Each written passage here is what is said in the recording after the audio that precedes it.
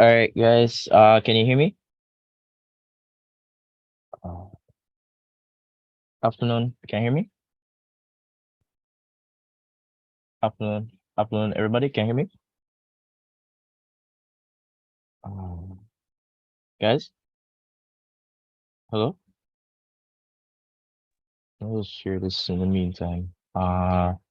Wait, let me see if I admit the meeting. Admit the members. I did not. Cool. Wait,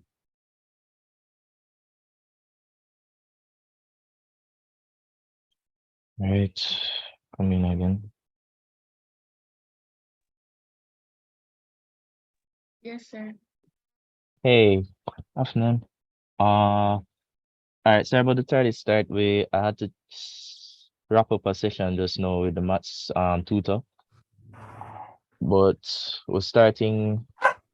Actually, I want to start right now. So let me just share the link them around so that if anybody wants to join the session, and also guys, try to get people to join it via the Zoom because I can't really manage the live stream chat and the Zoom chat at the same time. I realized that today. So if people join on the Zoom, it would be better because that way you can communicate with me if you have questions and such. So I'm sending around the Zoom link now. The main reason why I created the live stream is because one, easier access to the recording, and also you'd be able to use it as an extra space because before we had issues in terms of more people being able to log on. So if you can join the Zoom is what I'm trying to say.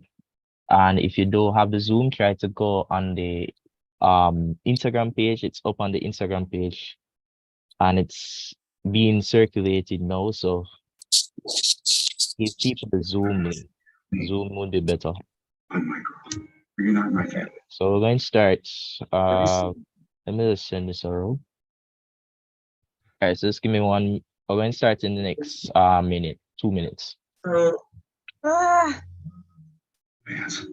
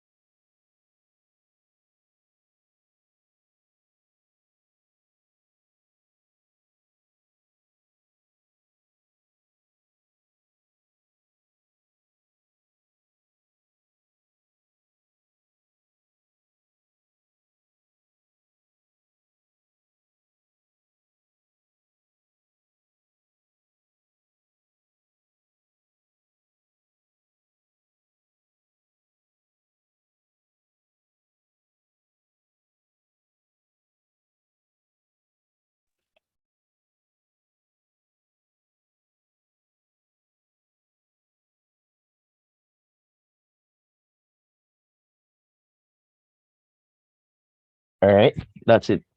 We're going to start now. All right, so just checking again. Everybody can hear me? Yes, I can.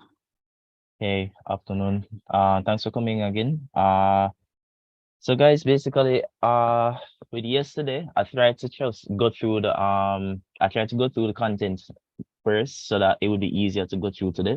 I tailored the content to like paper one type, so I only showed like the formulas and certain tricks that you can use to help you with paper one. You're going to find that today now we're just going to use that information to try and answer the questions. And I'm going to tell you, by about 2011, you're going to realize you know most of the questions. And it's about 2011. If you do from 2007 up to 2011, you realize that after that, most papers are like repeats in terms of every single question or almost every single question. So stick with me. Just try to go through the first couple papers and then we're going to go through the rest of the papers. I am going to be staying until, so let me just start the recording, same speed. All right, record to the cloud. All right, good afternoon again, guys. So what I was saying is that I'll be staying up until whenever we finish. So if that's 3 o'clock this morning, if that's 2 o'clock, whenever it is, I'll be up. Make sure I got adequate rest so that I'll be prepared for this because I know that we need to get the questions done. Also, when I finish today, I'm going to send the recording around. I've been trying to circulate recording so that you guys can watch it when you get chance to. But that's why I did it on this the YouTube so that you can always go on YouTube because as soon as the YouTube live finish, it's going to be on YouTube. So easy to just go and watch it on YouTube. If you miss something, just watch the recording, right? Or try to watch pieces of the recording. But yeah, today, as I said, we're just going to push through in terms of using the information from yesterday to answer questions. Let me X off this. If you were here yesterday, or if you did at least get some of the stuff from yesterday, it should be easier to answer the questions. So hopefully, and by about 2011, as I say, you're going to realize most questions repeat. So just stick with me and we'll push through.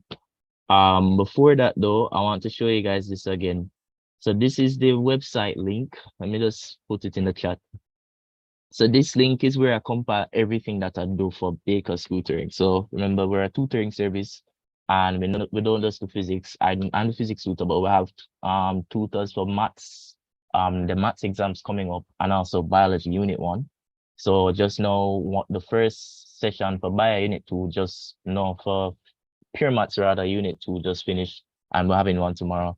So the point is, if you're interested in those sessions, those are paid sessions, you can come to the website and we have them up here.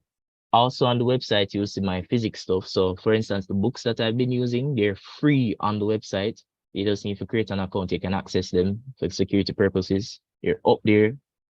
Though you don't have an excuse to not have information, everything is there. That's what I'm trying to say.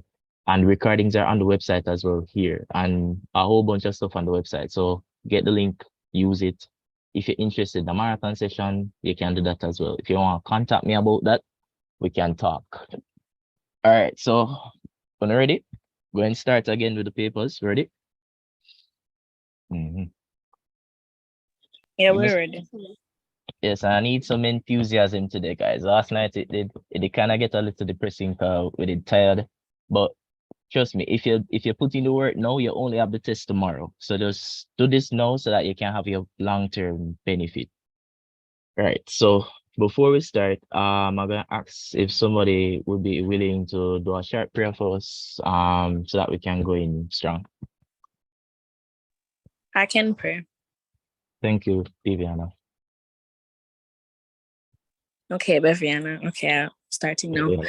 Dear Heavenly Father, I come before you today, dear Lord, to thank you for Jeremiah, the teacher, for helping us, dear Lord, for our exam tomorrow. I ask you to just help each and every one of us to retain the information, dear Lord, and help us to just know that we can do it with your help, dear Lord. In your name I pray. Amen. Amen. Thank you. All right. Yeah, man, the whole way I gonna get one. Hopefully this is the reason why you make sure you get your one. As I said, guys, I'm willing to stay up as long as needed today. But so there's some time limits. About 9 o'clock, we're going to take a 30-minute break. About 9 p.m., we're going to take a 30-minute break to kind of just do stuff. Might take short bathroom breaks as we go along. But as I said, by the time you reach 2011, you're going to see so the papers them are repeated. So the real hurdle is getting over the first couple. And another thing, I'm really hoping that you guys had tried to follow me yesterday, or at least do your own work for know the formulas them and know the stuff them.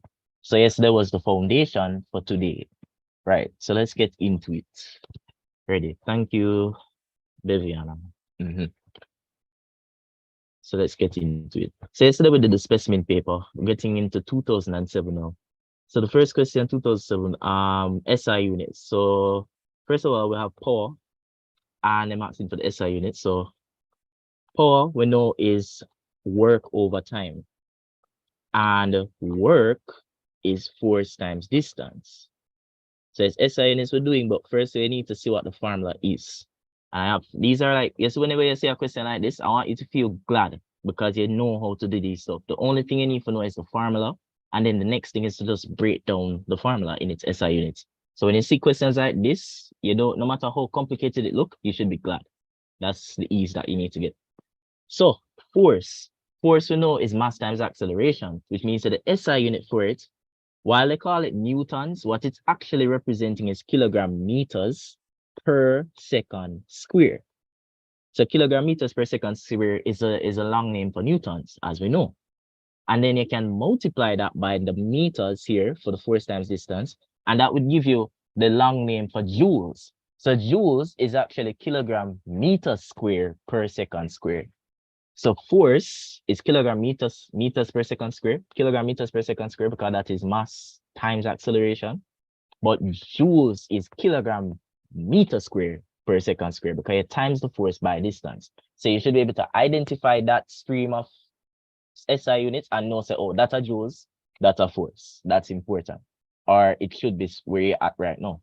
So I write it out, and there is really just maths to the rest. You put the dot there to represent multiply, and then you can put divide sign to show that you're dividing by time. So I like to state my steps. Time is, say, dividing second, and you put it over 1 to show that you're dividing it. And then the multiplication would mean, say, you're doing the inverse of that. And then you just cancel. So you're canceling on, hold on, let me just write it up here so I don't confuse myself. So the thing is, just take your time and you go through these type of questions. You shouldn't get these questions wrong. All right? No. All right. So remember, say it was divide. So if you divide S over 1, you're going to multiply by 1 over S. That's what I'm saying, right? So you end up with kilogram meter square per second cube. And we'd even look up, but we're going to look up now, and we're going to see the same thing. So once you know how to do that, no matter anytime you see them question there, you know how to do it. We're good? Quick Yes. response. All right, come. Enough questions like that. So this one, coplanar forces, magnitude. So I've done research on this question, and they said that Pythag is the way. So I'm going to stick with that until I find something better. But this is what I've seen. Guys, if you have information that could help us with this, like if your teacher tells us something you think might be, yeah, feel free to do it. This is a discussion, and we're working to get the best answers. All right. So for this, when they come to the decision of Pythag, I've been trying to find a scenario. I don't have any scenarios like this in the study guide or anything like that, but I've been able to come to the conclusion and say it's Pythag. All right, so somebody asked me a question on the previous question. Let me just finish this first. So this is Pythag. So you're trying to find x. So I'm going to say, you know, Pythag, x equal the square root of 7 squared plus 24 squared. So that would be 49 plus 144, well, bigger number than that. And then when you square root all of that, you get 25 newtons. So you can work it out and see that that is actually the case. And this document over here is where I actually do some of the work, you know, so about 2011, I think. Some of them not as great, but it is what it is. That's why I need to come to the session so I can show you stuff. So this is the working out here. Pythag, books. Good. So I'm going to recap that. So somebody asked me why I put the sec per second the way I did.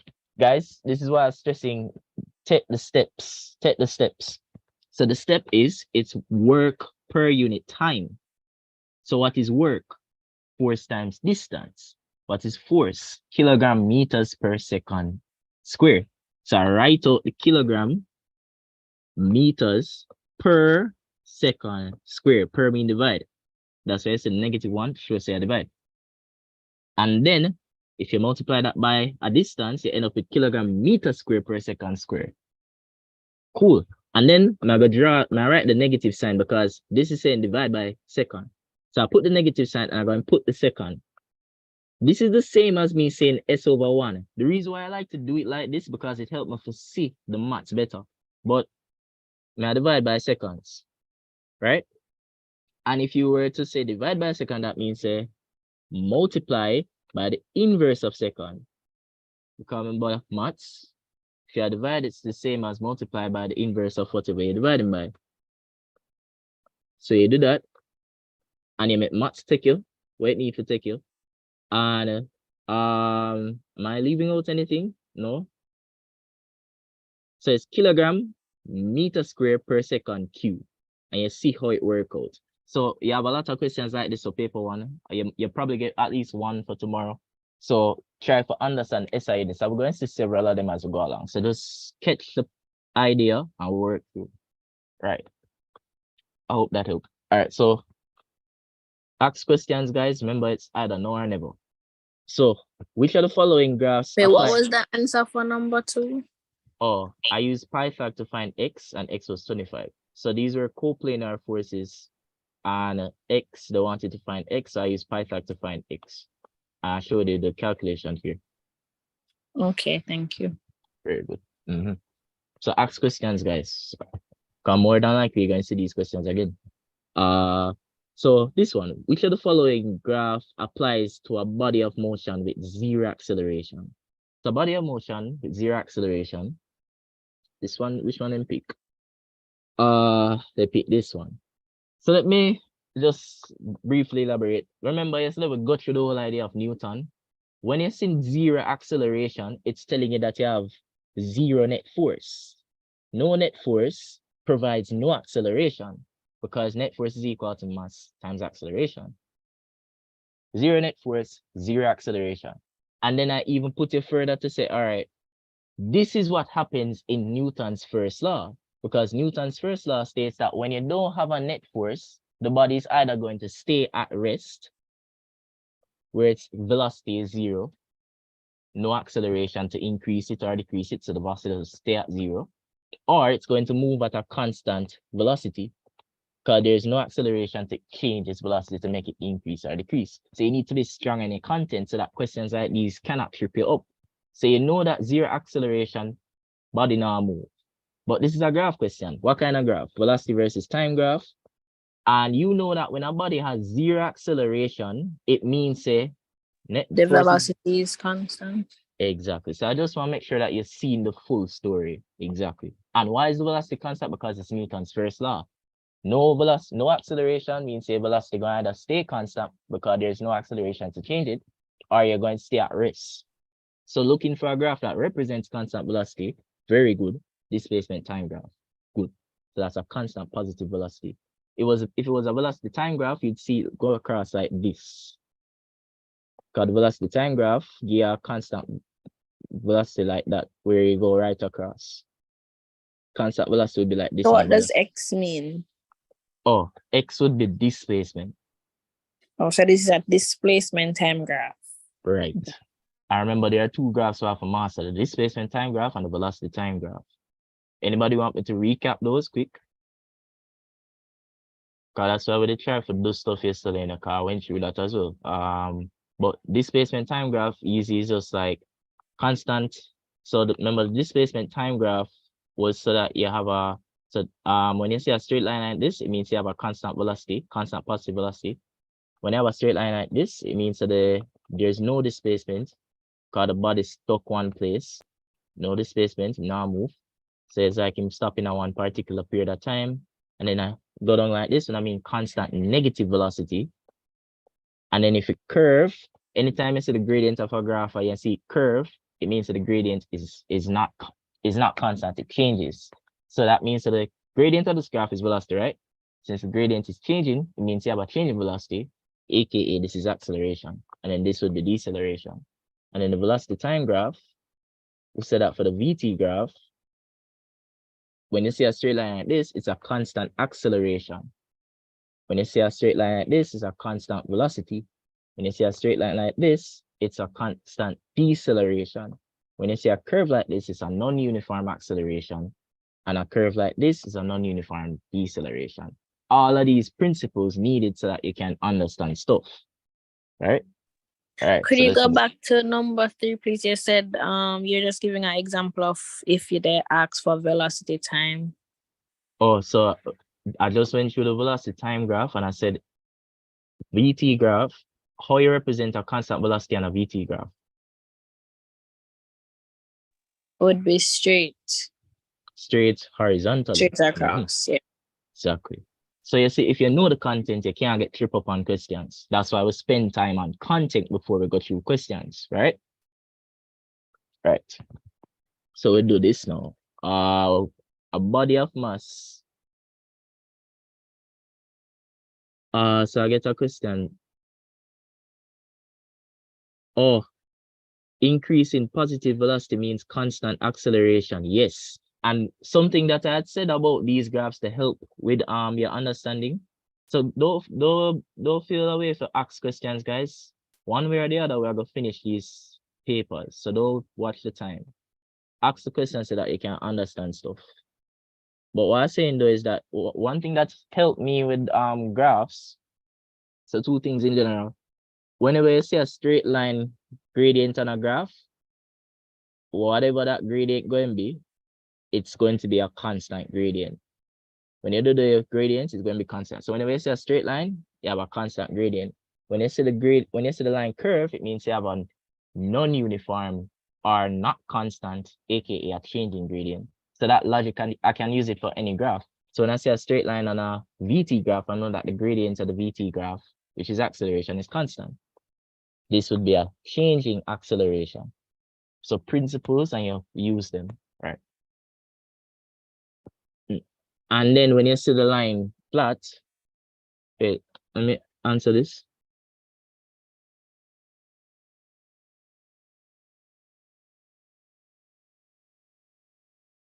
And when you see the line, so let me just recap this, because I think it's a problem for somebody. All right, Pre. So I said this is the displacement time graph. Displacement time graph. And for a displacement time graph, it's just these scenarios you must remember. Firstly, displacement time graph. If you have a straight line like this, the gradient of the graph is velocity. And we saw that straight lines means there's constant gradient. So this is a constant velocity, specifically a constant positive velocity. You're going forward. And then when you see the straight line go across like this, look at the graph. This is a displacement time graph, right? Which means so right here, if you're there at 10 meters right here, and then for a period of time, you're still at 10 meters, it means you're not moving. So this would be a stationary person. And then when you see the line go down like this is when, if you took the gradient of this person, so if you have this as the readings, so x1, y1, and then you say x2, y2, you realize that the y2 is smaller than the y1, so you realize the gradient is negative. The line I go down, it means you have a negative gradient. That would be a negative velocity, constant negative gradient, constant negative velocity. What I told you about negative velocity, let me ask, what did I say about negative velocity? What does that represent in terms of motion?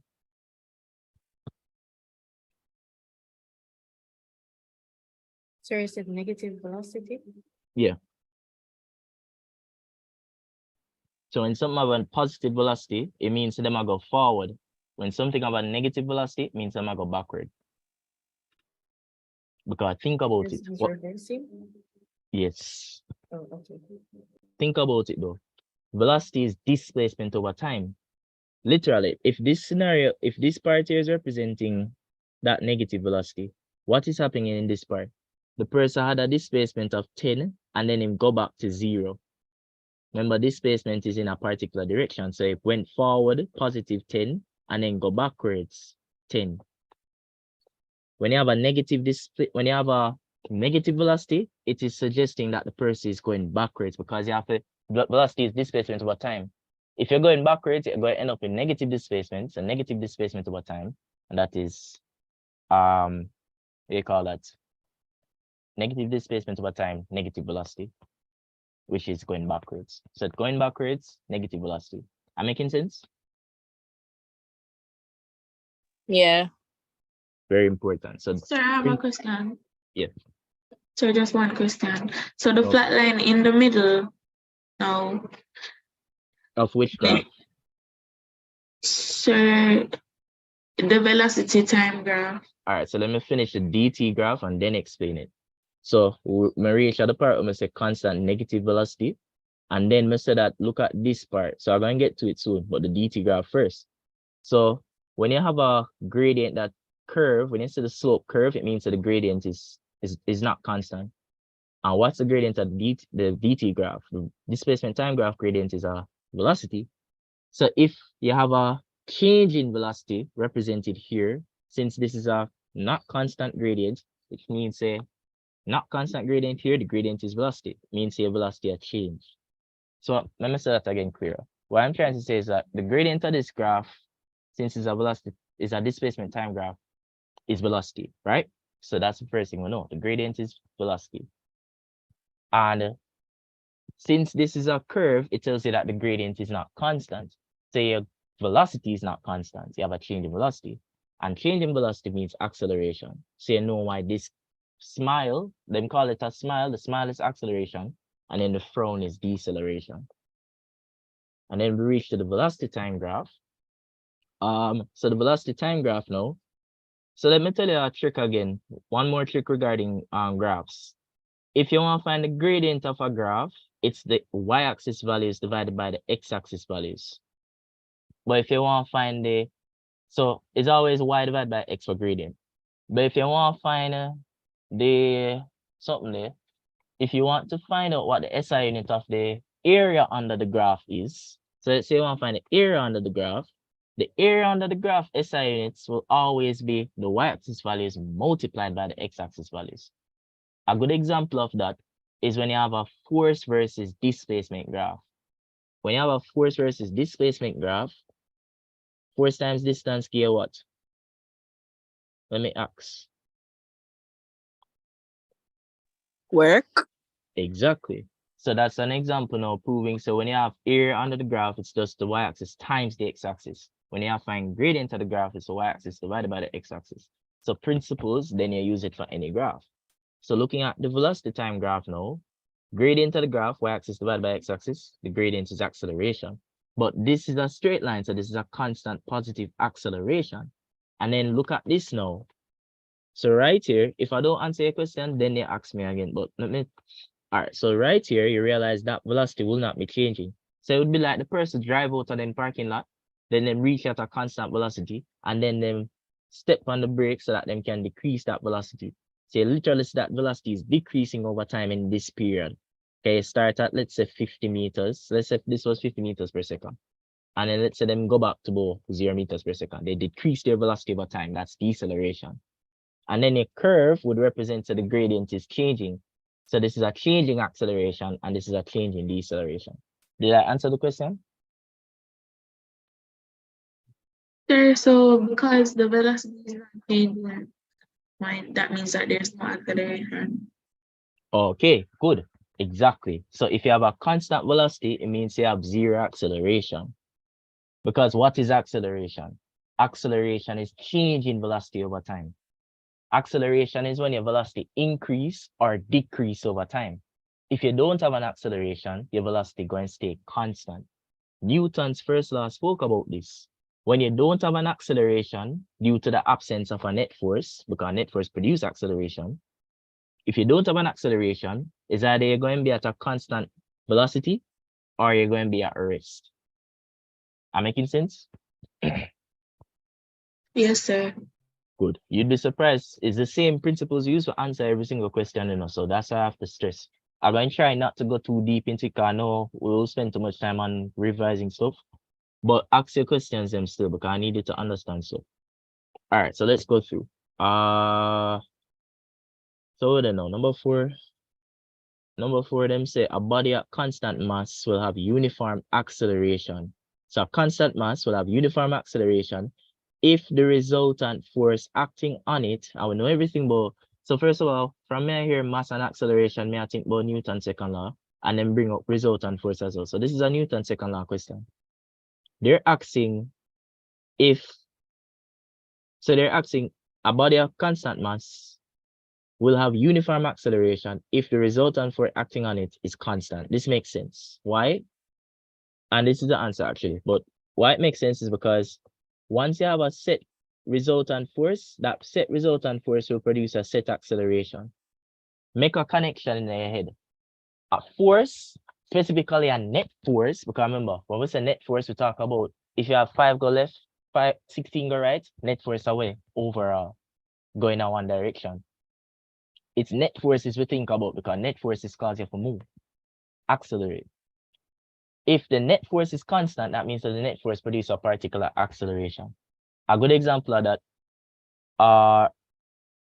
if you have a net force of 50 meters per second, or 50 newtons, sorry, that force is going to produce a particular acceleration. So I just trying to say that force produces acceleration. That was the takeaway from what I was trying to say. Every force produces an acceleration. Example, weight force produces acceleration due to gravity. And centripetal force produces centripetal acceleration. Every force produces an acceleration. And that is related to Newton's second law. Say, understand the questions. So this is a circular motion question. We went through circular motion yesterday. A body moves in a circle of radius r with a acceleration a. Its velocity is v. Its angular frequency is omega. Sorry. Notice they love to call angular velocity angular frequency. So they're the same thing. Angular velocity is the same as angular frequency. Who can remind me? So before we go into the question, who can remind me how you calculate angular velocity? And we're going to do a lot of this today. I'll be asking questions. Quick. I don't remember, but R omega. And this is why I ask the questions. No problem. R omega is the 1/4. So let me just Pi F. repeat. Is it 2 pi F? So 2 pi f or 2 pi over T. right. So the key to memory is repetition. You know how many times I've been through circular motion? Too many, and I still want to because repetition is key. So I'm going to write over the formulas. First formula to remember is so we said that when a body goes in circular motion, the main thing is that the force is perpendicular to its linear velocity, right? So that it can move in a circular path in that direction. So remember, we have angular velocity being the same. Our angular velocity is the velocity it has going around the angle, the circle, going around in a circle. That's what angular velocity talks about. And you calculate angular velocity by dividing angular displacement over time. So if you think about a circle, the angular displacement is like the angle. Just simplify it in your head. It's the angle. And remember, angles can be represented in radians. So that's how we did say 2 pi. If you look at the entire thing, is 2 pi, 360 degrees, 2 pi, the entire circle. And then the period would have been that. And then that now is one of the formulas for angular velocity. Angular velocity is either 2 pi over period or, and then you can think about this. This 2 pi over period is the same as saying 2 pi times 1 over period. 1 over period is the same as frequency because frequency and period inversely related. Or they're the inverse of each other. So 2 pi over t or 2 pi f. So that was the first formula. Then we said that r was equal to, no, not r. What's linear velocity equal to? That linear velocity that it fly off with, we're equal to, quick. So we're going to keep asking until we know them. For that, r times omega? Yes, sir. Very good. And I showed you how to derive that. And then acceleration, we says v square over r square times, well, v square over r, sorry. And what's the other formula? Omega squared r. Omega square r, you need to know both of them. Because I love to ask questions to figure out if you know both of them. Like this one, for example. And then the mass, the acceleration, sorry, the force. Force of the mass times acceleration, say it's a mass times v square over r, or you say m omega squared times r. Right. So we're going to keep repeating it until we know, say, we know.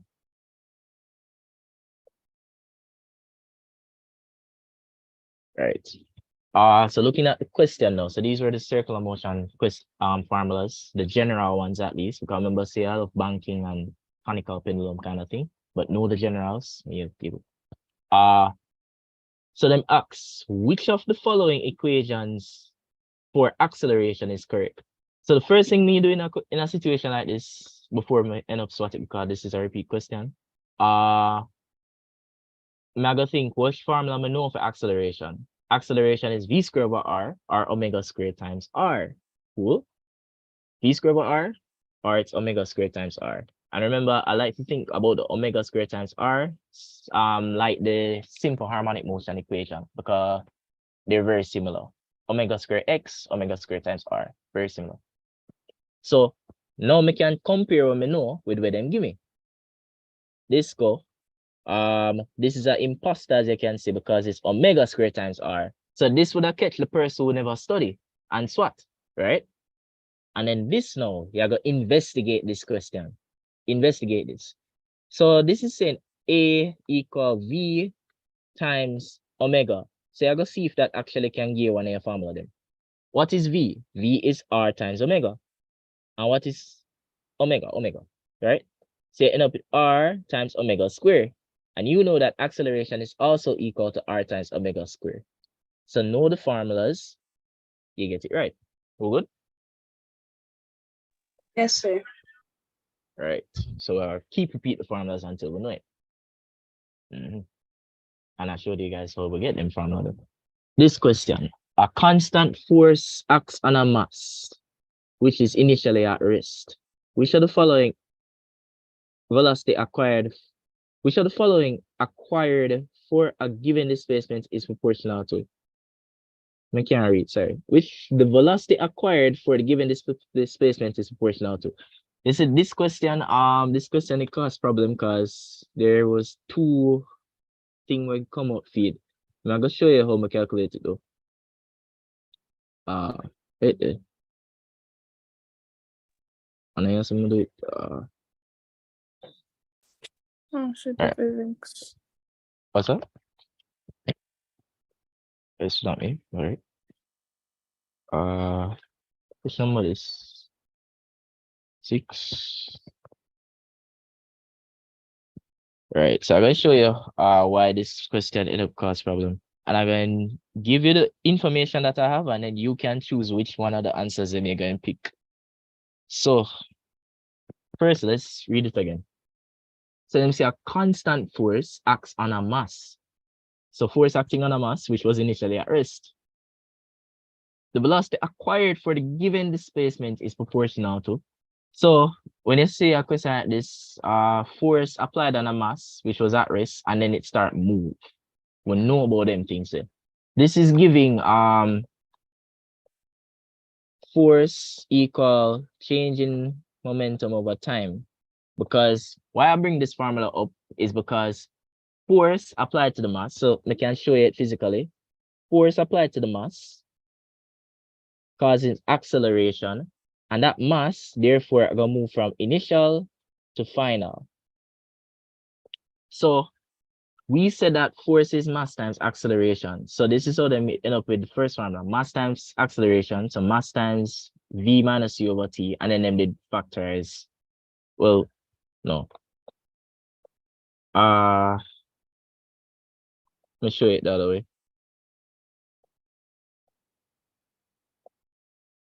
This mean so mass times acceleration, and then it break down to this. This is how they end up with that this formula that you're familiar with from impulse, right? So I know that this connected to this because we're talking about a force applied to a mass at rest and it moves at a particular velocity.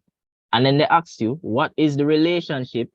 So they say the velocity acquired for the given displacement is proportional to. So they want to know what's the relationship between this velocity that occurred in a particular displacement relative to these different variations of masses. So why I'm breaking it down is because I want you know how I think about questions.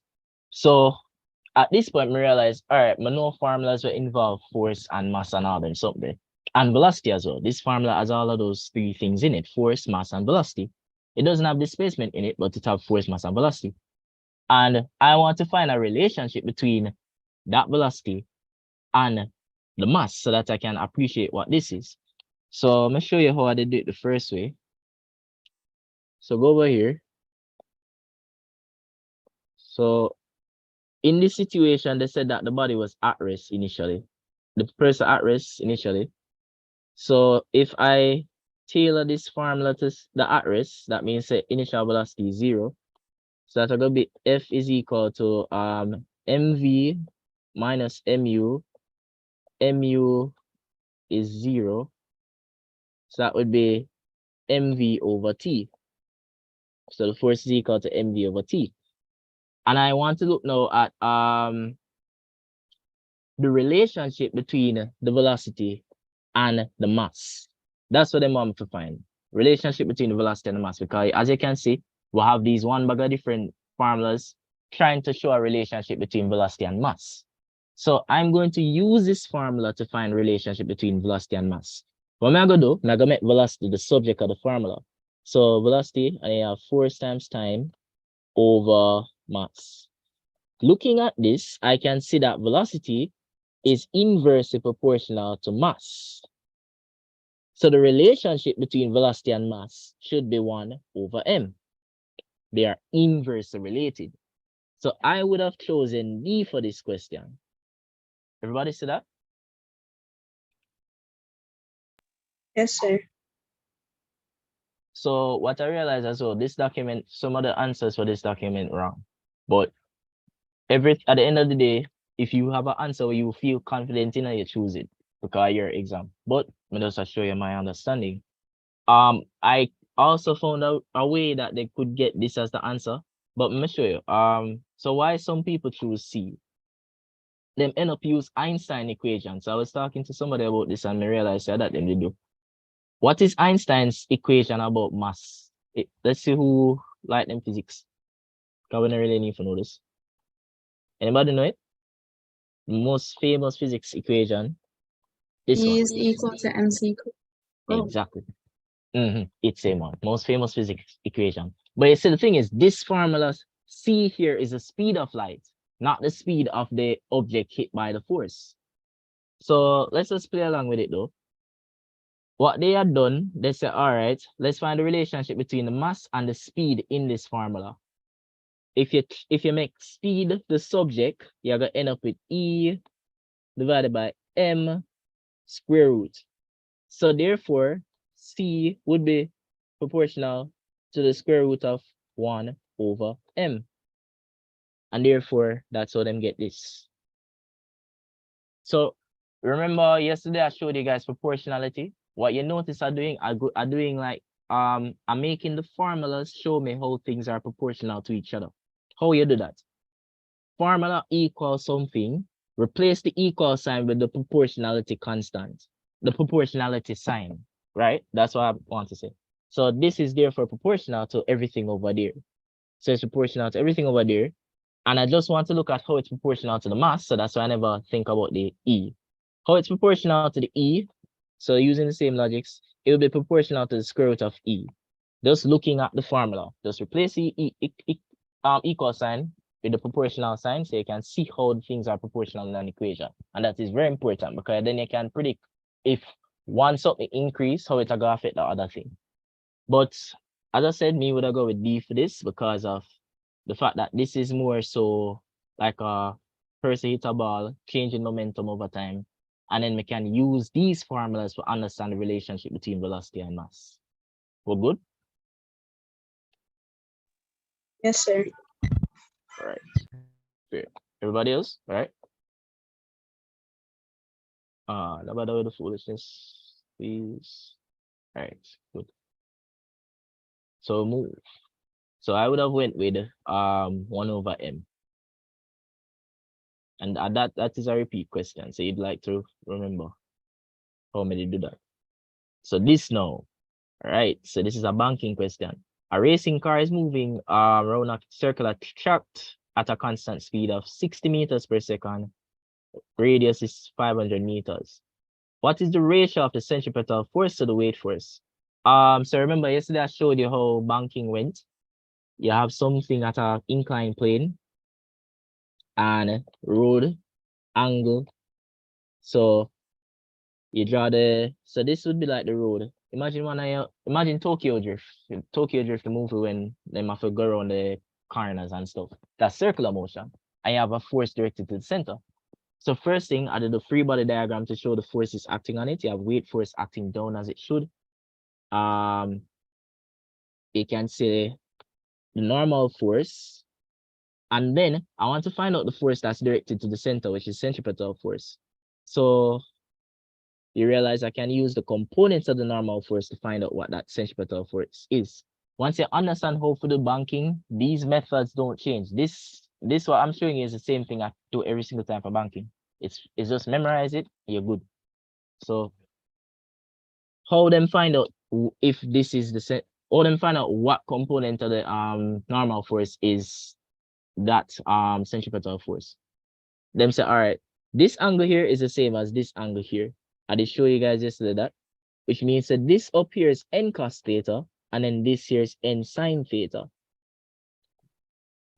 Which means that n sine theta is equal to the centripetal force, which would be mv squared over r, and then the n cos theta, what would the n cos theta be equal to?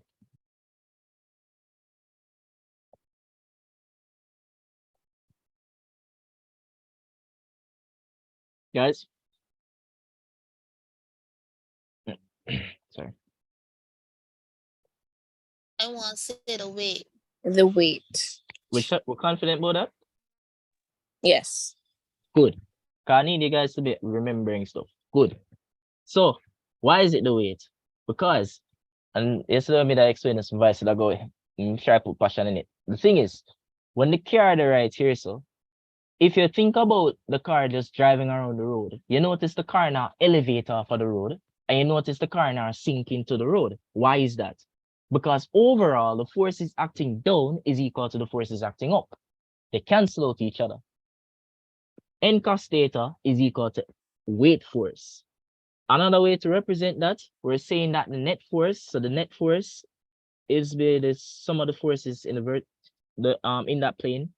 So you could say n cos theta plus weight force, but remember these are vectors. So if you consider one side as positive, if you consider going down as positive, let's say down is positive, then up is negative. Just choose one side as positive, one side as negative. And because net force is 0, you can just bring this over and it proves that n cos theta is equal to weight force. So you have to make a connection in your head. When the resultant force is equal to 0, it means that the forces in both planes cancel out each other. When there's no net force, when there's no resultant force, it means you're not enough force are great upon both sides. Them cancel out each other. So upward forces cancel out downward forces. And you do this with different scenarios. All right, so we know that. And then the only other formula I showed you was how to find the angle. And how did I do that again? I said divide n sine theta over n cos theta. Remember? Remember? Yes, sir. Good. Right? So n sine theta is v squared over r. Sorry, n sine theta is representing the centripetal force. So that would be mv squared over r. And then n cos theta is the mass times gravity times weight. So centripetal force divided by weight, you end up with the formula coming down to, so just remember the formula if you know how to derive it already. Tan theta equal mv squared over r g, sorry, right here. Tan theta. So all we do, we just work it down. I may already have it right here, so I'm going to do things, you know. Tan theta equals sine theta over cos theta, which is equal to mv squared over r divided by mg. So when you work that down, you end up with, and sine theta over cos theta equal tan theta. So you end up with tan theta equal v squared over rg, which means the angle would have been inverse tan v squared over rg. Once you know that, you just remember that formula. So look what they ask you to see if you really know your stuff. They ask for the ratio of the centripetal force to the weight force. What is the ratio of the centripetal force to the weight force? Sine theta over cos theta. So how did I work that out? I never get the angle, but what I did get was the speed and I got the radius. I know that sine theta over cos theta is the same as the centripetal force over the weight force. So I'm gonna work out what the centripetal force is and then divide that by the weight force. That's how I get it. That makes sense? Yes, I understand. Try it yourself because try working it out and feeling said this actually works. Like do it in your calculator now. So see me work it there. Do the working out first, like me on the paper too. Is when you do the paper that tomorrow, don't neglect doing your working out, please. That's the difference between getting the distinction versus the A. The one. Make sure you don't make mistakes. So I work it out and I get the 0.73. And you know say it right. So when you see tomorrow, you already know say 0.73, but even then, still work it out. If you have time. Right. So 0.73 and move. So this now, so a body of 2.5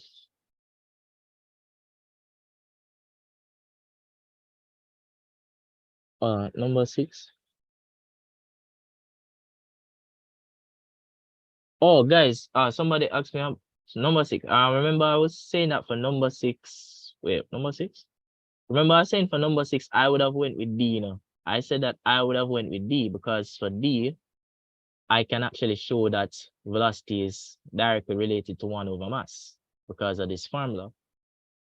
This formula, and then my solve for V. First of all, I'm going to say this cancel out. Solve for V, and then look at this. Replace this with a direct proportional side. What is the relationship between V and M? It would be 1 over M. So I would have went with D. But I also showed you why some people had put this. So I'm going to give you 2 sides of the story so that you can choose tomorrow which one you want to go with. But personally, don't trust every answer sheet that you study. That's why you need to know how to do stuff.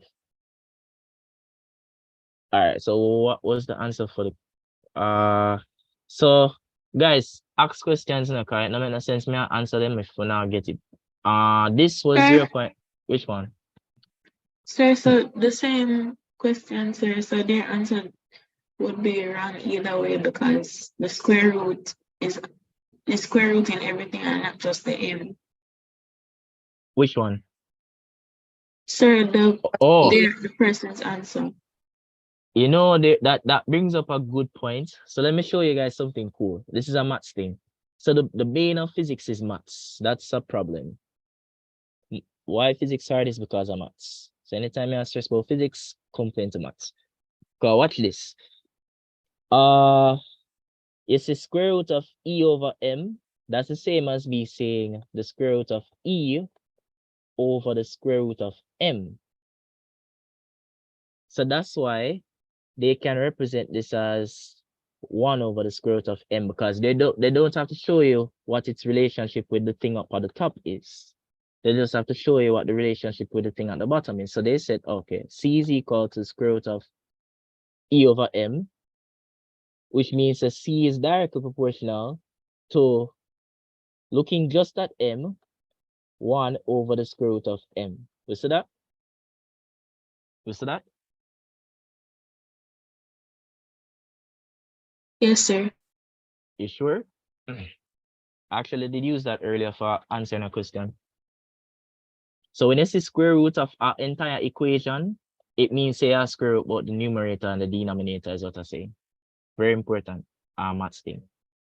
And that actually help you to say some other questions. So I'm gonna give you another example.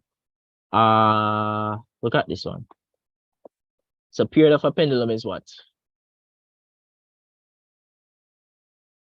Who remembers formula for the period of a pendulum? Square root 2h over g.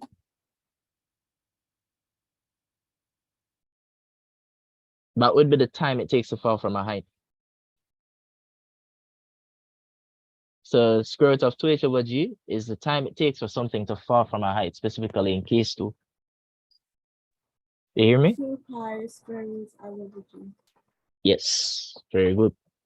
So, all right. So it's like a whole bunch of formulas in your head. I understand that. That's why the only way I did end up like, maybe if we can just tell you what a formula is, even just by hearing it, you have to understand the formulas. So if you feel like you're not remembering a formula, go back to the understanding part, or at least try to sort it for tomorrow.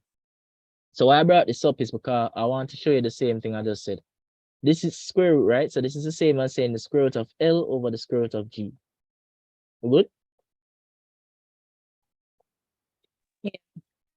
All right, so I want you to appreciate that. Good. Right. So ask the questions, guys. And for this, we saw why this is 0.73. And you see, I have the working out in this document here. So get bored, you can watch, you can go through this document. And all of that resources is in the website link, which I sent earlier. All right. So let's go to the next one. Lots to see. Excuse me, Jeremiah. Where did you put the answer sheet for the multiple choice in the website? I can't find it. All right, so let me show you I make sure I put it at several parts in it, because I know even this morning I was figuring some it might be. I don't want you guys to not. So first right here, so this is a physics unit 1, paper 1 marathon links. I'm gonna send this to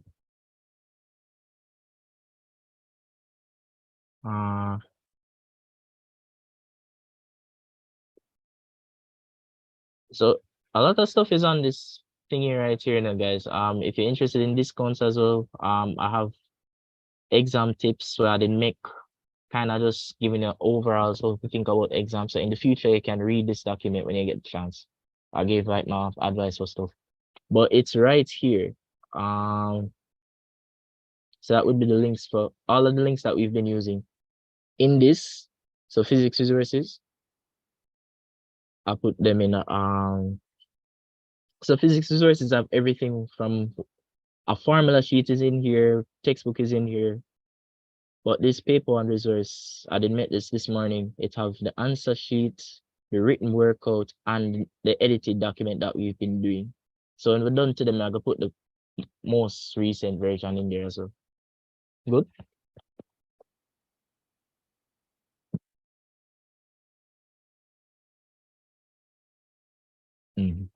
All right, so come.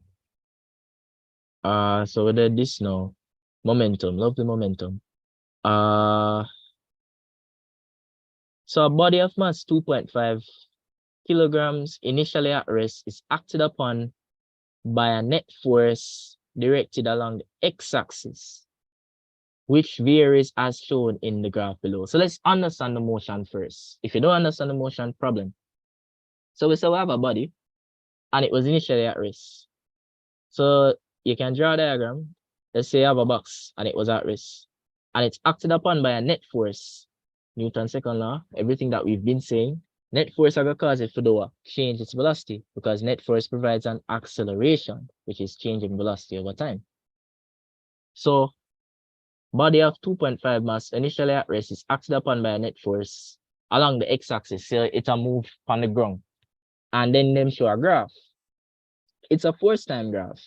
And force over the time, let me try to just give a logic behind this too. There's a thing about this force time graph. I don't remember, you know. If you've ever looked on a, first of all, force time graph in this scenario, well, overall force time graph, what would be the area of a force time graph? Area under the force time graph. There's something I want to show you. Impulse, which is the same. So impulse, Ft, is equal to the change in momentum. I want you to understand this graph a little better.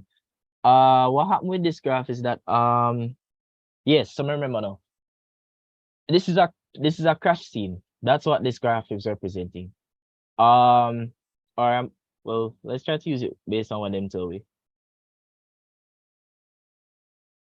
Right. Imagine say the force when hit this body at rest is a car running at it. It's a crash scene as I want to use the crash scene to make you understand. What happens when something crashing something is that you're gonna have so when the collision occur first, you're gonna have this period where like you just feel a lick and your force reach up to a particular point. So slap, when you just slap, there's a little period of time when the force are really setting and then you feel the full force of the crash. So crash, you feel the force, then you have that force of 20 newtons acting on it. So when you crash, that force of 20 newtons I got act on the body for like a small period of time. Force times time, impulse. So during that period of time, you feel the crash, you feel the force acting on the body. And then eventually the collision ends because you go bounce off eventually. So this is representing when that collision stops. So just think about it. Crash, so like a crash, period of time when it hit, then the duration of the force being felt during the hit, and then it'll come off eventually. So when it stops, feel the hit. So that's what this graph is representing. But the area under the graph represents the impulse that occurs during that crash. And what is impulse? Impulse is basically looking at so you can explain it two ways. It's looking at the duration in which a force acts on a body during a collision. That's a good definition. Because look at the formula, force times time. Says it's a factor representing the duration of a force acting on a body during its collision. And that is equal to the change in momentum that occurs on the body during that collision. So that is impulse. Force times time, change in momentum. I remember this is just like Newton's second law because we did show that force was equal to mass times acceleration, and acceleration was changed in velocity over time. So you need to see the connection between this and Newton's second law. So let's answer the question. The question never gonna be as complicated as we make it. That's cool. Area under the graph. So this is length times width. So I multiply 2. Well, is it 2? Yeah, 2. Is it 2? Oh, sorry, may I jump the gun? I'm gonna show you. Remember all of the area under the graph I got this. So the triangle, the rectangle, and the triangle. So that's exactly what I did. Area under the graph, triangle, rectangle, and the triangle. So you do the area there, area there, area there, you add them up, you get 70 newtons. So the SI units of impulse is Newton second because it's force times time. And it can also be represented as kilogram meters per second because it's also changing momentum, which is mass times velocity. So we'll do that. All right, so it's 70 newtons. This is a repeat question. All right, so this look like, what kind of motion this? May I ask? Quick. What kind of motion this? Non-uniform deceleration. Good, that is nice. Non-uniform deceleration, because I remember earlier when I told you that this is the frown. But dig deeper, there is a specific motion that gives you this graph. So an example of non-uniform deceleration that we studied in physics unit 1. Maybe you weren't there when I went through it, but we'll have a lot of questions on it today. No, it starts with T. Terminal velocity. Yes, terminal velocity. So it seems as if I'm gonna have to go over terminal velocity, no problem. But let's go over it now. Understand terminal velocity. I have a lot of questions on terminal velocity. Quickly. So firstly, when you have a body falling at terminal velocity, I'm going to show you what that means. It's 3 scenarios you have to remember.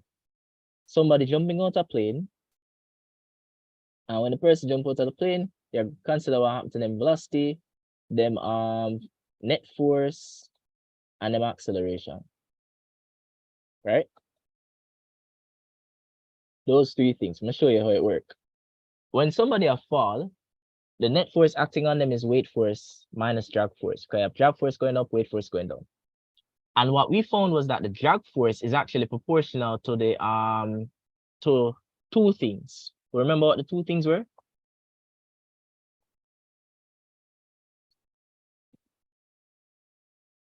So the 2 things being the surface area of the body and also its velocity. I'm going to show you why. Because if you fall and you have a faster speed when you fall, you're going to collide in more things. Therefore, greater collisions, greater drag force. So velocity, directly proportional to drag force. surface here are directly proportional to it because if you're bigger, you're going to collide with more things and more friction, more drag force. And remember, net force is sum of the forces. So if you consider down as positive, up is negative. That's why you end up having them subtracting. So let's use that. I like to always visualize this very graphic. So like, just imagine somebody gone on them trip, vacation, them have the plane there. I can do a better plane, but whatever. Jump out of the plane. And then as soon as them jump out of the plane, some of them parachute on them back. Initially, when they're in the sky, what going to be them velocity? Them not start drop it. What going to be them velocity? 0. Right, because if you have no displacement over time, no velocity, 0. You not start move yet. No displacement, no velocity. Good. So the person will start move yet. And how that going to affect the net force? We know that the drag force depends on velocity, which means that if the velocity is 0, that drag force will also be 0. So you have to see the connection here. What I'll do for this is the same thing I'm going to do for the next 2 steps, which are going to ultimately bring us to how we get terminal velocity. So follow me. So I know what the net force is. I know that what the drag force is proportional to. So initially the velocity is 0, which means that the drag force is going to be 0, which means that initially that person's net force is equal to his weight force only. And therefore his acceleration will be only equal to acceleration due to gravity. Because, yeah, acceleration of weight force is acceleration due to gravity, right?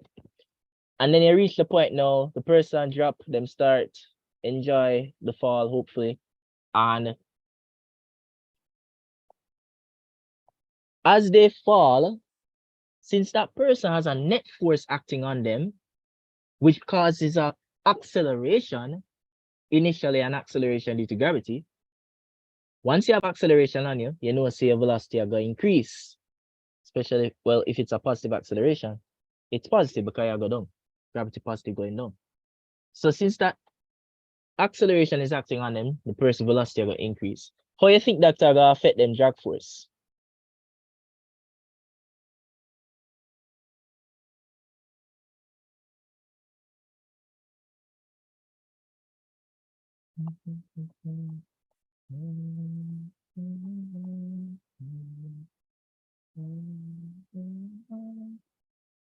So how would the increase in velocity affect the drag force as a person falling? How the increase in velocity would what? Affect the drag force here. So firstly, remember, so the velocity is increasing because there's a force acting on it. The The drag net- force would increase? You sure? Yes. Okay, because why? Because as you're falling, then the acceleration would, I don't know how to explain, but I watched the video, so I know that it's increasing. Fair. You watch which video? The one on YouTube? Yeah, the one from yesterday. Okay, fair. Fair. Cool. So very good. And you don't even know if you explain stuff, but I challenge you to try to explain things because you'll realize things where you don't understand when you explain stuff. But very good, you know it. So let me put it to you again. What I'm trying to say is that initially we know the velocity is 0, therefore the drag force was 0 because they're directly proportional. So since the drag force is 0, because the velocity is 0 initially, and we know why velocity is 0, you now move. Drag force is 0 because the velocity is 0. That means that initially the person net force is going to be equal to only his weight. And that means same acceleration is gravity. But you see, as the person start drop, and them a look all over the place, them see bird, probably see somebody else, them realize what happens is that if you're falling and you have acceleration due to gravity acting on you, that means your velocity increase by 9.81 meters per second. You're increasing your velocity. So we appreciate that the velocity is increasing. And if the velocity is increasing, it means that the drag force will also be increasing because they're directly proportional to each other. So how would that affect the net force is the question. How is it affecting the net force?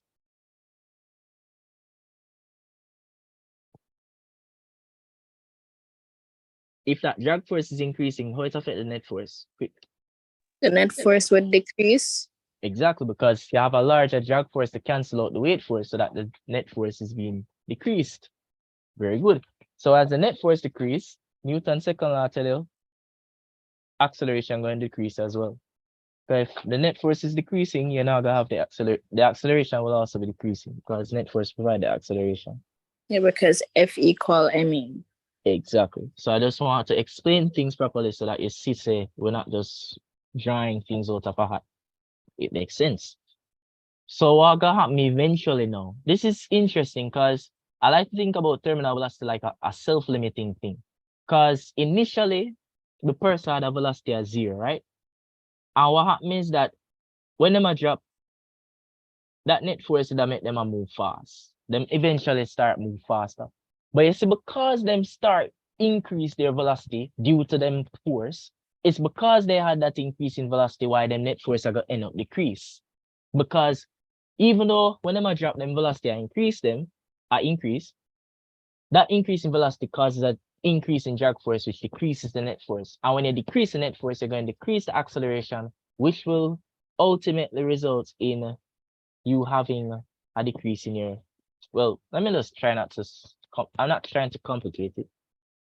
Yeah, I'm trying to go as fast as I can, guys, but I want you to understand. Let me not complicate it. What I'm trying to say is that eventually that velocity going to cause it to not move as fast anymore. Eventually going to stop it. And you're going to see what I mean. So as it falls, velocity increase, net force decreases, acceleration decreases. Until eventually that drag force is going to be equal to the weight force. Because it's increasing until equal to the weight force. And when that happens, net force is going to be equal to 0. So that net force is going to end up be equal to 0. And if net force is going to be 0, the acceleration is going to be 0. And when the acceleration is going to be 0, what going to happen to the velocity? That velocity at that point, so at that point, when the acceleration finally 0 out, whatever velocity you reach, it's going to just remain constant. So your velocity was increasing, which caused the drag force to increase. That decreased the net force. So the acceleration decreased. So that eventually you're going to get an acceleration of 0, which will cause you to no longer have an increase in velocity. You're now going to have a constant velocity, and that constant velocity is your terminal velocity. And how do we represent this on a graph? Looking at it, as the person fall, them acceleration is decreasing, right? That's why the graph represents a non-uniform deceleration until eventually you reach the point when you reach a constant velocity. So this is terminal velocity graph. Anytime you see this graph, this is the TV graph. Good? Yes, sir.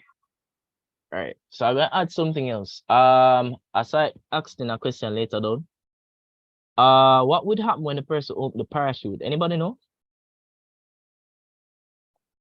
As I asked in a question, so I'm going straight. What would happen when the parachute opened? So when the person opened the parachute, because them don't want dead, the same logics them are gonna look at all of the variables. And it not as long.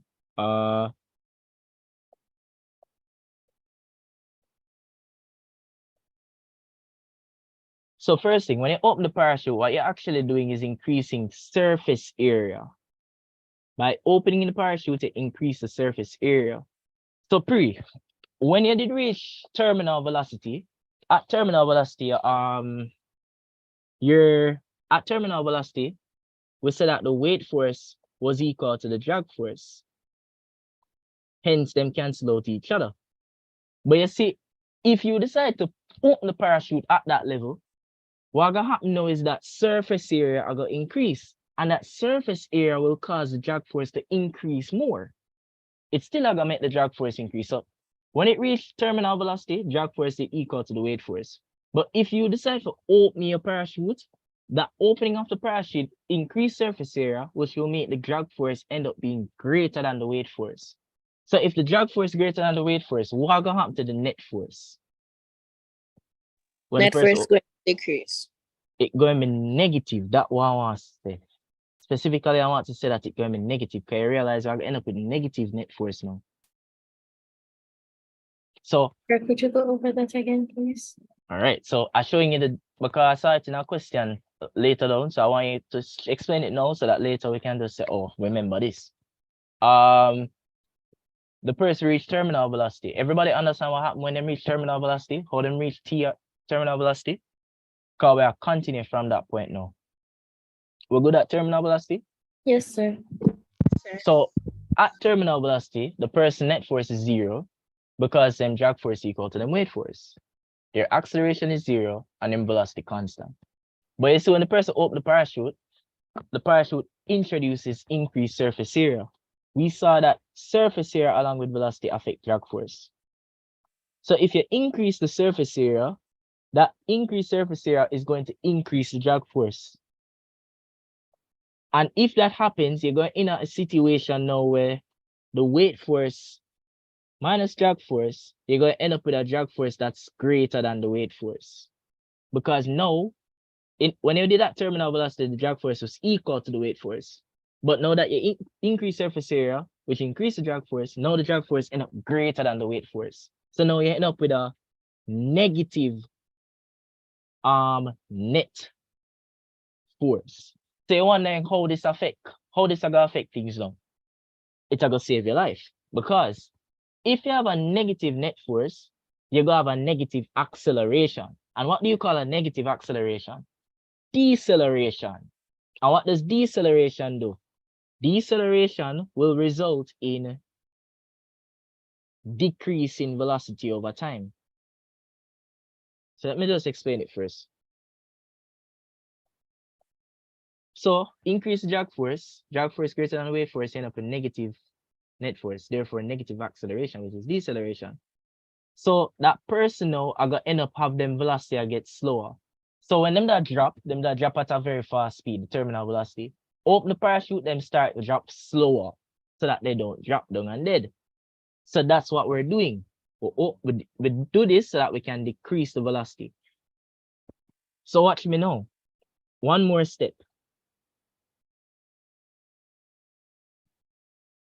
Look how this funny as well. So you did this so that you could decrease the velocity. But what gonna happen when you decrease that velocity? Specifically with regards to the net force. Remember that velocity is still proportional to drag force. So by decreasing the velocity, you're going to end up decreasing the drag force again. So let me repeat. When we did open the parachute, the drag force increased because of surface area. Therefore, it became greater than the weight force. You get negative net force, deceleration. Deceleration means you decrease velocity. Less velocity, less drag force. So the drag force you get greater than the weight force initially, right? But now you start decrease the drag force because the drag force is proportional to velocity. So what would have happened now is that the drag force are gonna get back, it would have decreased again.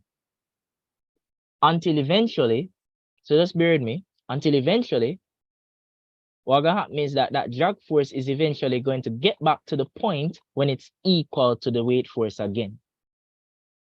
And when it's equal to the weight force again, net force will be 0, acceleration will be 0, and then it will achieve terminal velocity again. But this time, this terminal velocity is going to be lower than the first one because it had undergone a decrease in velocity to get to this point. So let me repeat. Open the parachute, increase drag force. At the terminal velocity, drag force was equal to weight force. But now, you make the drag force greater than the weight force. If you have if you have now the net force being negative as a result of that, you're gonna have a negative acceleration. And that causes deceleration. Your velocity going to decrease. And because the velocity is decreasing, where you're going to end up is decrease the drag force. So the drag force are going to end up and go back to being equal to the weight force. And when it get back to being equal to the weight force, acceleration going to be 0 again. You're going to reach back a terminal velocity. It makes sense? Yes, sir. All right, that's good enough for me. Make sure you understand that enough because there's a question for it. All right, so move. So when we say this is the graph just to represent when you reach terminal velocity. Mhm. All right, so this is a coupling question. So moments of a force definition. A moment of a force is the product of the force in the plane of that action times the perpendicular distance from that force and the pivot. This is where people get wrong with this topic. When you talk about moments of a force, you're talking about turning effect, correct? So when things turn, and there's usually a point that you take moments from. And when you talk about the moments of a force, all you're saying is that you're timesing the distance, the perpendicular distance from the pivot to that force by the force itself. So you have to remember, say it's a perpendicular distance from the pivot. So let's identify our pivot. The pivot is a point that turns, and that pivot is either here or here. So we're going to take it from here. So just remember how we do this. So it's like this is like one of them sort of spin, spin, spin. So both of them have like a turning effect going on. So I'm going to take it with respect to here. And the force is acting in this direction. So this would be the force that I'm considering. But I want to find oh, let me be better at that. Let me be better, but sorry. So this is the pivot that we're looking at. Why I said that? Because so this is the turning point, so it's turning up or down relative to this point. So it either go up or it go down. So this is the turning point. So the force is this. And then the perpendicular distance from that force on the pivot is this. So it would be F times X. We're good? We're good? Good? Yes, sir. So identify that this is a pivot. Force times the perpendicular distance from that pivot. So you would get tricky if you did use this. Right. So the parachute is same parachute is what we are talking about. I will propose to understand how parachute is doing thing. Or understand it enough. Him have a mass of 80 kilograms, descends vertically at a constant velocity of 3 meters per second. So this person would have, since they're at the constant velocity, they are at the stage where they're at their terminal velocity. So this would have been when the person drop, go through all of them 3 stages there, and then reach them terminal velocity. So we're at terminal velocity. What is the resultant force acting on her? At terminal velocity, there is no acceleration, hence you're not changing your velocity, because there is no net force. So you understand terminal velocity so that you never get this wrong. We're good? So because acceleration is 0, then net force would be 0. Yes. So we went through explaining terminal velocity so that we can never get terminal velocity wrong, right? At terminal velocity, you understand why you reach terminal velocity. You reach terminal velocity because the drag force so that cancel out your weight force, so that the net force gradually decreased. And eventually the net force became 0 because the drag force became equal to the weight force. So when the net force became 0, acceleration is 0. And when acceleration is 0, the terminal velocity will be that constant velocity that the person is going to be traveling at. So you need to understand it so that no matter what them ask you about it, you can easily pick it up. Good. Can I ask one question, please? Yes. So terminal velocity is when the person is like floating in the air, going down. Well, I'm going to say floating, them move at a very fast speed going down. Yeah, Floating suggests you have a net force going upward. Okay. Or you have a balance. Floating actually suggests when you have the upward force equal to downward force. So you just, and like ships float. That's what I'm trying to say. But good. So them just falling at a very fast speed, a set speed. All right, so that's so which case is this? Projectile motion, which case? Yes. Very good. So we've been learning. Very good. So you see a body projected at an angle to the horizontal and then drop back at the same horizontal level. You kick the ball and it drop back down. Football field. Them not got nothing complicated if you understand the stuff. So what them ask? A stone is thrown from A to D. The stone follows a parabolic path. We already know it's a projectile motion parabolic, not new. Such that the highest point reached is B. We even know if we calculate the distance here, we know the formula, V squared sine square theta over 2G. Whatever. C is a point just before it lands. Cool. So what's the question? The vertical component of the acceleration. This is a repeat question. I was at 2007 specimen. What is the vertical component of the acceleration?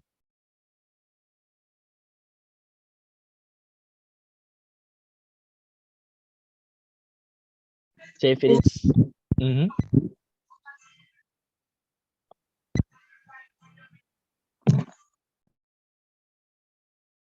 Load out yourself.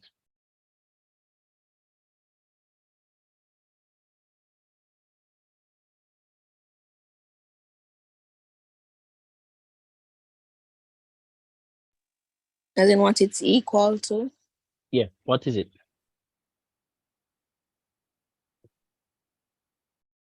Vertical component of the acceleration.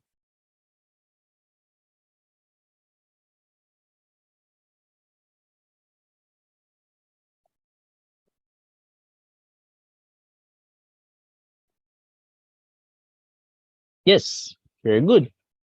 A was there yesterday when I was saying it. Good. All right, so let me explain it again. It's easy, guys. What we did yesterday, we said, all right, we're looking at the points. We're looking at the ball at 3 points, and we just examine what happened to its vector velocity, its velocity in the vertical plane, its vertical component, and then in the horizontal plane, its horizontal component. What we said was that in the horizontal plane, acceleration equal to 0. And since acceleration is equal to 0, what happened to its velocity? This is everything what we do connected. If acceleration is 0, what happens to velocity? Constant. All right. And why is acceleration 0? Because projectile motion only has one acceleration acting on it. That's what you call projectile motion. Acceleration, the only acceleration acting on the body is acceleration due to gravity. Right? But what about in the vertical plane? In the vertical plane, acceleration is G. Specifically, so this is case 3. The body go upward, so we're going to put acceleration as negative G. And the velocity will be changing. Therefore, since you have acceleration, and how we calculate it is with U plus AT. And then you tailor that to the situation where the initial vertical velocity in this case would have been V sine theta. And then G is negative, and then T says V sine theta minus GT. Right? So the question asks you something that you should have understood because you know this. All they ask, what is the vertical component of acceleration? What is acceleration in the vertical plane? In the horizontal plane, acceleration is 0. In the vertical plane, it's negative G.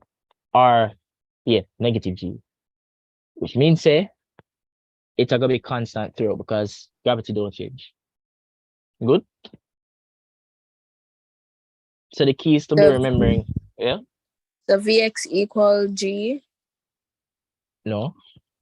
Vx? Why is it Vx? What is equal to gravity? Gravity will be the 9.81. No, what was the question you asked and A answered gravity? Oh, the answer would be acceleration due to gravity. So the acceleration in the vertical plane is acceleration due to gravity. So let me repeat.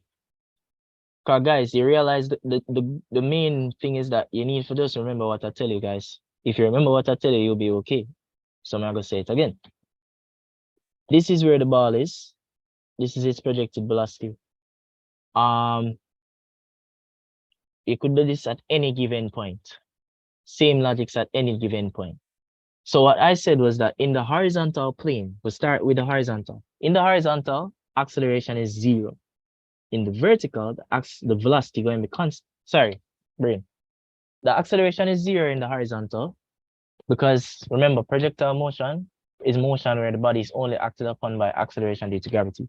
There is no gravity in the horizontal, which means in the horizontal, since there's no gravity, and without gravity, there's no other acceleration that we need to consider since it's projectile motion.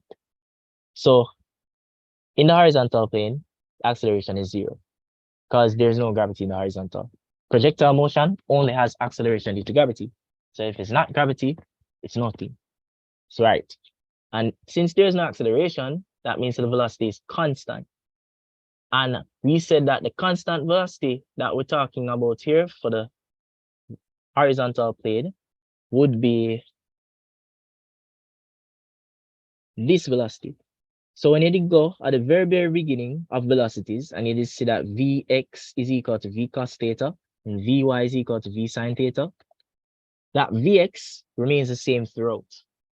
Because in the horizontal, no acceleration, therefore velocity constant. So in the vertical, there's acceleration due to gravity.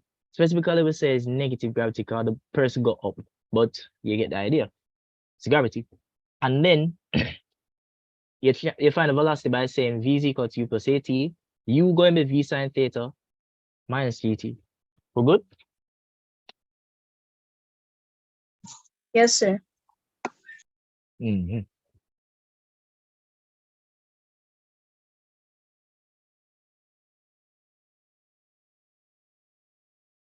Yes, you're correct. Percy just asked me about terminal velocity. You're correct. But there's a video on terminal velocity called on YouTube. Very good video. Because I know it's a very weird concept. So there's a video, GCS physics. As soon as you type in terminal velocity, you're going to see that video. It's a good video. GCSE physics. All right, so move. Sir, so what if they ask you for the horizontal component? Would it be 0? What you think? You know that it's 0 because I showed you that it's 0. So if they ask you for the horizontal component of the velocity acceleration, it's 0. Okay. Exactly. So we have to be confident in what we know, right? And yesterday I made go over projectile motion. So if you feel uncomfortable with projectile motion, watch the video.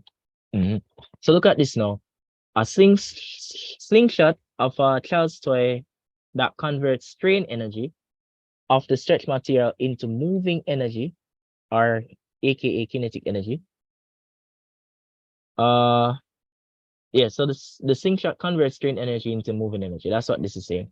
A boy pulls on his slingshot with a force of 20 newtons and it extends by 7 centimeters. At what velocity does the 20-gram stone fly out? So first of all, when you see a question like this, and you see them tell you, oh, you have a force, and well, not the force part. They tell us you have an energy, and then it's being converted into another energy. Remember, you have the law of conservation of energy. There's no energy lost. It's only converted, or yeah. So the total energy in the system must be conserved, which means all of this strain energy can be converted into the total kinetic energy that this person have. So what is strain energy? Strain energy is the energy present in a string when you stretch it. And the formula for it, I'm going to show you.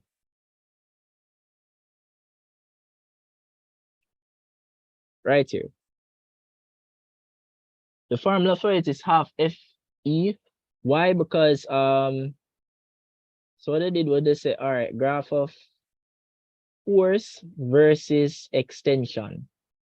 So when something extends because they exert a force on it, that's what we're getting at. So let's say put a graph like this. Well, first of all, whose law is this? Whose law? Quick. Hooks. Right. So I have a force versus extension, and you see the Hooke's law, proportional region.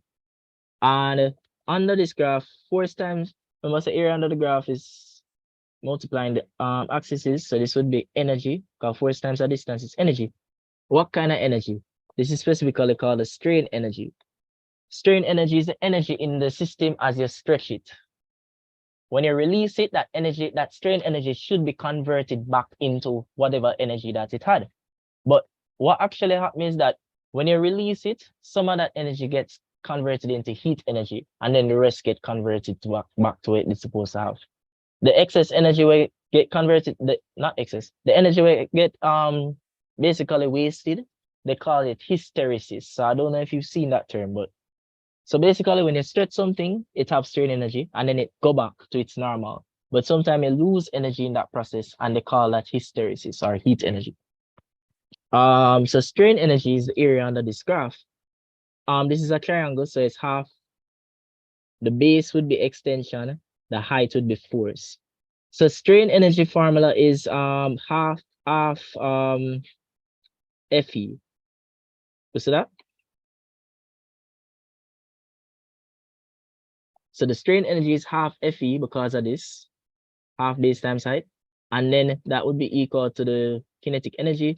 And then we're going to solve for the velocity. So you can transpose it first so that you can get the formula, the V, or you can just work it down like this. So I put in all the variables. Make sure you convert things if they don't convert it. So they gave us the mass in grams, so you convert it in kilograms by divided by 1,000. And you do that, and you work out, and you get the velocity. This is a repeat question, 8.4 meters per second. So then stretch it, and then that strain energy converted into kinetic energy, which was able to project it off at a velocity of 8.4 meters per second. All right, so this now, the true value of a quantity is x naught. When you see naught beside that value, it means that it's the constant of that variable. So x is a displacement. But when you say x naught, it means there's a set displacement that we're talking about. In this case, that set displacement is a true value. So let's say that I try to measure on table. The true value for the table is 10 centimeters. So that would be the x naught. And then other distances would just be x. They're different distances, but the specific distance that you're talking, x naught. So the true value of the quantity is x naught. And this value is measured in a large number of times, and the number is n. And of particular value is x. So you take whole heap of x to try to find x naught, and it's plotted against a x. It's plotted against x. So the number is plotted against x. So this is a repeat question. I want to explain it. So they ask you which one have poor accuracy but high precision. If you have poor accuracy, it means say your value is far away from the true value. But high precision means that all of them close to each other. So it's like you have a dartboard. This is the bullseye, but you make all of them go so. So that's the scenario that we're looking for. So we're looking for this, where, so this is the true value on the x is being plotted on the x-axis graph, ironic. And there's plotting numbers here. So you realize you have a maximum number of them occurring in a very short variation. So what we're saying is that a high amount of them had values that are between this region. So let's say x was 10, and let's say this is 15, and say this is 20. What this graph is telling me that a lot of them have x values of between 15 to 20. So a lot of them are close to each other, but them not nowhere near the true value. We're good? Yes, Good? sir. All right, good. Good question. Two spheres, one of mass m and the other of mass half a m, are moving towards each other with a velocity v. All right, so this is a collision situation, and they say that the spheres have elastic collision. Which of the following statements is correct? So first, when you have elastic collision, it means overall 3 types of collision: elastic, inelastic, and perfect inelastic. In elastic collision, they say that the total energy is conserved and the kinetic energy. So that would be like atoms. Inelastic, we said total energy is conserved, momentum would be conserved, and the kinetic energy would not be conserved, because when you have an inelastic, some of the energy get converted to something else, like heat energy. Perfect inelastic would be when them stick to each other, right? So what was the question now? Which of the following statement is correct? the magnitude of the total momentum before impact is this. So I'm going to show you how I got this. So first of all, when I see a question like this and then I'll give me like factors, I'm thinking about my trick. You remember the trick from yesterday? Who did see it? You remember the trick when you have factors multiply out something, you want to find out how dividing by 2 or multiplying it by 2 affect it? Remember? Did you see it? No? No, I don't remember. All right, fair. I'm going to show you something cool. I need to find. Oh, no, wait, listen. So yesterday I did show you guys about proportionality. Through three very important proportionality things. How to make an equation using proportionality, how to make ratios with proportionality, and then this trick. So I'll show it with the question. I thought I did work this out already.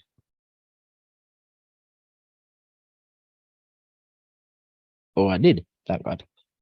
All right, so let's do it. One step at a time.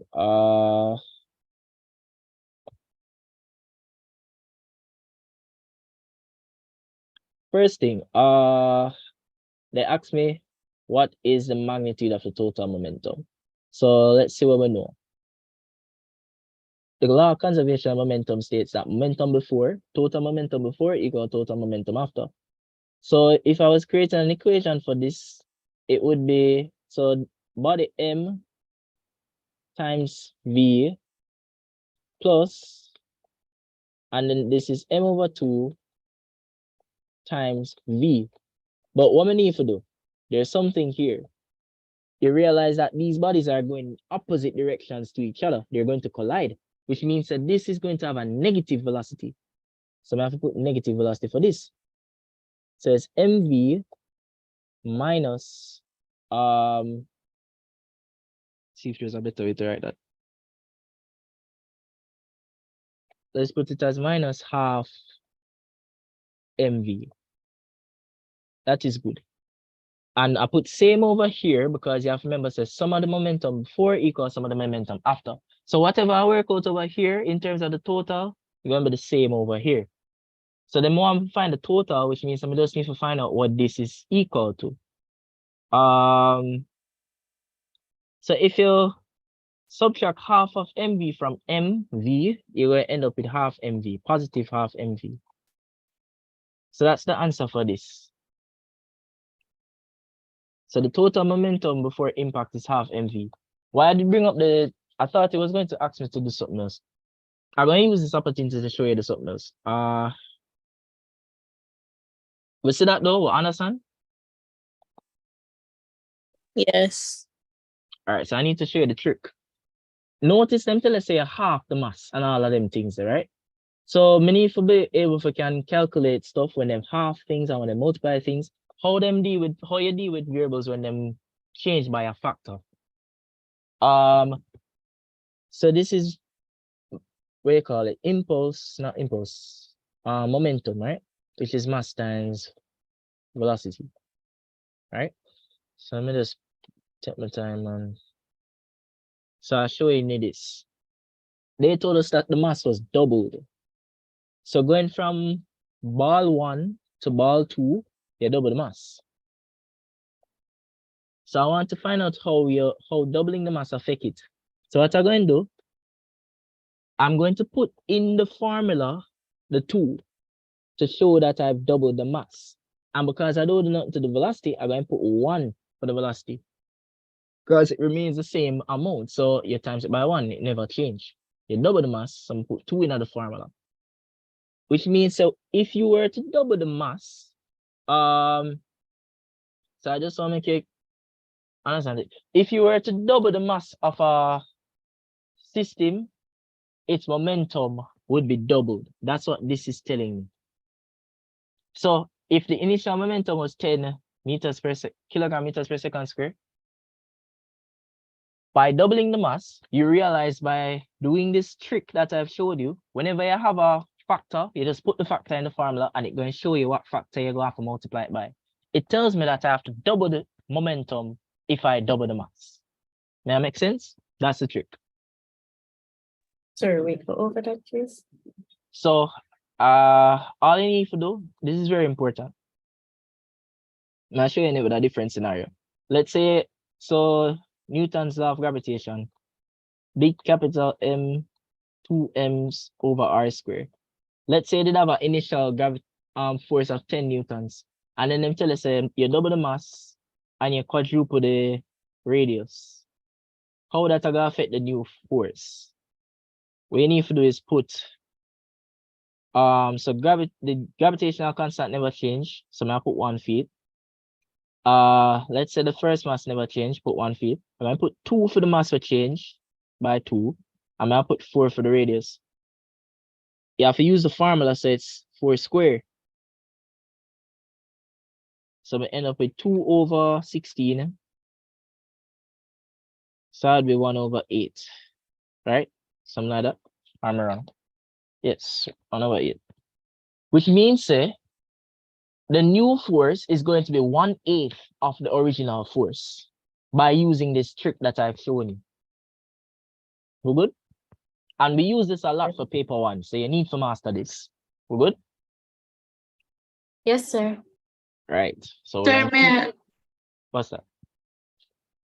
sir, I had 2 questions. What's that? Sir, for number 15, you got the answer is half mv because the squares cancel out each other. Squares? With squares? Sir, I was wondering if they would add it like m squared, v squared, half mv squared. No. Half because- m squared, half v squared, something like that.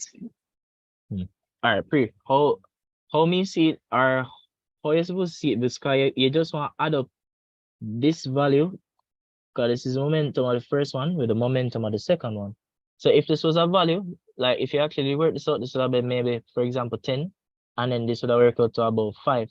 But when I use SI units, because I want to understand what the SI units that are going to work out to. That's what this question wants us to know.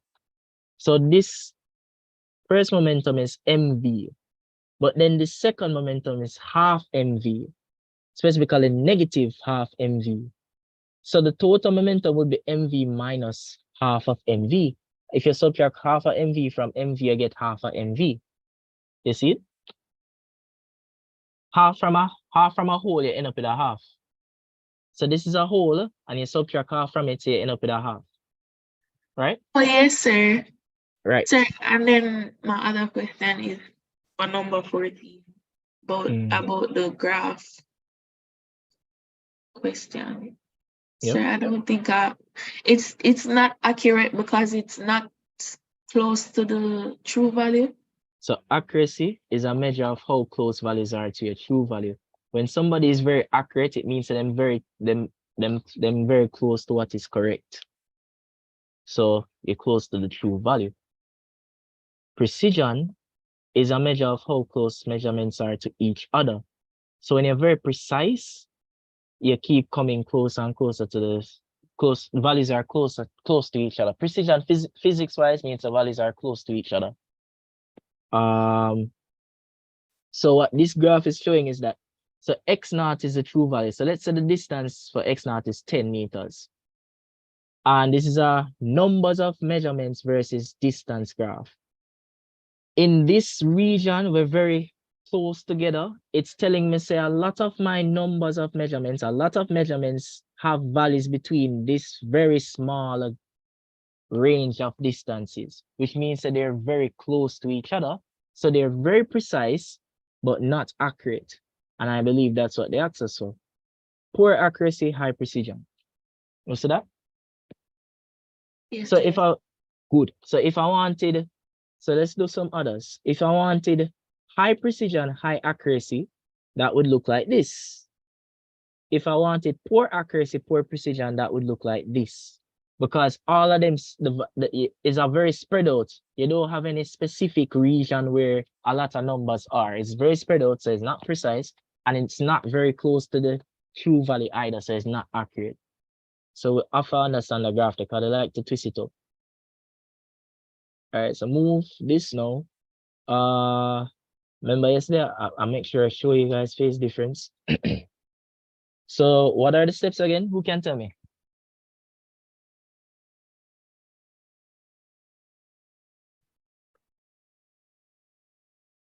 Hmm.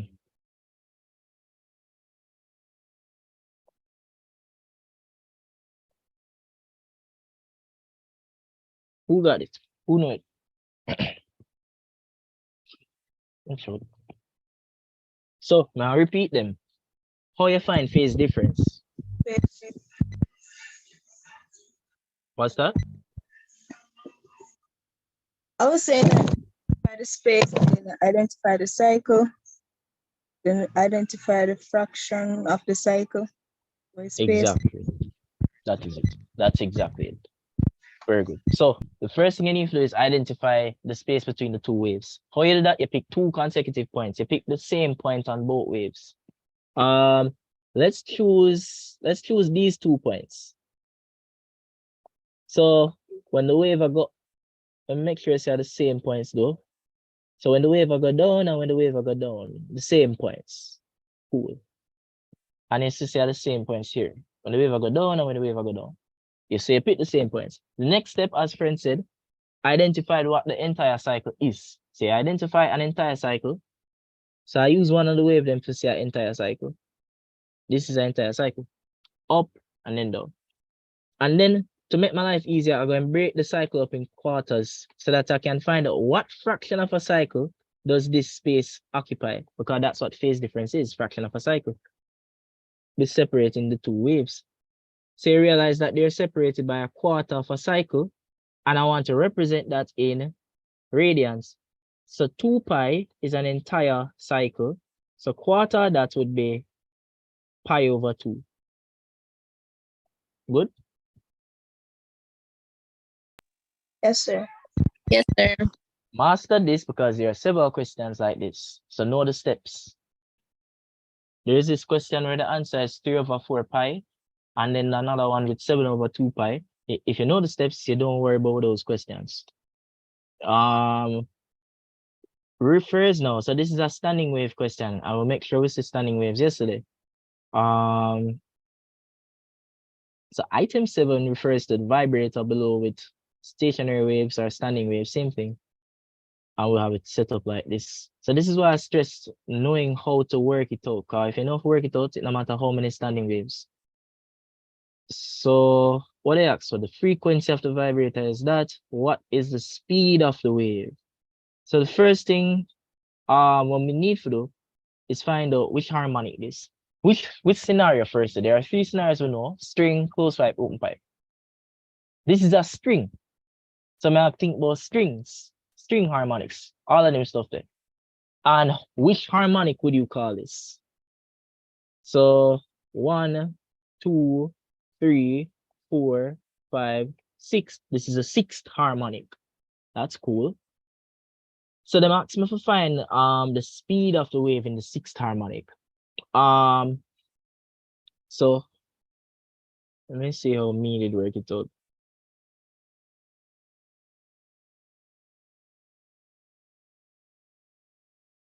Unless I just the 15-meter landmark, then you don't want to find it for.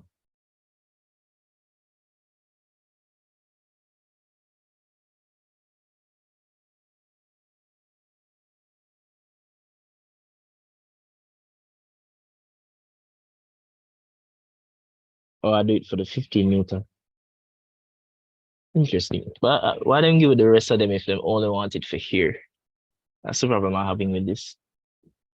Guys, remember how we do this? I just want to make sure so we're on the same page. And if you don't remember, it's fine. I'm gonna recap. But I said I don't remember. all right, so I did show you guys the different harmonics yesterday. So today all I'm going to do is just show you how to work out the questions, but it's going to be enough. So I guess since they gave us just this distance, they only want us to find out what's going on in this period here. So let me show you. Strings, you have 3 scenarios you need to know. strings, closed pipes, open pipes. Think about it like instruments. You have string instrument, closed pipe instrument, open pipe instrument. And we're going to keep seeing them.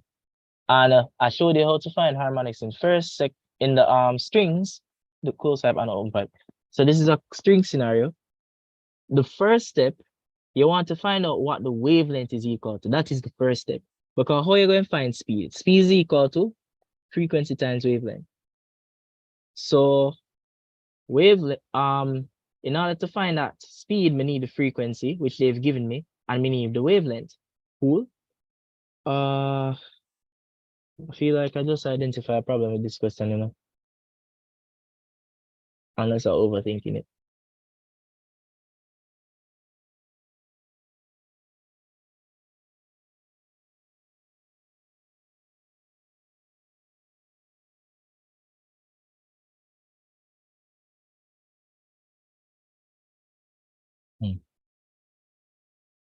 All right, give me a second.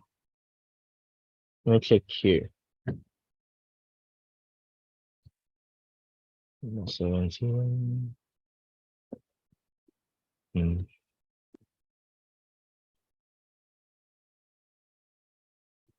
But they have B2, so they make the same mistake I would have made them. All right, let me tell you what my conflict with this question is. In terms of harmonic, all of this would represent the sixth harmonic. But from here to here would represent the third harmonic. What is a harmonic? It's just the number of those standing waves that you see. And as you go up the harmonics, frequency increase and wavelength decrease. The question seems as if they wanted to work it out like it's just the third harmonic part you're looking at. So ignore all of this. But knowing CAPE, I have a feeling that's not the case. So I'm gonna give it a little thought and see if I can reason something more.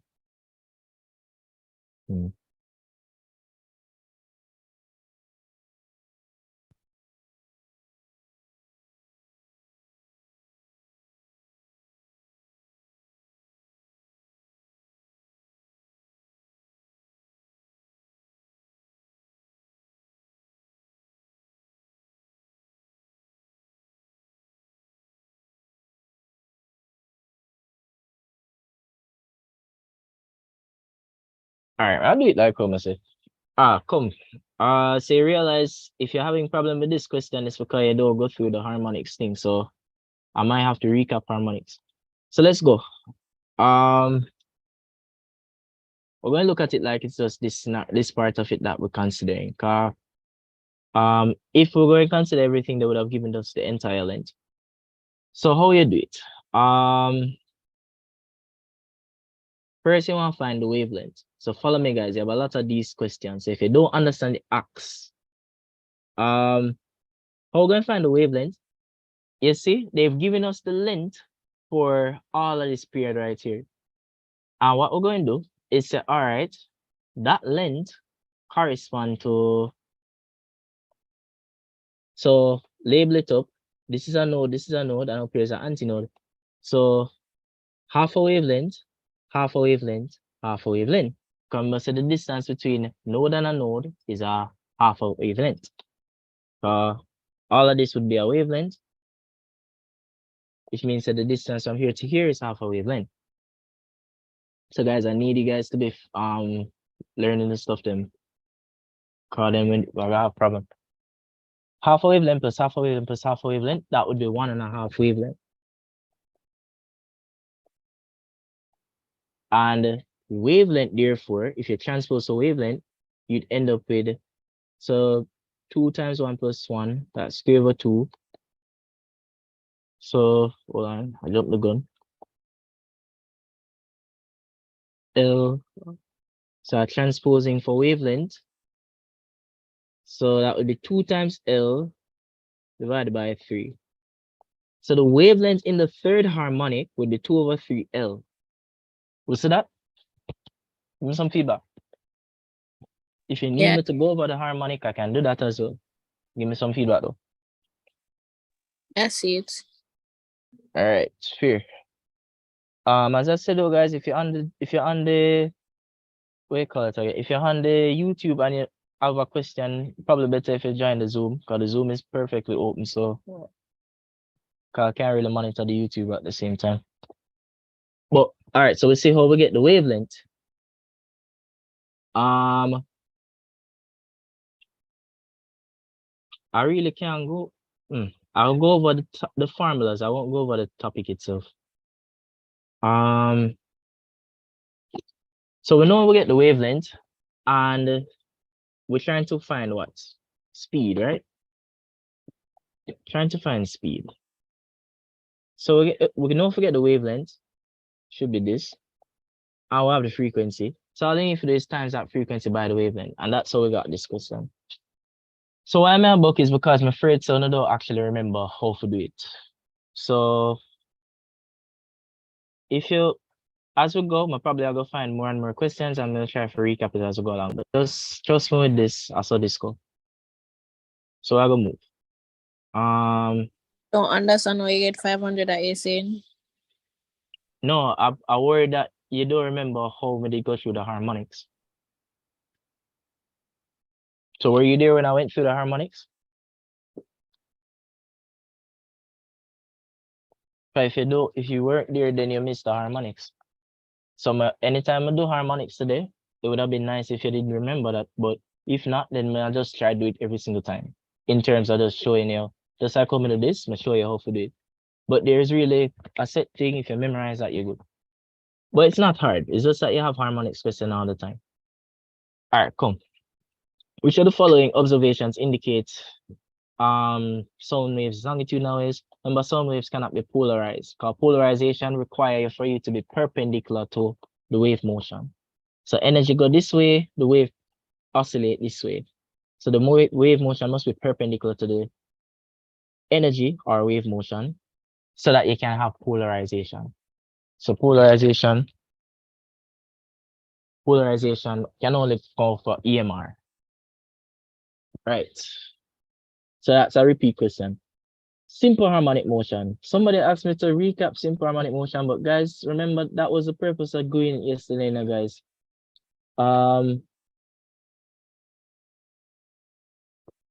I know yesterday was long, but the thing is, if you do the work, you're not gonna have problems in the future.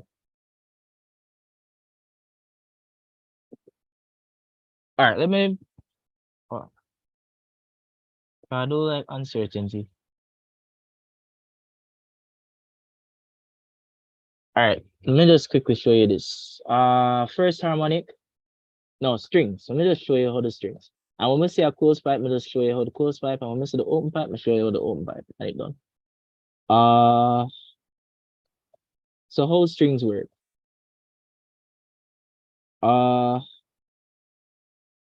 What we'll do in terms of harmonics, we just want to find out how harmonics get affected if you increase the harmonics or decrease the harmonics. What we call a harmonic? One of them here. One of them big bulge right here. So you plug the string and it make that big bulge. The first harmonic is the simplest harmonic. So the simplest harmonic would look like this. And as you go up, you're going to add one of these to it. So that's why I'm going to count them to know which harmonic it is. So as you go up, you count them to know which harmonics because you keep adding one for each harmonic. And as you go up harmonics, the frequency is a multiple of the harmonic, the first harmonic. So every harmonic is just a multiple of the first harmonic. So the second harmonic frequency is going to be 2 times the first harmonic frequency. The third harmonic frequency is 3 times the first harmonic frequency. So you need to be remembering these things. Harmonics questions come a lot. And the first harmonic look like this. So using the same thing what I just showed you, what we want to find is wavelength and then we find the wave speed. So L corresponds to half a wavelength, which means a wavelength would be corresponding to 2 times L. You transpose, you see it. And then speed would be equal to, so the interesting thing, hold on, let me check some. Oh, all right, that's good. The interesting thing is that in a string, the speed of a string, there's a formula for the speed of a string. It's actually the square root of tension divided by mass per unit length. So you want to keep that in mind. So if you do a try find frequency,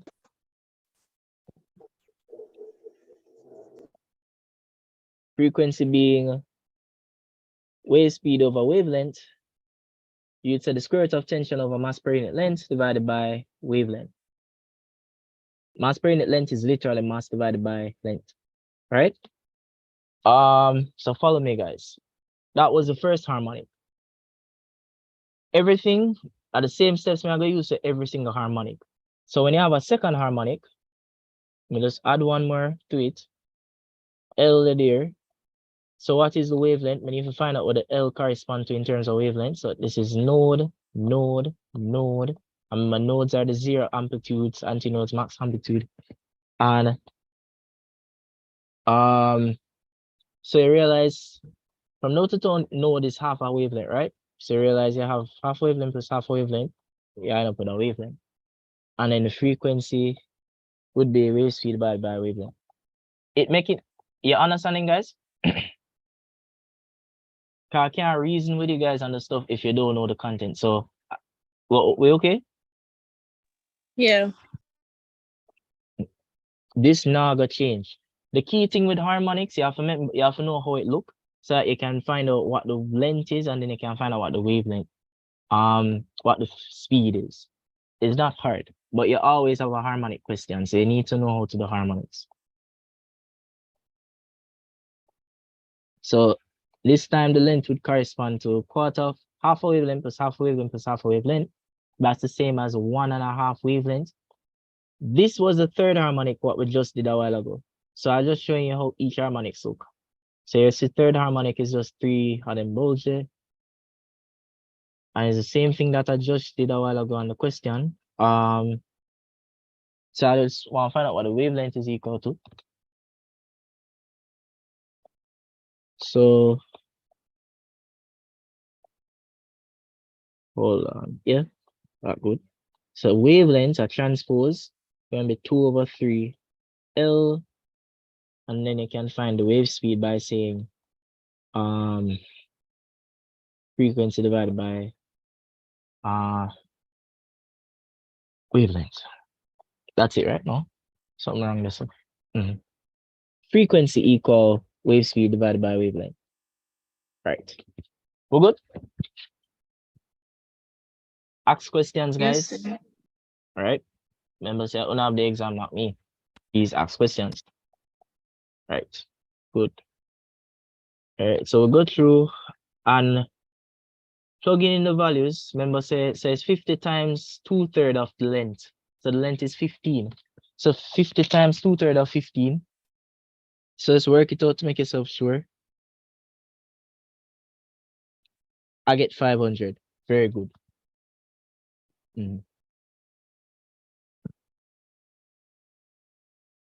All right, so what's this now? Remember, guys, when you reach number 15, once you reach number 15, expect to start module 2 question. Say shift your brain into module 2. So we reach number module 2, and this is a simple harmonic motion question. For a particle oscillating with simple harmonic motion in a vertical plane, which of the following statement is not true? So I'm gonna ask you, particle oscillating in vertical plane, what that sound like? Pendulum or string? Spring. Pendulum. Why? Because if it's vertical, then maybe our body's like swinging. That's why I'm asking. Come on, if you realize, technically no, not the pendulum, but yes, the spring. Because what plane does the spring oscillate in? So let's say this is the equilibrium position, and let's say it get displaced from the equilibrium position, reach the amplitude, so it goes up to EP, and then gets sent up back to another amplitude. So it goes back and forth in simple harmonic motion like this. The spring oscillates in the vertical plane. Good? What's that? Yeah, I understand. Good. So I want you to realize, so we're not just reading the words. So this is actually a spring that they're talking about. They just didn't explicitly state it. Or anything that oscillates in the vertical plane, it could be that. No, they might not be, they wouldn't be new. If you stay with me and go through the questions, I promise you the paper going to be repeated. But it all depends on if you stay, right? So Bibiana, I want you to stay. Please stay and just go through the questions. Make your life easier. So the question asks, which of the following statement is not true? So just recapping.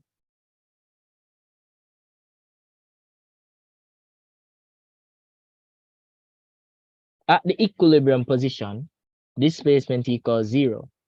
What would be the velocity at the equilibrium position? 0 or maximum? Maximum. Right. I remember that. And then at the amplitude, displacement is max because that's what amplitude is. And then the velocity is 0. And remember, I told you that just think about it like when you reach the max height, velocity always 0. When you reach equilibrium, your velocity will go maximum. Because if you ever look at a pendulum, you see it move fastest when it reaches the middle. Right? So the question asks you which one is true. Which one is not true? Cool. So they said the velocity of the particle is minimum at the center of the motion. Wrong. Because at the center of this motion, oscillating back and forth in simple harmonic motion, the equilibrium position, at here, the velocity is max. So it's all a matter of if you understand. We good? Yeah. Right. All right, so good with that.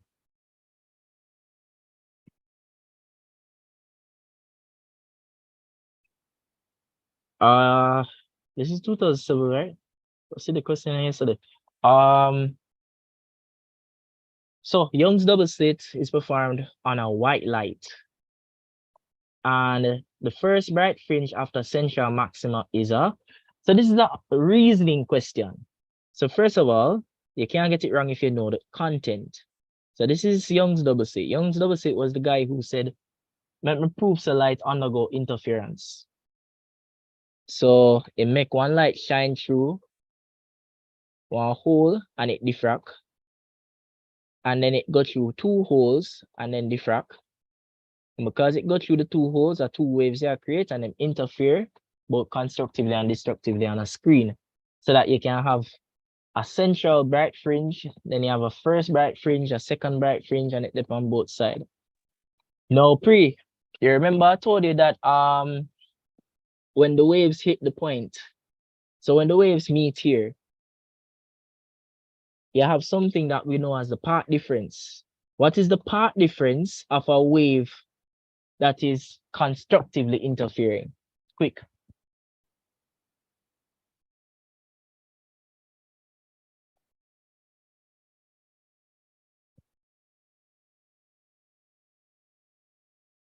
No, I need the formula. So it's a whole number of a wavelength, and you're going to keep hearing me tell you this until you remember it. When waves constructively interfere, they meet in phase with each other. So they're meeting a whole number of a wavelength at that point. Let me tell you how that makes sense. Basically, a wavelength represents what? A wavelength represents a cycle. If the space between the waves is one cycle or a whole number of a cycle, it means that they're completely in phase with each other. Because when them come together, them are gonna be in phase because them are meet with a complete cycle between them. They're imagine it like this. So this is wave one, and let's say there was a complete. So this is wave one, and let's say there was a complete cycle between a complete cycle right here. And let's say this is wave two, and then let's say this is wave three. So I'm trying to drive home the point. So this is wave one, and this is wave three, and there's a complete cycle between wave one and wave 3. If I were to take up wave 1, lift it up like Superman, if I were to lift it up and put it on wave 3, do you realize that both of these waves are still in phase with each other? Why are they still in phase with each other? Because they're a whole number of a cycle apart. When you have a whole number of a cycle separating two waves, they're going to interfere constructively. Am I making sense? Yes. Very good. Nice. So when I ask you what the part difference of a wave, part difference of constructive interference is going to be a whole number of a wavelength, n times the wavelength. So when you talk about destructive interference, the part difference is a whole number and a half of a wavelength apart. Because if I use the same analogy to make you understand it, if I were to put a, let me just try it. So this is wave 1. Let's say I put a half of a wavelength between them. So wave 1, now put half of a wavelength between them. So that's a half. To make you see what half do to a wave. And this now is wave 2. Now, if I were to take up wave 1, so I lift up wave 1 and I put it on wave 2, you realize that putting wave 1 and wave 2, they end up being out of phase with each other. When I put this on top of this will go up while this will go down. Why did that happen? Because there are half of a wavelength between each other. They have a whole number and a half a wavelength. So if it's 0.5, 1.5, 2.5, once you have a half of a wavelength between two waves, they're going to be destructively interfering. So it makes sense, right? Very good. I think that's the best way I've ever explained this, because there's another way to explain this, but I think this works. This is enough. Right. So remember that, because a lot of questions come like that. So since we understand that, here's the reasoning. They asked us the first bright fringe after the central maxima will be what? Why is it blue fringe? Because we know that Roy G. Biv, as you go up to Biv, you're going up from low frequency to high frequency. So you're going up from low frequency to high frequency. And as you go up, frequency and energy increase, but the wavelength decreases. So blue light have a smaller wavelength than red light. That's why blue light is dangerous for the eye, because blue light have a small wavelength, it have a high frequency, high penetrative power. Chemistry should be ringing bells. It can damage your eye. But red light is about 750 nanometers. So what we're saying is, therefore, blue light have the smaller wavelength than red light. Therefore, if we're at the very beginning, as we go up, think about it as the wavelength increasing. Because as you go up, the part difference are going to increase in terms of the whole number. So you're going to have 1 wavelength, 2 wavelength, 3 wavelengths, and you go up. So they're separated by a whole number of wavelengths. As you go up, the wavelengths are increased as they go up. So if you're looking at the third bright fringe, the part difference there should be 3 wavelengths. As you go up, the wavelengths increasing, which means that the smallest wavelength would be in the center, and the smallest wavelength here is in blue light. Am I making sense? So the central maximum would be red. No. What did they ask us for? The central maxima. What I said is that going from central go out, you're increasing the whole number. So the n here is the number of maximas. So the 0th maxima have a part difference of 0 wavelengths.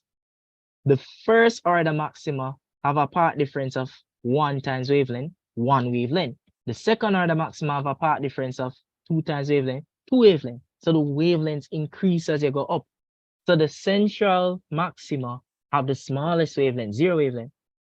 The first order maxima, which is what they had access for, are gonna have the second smallest, so 1 wavelength, then 2 wavelength, then 3 wavelength. Wavelength increase as they go up. So the idea is to remember that from the middle the central one probably wouldn't have any light. The central one would probably be no wavelength of light, or it don't really matter. But what you appreciate is that the first one is going to have a smaller wavelength than the ones from above. And the one with the smallest wavelength is blue, right? Make sense? Yeah. Fear. Right. So good with that. And remember this formula. So look, which of the following can correct the condition known as long-sightedness? My mnemonic is NDLC. Long-sightedness corrected with converging lens. Nearsightedness converted with diverging lens. The reasoning being that with long-sightedness, the light are converge long. It'll go behind the retina. It'll converge behind the retina. So you need a converging lens to make it converge on the retina. So in long-sightedness, the light will converge long.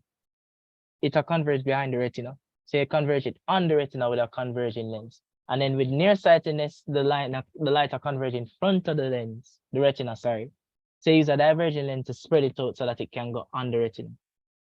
Right, so moving on. So we got a question like this yesterday. Same logic with the thingy. So this is 3 and this is 2. And they ask you for the, what they ask for? So 2 sources, X and Y, so 2 waves that are in phase are positioned as shown. And they have a wavelength of 2 meters and an amplitude of A. What would be the amplitude of the sound observed at P? So what I need to do, so let's look at the options. You realize them says the answer is 0 amplitude. Let me show you why. What is the phase difference, sorry, between these 2 waves? That's what I need to know.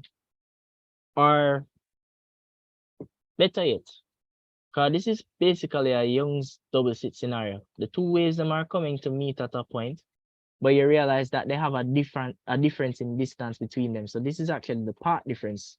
Let me show you what I mean why I'm doing this. So this is path difference between them, the distance between them. And I realize the path difference is 1 meter. No, you want to know what this represents in terms of the wavelength. So the wavelength of those waves is 2 meters. So therefore, that path difference is actually representing so it's representing half a wavelength. Okay, so the wavelength is 2 meters, the path difference is 1. So in terms of the wavelength, it's half of a wavelength that's separating them. And if your path difference is half a wavelength, it means that they're going to have a destructive interference. Therefore, the amplitude is 0. You see that? Quick, yeah, no? You see it? Yes. All right, got it. All right. All right, this I'll show you it here. What's the relationship between intensity and amplitude?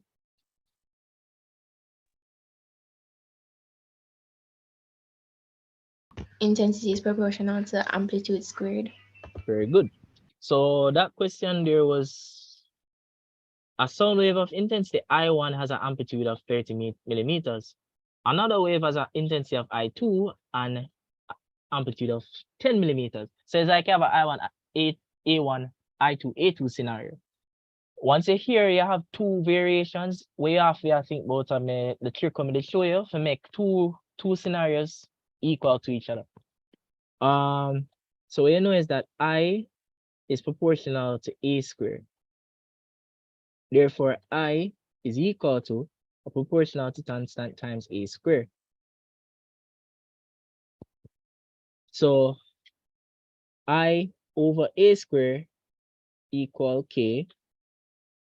Therefore, I1 over A1 square equal I2 over A2 square. So this is a relationship that this has, and I can make it in terms of just transposing little. So we say I1 over I2 equal A1 square over A2 square. So what the question asks, what is the value of I1 over I2? It's because you know all of this, okay, right? I1 over I2 is equal to A1 over A2 and both of them square. So that's the same as saying A1 over A2 square. So you can just say, all right, 30 over 1 or over 10, which is going to be 3. And then you square that and you get 9. We good? We okay?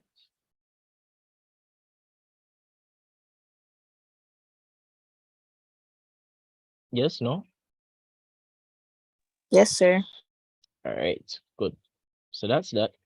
You know, if work it out. Please try to know how to work out the stuff then. All right. All right, so this now. So this is my opportunity to show you how closed pipes go again. So I show the harmonics in terms of springs. Closed pipe. You have a pipe and it have a closed end and an open end. That's a closed pipe system. The next pipe is a open pipe. I'm gonna show you open pipe next at some point. So this first harmonic has to be the simplest harmonic. So if I'm going to make the simplest version of something like this fit into this, that's what I need to do. So the simplest version to make it fit in there would actually look like this. You realize? Because since you need an antinode to be here, you can't have this in it. So this is the simplest harmonic. This is your first harmonic. And then this is length. So I want to find what wavelength is. The length would correspond to what? Quickly.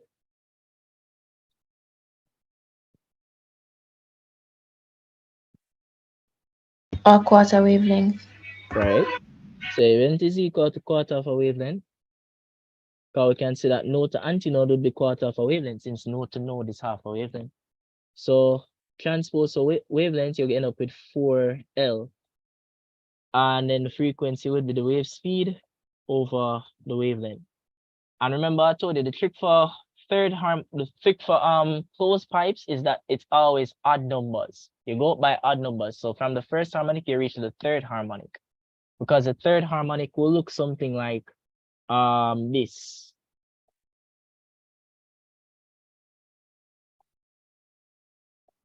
Since you need the bottom part to open, you just gotta add one more in there.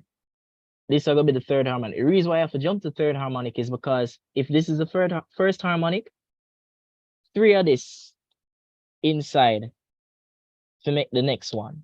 So it's the third harmonic you have to jump to. So it's always odd numbers you jump to. The third harmonic wavelength is 4 over 3L.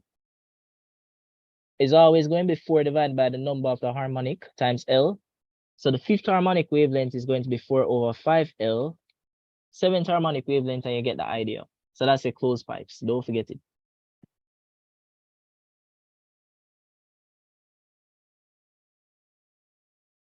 So the question, an air column in a tube which is closed at one end vibrates in a fundamental mode. Fundamental is the same as first harmonic, right? The amplitude of the vibration can be represented in magnitude and direction at various points by arrows with a dot indicating small amplitude. And which one of these represents the best? This. Because we know that node is there and antinode is here. Antinode is greatest amplitude. This is the smallest amplitude. And this would be a first harmonic or fundamental. Right. Which of the following is not a condition necessary for two destructive interference? Not. Waves overlapping must have a path difference of 1 wavelength. You know that wrong. Because if it's destructive wavelength, destructive interference, it must be a whole number and a half a wavelength separating them. Good?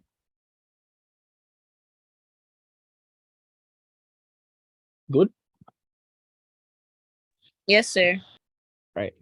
So this now, I'm gonna show you a formula for this. So we already know this is lens formula. The key is to make sure, say, remember let me just show this. Same way, a converging lens is the one that will bend light in, a divergent lens bend it out. The divergent lens full of negative things. It have negative image value, image distance. It have negative focal length. It have negative power, and it have negative, what the last one? Magnification. You can say DM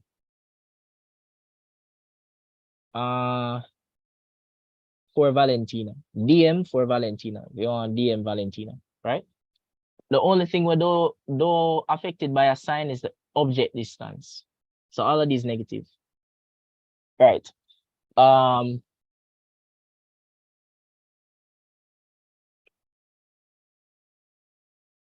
So we know that the lens equation is 1 over f, sorry, equal 1 over v plus 1 over u. And we are trying to find the image distance. So I already worked this out, I should have. See it here. All right, so that's why I reviewed the negative thing. Watch. If you work this formula out properly, you're going to get the answer as negative, telling you that it's a diverging lens. So let me show you. 1 over f that. Transpose, you bring over this, or you can bring over this so that you can have 1 over v equal that. And you make sure say you divide this properly first. When you do that, you end up with a negative here. So this is gonna be 20. Somebody have the mic on. I'm going to mute you. So you have to be careful with this formula. It's a very tricky formula because if you don't do it right, you're not going to get says negative. So it's just transposition. You want to find this. So you bring over this. And then you work it down. And you get it as negative 6.7. Now, in terms of, let me just say one more thing under this here. So I'll show you the difference between divergent and convergent lens in terms of their variables.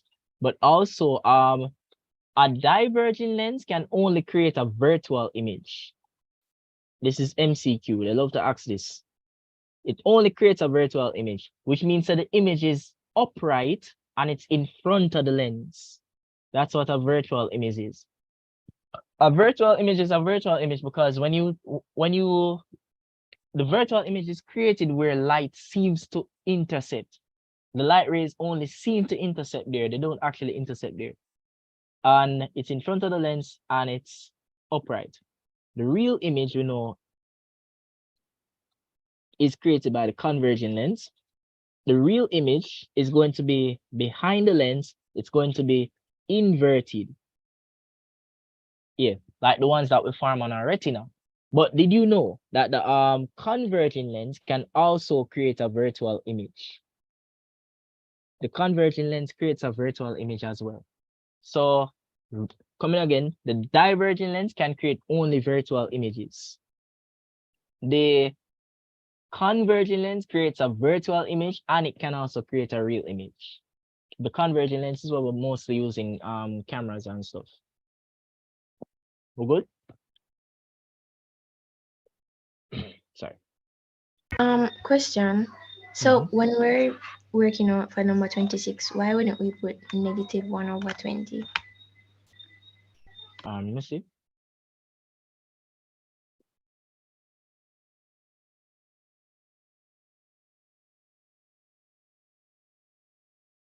As in right here? As in from the start, since the focal length of the divergent lens is negative. Oh, okay. Let me see. Good point. Good point. Let me see why.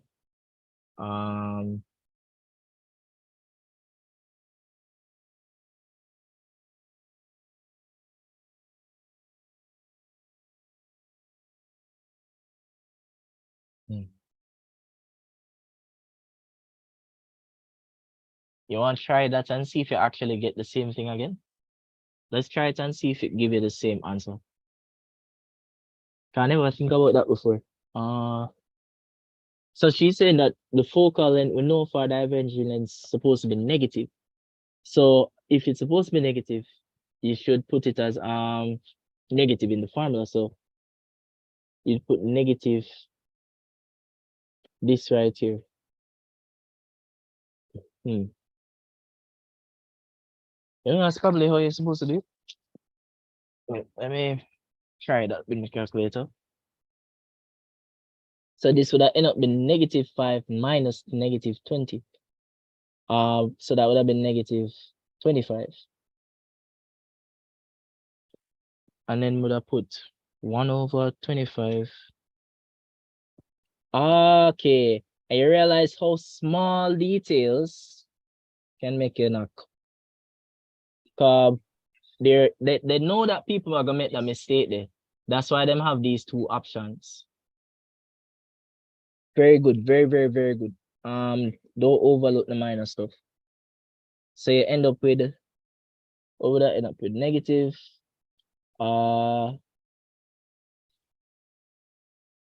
negative 0.04, which is the same as -4 centimeters.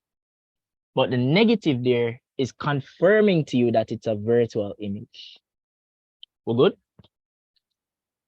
Very good. Excellent. So the key, this is a trick with lens. You overlook it, but the thing with lens, you have to be very careful with the formula. To this day, as you can see, I still make mistakes when it comes to lens equation. It's an easy equation, but you have to be very careful with it. Because the signs mean something. It's not just random put a sign. The focal length of a diverging lens is negative. Right. Very, very, very good. And then we can look for the answer. Them say it's 4 centimeters from the lens on the same side as the object. This would be correct. Excellent. Because remember, say it's going to be a virtual image, so it's going to be in front of the lens. We should be right beside the object. Right. Very, very good. And that would look something like this is object. You'd probably have the image being formed somewhere like here. Usually for the how it go? Usually for a diverging lens, the virtual image is, I think it's usually larger than the original. This is how they make. No, it's usually smaller than the original. That's right. It's usually smaller than the original. So it's usually diminished. That's the word. So this would be object, and then this is the image. Yep. Excellent. So we're not getting that wrong tomorrow. Well done. So the answer is still A.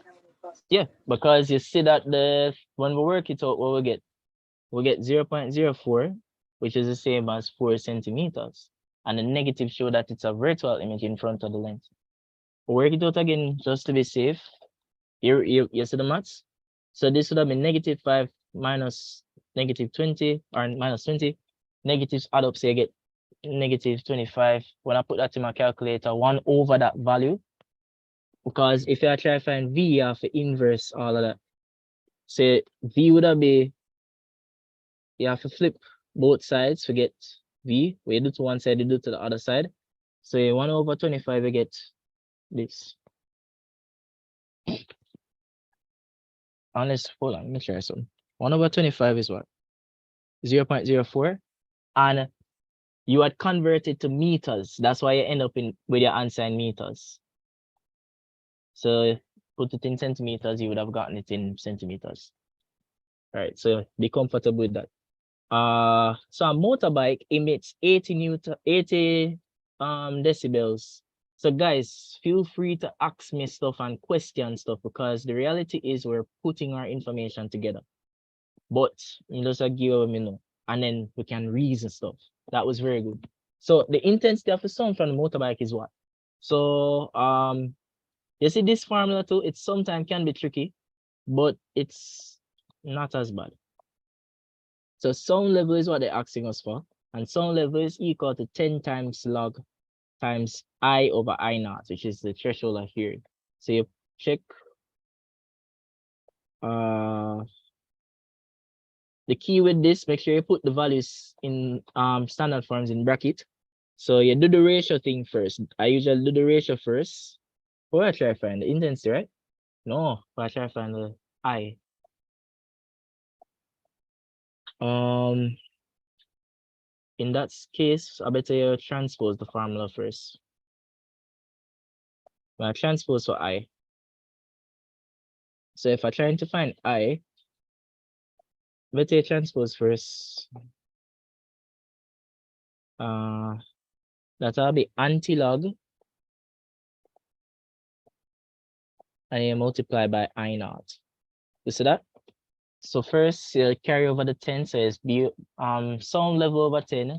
Carry over the log, you get anti-log sound level over 10, and you multiply it by I naught, you get that. So just use this anytime you want to find the intensity at a specific sound level. And when you work it out, you get 10 to the negative 4.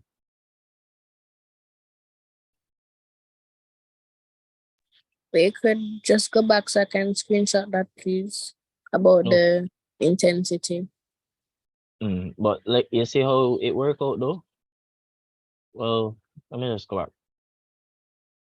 Yeah, so this is how you would have transpose it. So you would divide by 10, then anti-log it, then times by the I naught. And that was a very good catch earlier though, because that was very easy to miss. The focal length thing, that was very easy to miss. So I have to be careful because that's the difference between getting the 1 and the not 1. All good? We okay? Yes, sir. All right. Don't worry, guys. The questions will start repeat a lot. So look at this now. As soon as I look at a question like this, remember in simple harmonic motions, we did have several formulas. Displacement equal A sine omega t, or it's A cos omega t, depending on if it's a sine graph versus a cosine graph. Velocity was equal to V naught sine omega t, or cos omega t, depending on if it's cosine or sine graph. Now I'm going to ask, how do you find velocity at a specific distance? Come. So I'll just recap in the formulas. Repetition is key. But if I'm saying it, you're not really remembering it. So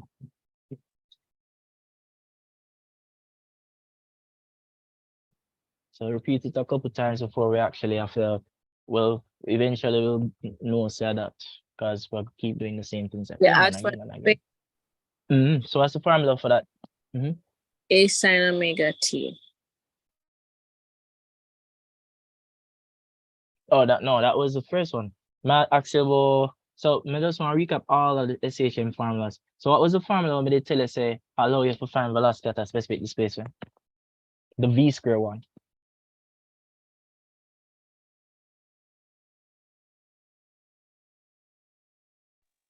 Is it omega squared times a squared minus x squared? Are you sure?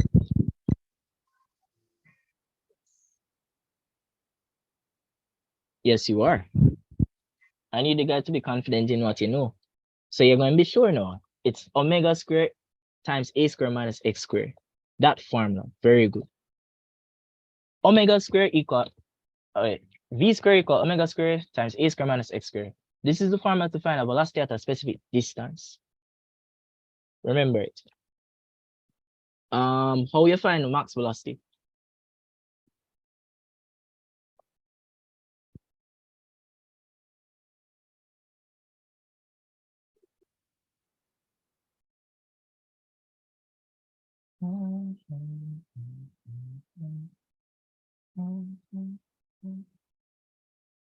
Maximum velocity?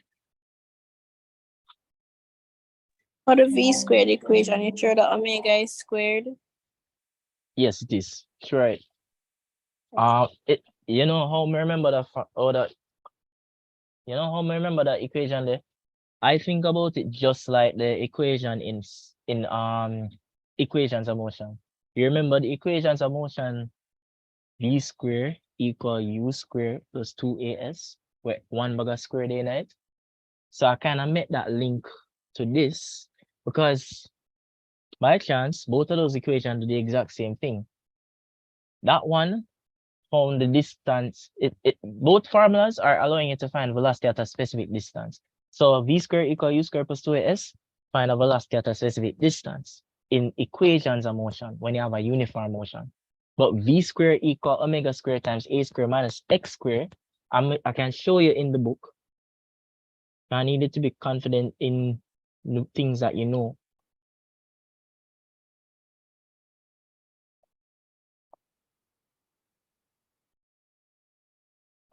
So see the formulas, so what we're recapping here. First equation that you should know is the equation of simple harmonic motion, omega square times x, right? Then x equal a sine theta, which is the same as x equal a omega t. Sorry, omega t. So a sine omega t and a cos omega t. I will show you how it derived, but it's not important. Just remember the formula, please. And I'm going the way that they usually use this formula is in the question. So I'm going to show you. And then you have v equal v naught cos omega t. What does v naught represent? Quick. Maximum Right. So this formula now, I said this is the formula for velocity at a specific displacement, says v square equal omega square times a square minus x square. Good formula. And then finding the maximum velocity. Displacement is 0 when you have maximum velocity. Where do you have your maximum velocity? Where does maximum velocity occur? At equilibrium. Right, which is where displacement is 0. So that's how this end up work out to be this. And then if you want to find the maximum acceleration, where does max acceleration occur?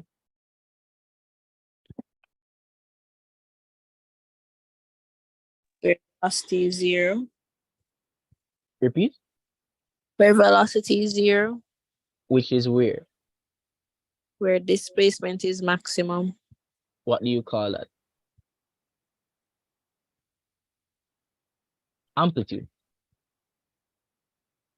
Oh yeah. Yes, and you're right, but where velocity is 0, but more, it's good that you know everything. Good.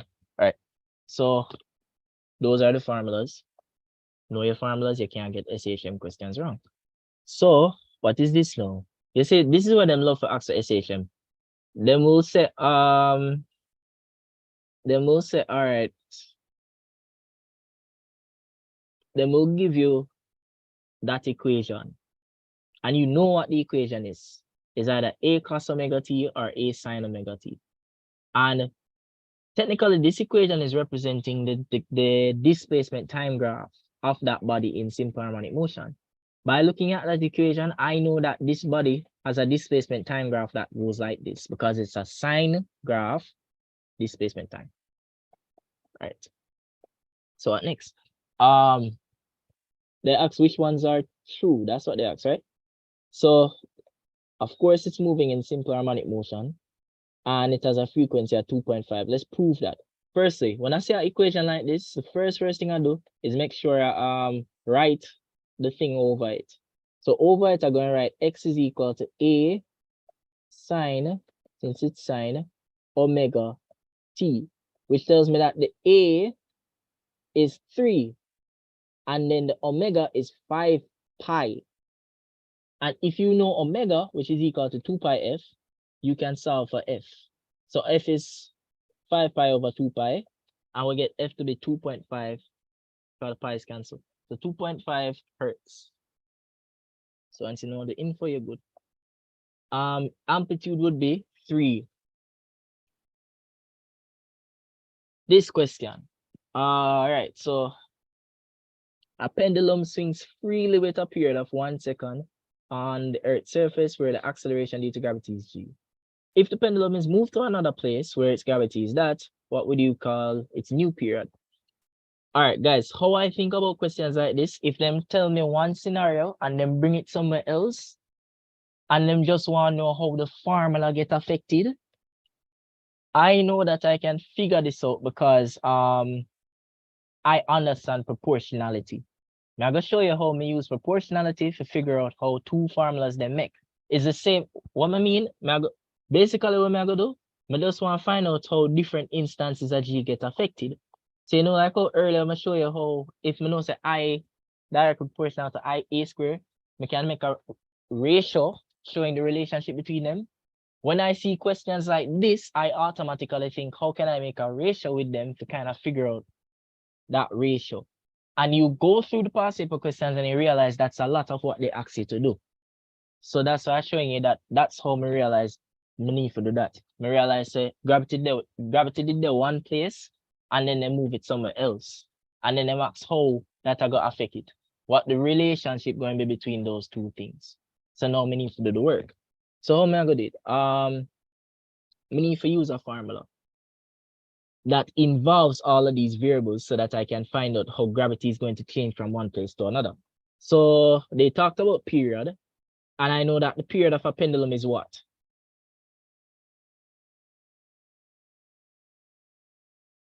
So you can't start if it, Yes. Is it the equation you want? Yes, 2 pi square root L over G. very good. So you can't start if you don't know your formulas, right? So let me show you how I use this now to find out the relationship between G at one place versus another. First thing, I want to find out. So they told us that the period of the first pendulum was 1 second. So we actually know the period of the first pendulum. Let's write given information. So T1, they gave us 1 second. And we know gravity of the earth, 9.81. T2, and then you have gravity of the earth, gravity of that new place. Let's call it G1. G2. Okay. I have this worked out in the document, so I'm going to show you after. So looking at this formula, I can see the relationship between my period and gravity would be period is proportional to square root of 1 over G. You see that? All right, Roger. Yeah, I see. So taking it further, I'm going to make this into an equation. What do I mean by that? I just do the trick we did show earlier. So since it's proportional to that, that means it's equal to a proportionality constant times that. Right. So this is the same as saying, let me write it another way. This is the same as saying let me just write it another way.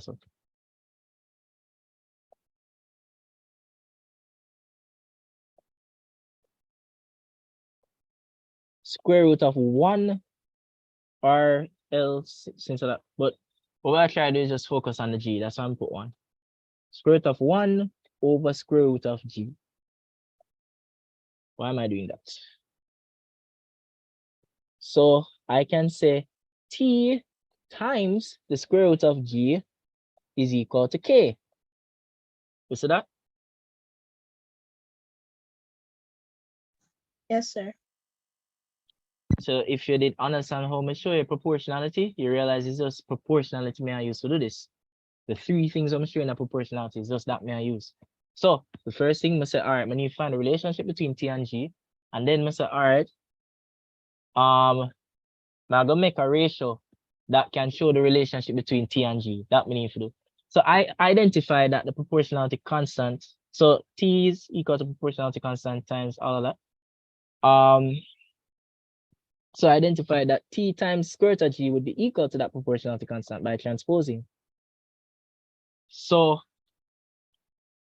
hold on, make sure I'm not making a mistake. So since that proportionality is going to be the same no matter what T you have, that means that T1 times the square root of G1 will be equal to T2 times the square root of G2. So what did they ask for now? So they ask, what is the value of its new period? So the new period, so everything up on the same page, right? So we did start here, so we'll go here. So the new period would be T2. So basically we'll try to solve for T2. So let me show you. T2 would be equal to, oh well, for T2. So it'll be T1 times square root of G1, follow me, over, what me do? T1, all right, divided, then over square root of G2. So just a transpose, nothing hard. And what is T1? They told us that the period of the pendulum initially, when it was on the first planet, is 1 second. So I can put 1 second for T1. So we can say, therefore, that T2 is equal to the square root of gravity on the first planet over gravity on the second planet. All because you understand the 3 laws then. And this is it. Because them they represent the first planet as G and the second planet as G prime. You see that? Yes, sir. Everybody good? I'm going to show you in the booklet. It's a little prettier here.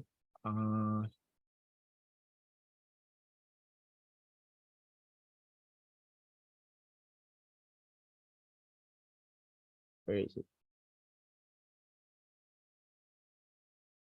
Where is it? All right, leave it alone. Oh, it's question 30. But this is exactly what it goes.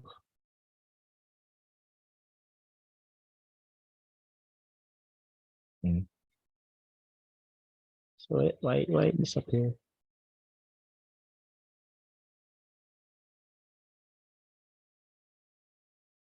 No, all right, leave that alone. Anyway, good thing my already taught yesterday. So this is how it looks. This is how you get this. So make sure you understand that because that principle, we use it all the time. So which of the following statements are true about resonance? It occurs at the highest frequency of the oscillating system, not true. What is resonance?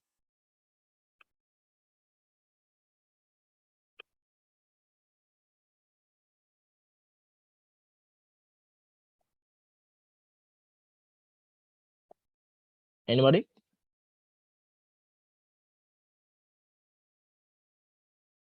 So resonance, let me say it. Resonance is a phenomenon.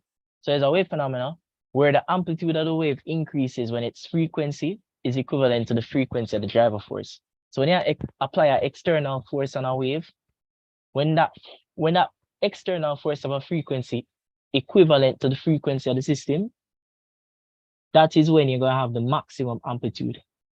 The amplitude is increasing because that external system is transferring energy into that oscillating system. And when energy increase, amplitude increase. So in resonance, what you're doing is oscillate, you're applying a force to an oscillating system.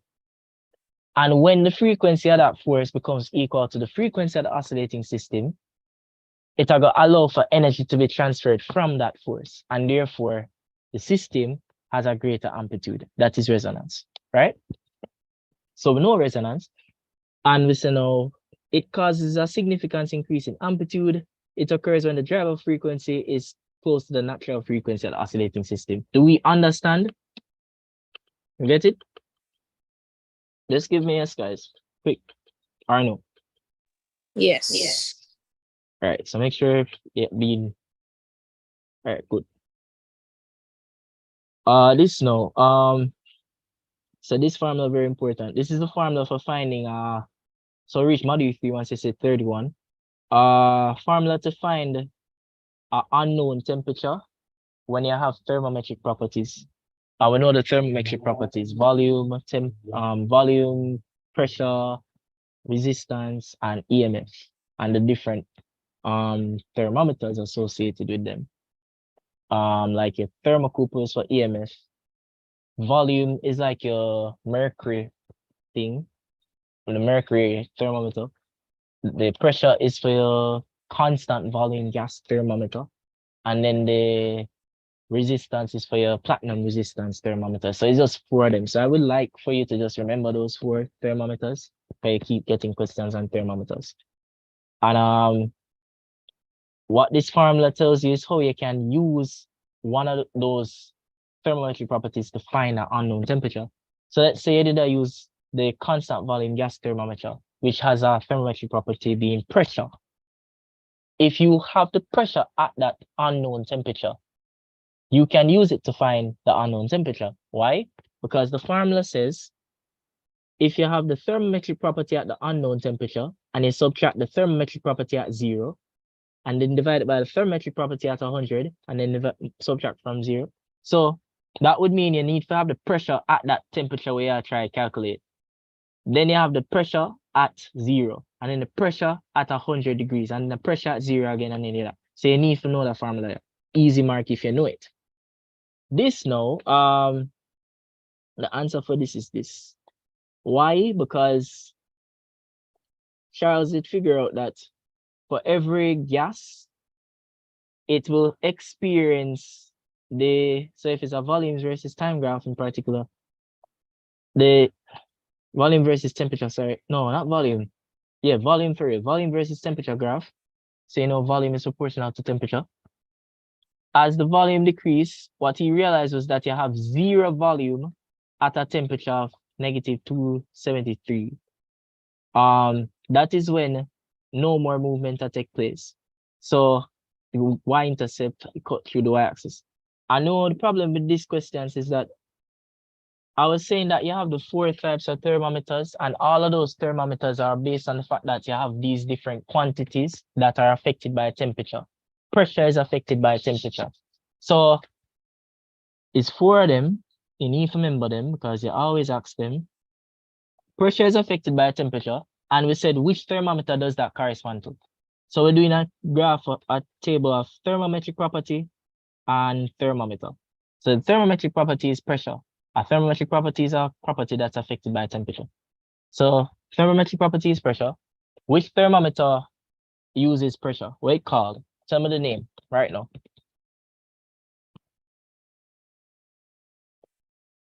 Remember, guys, you have the exam, so you need to say the stuff.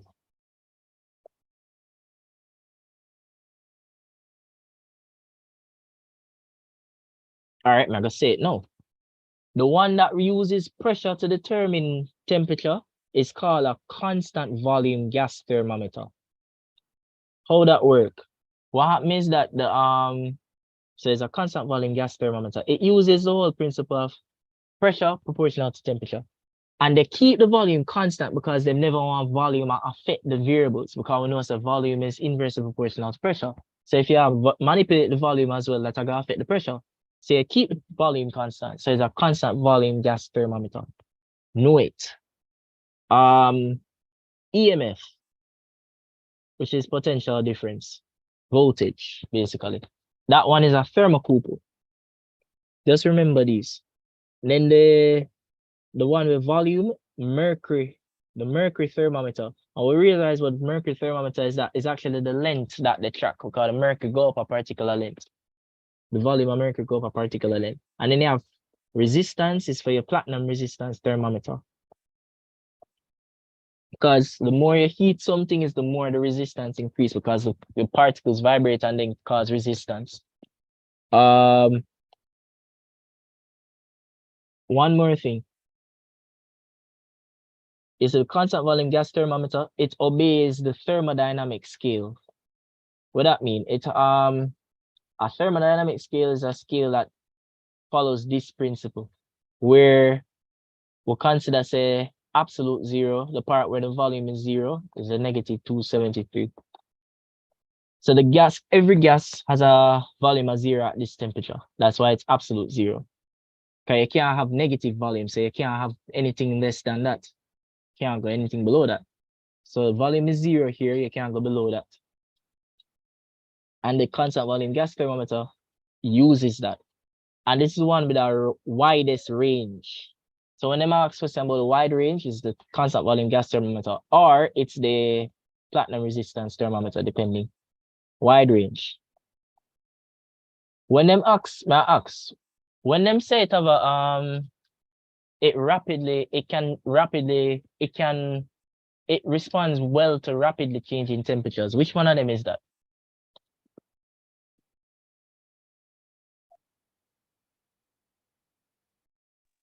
Is it the third? Excellent. So we've been swatting. Good. Wide range. So the one that respond well to rapidly changing temperature is a thermocouple. And this is the one where the geologists are going to use as well, because there's a geologist question. Right. The reason why it responds well to rapidly changing temperature is because it has a is because of its specific heat capacity. Remember, specific heat capacity tells you how much energy needed to rise its temperature. If you have something that has a high specific heat capacity, Joseph, if you have something with a high specific heat capacity, that means it requires a lot of heat to make its temperature change. And that's a bad thing for a thermometer. Because if your thermometer will take a while before it registers, say it's hot, that's a problem. So that sometimes is the case for these other ones. But the thermocouple doesn't have that issue. So it has a relatively small specific heat capacity. So it doesn't require a lot of heat to change its temperature. So it responds rapidly to changes in temperature. Right. That's that. So the answer is this. This is the answer. Don't overthink it. This is the answer. The one way, all right, let me do one more thing for this graph. Let me be I just want to show you one more thing for that graph. You see that graph? Sometimes they might show you the graph and ask you to do that same calculation. So what do they mean? They might give you a graph like, let me move this up. So this right here are going to represent this formula on a graph. That's what I want to show you. So on the x-axis, we're going to have temperature. And then on the y-axis, we're going to have whatever the thermometric property is. So if it's the pressure, whatever it is. So I'm going to have the thermometric property. Let's use that as pressure. Thermometric property at 100. Thermometric property at 0.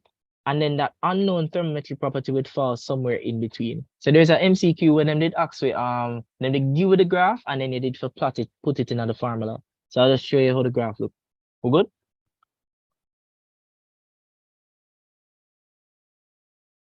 Good? Yes, no? We good? Yeah. Mm-hmm. All right. Whose law is this?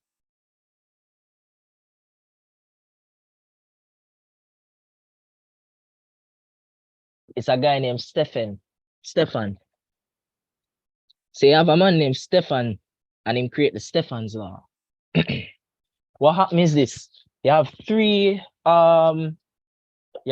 types of heat transfer: conduction, convection, radiation. You remember for conduction, there was a formula that you have to know, just one formula. In conduction, the formula was the rate of heat flow is equal to thermal conductivity times area times the change in temperature over length. Remember that? We have a lot of questions like this to see. And in radiation, so convection, doesn't have a formula. So that's good. So conduction have a formula. This is a conduction formula. Convection doesn't have a formula. But radiation has a formula. And it's by Stefan. So Stefan created a law which stated that the power per unit area was equal to his Stefan's constant, which is that weird looking sigma looking thing. I think it's the Greek letter sigma for real. So sigma for Stefan. So it's actually power per unit area is equal to the Stefan's constant times the temperature raised to the 4th power. But they can bring over the area. And what they can also do, they can look at it as, so when you do it like this, when you work it out this way, what you're finding is the amount of radiation given off by a particular object at a particular temperature. So if you know say somebody hot and you have them temperature and you have them area and you know them energy over time, power, you can find out how much radiation they might give. Or you can find out things based on all of them information. This. But if you wanted to find the energy, the radiation that is given off in an environment, or the change in radiation given off from object into an environment. So you just want to find out how much radiation change or the difference in radiation between an object and the environment it's in. Don't overthink it. You know when that comes. That's when they do this formula. So what they'll do is put the temperature of the object and then subtract from the temperature of the environment. Right. So is either you have the formula when it's P equals Stefan's law times T raised to the 4, and you would have A here, or it's P equals Stefan's law A, and then you have T minus T, the two T them you subtract, and then both of them raised to the 4. So that's Stefan's law for radiation. And this is where the whole black body thing comes in as well. A black body is a body that absorbs different wavelengths of radiation. Can absorb all wavelengths. So what is heat capacity? Heat capacity is the amount of heat energy absorbed to raise the temperature of a substance by 1 Kelvin. What is specific heat capacity?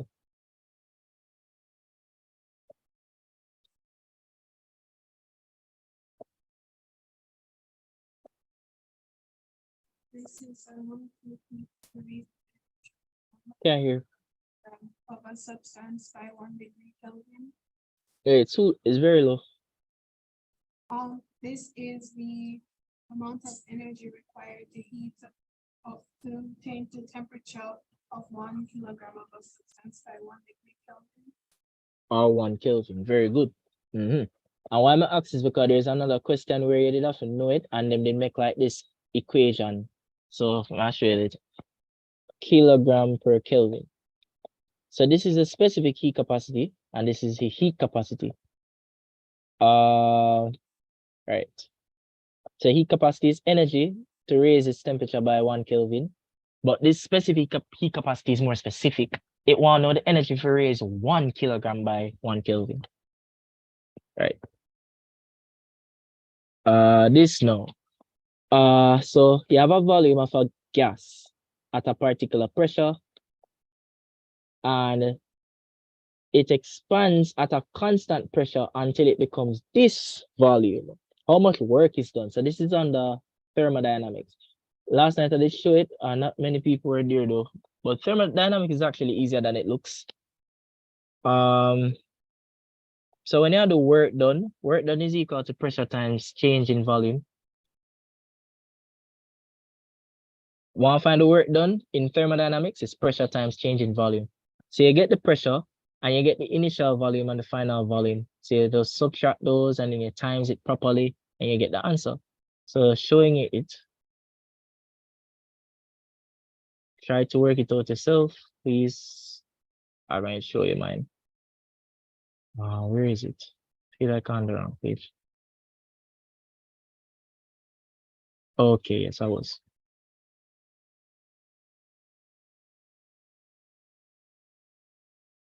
So the question I will just do whatever. So this is it. All right, so pressure, you put the pressure. Notice, you say the hardest thing with gas law, you have to convert the things them in the base SI unit. So you got the pressure in cubic meters, that is good. No, you got the volume, sorry, in cubic meters, that is good. You get the pressure, however, in kilopascal. So you have to convert it into pascals. So how to always be on the top of this, make sure you write given information and make sure you write out all of the things that you get. And then you realize you did this in kilopascal, you convert it over here to pascals, and then you plug it in your formula. All good? Yes, sir. All right, so that's that. This is a repeat question. This question, I like this question. So an adult at rest has a blood pressure of 130/85. This is slightly hypertensive. And for fun, I put in the drugs, not important for now. Drugs that you can use to treat it. So this is a measure, or this is measured in millimeters mercury. What would be the reading in Pascal? Right. So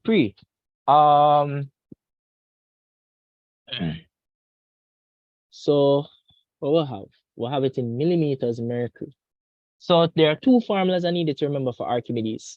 Archimedes, so work done. Sorry, not work, sorry.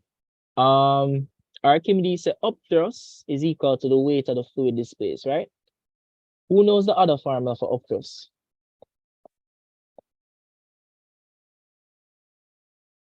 The one we would tend to use a lot.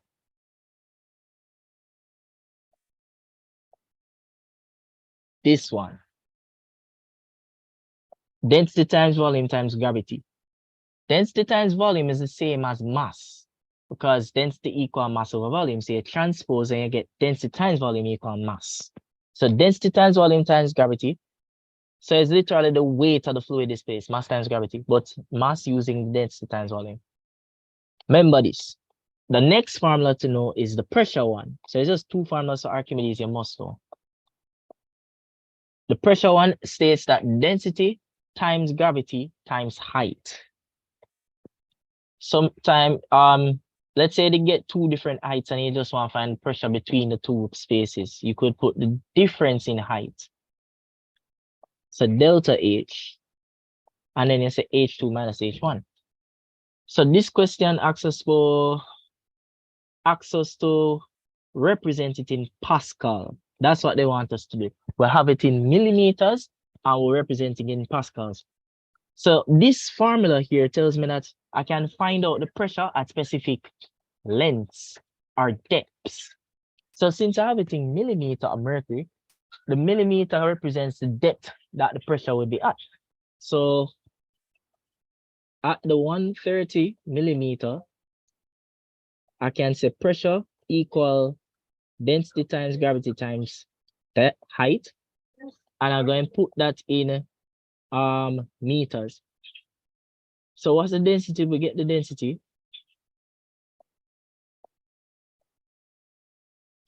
We get that as 9.81. And we get the height as what? I'll put that in meters. So 130 divided by 1,000. When you work this out, how much you get?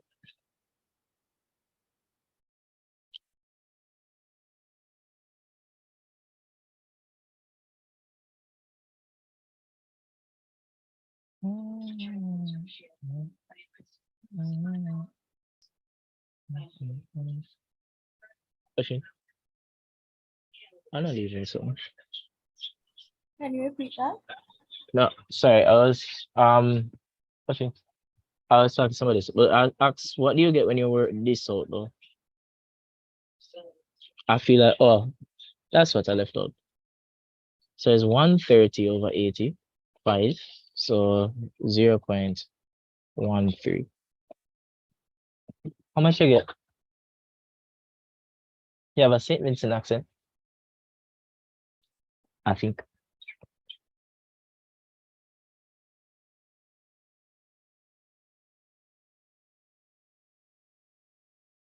Guys, send me an answer.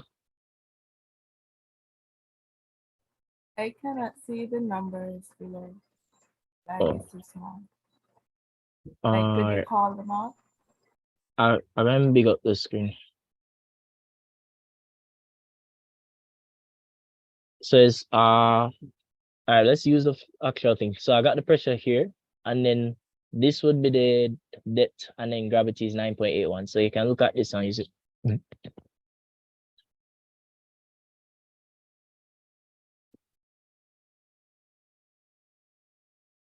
Feel like there's a flaw.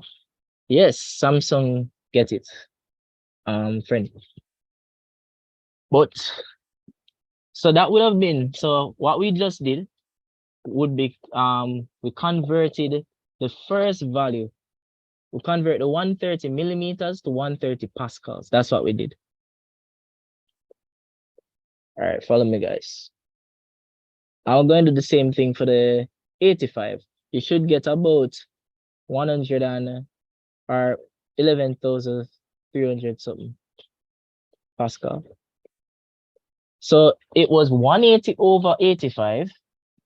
So I'm going to put this over this.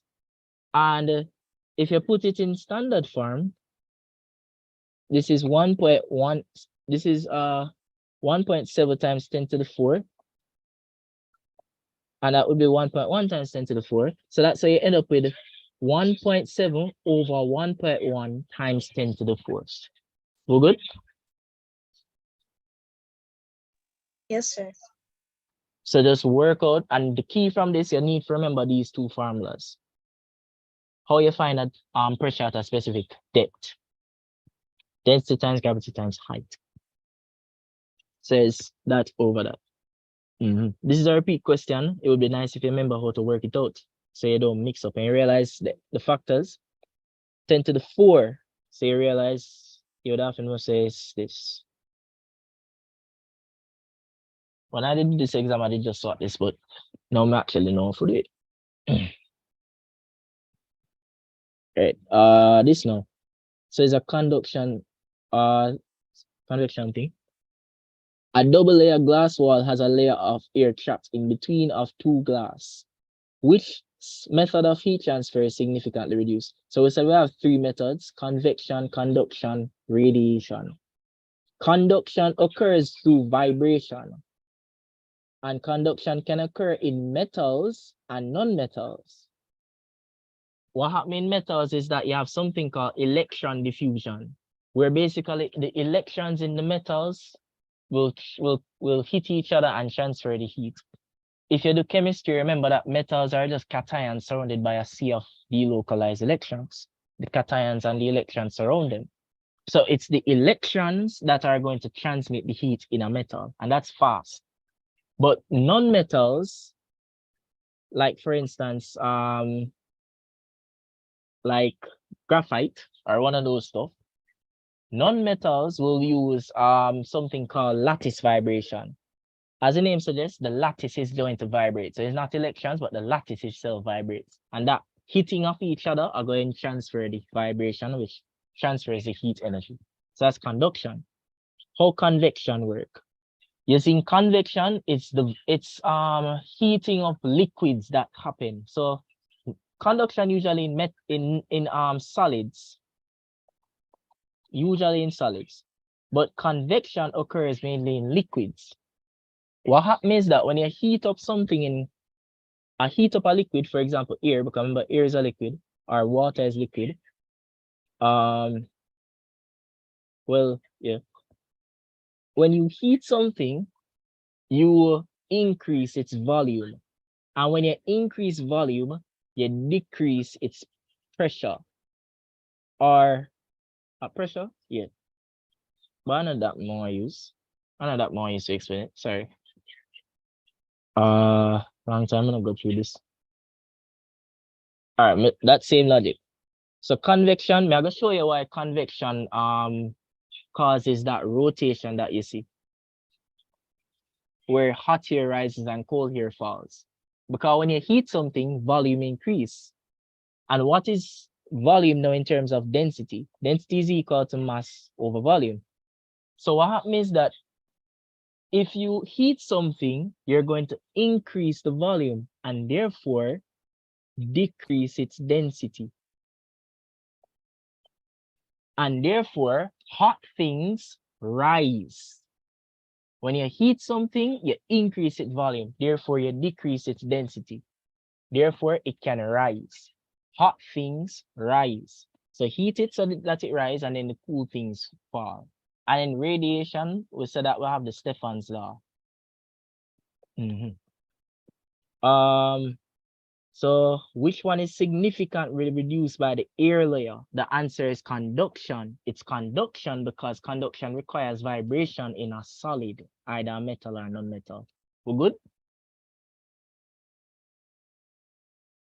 We're good? Yes, sir. I'll ask you a question. What's the formula for calculating the heat conducted in heat conduction? I did show it earlier.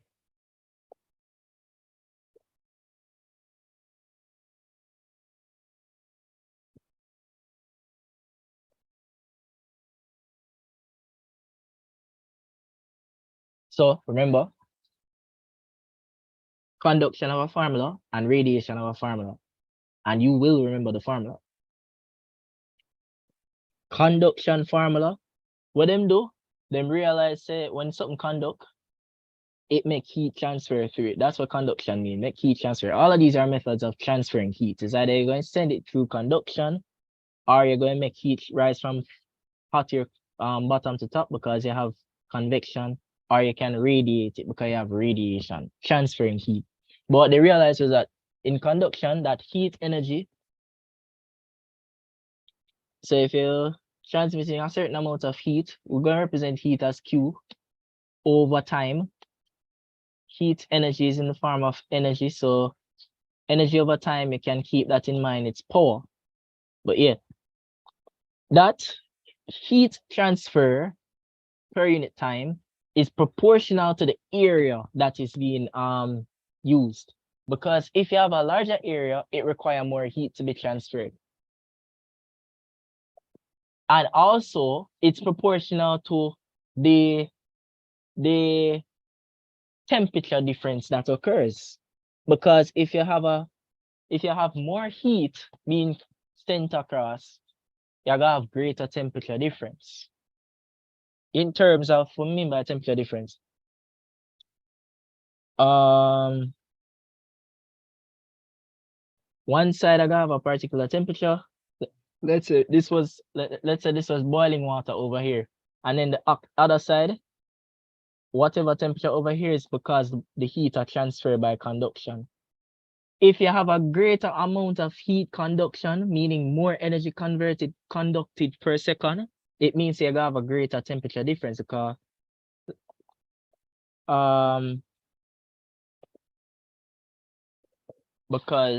something there.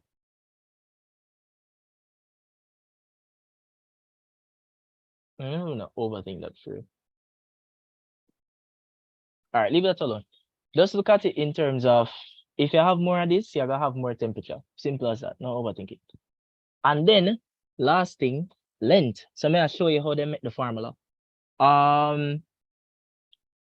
We realize that if it's broader, if you have a greater distance between where the heat come from to where it go, it will require more of this. So this is actually inversely proportional to length. So if it's thicker, less conduction. They're inversely proportional.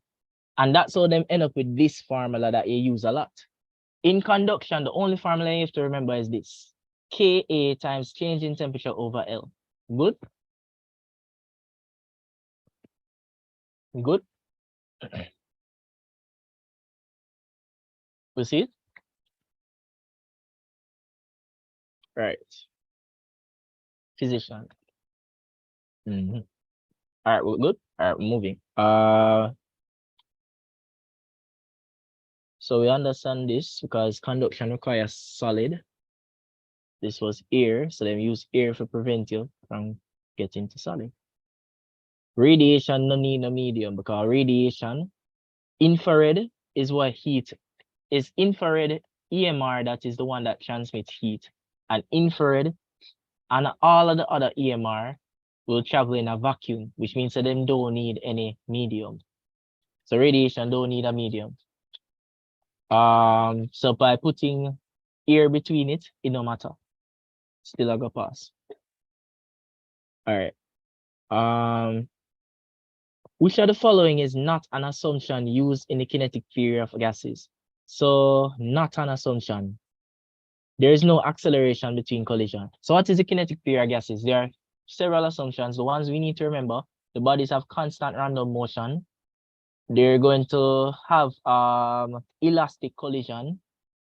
And it's really those two you need to know for physics. And then this now would be an elastic band. Let me show you what happened here. So graph energy loss during the loading and unloading process. So earlier I told you this. So this is when, for instance, so what happens is that them have a spring and then put one bag of mass along the string. Then stretch it out and it keeps stretch so that it have more extension and more force. So this part is the loading phase. You load it up. And then what them do, them take off all of them mass there one by one and then unload it. Now notice something. Let's compare. I'm going to compare loading versus unloading. So this is loading. Now the area under this graph is representing what?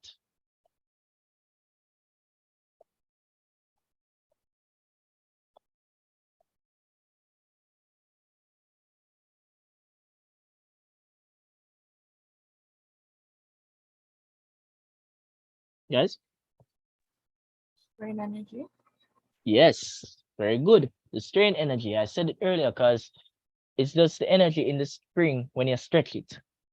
So, and you calculate it with half force over extension, or half force times extension, because area under the graph, half base times height.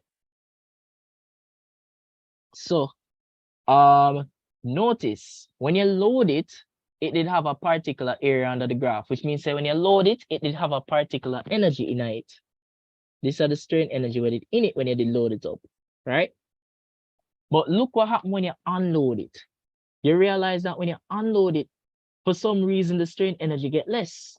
Because remember what I told you is that when you release the spring after you stretch it out and it gain particular strain energy, when you unload it so it can go back, it will convert back that strain energy there or to where it's supposed to be. But some of it is going to be lost. So that difference, that lost energy, is the energy that we're representing in the middle. Because before it did that up here, so, and then it dropped down here, so you lose all of that energy here. And I called it something. It's called hysteresis. That excess, that energy that you lose when the spring go back to its original space. It's basically heat energy. So this is the loading and this is the unloading. What, understand?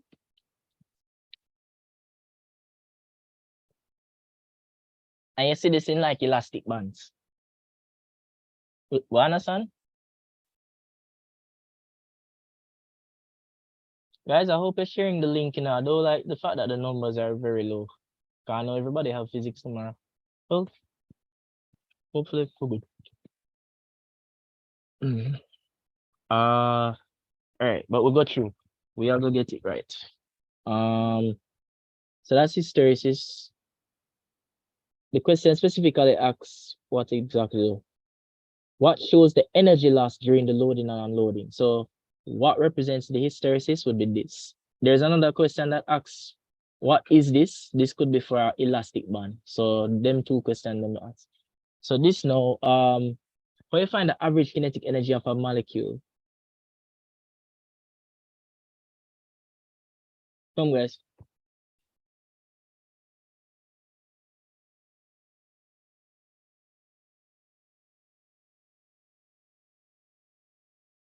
All right, cool. I'm gonna show you. I showed it yesterday, but I'm gonna show it again. PV over T. I'm showing you all of the formulas them for gas law. That's what I'm about to show you. Remember all of them, you're not gonna have a problem with gas law questions. You usually get a gas law question in around 40 to 39 region, and it's usually on these two things. I'm gonna show you. So gas law formulas. Start from the beginning. Remember, you have Boyle's law, so pressure inverse proportional to volume. So P1 times V1 equal P2 times V2. And we know how we get that. And we know Charles' law. And then you see because P times V equal K, and you know V over T will also be equal to K because we understand proportionality. We could say that P1 times V1 over T1 is equal to P2 times V2 over T2. So that's the first one. Now, if you want to find, say I have these three PV formulas. PV equal nRT. You have PV equal NKT.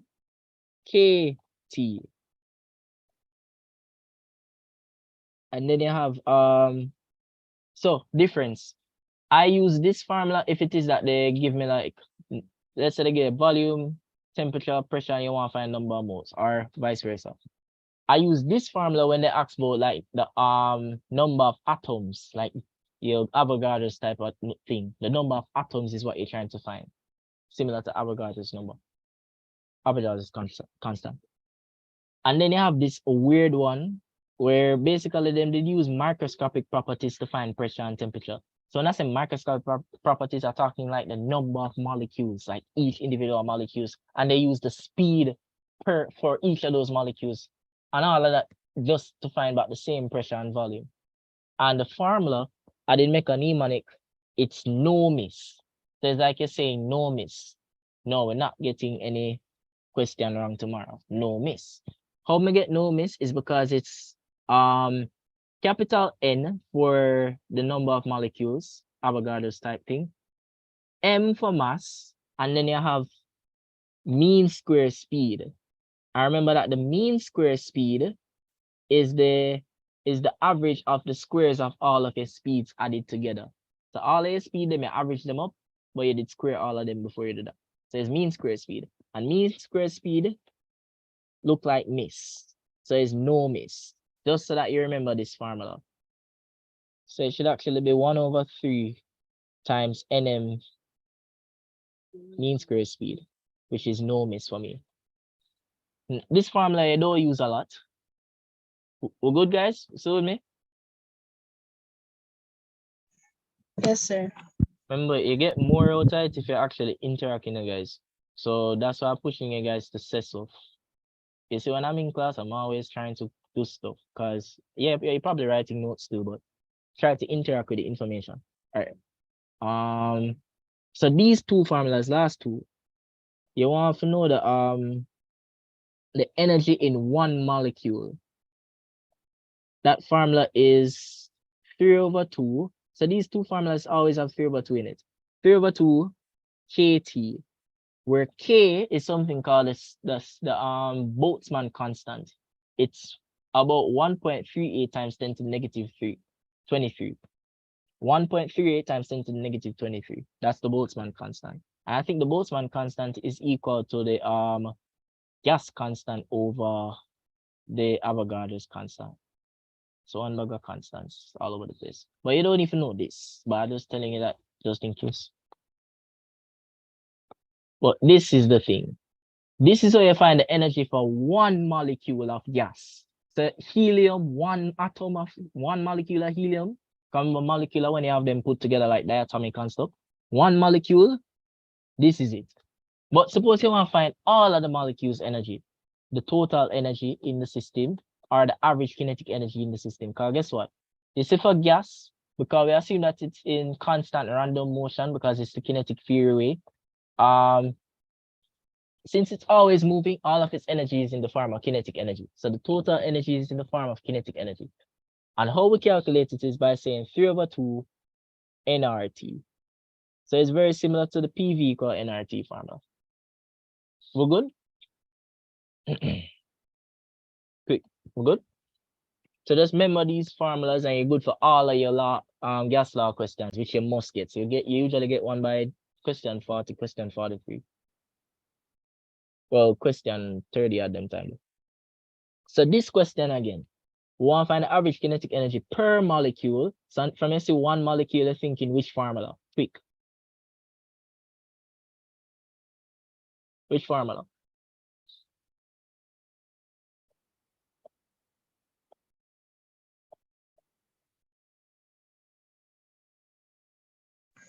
So what was the question? So they're asking, not me, average kinetic energy per molecule of the argon gas. And they give you its joules. And they ask what is its temperature. So I ask you now, how do I calculate the average kinetic energy of each molecule of argon? What's the formula for one atom of gas? One molecule of gas rather, not atom. I just give you it. It's EK equal 3/2K. Exactly. So they love to ask about that formula and they love to ask about the other one for total energy. So remember that. Always them two formula there. And then they have couple repeat questions where you can memorize. This is one of them. So we're going to use this now to find the temperature because what they asked us for was the temperature. So it's a EK times 2/3. That's it. So EK being EK being that average kinetic energy, 2/3, and I'd also divide by K. That's transposition, right? So I can show you it here. Right. So now once you know the formulas, you never go wrong. 2/3 EK, and you plug in these values and you're going to get your answer. Remember that Stefan's constant is the 1.38 times 10 to the -23. So it's similar to Avogadro's constant with the 6.02 times 10 to the -23. We're good? You don't have to memorize that, but sometimes they don't put it on the paper, so it would be nice to at least know what it is so you can check it on the answer sheet. We're good? Yes, sir. All right, so just work that out for yourself and make sure you make sure you know that it's 386. You need to know say that by tomorrow. Work it out for yourself. All right, so do that. And then so this now. Remember I told you about the whole idea of isobaric, isovolumetric, and all that stuff. So you have PV diagrams. One of them is called isovolumetric. You have a constant volume. Therefore, you're not changing volume. So changing volume is 0. What would be the work done if you have a isovolumetric graph? Quick question.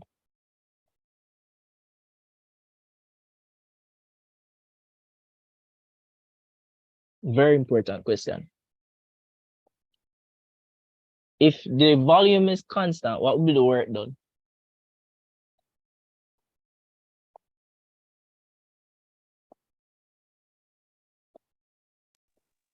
Negative. Why? How you get to that?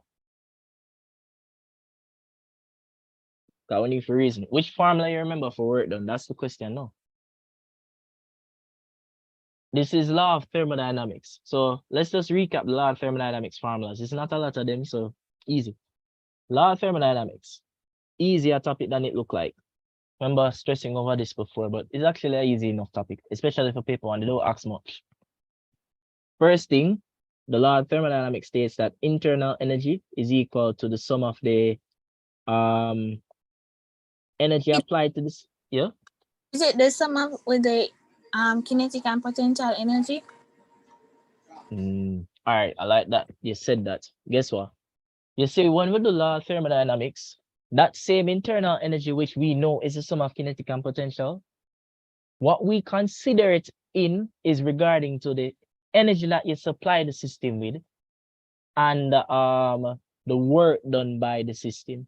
So it's not just kinetic and potential. We're going to use, technically it is equal to the sum of the kinetic and potential, but we're representing it in terms of these variables. That help? Because we want to understand how these variables work. All right, let me recap the thermodynamics. Because you see, for thermodynamics, easiest way to think about it is with a syringe. So we're going to understand thermodynamic with a syringe.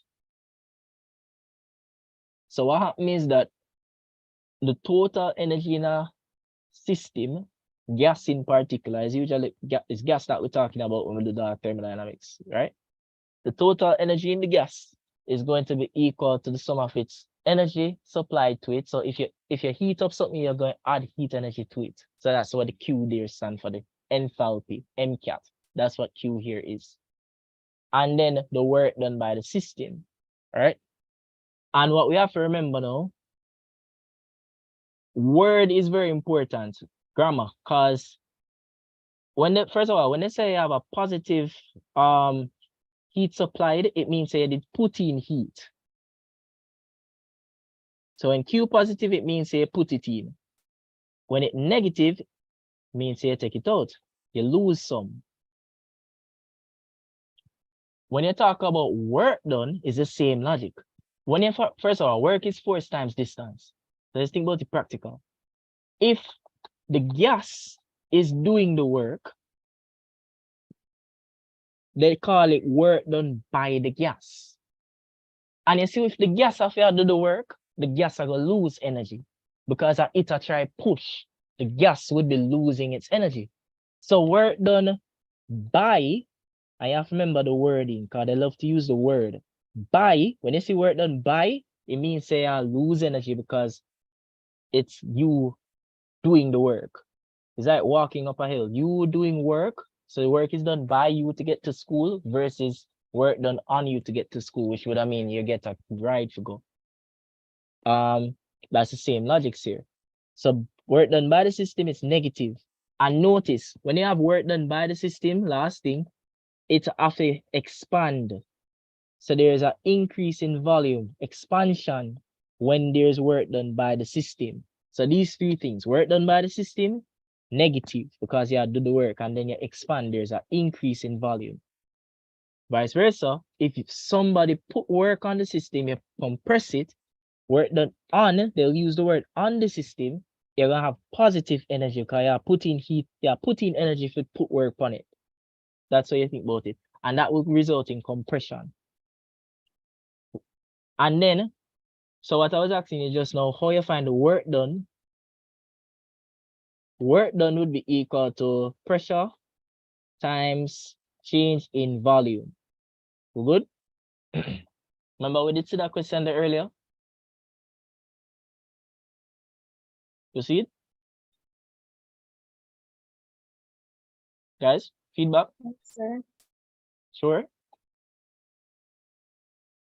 All right. So work done is pressure times change in volume. So when you put the work on it, you're gonna move, you're gonna increase your volume and pressure gonna change, and you just multiply pressure by volume, change in that volume, sorry. So there's a change in volume times the pressure that you're using. Now you get the work done. So there are graphs. You have the isovolumetric graph. Iso means same. So like isotonic, same type of tonicity solution from bio. So isovolumetric. Isovolumetric means you have a constant volume. And if the volume doesn't change, it means that the work done will be zero because work done is pressure times change in volume. So that's why I want you to remember there. Isobaric, the volume is going to be changing. The pressure is going to be constant. So there is no change in pressure. Pressure constant. And then the work done would be, it not gonna be zero. It's going to be something because pressure actually take place this one. So let me show you this on graph. When you have a graph that is going, because it's a, let me show you over here. Because this is a pressure versus volume graph. When you have a line like this, it suggests that you have a set volume, isovolumetric, and then a line like this, isobaric. And that's the questions. Your questions don't get much more difficult than that. I have isothermal, constant temperature, adiabatic. It means you're not add any Q to the, you never add any heat energy, you never change the heat energy. That's adiabatic. So look at the question now. What about this? Remember, by is negative, expansion. On is positive, compression. And 41 is asking, where is the question? Oh, so notice I'm use the word. So PV graph, which one has work being done by the system? By the system. If work is being done by the system, that would be a expansion, which is negative work. Increase, sorry, in volume, because the system a push, work are done by the system. So you're going to look for the one that has volume increasing, but you probably think, but you realize it's like one bag of things that happen here. What happens is that so this is like an entire cycle. So you have to know how to identify it in a cycle. So at this stage, look at this. In this stage, you would have an increase in volume. So this would have been an isobaric increase in volume. But the volume pressure constant, but the volume did increase. And this would have been isobaric decrease in volume. So in this case, work could be doing by the system and work could be doing on the system. And these are isovolumetric. So understand this. But no, how you know when the overall cycle is work done on and versus by? Clockwise versus anti-clockwise. If the overall arrows are moving in the clockwise direction, it means the work is done by the system. Why? Because going overall this way, so just say I'll go towards expansion. So what is it? Clockwise? Clockwise is expansion. So you look for the graphs, then we have a arrow setting to clockwise because that suggests expansion, therefore work is done by the system. If it's the other way around, anti-clockwise, you see that it's decreasing the volume overall, so that would be work done on the system and that would be compression. Well, okay, guys? You see it? Yes, sir. So let's always use that going forward because you have several types like that. Good. So let's look for the ones that have work done by the system.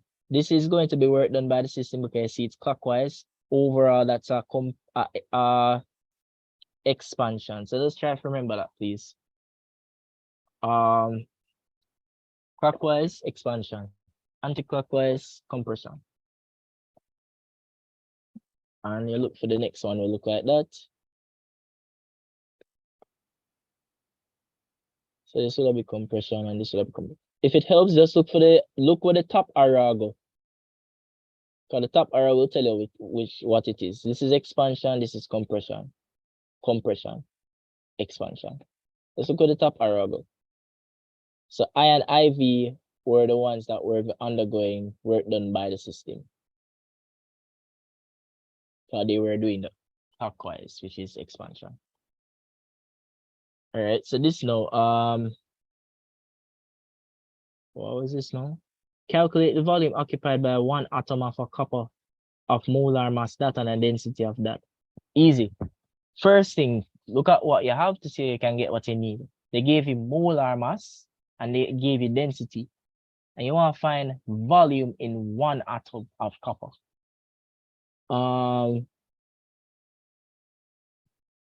So I'm going to show you how I work.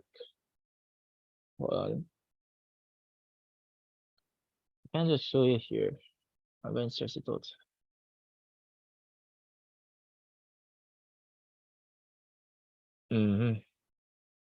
Oh, yeah, easy. Never overthink it.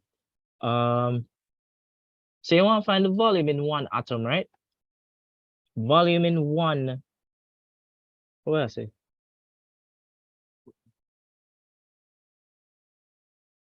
Oh, yeah, that good. No, I make a mistake. Give me a second. I have to show you this.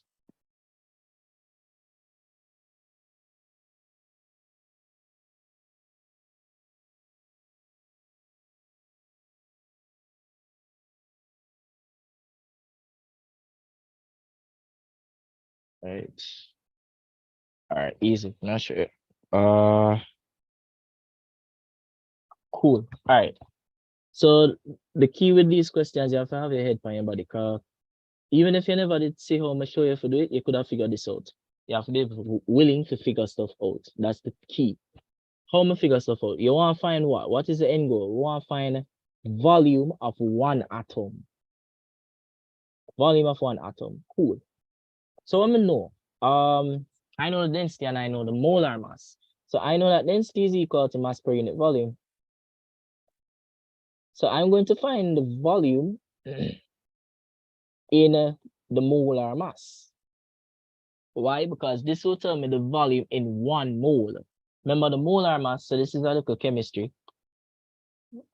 The molar mass is the mass of 1 mole of a substance. Just like 12 grams is the molar mass of carbon, right? So we can find the volume, therefore, in 1 mole. So you see, after I find the volume in 1 mole, I'm going to use that now. Because guess what?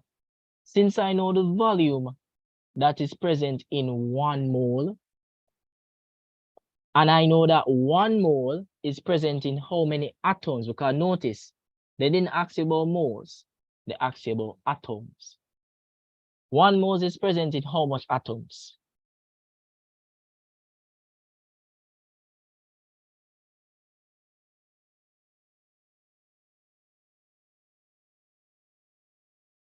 chemistry people?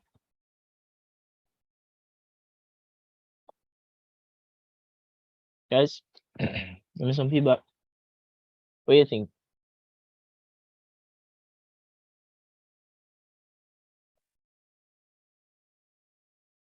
One mole is present in how much atoms?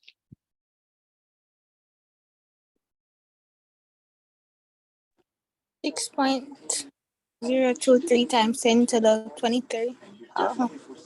Right, Avogadro's constant. Very good. Guys, remember, you know, we can't interact with me because I'm gonna feel like me not get nobody. So try to do that, please, sometime. But I need to make sure so I understand. So follow me with that. We know the amount of volume in 1 mole.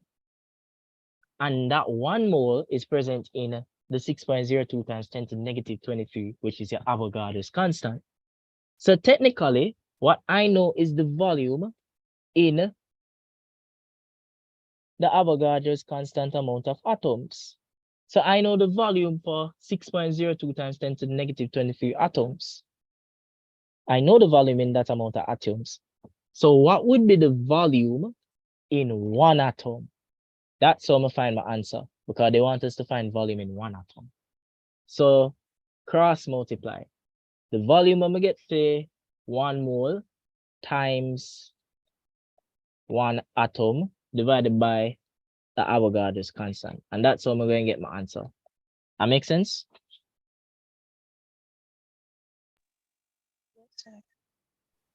You want to try it? I would try it because, trust me, try it. You need to remember the number, because that number says that 1.18 times 10 to the negative 29, sorry. So would I divide this mass by this density, and you get whatever you get, and then you're going to divide that volume by the Avogadro's constant, and you get to the 1.18 times 10 to the negative 29. So try it for yourself. Or you're not gonna remember for tomorrow, or you might make a mistake for tomorrow. So do it before you're in the situation where you need.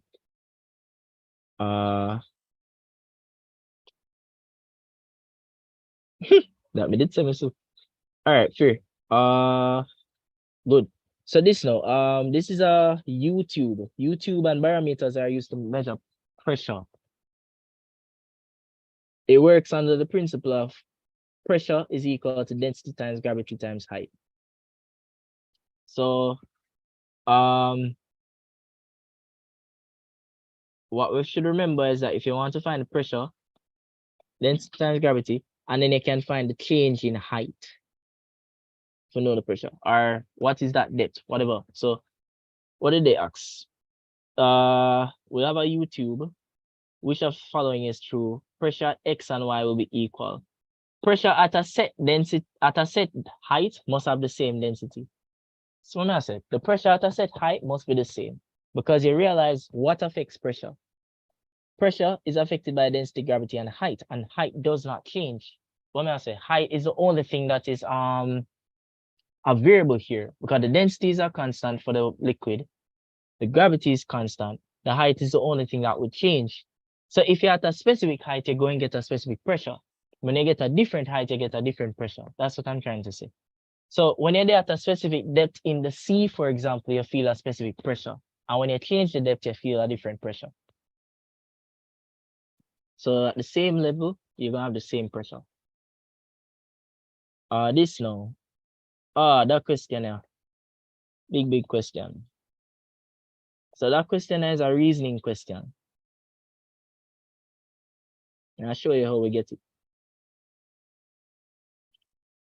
Oh, I don't have it here, so I'll have to show you from scratch. Cool. All right. Good question though. So an alloy is made of a mixture of 2 metals, metal A and metal B. So you make an alloy, and they both have density. What is the density of the alloy in metal if metal A has 3 times the volume of metal B? So let's write down some stuff. Metal A, 8,900 kilograms per meter cube. Metal B, 7,800. All right. And then we said that what we say? The density of metal A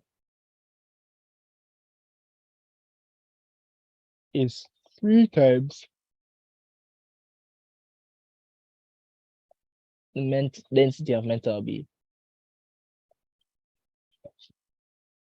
All right, so I'm gonna show you how we get this. Surprise, I don't have it here.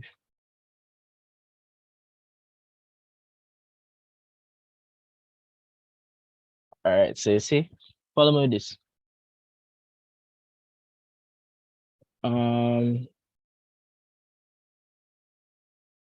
I need some space. Try and make it fit here. All right, so what the first thing we know? We know that density is equal to mass per unit volume.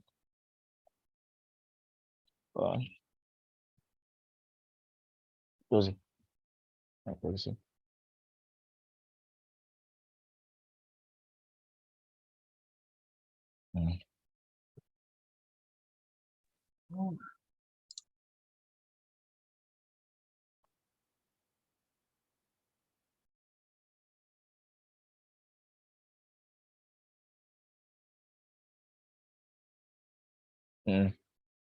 No, not plugging. No, plug in the laptop. Give me a second. No, plug out again.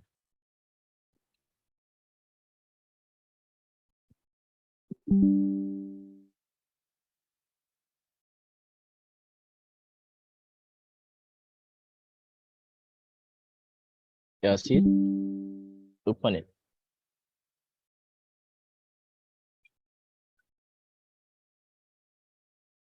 All right.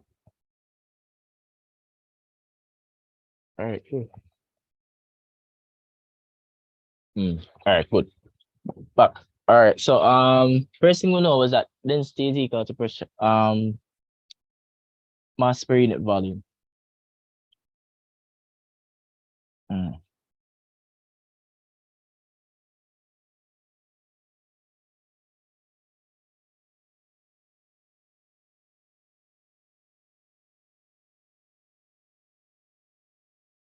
All right, so I just want to make sure I'm not making a mistake.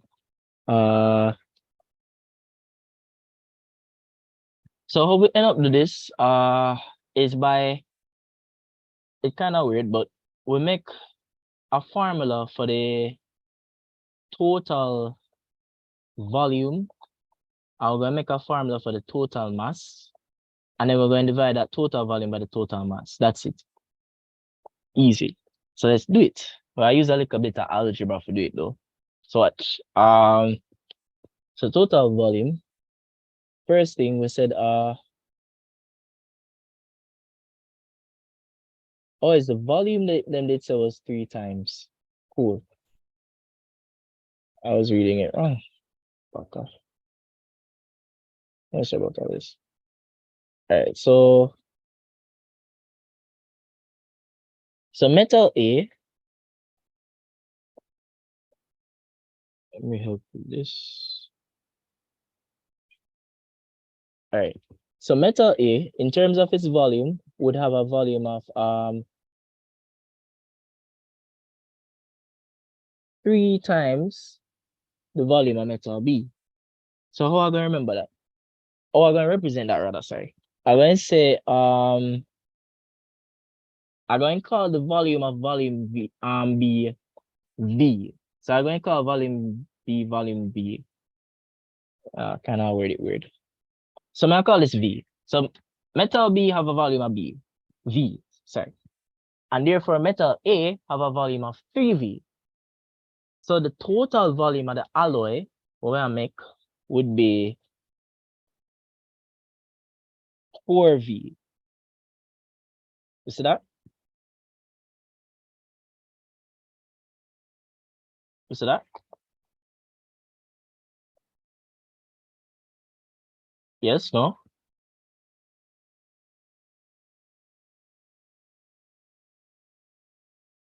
All right, cool. Mhm. So go to the mass now. How will we get the mass formula? So we know that density is mass over volume, which means the mass is density times volume, right? So show you how we get that. So I use the same logics now. Forget this. So metal A, for metal A, I'm gonna say the mass is equal to the, so it's a density times volume, and the density of metal A is what? 8,900. Don't worry, it's gonna get there. 8,900, and then you times it by the volume of metal A, which would have been 3V. So remember, mass is density times volume, so density, volume. And then metal B would have a mass of, let's take up a lot of space. What was this something again? 7,800. And you times it by V. So what we want to find is the total mass. So mass total. Make sure I'm doing this right. All right, so mass total would be the 8,900 times the 3V plus the, what was the other one? The 7,800 times V. So I put these in brackets. So I told you to start a little algebra. And I'm going to work this out. This is my total mass. I already have total volume up above, which was 4V, and this is total mass. It just mean to work this out now. If you were to work this out, you end up with 34,500 V. How we do that? Because what we do, we say 3 times 8,900, sorry. And then you say, you're going to add whatever that is to this, because they are like terms. So 8,900 times 3, you get whatever that is, and you add it to this. You get 34,500 V. So this is where we've been working towards. We want to find mass over volume density. So the mass we say is the 34,500 V. And then the volume, sorry, is 4V. So you do that, volumes will cancel, or the V's will cancel to represent that. And you end up with 8,625 kilograms per meter cube. We're good? You see that? Yes, sir. Good. So rather than sort that answer, because they might change it, or they might probably not change it, but you need to be able to work it out so you remember this is that value, 6,825. If you're willing to sit down and just remember numbers, then there's no reason for you to be here. That's the problem. Because you can always sort the values, but it depends. But at least now you know, so this is the thing. This one was a bit of a stretch though, but it worked. So total mass, total volume, we don't forget the total volume. We don't forget the total mass. And we work it out. So it makes sense. And that's a repeat question. So you want to remember the value 8,600. So this now. The question. I mean, I write over it a little bit, but I'm gonna make a space right here. So so a spring constant K has an extension X when a mass M is attached to it. Another spring identical keywords to it. What?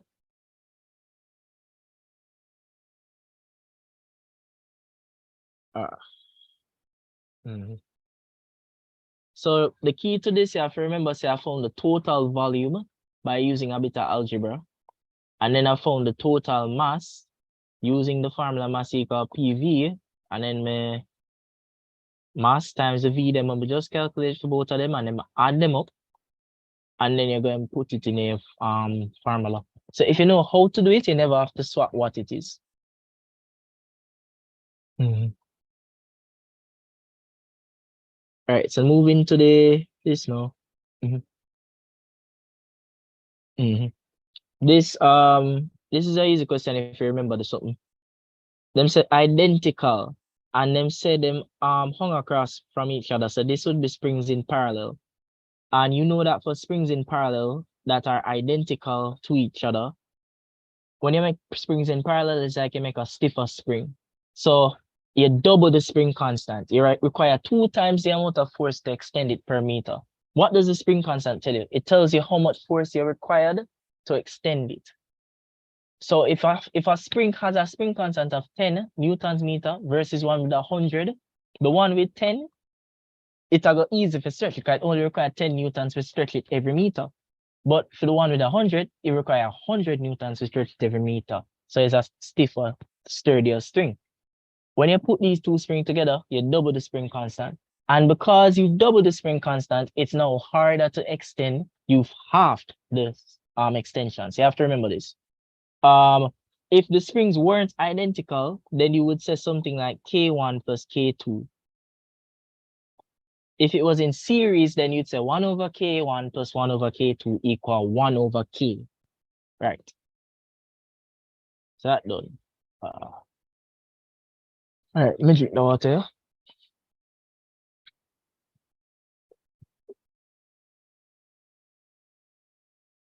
And hopefully, guys, as we said, by the time we reach 2000 level, most things are repeated. So let's go. This is a Trinidad to be like a 2008 question paper. All right, so this now. In the relationship of C equal this, where C is a constant, which of the graph represents the relationship Q and P? All right, so C is the constant, right? So this is all going back to proportionality. So you realize if you understand something very good, you always can use it.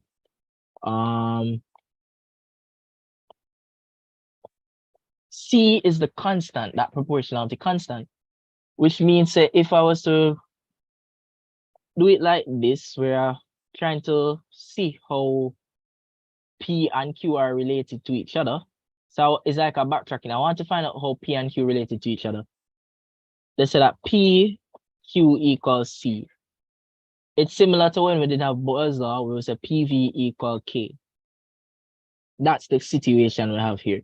So I want to know how P and Q related. So this means that P is, what would this relationship be? Interaction. Which one? P and the Q? P and the Q, because remember, C is constant. C is the proportionality constant. So that's like inversely proportional. Very good. And you must be able to pick that up from just seeing the formula. Why? Because I showed you the 3 ways that you can think about proportionality. So if you know what you know, you know, right? So they're inversely proportional to each other. But I'm going to show you a trick as well. So the answer for this is actually, so I tell you that this sometimes make mistakes. And I realized the person who did this, then did stop about like 2000 something, 2013 so. So that means that them they either lose confidence in what them did or maybe them not as valid. So you can't follow all answer sheets. This is inversely proportional though, because you realize when you bring this down, inverse relationship. So you're looking for a graph that looks more like this or this. And the reason why this would be, so the answer I'd be going with, let me be careful.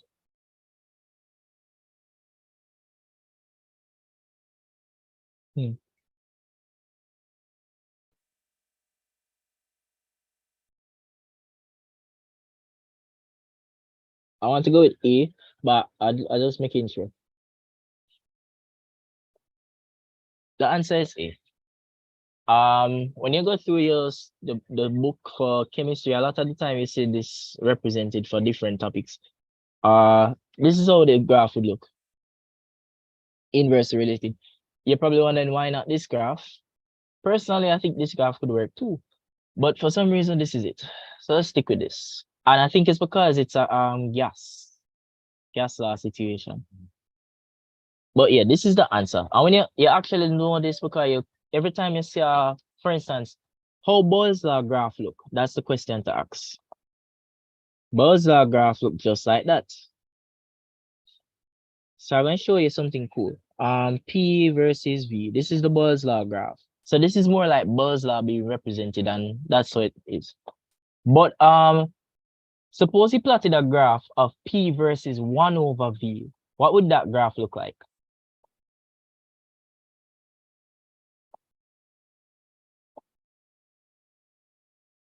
It would look like B. Exactly. That's what I wanted to realize. Because you see, if you put 1 over V, so you already know that P is inversely proportional to V. But if you decide to plot a graph of 1 over V's, you would end up with a direct proportional relationship. So a graph, because, let me show you. I hope that makes sense, but how do I represent that now?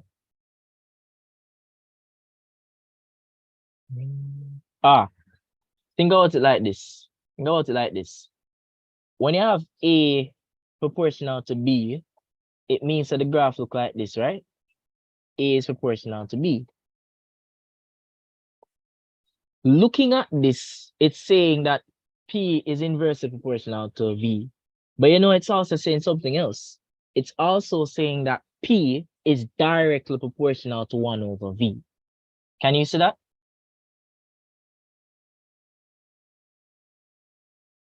We see that? So, we get that?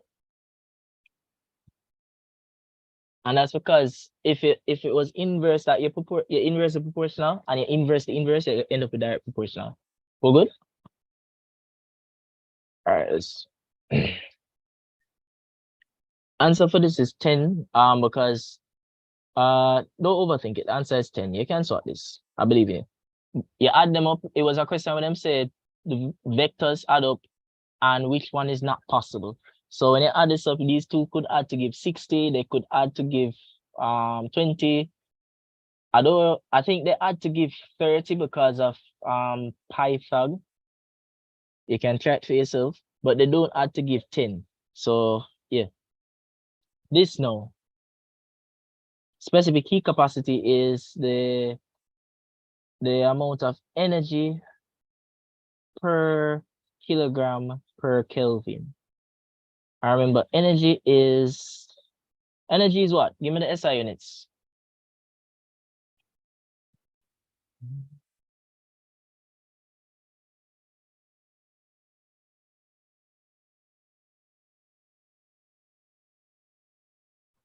You asked for the SI units of energy. Yes.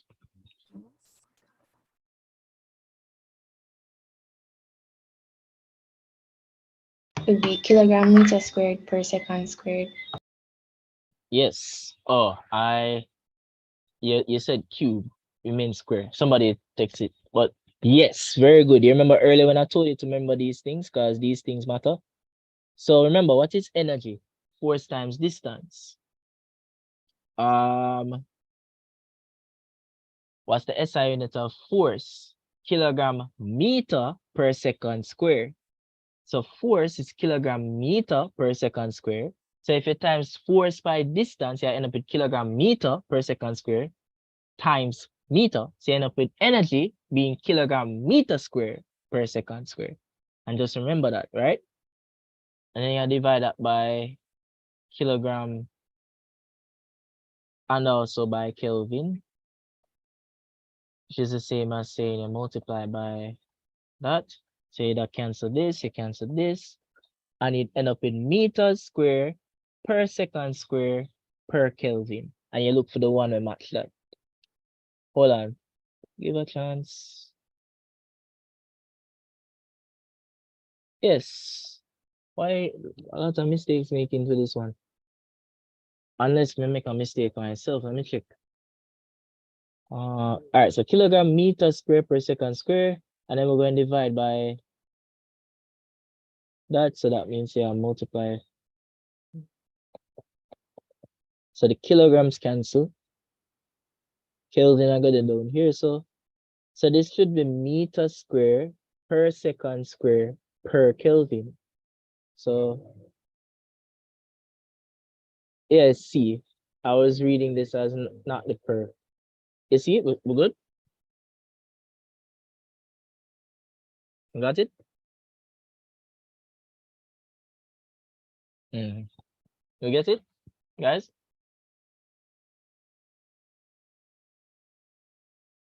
All right, physician get it? Good. All right, so just make sure you get it, guys.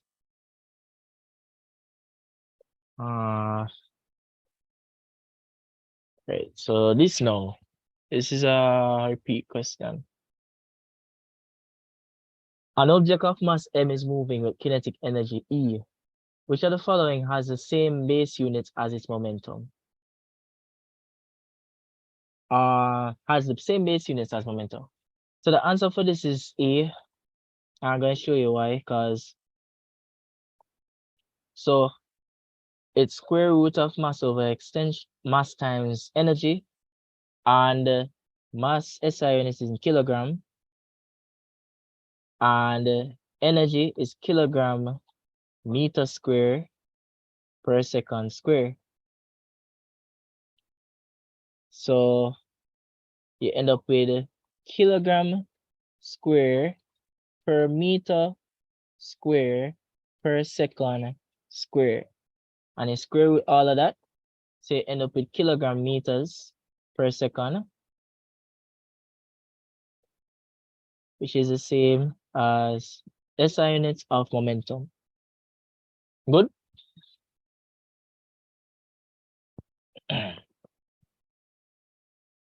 Good? Yes, sir. Right. So this one is throwing a ball.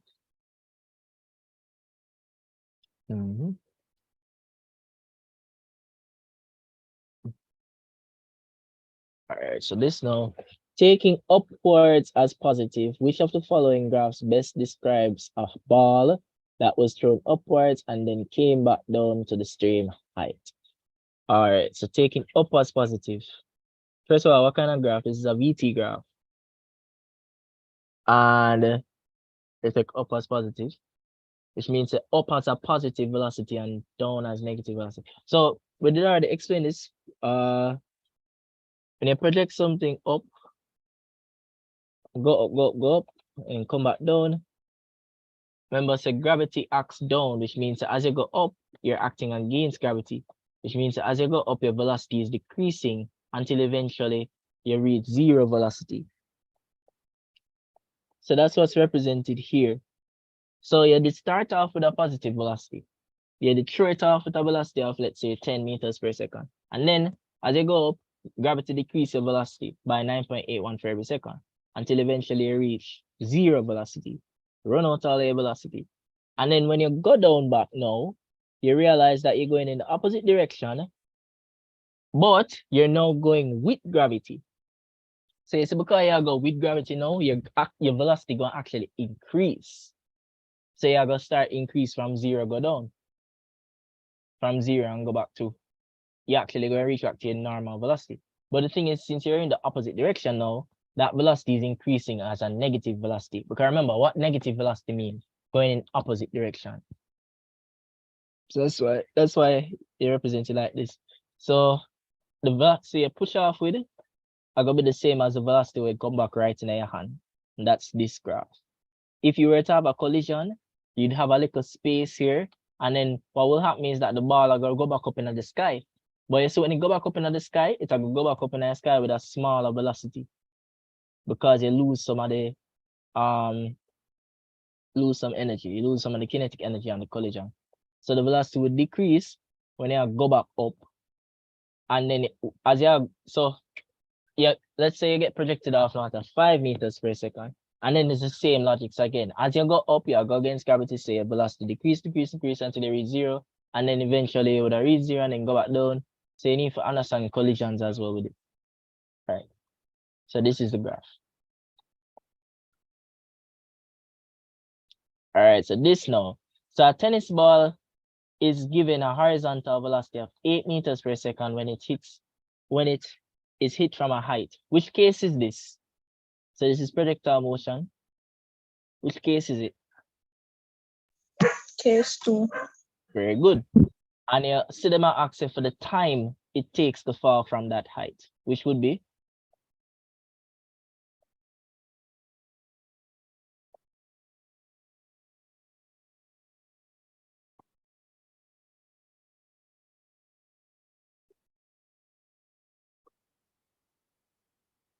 We don't know.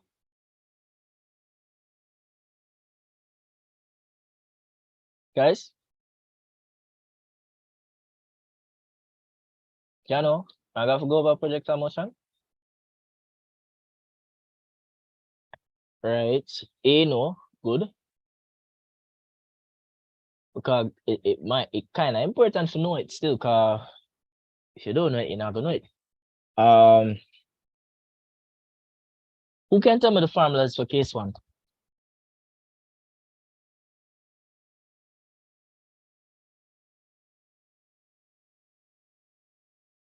Quick.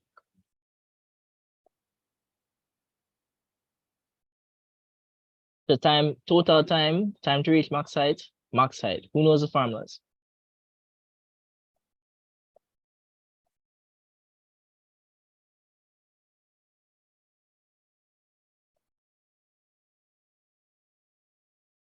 Guys, we don't know it.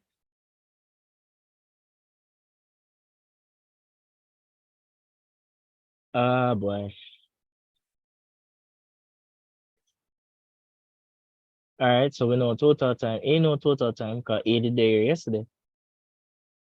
All right, my goodness, you see, thing is, we can't recap all the projectile motion. So what I'll do is tell you the formulas them and tell you how to use them.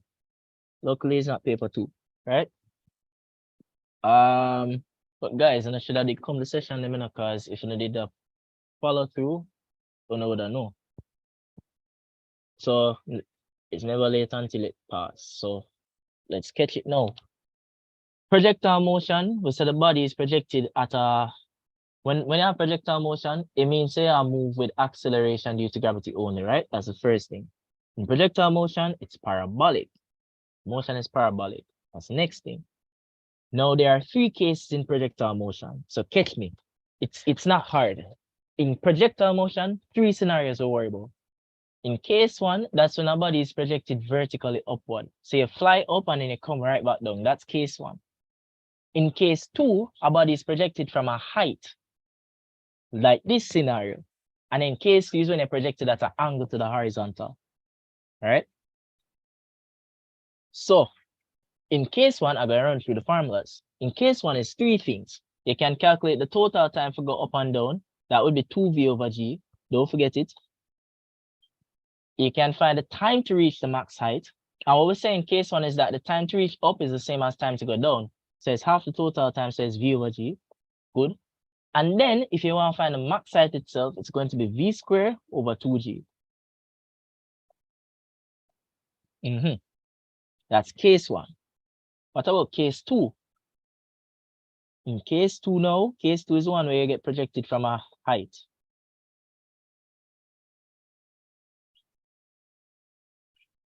And what we say for this, the time to fall from a height is the great formula, square root of 2h over g. And I did show you guys how we get this from saying, but by looking at the s equal ut plus half at squared formula. If in the vertical plane u is equal to 0 and the vertical distance is height, I will tailor it down so we can get this formula, so that anytime you see you want to find the time to fall from a height, it's t equal to the square root of 2h over g. This question is a repeat question. This formula you must know.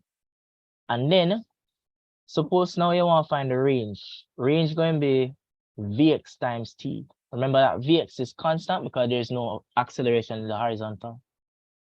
All right. And the Vx in case two, sorry, I'm going to ask what would be the Vx in case two?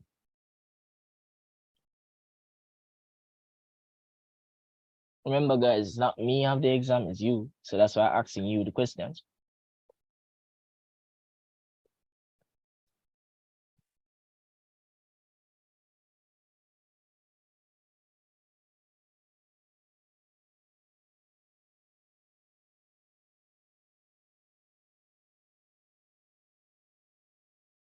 All right. If you don't feel comfortable with projectile velocity, what you call it again? Projectile motion, I have a video. It was explained in the session yesterday, so you can watch it in session yesterday. And also, I have a video up on the website on it. That was up since long time. So you're really kind of unfortunate for that no one don't know it. That's why I'm kind of worried. But if you remember the formulas, that's enough. Don't worry about it. But there's more to it, but you just need to remember the formulas.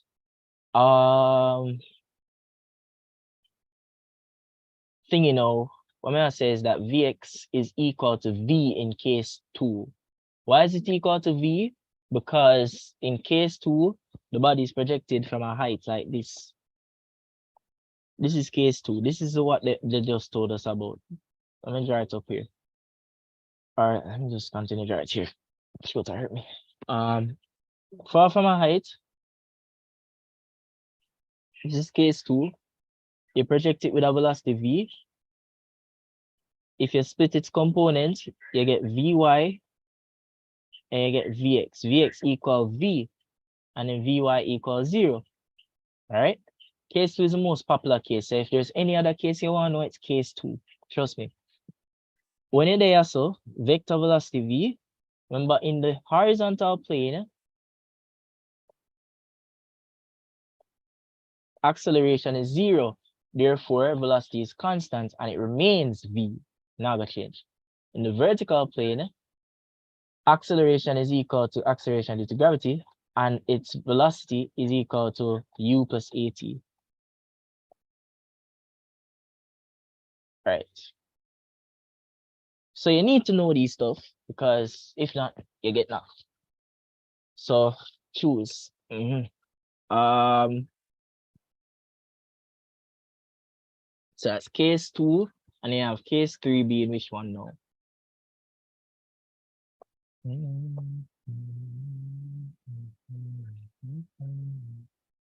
Case 3 is the one with one bag formula.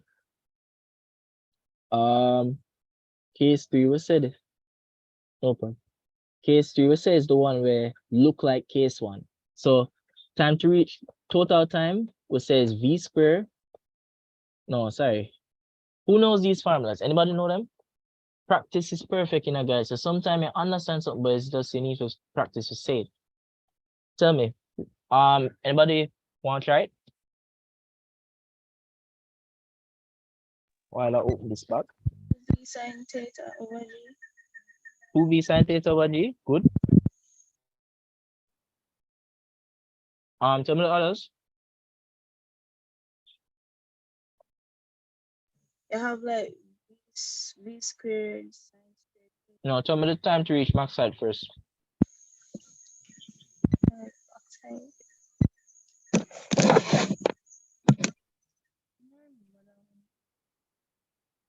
So notice I remember things in a particular order because the order helped me.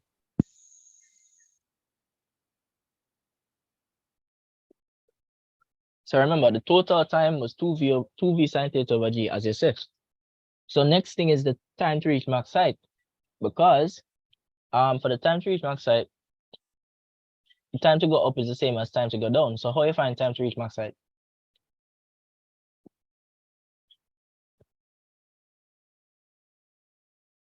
Half total time. So that would be V sin theta over G.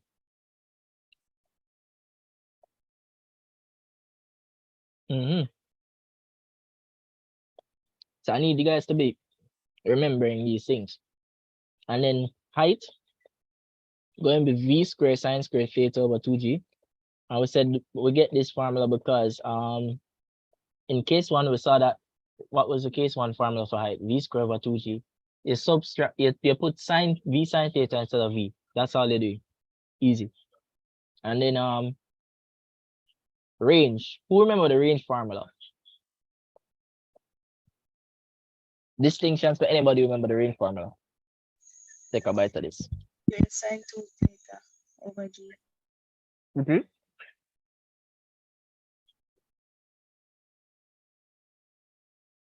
Mm-hmm.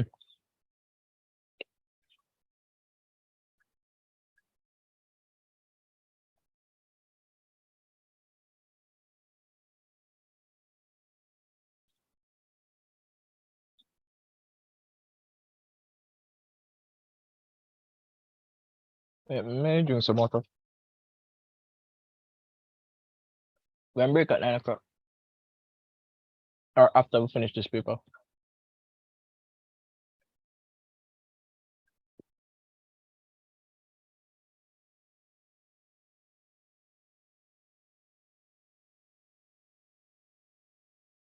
So it's v squared sine 2 theta over g.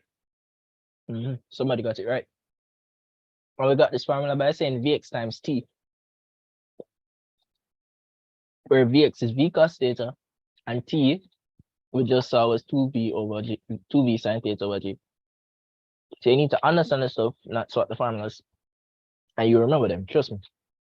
I don't like maths. I didn't have a liking for maths when I did start this. Don't use the maths, use the understanding.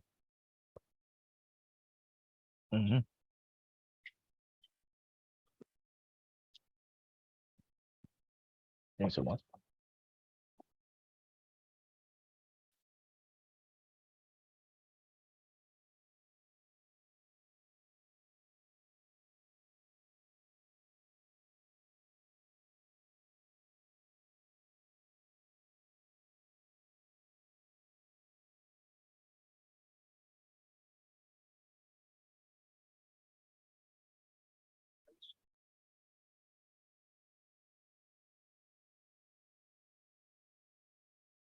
All right, back.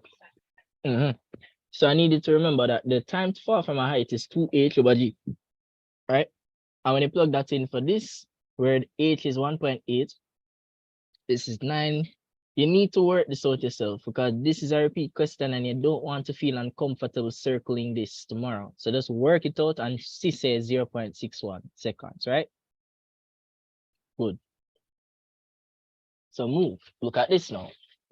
Good question. So collisions. They said that an object of mass m traveling with a velocity of u collides with a stationary object of mass 2m.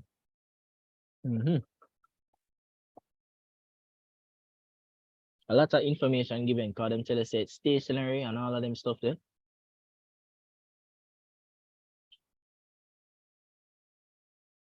Where?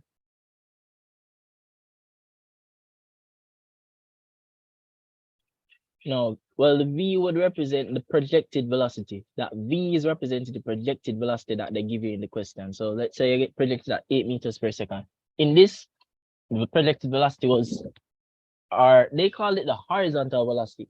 But remember, in case 2, the horizontal velocity, Vx, became equal to V. So projected velocity for case 2 is the same as the horizontal velocity. But in case 3, remember there is a difference because in case 3 is angles. So you end up with V cos theta and V sine theta and all them things.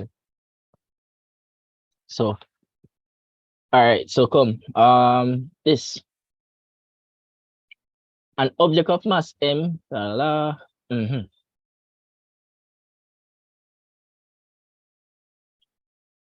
Oh.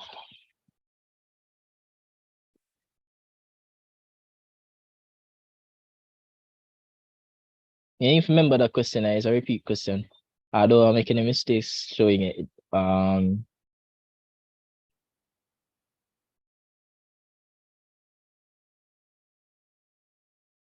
Easy. All right, first of all, so them say object M, object 2M, so twice the mass, collide in each other and then they stick to each other. What kind of collision is that?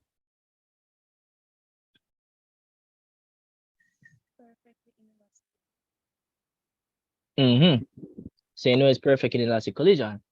So let's represent that. At the end of the day, in perfect inelastic, energy is the momentum is conserved. So some of the momentum before equals some of the momentum after. So let's say originally they said they had so M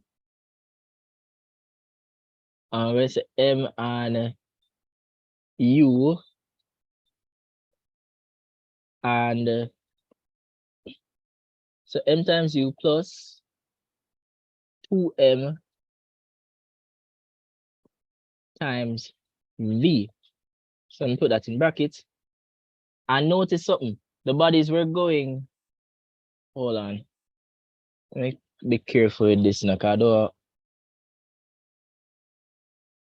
Right. Good. All right. So some of the momentum before is some of the momentum after. So that's what I'm trying to do now. Read it carefully, because you have to know if the bodies were going towards each other or against each other. So an object of that they collide at a stationary dot.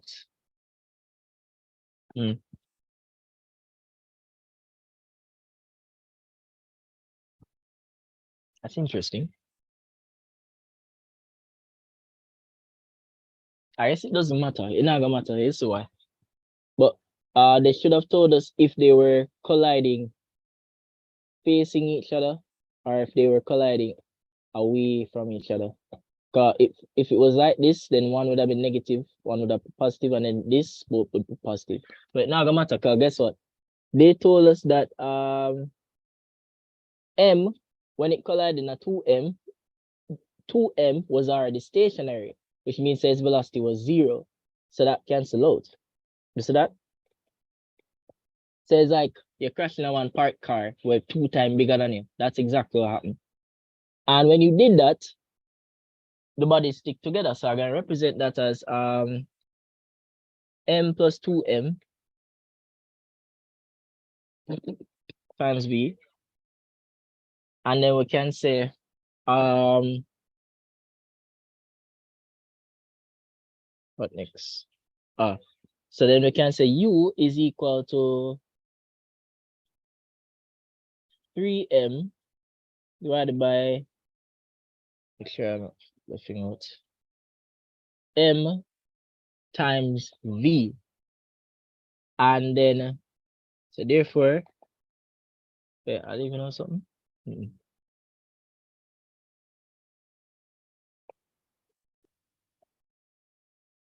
So it was MU equal M plus 2M times V. And you realize why we add the masses, because them stick together and then move off the common velocity. So make sure you realize. And then we say, all right, this I gotta have 0 velocity. This is MU. Then we have a carry over the M, so it's U equal 3M divided by M times V.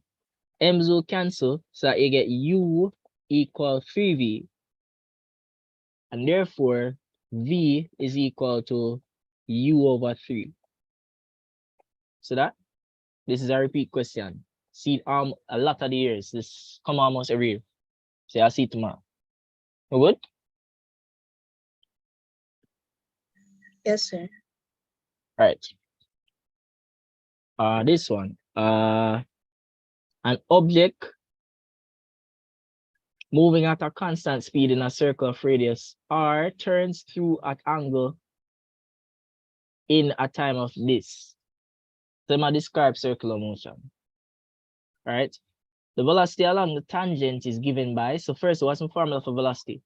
Interact.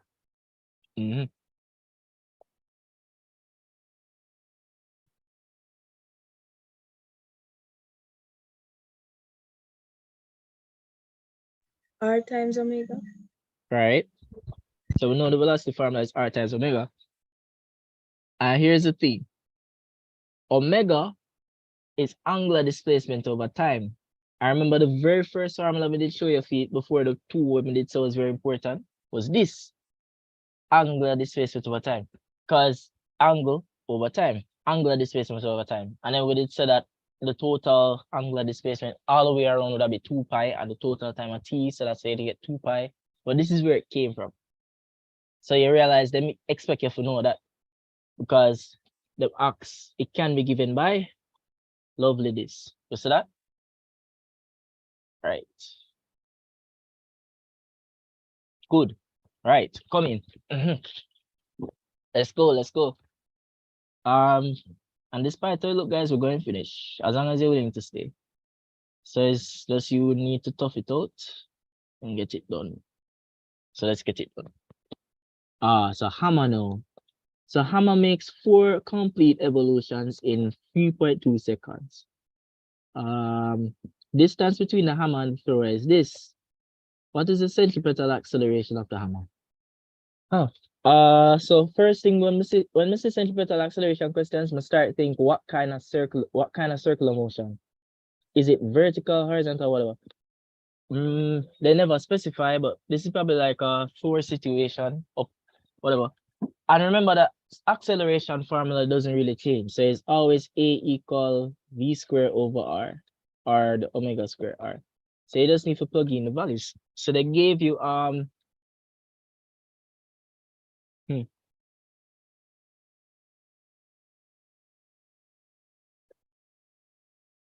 It would be nice if they did say something to state what type of circular motion.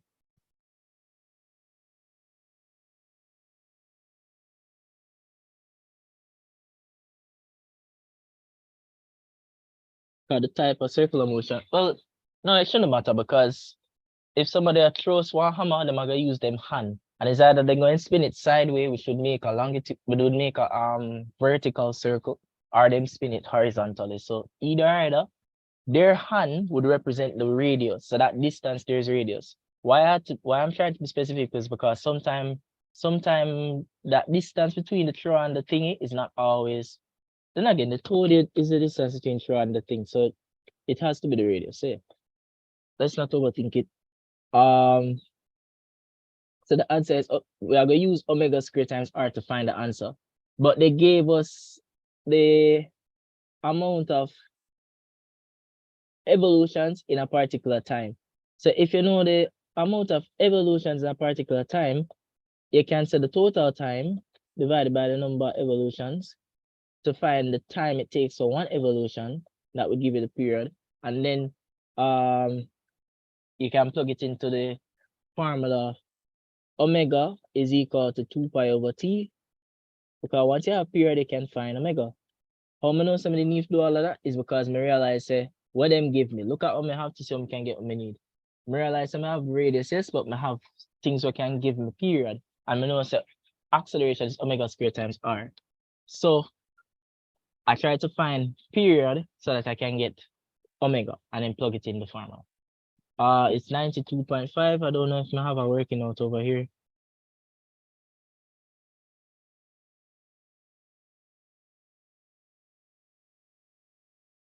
I have it, channel. No, look at I have it. This other paper. Work it out yourself and tell me if you get it. Anybody get it?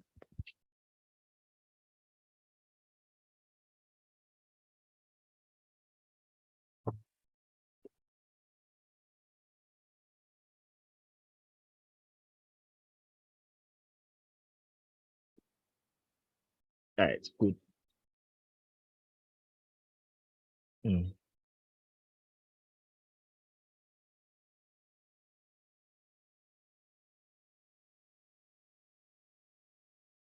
All right, so good. Make sure, cause you're gonna see it tomorrow. Trust me, I'm gonna see it. Mirror about this.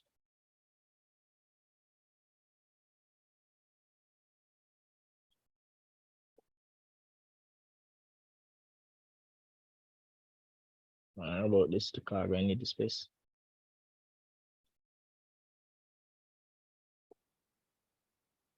All right, so this question. You see when I say a question like this, you see as soon as you start a question like this, think about proportionality, because some proportionality thing them go come with.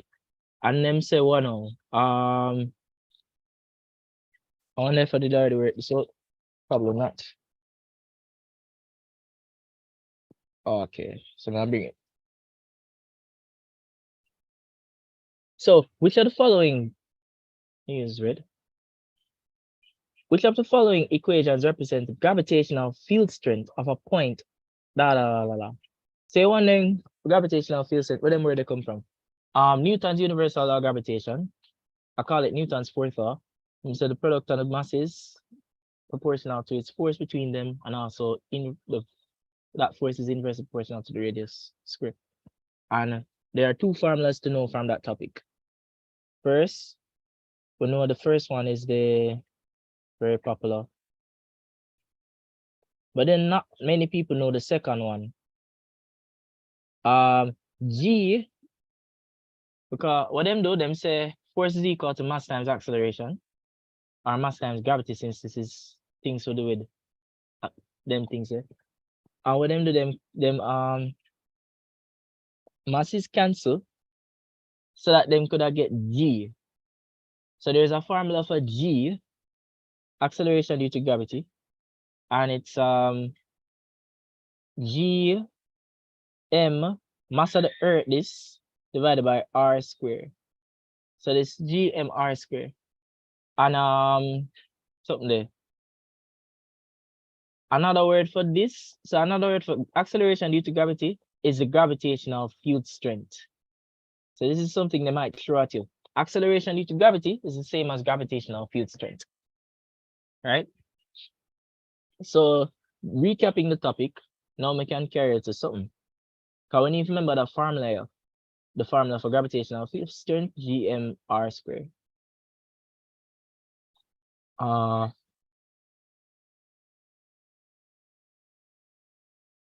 So I don't know, which of the following equations represents the gravitational field strength of a point of Earth h distance from the surface?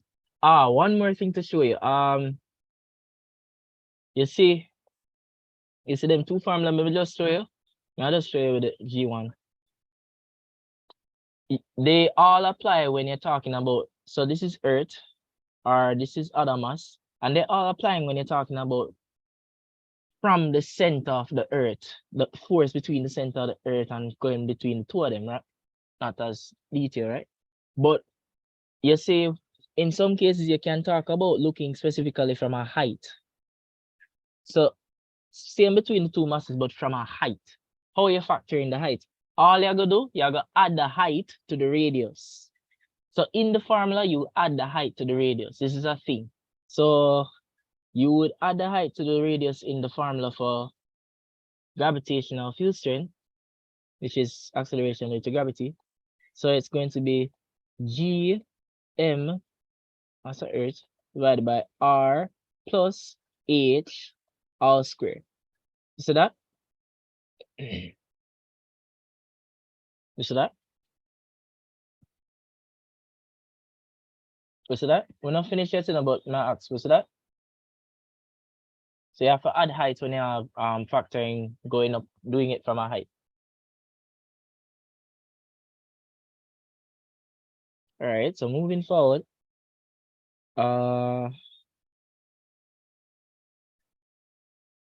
Right.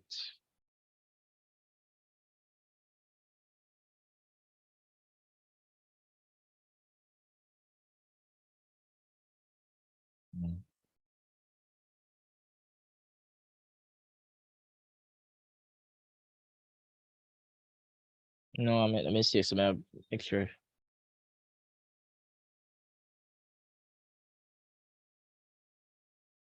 Easy. So, so that all them do for, because we just need to prove said this. What we try to do, we are proof said this is the same as this. So let me read it again. Which of the following equations represent the gravitational field strength of a point distance h from the surface of the Earth, where r is the radius of the Earth? Right? So we just want to prove that this is the same as this. So this is the first equation. I'm gonna do some substitution for this. So what I mean, I can also say, where is it? Well, this is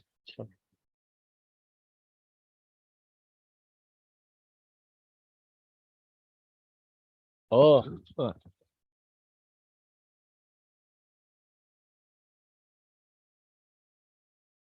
Hmm.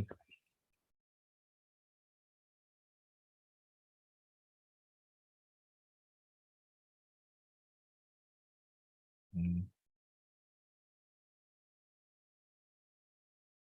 I really don't want to overthink this still now. But I'll leave it as almost said. All right, so let me show you what happened. And show you why I'm a book. So gravity will be GME over R square. I'm going to transpose and I'm going to say G times R square equal GME.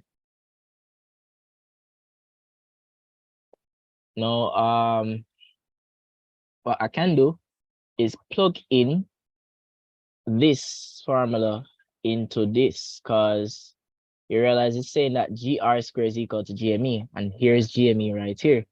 So therefore, G would be equal to, so I'm going to plug in GR square instead of GME right here. So it'll be GR square all over, what over now? R plus H, and yes, square all of that. You see that? And that's this. We got that? Get it, guys?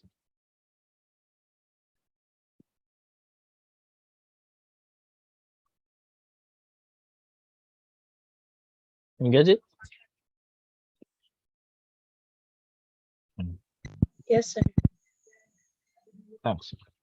So that makes sense. Good. Don't overthink that. I made something else a while ago with Mike contradict it, but I've been working with this answer for a good while now, and we did test it with other people. I trust it. Work with it. But if you feel like there's something to be said about it, bring it up. All right.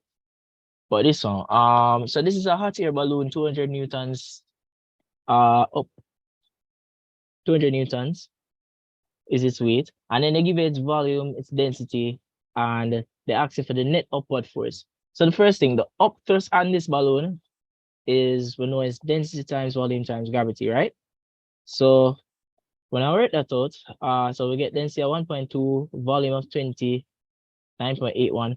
Now work that out, I get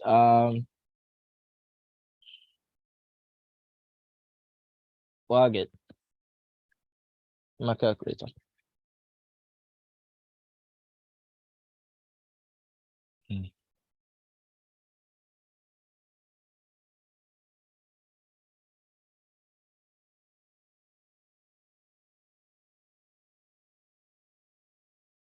Right, so I get 230 what? 30 that? 236.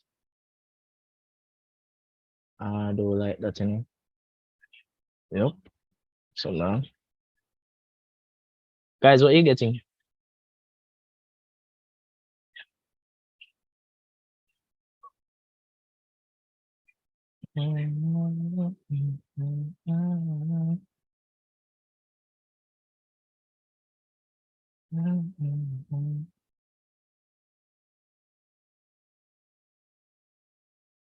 Okay, let's again.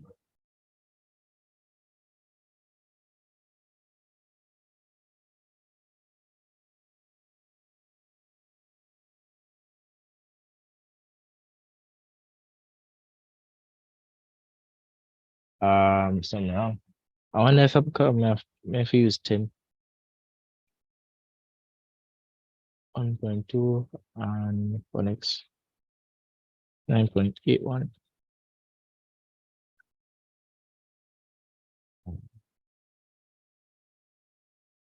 Oh, sure.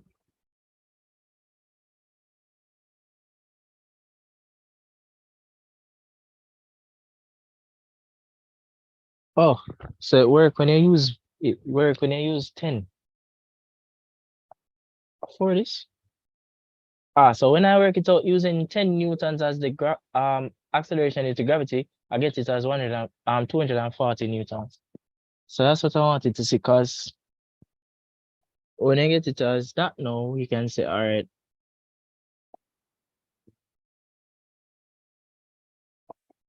That's the up thrust. Therefore, the net force acting on this body. Wait, what is this?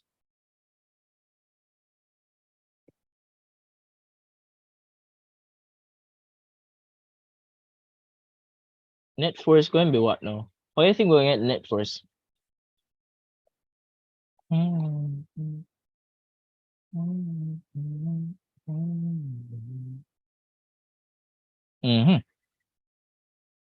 Net force is the sum of the forces. So up thrust plus the weight force. If you considered down as negative and up as positive, you realize that you end up with an overall force of 40 newtons. Very good. So this is why the air balloon can go up, because it have a net force going upward. Right. This question, repeat. Which graph shows the resultant force acting on a marble as it varies as it drops the ground, like here? So which graph will represent this? I would go with D. Why I'd go with D is because make sure.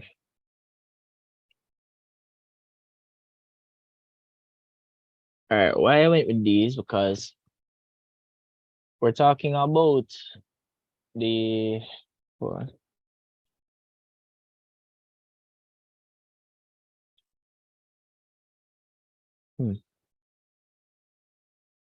Well, it's either D or A. But why? Because remember, in the horizontal plane, there is no acceleration due to gravity. Therefore, there is no weight force. Weight are gonna act on it here due to acceleration with gravity. In this plane, there would be I don't want to say there is no force, because how it's gonna come off if there is no force. But at the same time, they how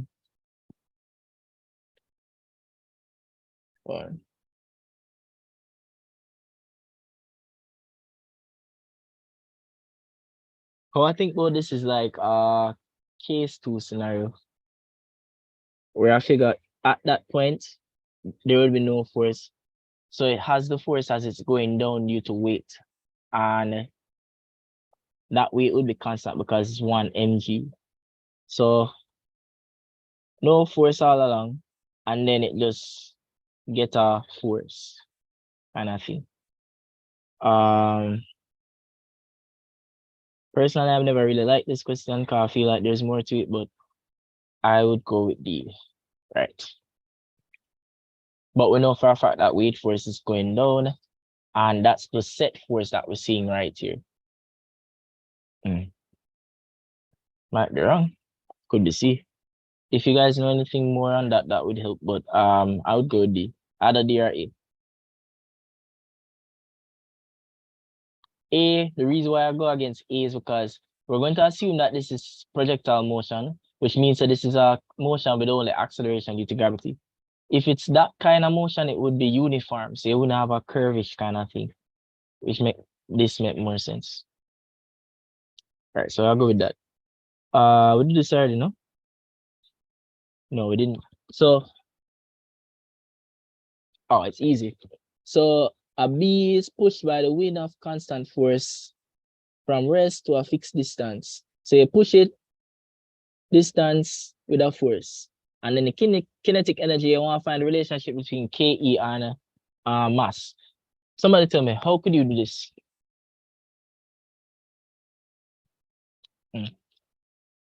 Because I said, guys, interaction make things better.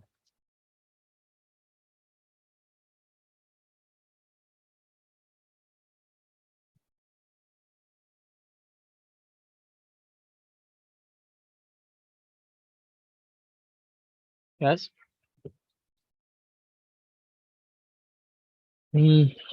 Guys?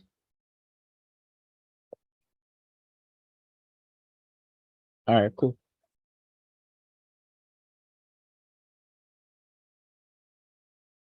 I really needed, the reason why I'm asking it this time is because I really want to see if you're picking up on how to approach proportionality questions. So the best way to learn is to do, right? All right, so A is onto something. T is close. All right, so A is onto something. You said use the kinetic energy formula. What will I use the kinetic energy formula for? Give me the words. Me need to know if I'll pick up.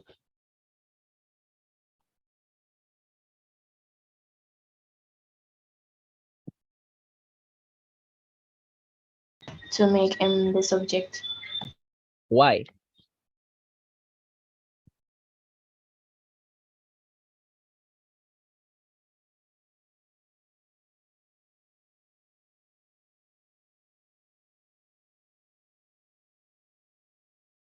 So we can see the relationship. Exactly. So why would not? Why would I want to talk? Yes, guys, reason with me, please. It makes sense. So that is the answer. So I make sure you realize how I go about them question. Them ask me to find the relationship between kinetic energy and mass. So I'm gonna use the kinetic energy formula, and then what I don't need to make M the subject. I just want to see what's the relationship between kinetic energy and mass using the equation. Very good. So I'm going to use the equation half mv squared. And looking at the equation, we can see that. So put all of that over 2 just to say half. Looking at it, we can see that the kinetic energy is directly proportional to the mass. So just wanted to make sure I catch the pattern, know how to do it so that any scenario, they can do it. Good. All right, so this now, ball draw through a column of glycerine with a volume time. That ball would fall like it's going in terminal velocity. So because terminal velocity occurs in a fluid, air or gas, air or liquid, any type of fluid, terminal velocity will take place in. So that includes glycerine, apparently. So it will look like this.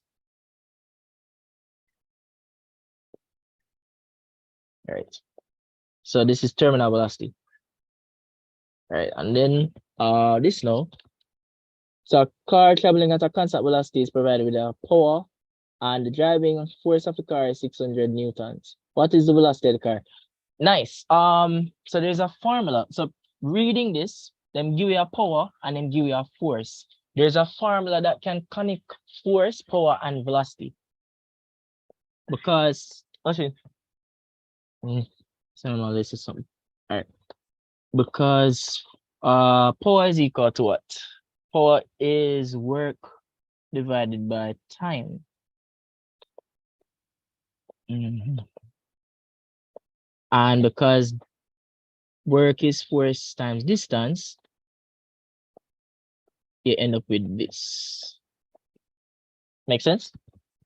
So this is a formula to relate those three things together. And you can solve for V.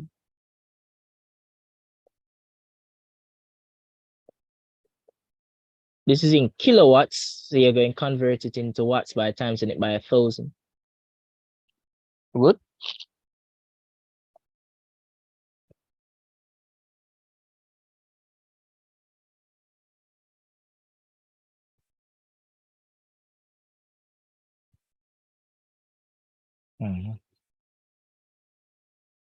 We okay?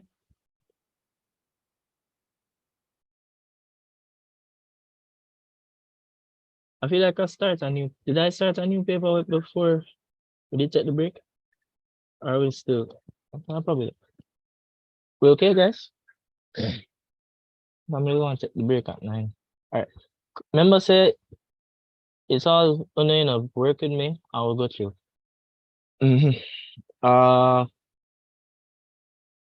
So I remember that formula, the P equal force times V.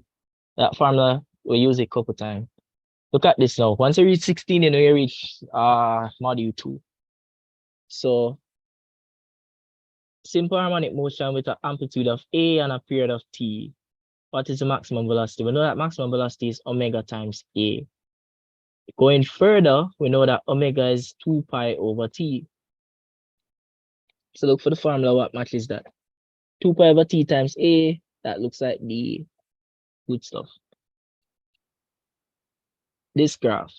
So this graph, force versus displacement time.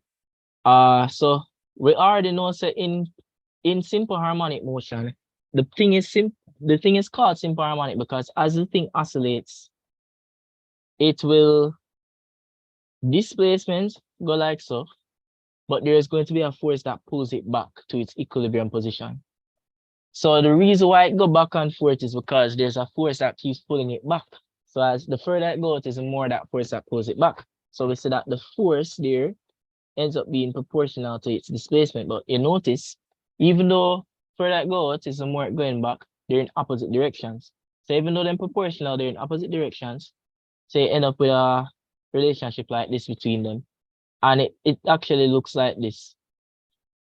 This graph also, you can also plot it with I think is omega squared times x, something like that. A versus omega squared times x.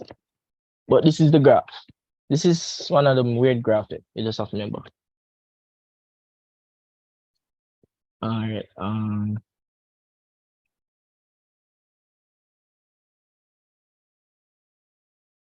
What is now? Mass hanging at the end of a spring with a spring constant K makes 20 oscillations in 11 seconds.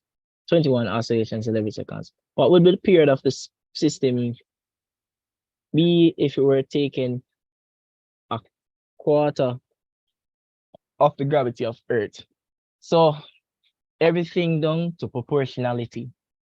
Because guess what? They told us that you have a spring and give it a mass and give it number of oscillation and a period. Well, number of oscillation and total time, you can use that to find the time it takes for one oscillation, its period. And then them say, how would that period be affected if you did go to another planet where the gravity is quarter of that of Earth? What you know, the period of a spring is 2 pi square root of m over k. And in that formula, you realize there's no acceleration due to gravity, which means that the period of a spring is unaffected by gravity. So it's still going to be the total time divided by the number of oscillation. We see that? Yes? No?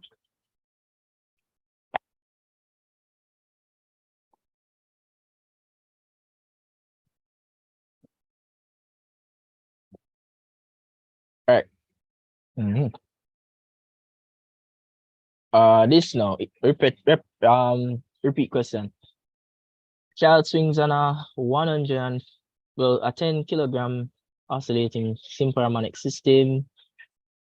Oh.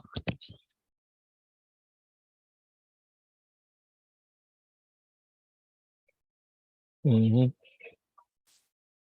right, so which pair is not possible?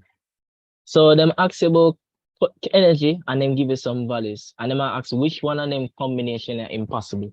What we need to remember is that the total kinetic energy, brain I go, is the sum of both of the energies, right? And that means that they need to balance out so that you can always get back the same total energy. So firstly, how can I know the total energy? I can know it based on what them give me. Them give me mass and then give me height. So I know what we know about total energy. What else? Reading that? Where is it? All right. Make sure you look at your umbrella tomorrow. Look at this now. So I ask a question. What would be the kinetic energy at the equilibrium position?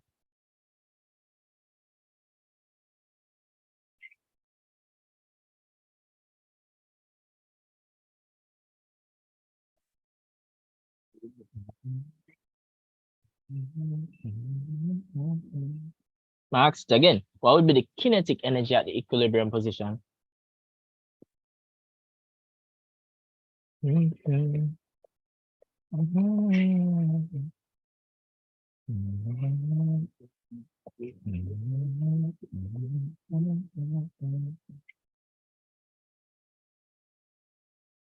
So, I did go through this yesterday, no? Something there. So, Remember, at the equilibrium is where you have the greatest velocity. And if the equilibrium is where you have the greatest velocity, that means it's also where you have the greatest kinetic energy. Make sense? This is why I want feedback, guys, because I need to know if you're understanding stuff. It don't make no sense when I say it if you're not understanding I remember it. Make sense?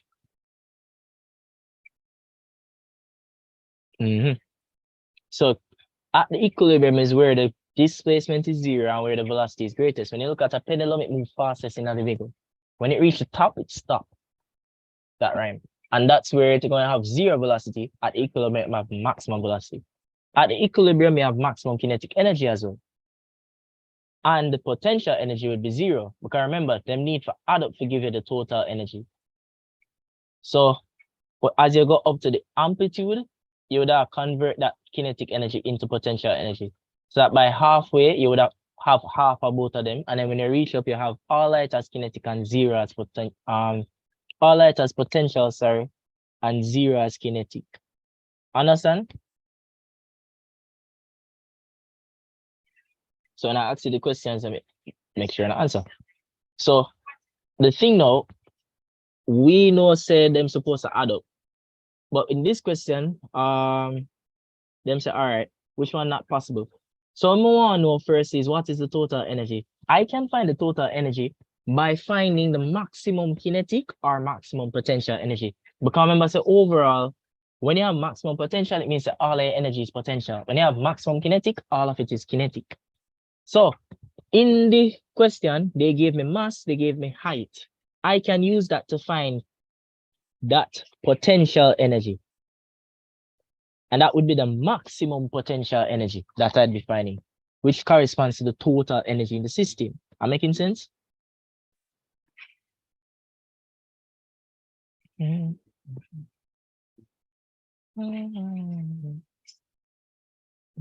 So I get, what am I get? I get 49.05 when I do that.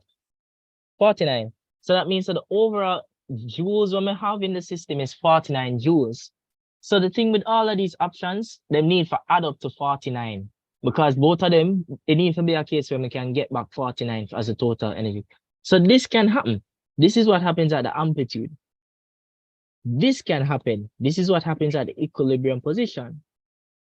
This could happen because this would be like sum of 31 height is kinetic and then the rest of it is potential. So maybe that's like somewhere right here. So closer to the equilibrium and where you have a lot of kinetic energy. And then you add up these two and you realize it doesn't add to 49. So that's how you know that this no work. Because it doesn't add to 49. And you can check and see say it don't add to 49. Give you 51. Good. So this now, elastic waves in a solid are either longitudinal or transverse. You just have to remember that, sort it for tomorrow. Elastic waves, longitudinal or transverse. Yeah, but remember it. This refractive index of water. So they ask you for the refractive index and they say, oh, they gave you the refractive index and they ask you what is the speed of light. So remember, we're going through the different refraction formulas. And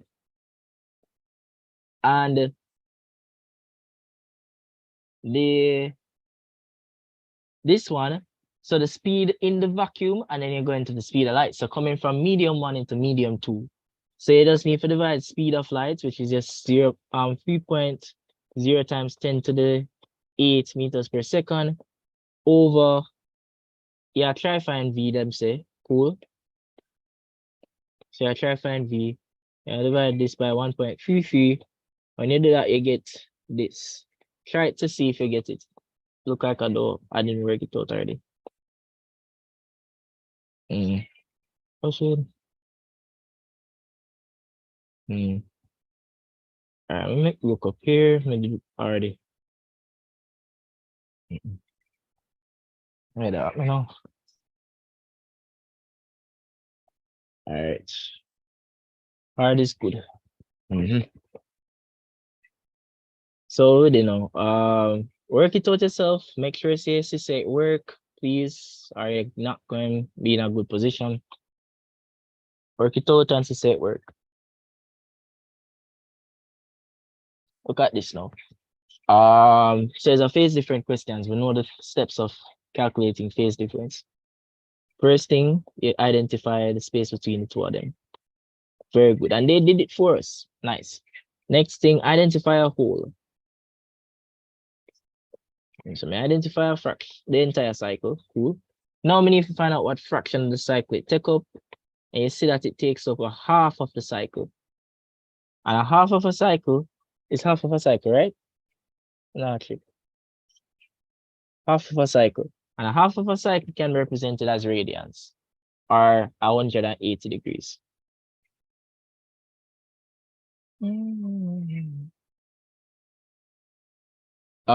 So somebody asked me about this. Let me go back quick. So it would be the speed of light divided by the refractive index. Everybody okay with this, guys? Ask me questions, please. Remember the exam is tomorrow.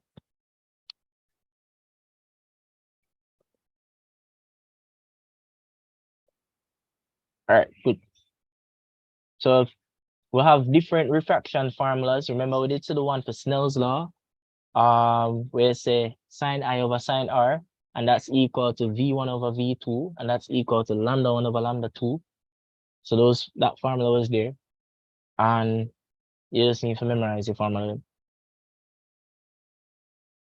And I went through them yesterday. So this now. Give the wavelength of the stationary wave in terms of L. If the distance between points E and F is 4 L. Whatever. So let me show you. So we already know how to do the waves in terms of your standing waves. So we just need to use that same logic. So I say 4L is equal to, and then you go label this up properly. Nodes. So this would be half a wavelength plus half a wavelength, which is 1 wavelength. Half a wavelength plus half a wavelength, so that's 2 wavelengths. Half a wavelength plus half a wavelength, so that's 3 wavelengths now. And now we want to find what wavelength. You just need to transpose. So it'll be 4 over 3 L. So when you know a thing, you know it well. Good? Oh, somebody asking me something.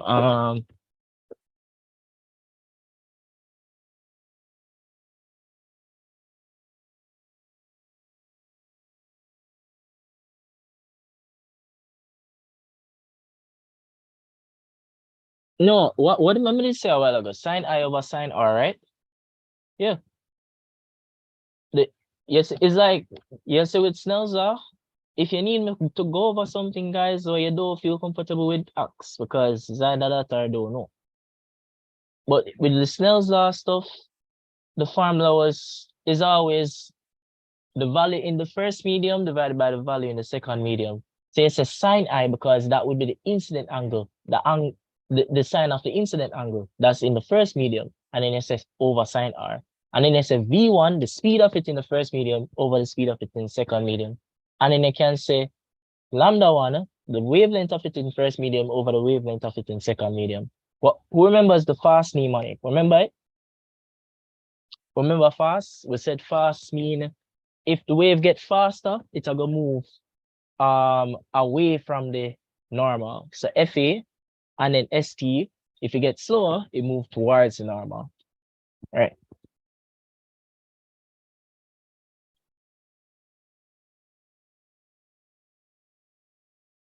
Okay, so all right, so let me show you. I'm gonna show you in the book. Let me show you.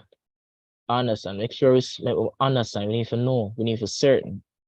God, uncertain never get it anywhere. Right here. And it makes sense because it's the wave speed in the first medium, which means it come from air, and then it's the speed of it in the second medium. Wherever it's going to. Let me read the question again to make sure with the where I do the right thing. Yes, so it's the wave speed of it in here, which is in a vacuum, and then over this, and then the transpose to find what V. So I'm gonna bring up this and bring down this. So it would be V equals C over M. And you divide it and you get, and make sure you put that in brackets. No problem. Remember now, we have to do what we have to do. Mhm. So we understand this one, we get this. We get this.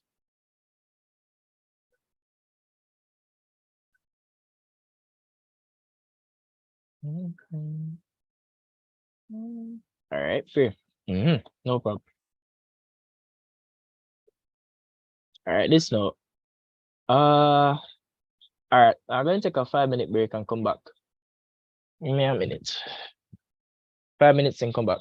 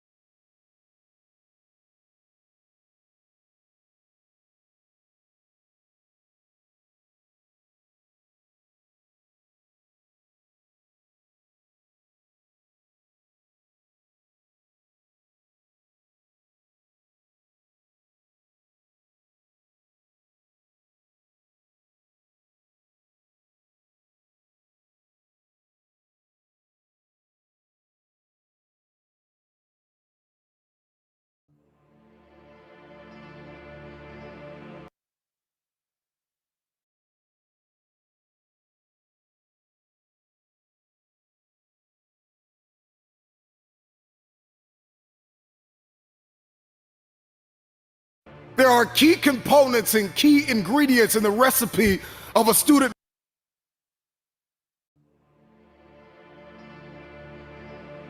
There are key components and key ingredients in the recipe of a student mentality. Number one, you need to be disciplined. The future is very expensive, and only those who are carriers of discipline can inherit the future. I need you to stay motivated. I don't care if you have to listen to me 1,000 times. I need you to stay motivated. And I need that motivation to mature into discipline. I need you to be self-aware. So I need you to remember that you are always learning. In life, you are always learning. And I need you to believe in yourself. I need you to see yourself capable, lovable, and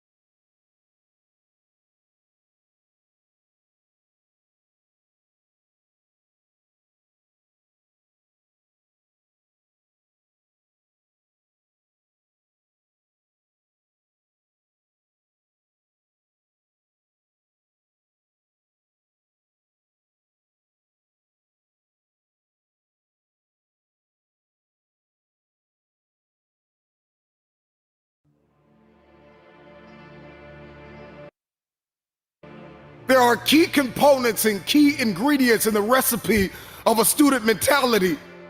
Number one, you need to be disciplined. The future is very expensive, and only those who are carriers of discipline can inherit the future. I need you to stay motivated. I don't care if you have to listen to me 1,000 times. I need you to stay motivated. And I need that motivation to mature into discipline. I need you to be self-aware. So I need you to remember that you are always learning. In life, you are always learning. And I need you to believe in yourself. I need you to see yourself capable, lovable, and unconditionally worthy of your future. Turn your pain into progress. I need you to see yourself. See yourself. One of the things that many students lack is vision. You got to see yourself before you get there. You have to hear yourself telling yourself thank you. I need you to open up your ears. Open up your ears, because the you from the future is telling you thank you. Thank you for not giving up when you wanted to give up. Thank you for not being depressed. Thank you for not allowing the brokenness to eat your progress. Thank you, thank you, thank you. You got this. It's going to get hard sometimes, I'm telling you right now. It's not going to be easy, but it's worth it.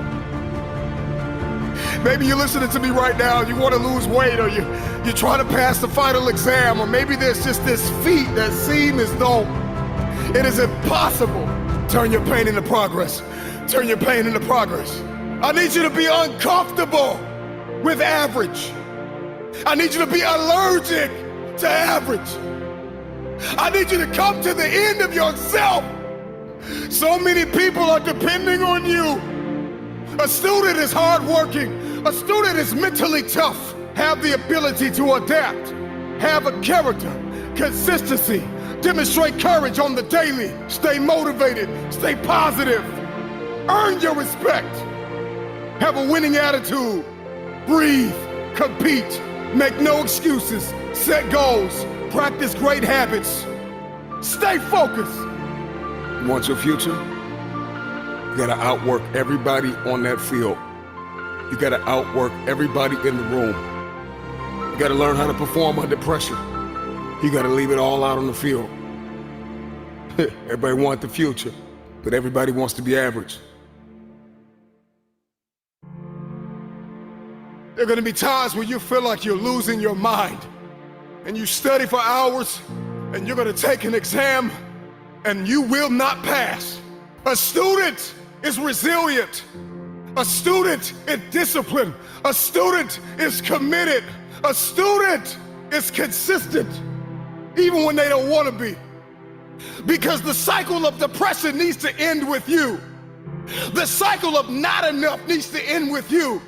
The lack and the dysfunction and the anxiety and all of these things that your family and your father and your mother have gone through. You have to keep a student mentality. I studied and I failed the exam. I studied and I failed the test.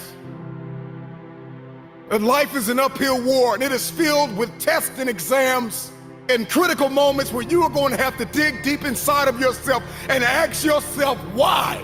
Why did you start in the first place? And what was the emotion, the feeling? What was the science and the psychology behind the decision that you made? And 9 times out of 10, I can tell you why you started. You started because you were hungry.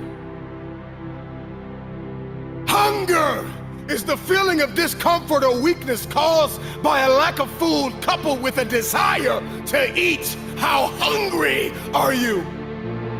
When you feel like throwing in the towel, when you feel like surrendering everything you worked for, remember why you started. Remember how you felt when you started. You were hungry. When you want to let go, when you want to surrender, when you want to stop, when you're ready to quit, when you have failed and failed again. Let me remind you what got you here. Hunger got you here. A strong desire got you here. You were desperate to break curses in your family. You were desperate to break the cycle of poverty and depression. You were desperate. Hunger got you here. Remember this. Every dream requires discipline. Every dream requires discipline.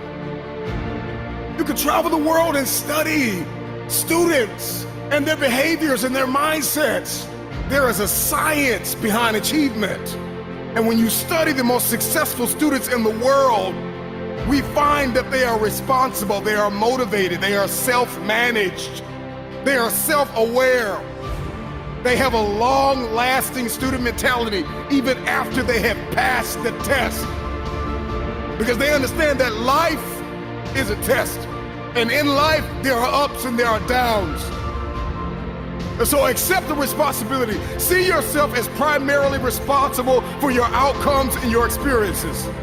You are going to need discipline. Motivation will help you get started. But discipline is going to keep you on the road to your destiny. You got to be self-motivated. You got to find purpose in what you do by discovering personally meaningful goals and dreams. If you're going to be a successful student, if you're going to come out on top, you've got to start managing your time. You plan and you take action in pursuit of your goals and dreams. So let me tell you something. Everybody has a dream, but there is a behavior that must follow your belief system. Remember this, behavior follows belief. If you have not been able to change your behavior to match your dream, then you need to go back and examine your belief. Because 10 times out of 10, if you can't change your behavior to match your dream, then you don't believe. When somebody believes, everything changes. The time is coming where you are going to feel like giving up. But you're going to have to remember why you started. You got to dig deep and learn how to create possibilities for yourself when nobody gives you an opportunity. You have to turn your mess into your message.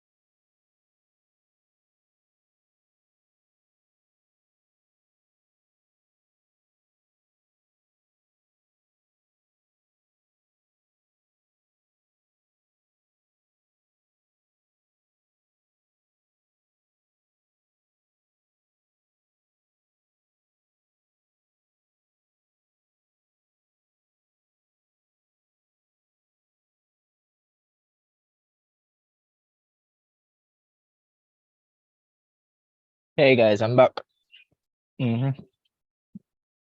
Ready? Yes, sir.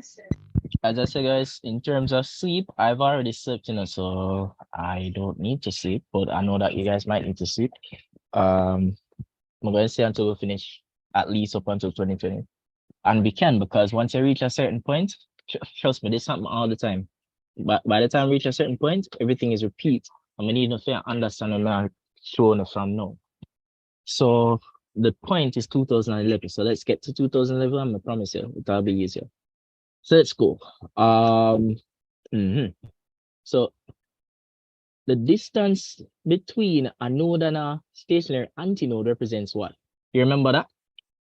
Quarter of a wavelength. So distance between node and node is half a wavelength. Hence, node to antinode would be quarter of a wavelength.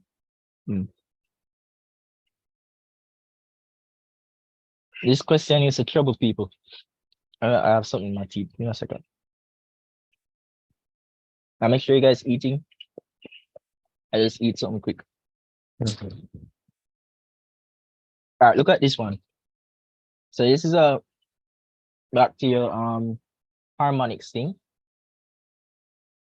So you have 4 columns.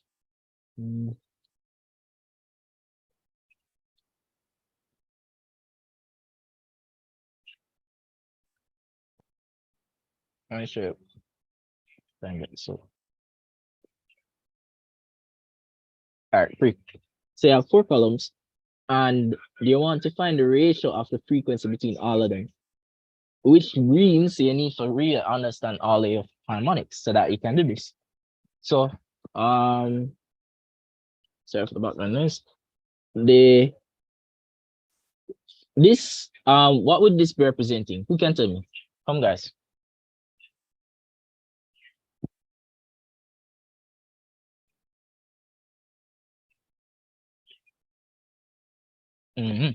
Oh, I get now. For which one?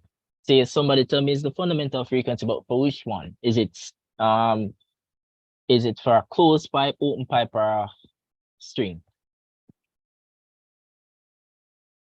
I'll get down to the wire now, so I need you guys to come with me. Focus. Ask me questions. So this would actually be for closed pipe. Remember, closed pipes was the one where one end closed and the other end open.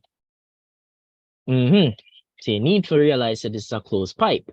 So, guys, yes or no? Do you want me to go over open pipe? Because that was the last one. We never go over the open pipe.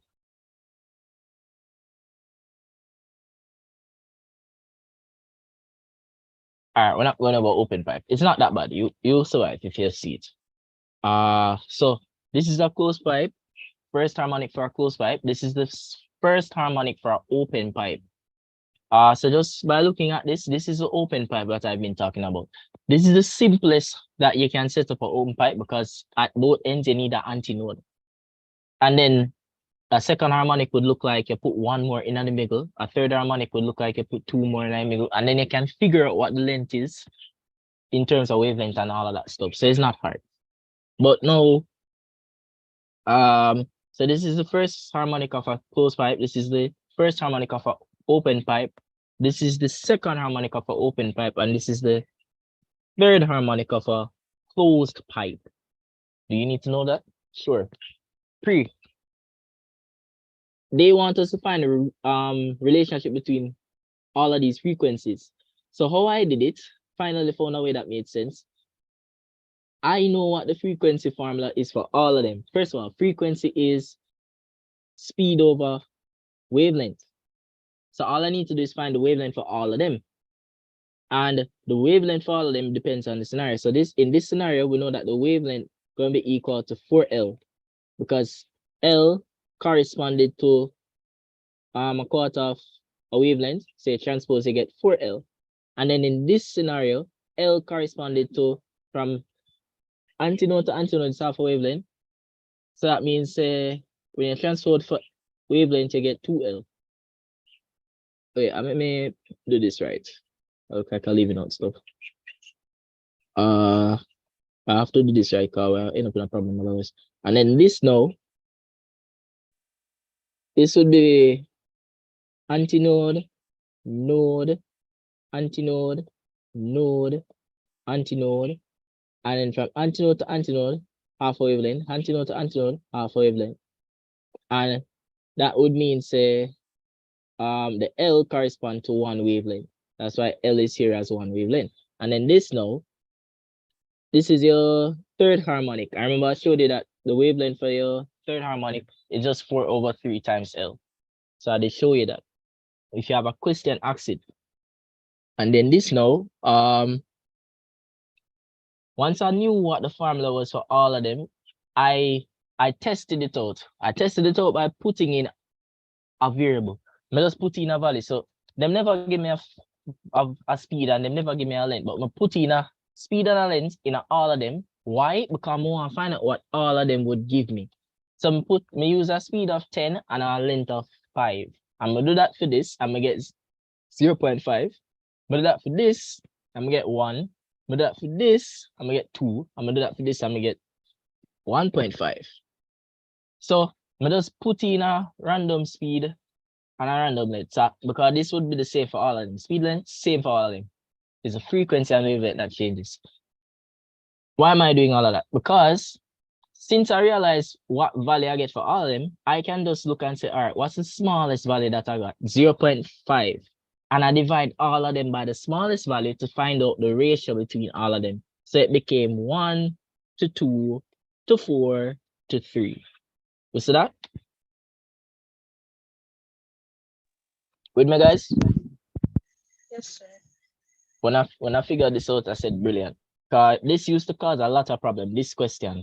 Every year it caused problems. But if you understand now, you should have a problem. And you don't have to swat a random series of numbers. All right, so I can move on.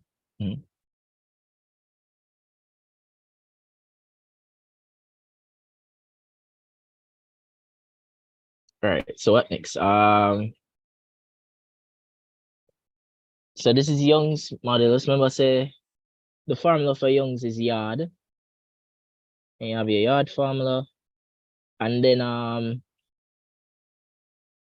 what did they give us now? Or what they're asking for? They're asking for the distance from the slits to the screen.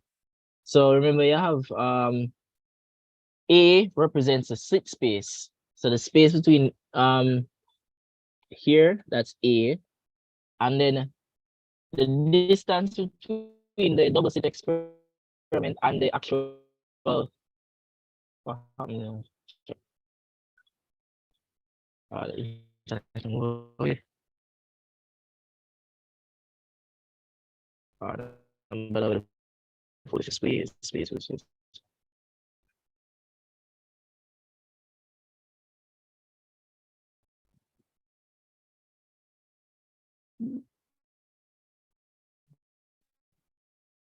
All right, I'm gonna rejoin because it's start moving funny.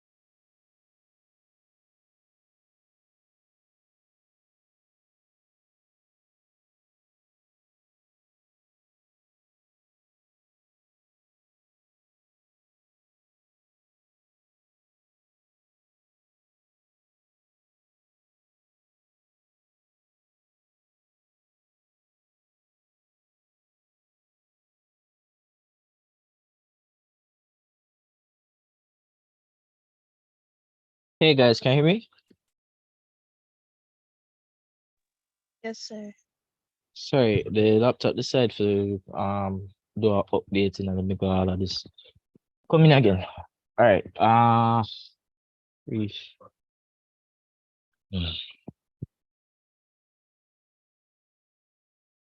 I'm trying to answer stuff on the WhatsApp because I know it's not the fastest when we do it here, so I'll probably be up tonight. So even if after we finish, we'll answer questions, and if you send me the stuff, then we'll try to answer it before the exam tomorrow. So let's just give it our best. No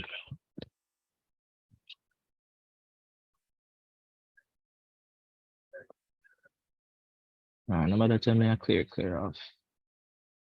Good. All right, so with the yes or no, somebody remind me, what's the formula for the diffraction grating?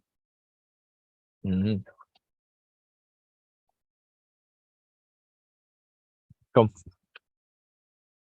What's the formula for diffraction grating? If you remember, we know yard is for Young's modulus, but which one is for the diffraction grating?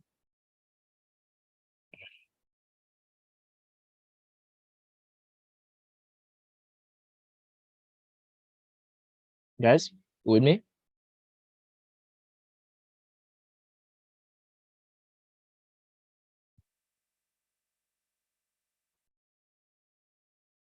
Right, is that the one that said y equal lambda n over a, lambda d over a?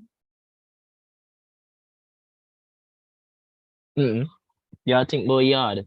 So what we are trying to do then? Simplify. For the topic of interference, is two formulas you need to know. Because Young, they come up with theme formula. They come up with the yard formula, where you have this.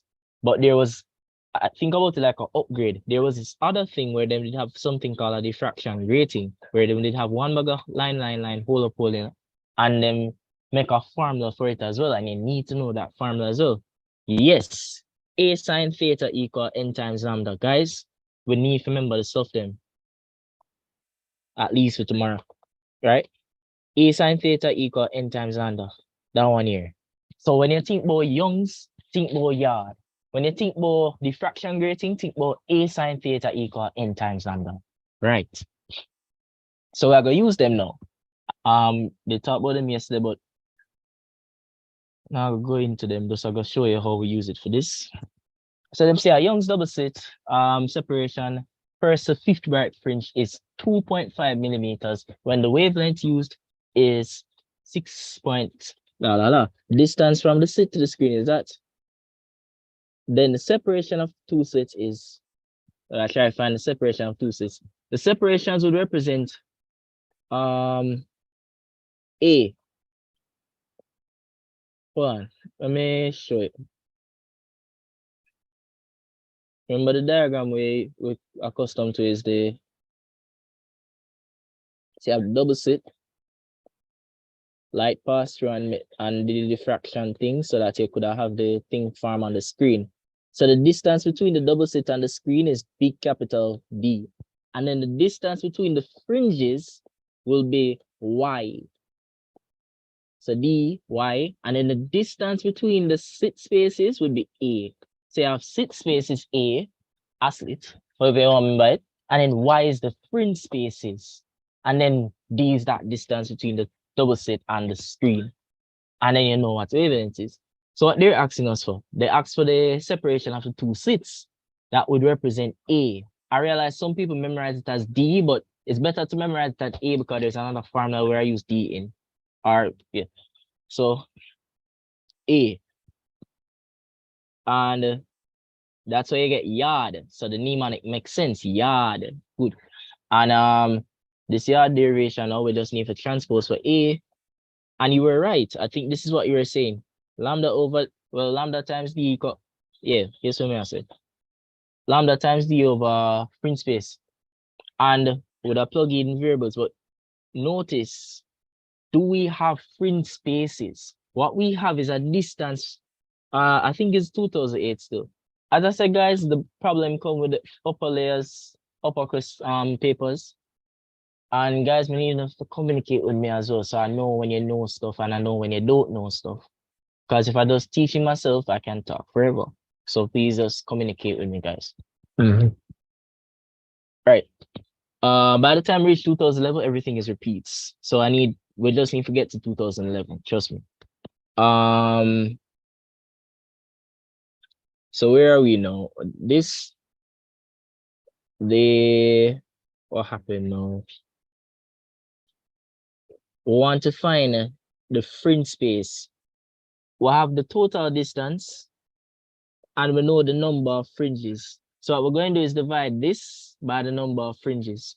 So it's 2.5 divided, it's 2.5? 2.5 divided by 5.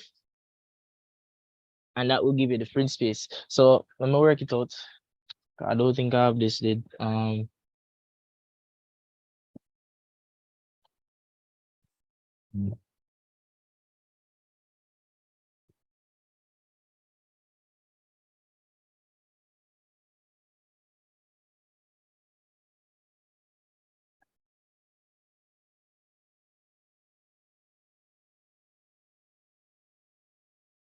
All right. So I'm gonna work it out. I never work it out. So fear. So it's 2.5 divided by 5, and then you get 0.5, and then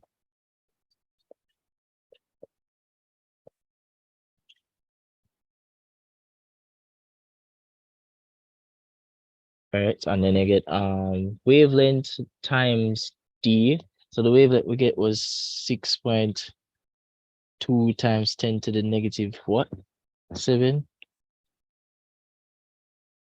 And you multiply that by, or I multiply it by capital D of 0.8. I get 4.96 times 10 to negative 7. So I'm going to divide that by the fringe space of the 0.5 I did get. No, there's something wrong.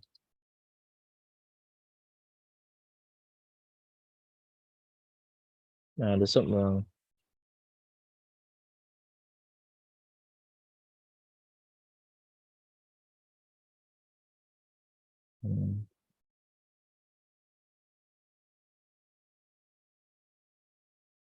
Oh, I know I'm wrong. I never convert to millimeters. Convert the millimeters to meters. So I need to say 0.5 and it's divided by 1,000. Divided by 1,000, yeah? All right, so let's start again. So wavelengths 0. Guys, you should be working this out as well, because as I said, if you get it already, you can confirm with me. 0.8, sorry for the background noise. I have to divide that by divide it by 1,000.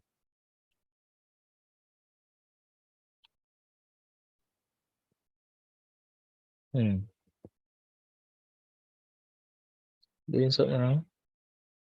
No. I feel like I got something going on. I know I read this out somewhere else though, so let me check.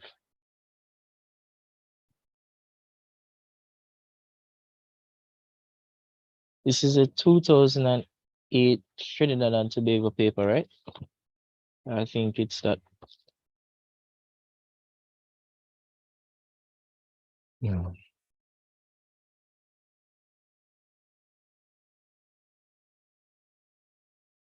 Let's skip it if it's not working, because I know the answer is the answer that they have here though. I just can't remember why, or not sure why I'm getting it wrong. The formula is right though.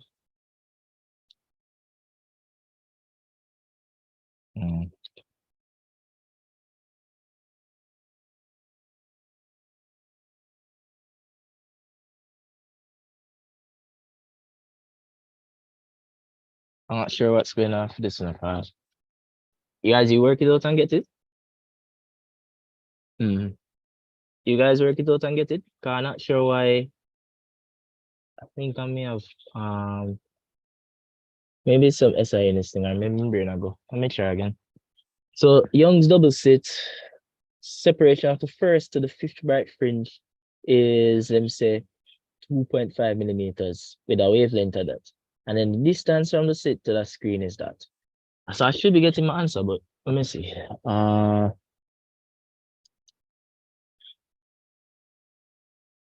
They put it in millimeters though, you know. So maybe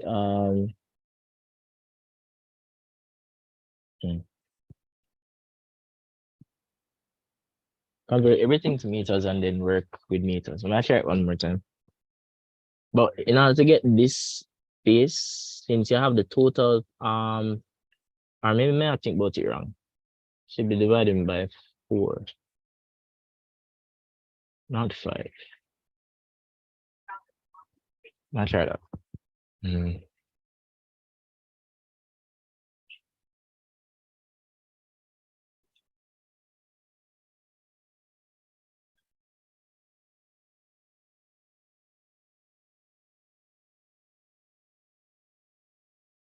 I'll try it again. I'll come in.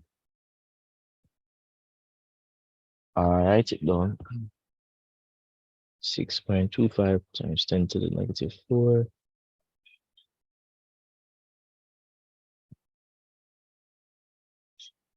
Negative 7.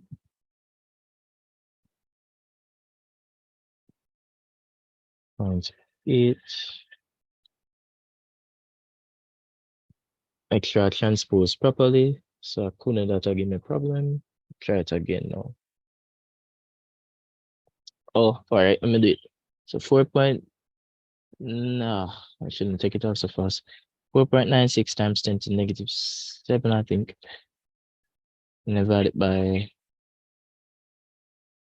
6.25 times 10 to the negative 4. Here we are, finally. So I got it as 8 times 10 to the negative 4. And if you were to convert that to millimeters, because that is in meters, if you're converting it to millimeters, so that's from big to small.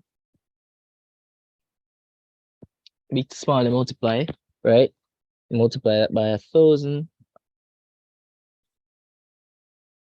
And I get 0.8 millimeters. We see that, guys? We see it? We get it?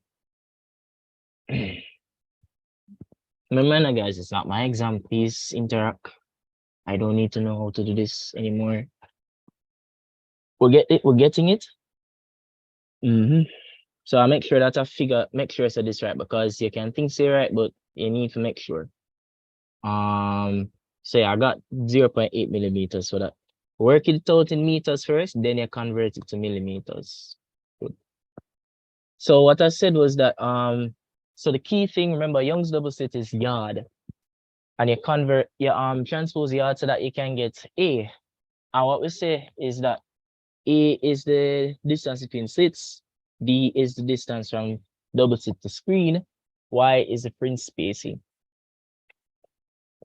So we transpose for A, and then we just need to find A, but the SI unit was a problem. So first we want to find the fringe space, which is space between the fringes, and that's Y.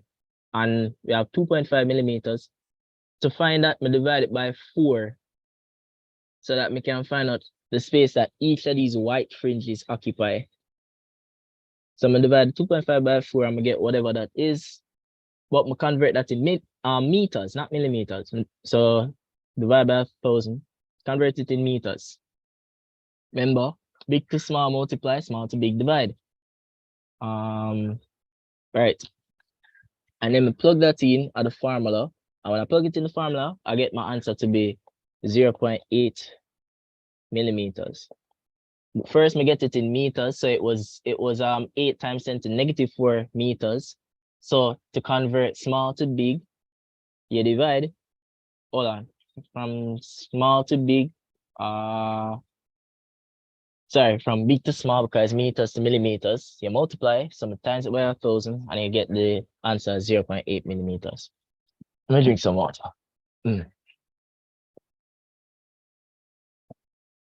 So this one asks for the number of lines per millimeter. Remember how to do this? All right, because we did get a question similar to this yesterday. So I'll show it again. We need to know if we do that type of questionnaire. So the monochromatic light of wavelength, this is incident normally on a plane of that with a angle between the 2 second order diffractions forming 40 degrees. So drawing this, wording is specific. They said that the 2 second orders gonna have 40 degrees between them. So you have a central bright fringe, you have the first bright fringe, second bright fringe, third bright fringe, and you go up. So the angle between the two of them is 40, which means that this is 20 and this is 20. Very important. And then we'll try to find the number of lines per millimeter. So what we know is that the slit space of a diffraction grating is equal to 1 over the number of lines per millimeter. Because if the slit space is representing the distance between each line, then 1 over that will give you the number of lines per distance, lines per millimeter. So that's why they're inversely related. So first thing we need to find out what we get. First thing I need to find A, because I try to find the number of lines per millimeter.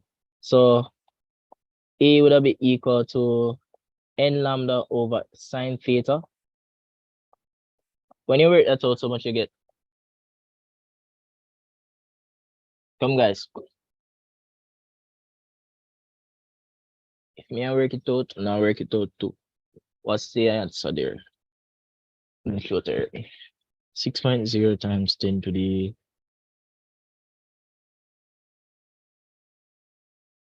-7. And then divided by sine 20. What I get for this?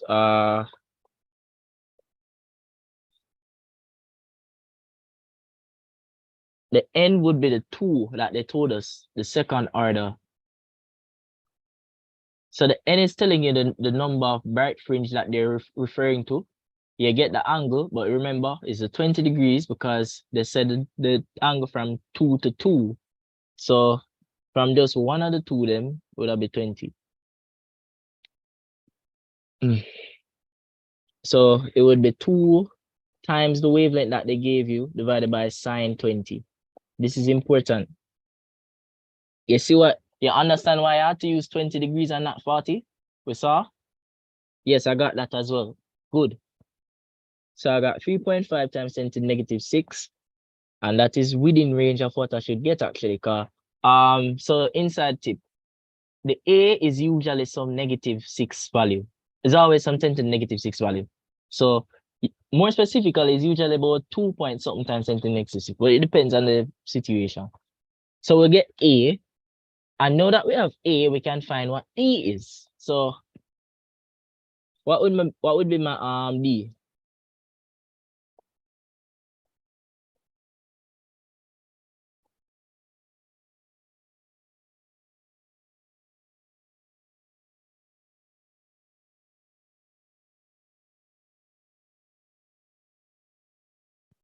Right, very good. What you get for D? I get 200 and, well, don't jump the steps then, cause and that's not how you'd represent the Capri. Remember, this is, so hold on. The D is representing the amount of lines per millimeter. Lines per millimeter. When I say lines, I'm talking about the amount of cut holes they make on the diffraction grating. It's like you have a piece of thing and you just slit it up, and those are the spaces where the light are gonna shine through ultimately. So those are lines. They're like the slits for the double slit, but it's not a whole heap of slits. And you also want to find the amount of them that you have per millimeter. So when we do this, I actually got a big number. I got 285,714. This would tell you the amount of lines per meter because you're working meter. to get it to lines per millimeter, you have to divide it by 1,000. Good? So your answer becomes 285 lines per millimeter. Good? Good, guys? Feedback?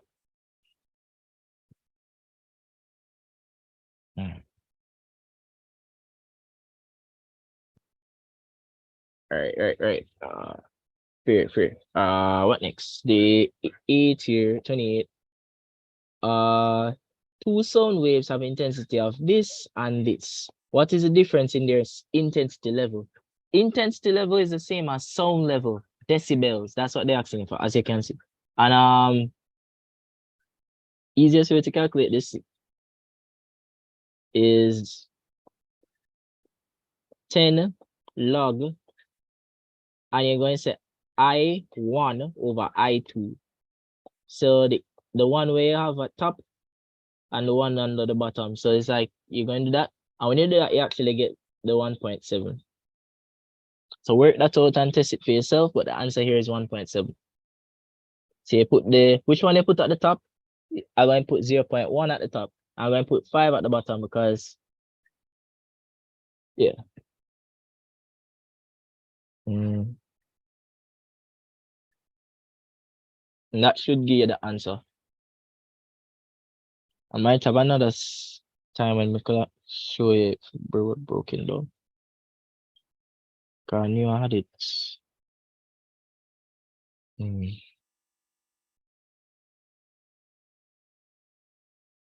All right, good. Fair enough. 1.7. This is very important. Final. This now is. So remember, somebody quickly tell me what's the formula for the one formula that we have in conduction. What's the formula in conduction?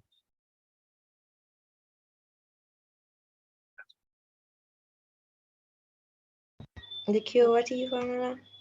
Yes, it's the only one.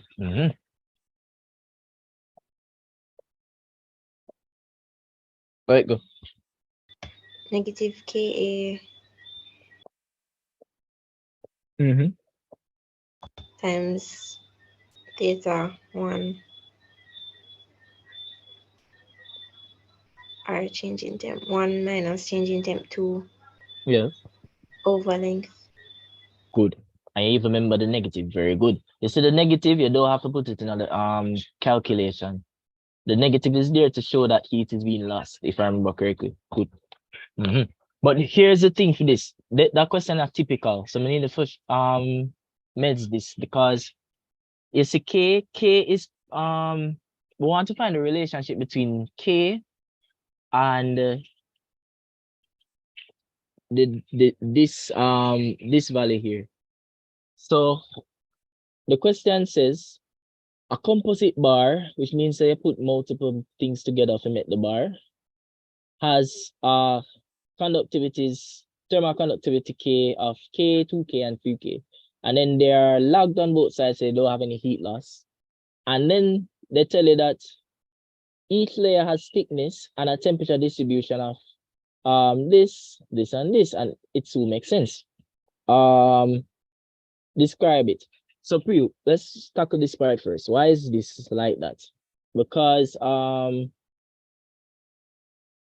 think we need to show you the relationship between that. If you were to find these two relations, you'd see that K is inversely proportional to this. This is the amount of temperature change that occurs across the thickness that you're traveling across. The two parts, then we are traveling to make heat pass. So it makes sense because the thermal conductivity is proportional to the amount of heat that is being transferred per second. So let me see if I can raise this.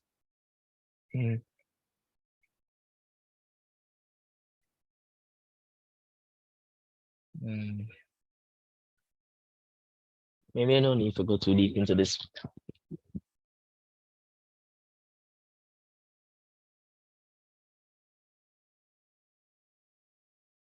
All right, so this is what I want you to realize. You see when K high, this I go low. The ratio here is going to be low. What that mean? It means you're gonna have a smaller change in temperature over a period of a distance L. That's what I wanted to see. Why that happen? Because, well, let's not mess why. We just know that is what gonna happen because this is how the formula stay. Don't really think about the why. Because it's easy now. All you need to look for now is how the graph represent that. When K is high, this will go low. That's what I say. So in the first one, K is the highest. That's what it said, right? K is the highest in the first one. No, K is the highest in the last one. So look what happened to the last one because K is the highest. You see, because K is the highest, if you're comparing, you realize in the last one, this is the change in temperature that occurred over that L. The L for all of them is the same. So the only thing that changed is the change in temperature. For K, you realize the change in, for this last one rather, you realize that the change in temperature is very small because K is very big. When K is big, the ratio of change in temperature over length is small. The slope is steeper, another way to think about it. But when you make the K smaller, you realize that change in temperature get bigger over length. So you realize that in these questions, we can have two of them will repeat. This one and there's another one where they look the opposite. But the idea is that K is inversely related to the change in temperature over length. So you look for the largest K, it's gonna have the smallest change in temperature over length. And that is the pattern. The K is the thermal conductivity coefficient. It's just a constant there to show, because we did see that the amount of heat energy transferred through conduction is proportional to it's proportional to the area, it's proportional to the temperature, and inversely proportional to length. So K is really the proportionality constant that made the formula. Because if A proportional to B, A is equal to a proportionality constant times V. K is just a proportionality constant. Good?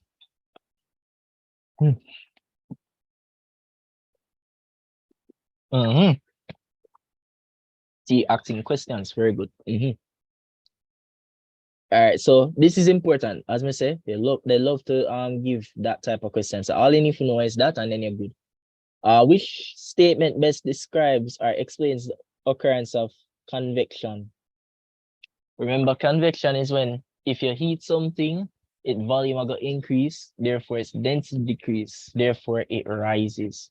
So heat decreases the density of a fluid through expansion, increase in volume. So they must rise. Very good. All right, stop me if I have problems.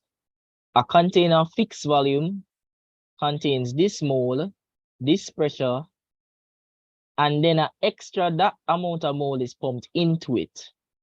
And the container is allowed to return to its original temperature. What is the final pressure of the gas? All right, so let me see.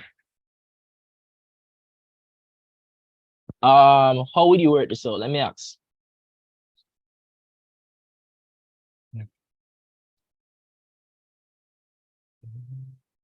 Oh, so this is 2008. I thought they had the specimen paper still. The T&T paper. Tell me how you work this out.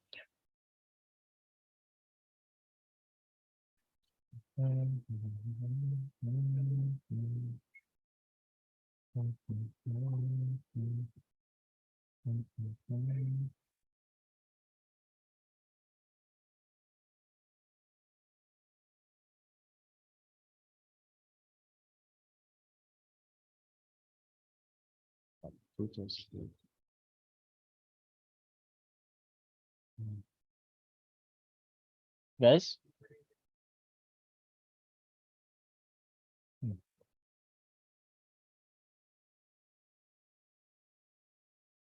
All right, sure. So let me show you.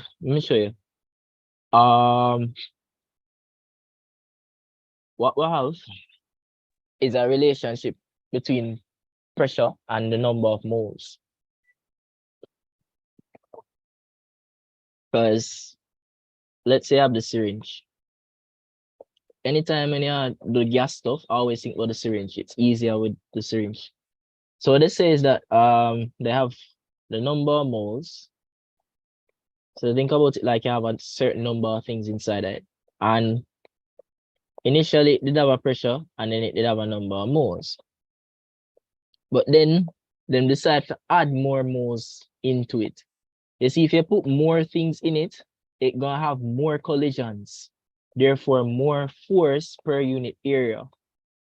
So in other words, I'm saying that pressure is directly proportional to the number of moles. If you have more things in it, pressure will build. And therefore, pressure equal to proportional to constant times N. And then you can say pressure times N is equal to K. And you know what I need to do? I want to find out, what am I trying to find? P. I need a formula where I can include all of these variables. So how may I go do it? May I go ask? May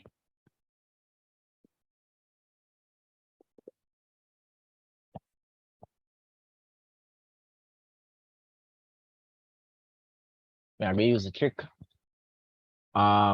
Remember, so if this is constant, it means say P1 times N1 equal P2 times N2. And then we're going to solve for P2. You see it?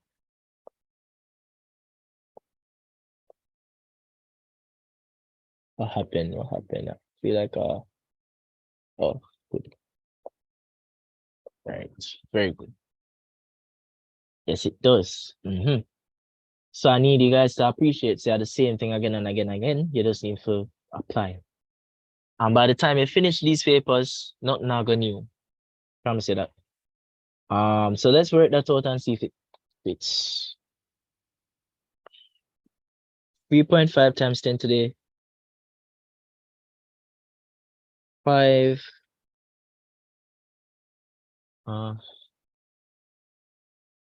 And you're going to multiply that by 5 for the number of moles, and then you're going to divide that by the number of moles we add to it. For them, so them add an extra 4 is pumped. So when I'm going to add the 4 to the 5. Let's do that. I wonder if I make a mistake.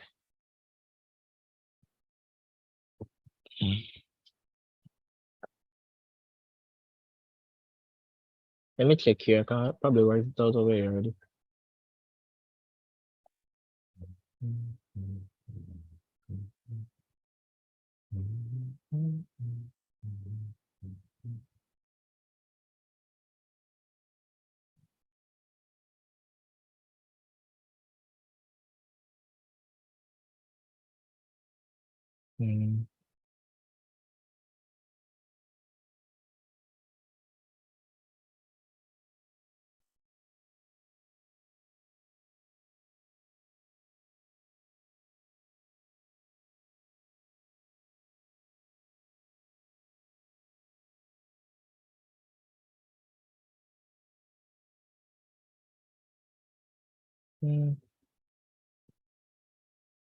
I already told 30, so right.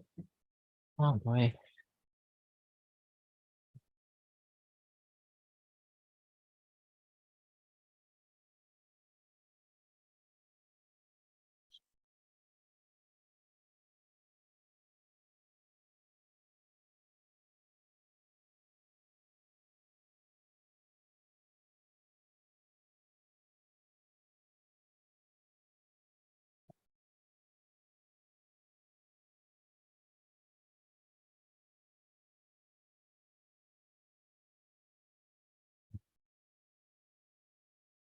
All right, leave that alone.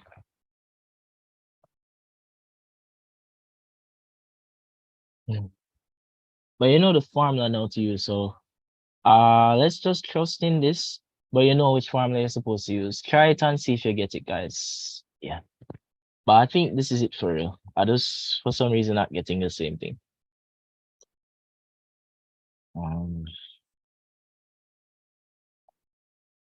Alright, let's try it again.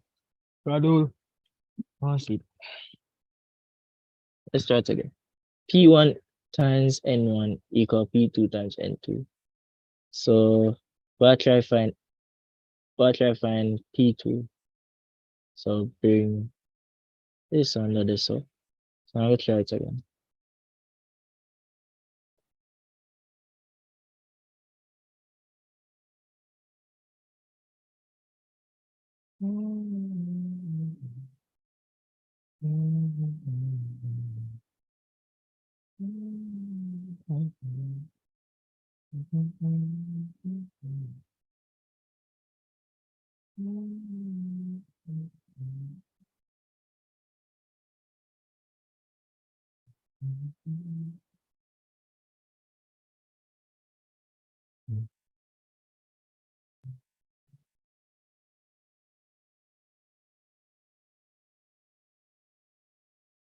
Something.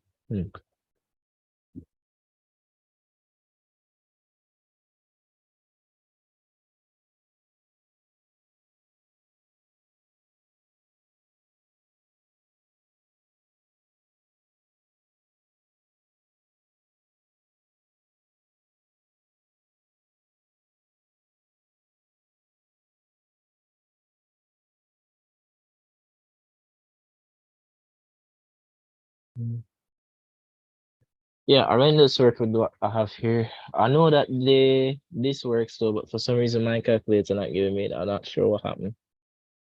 I probably did something wrong. Can't see what though.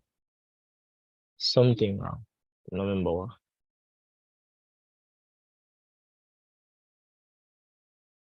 Oh. But yeah, I think it's 6.3. I think it's 6.3 right though. If I find it, I'll go and send it. It might be the alright, you think it's the equation? Cause when they transpose it properly, it was let me go back. Yes, it's the equation. Amen. Let me go wash my face. Yes, good. Correct it in the meantime. You see why it's the equation?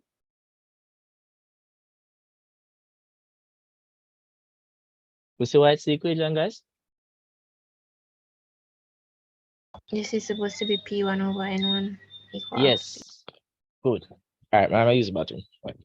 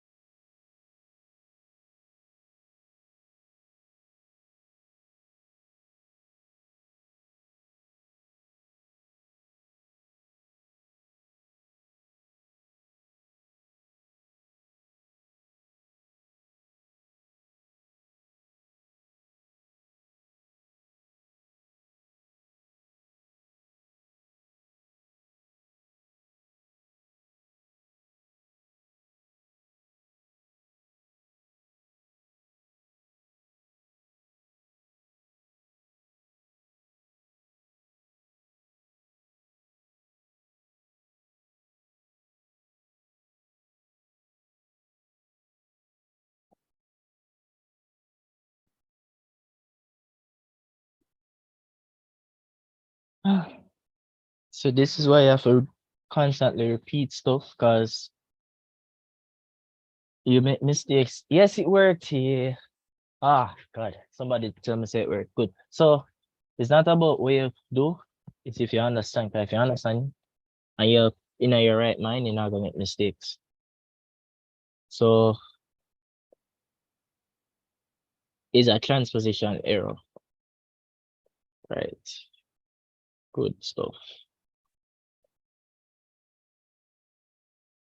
And once you put in the right things, you get the answer. Good. And there was probably a harder way to do this question, but I want you to realize how powerful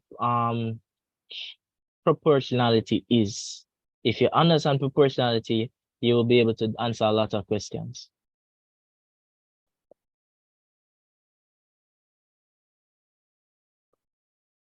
Right, so you just use that to solve for P2, which so the P1 over N1 equal times N2 equal P2. And reliable source so that we get the answer. So this now, I got asked what would be the total kinetic energy in the system? How we find that again? Ah, you see that question here? Interesting.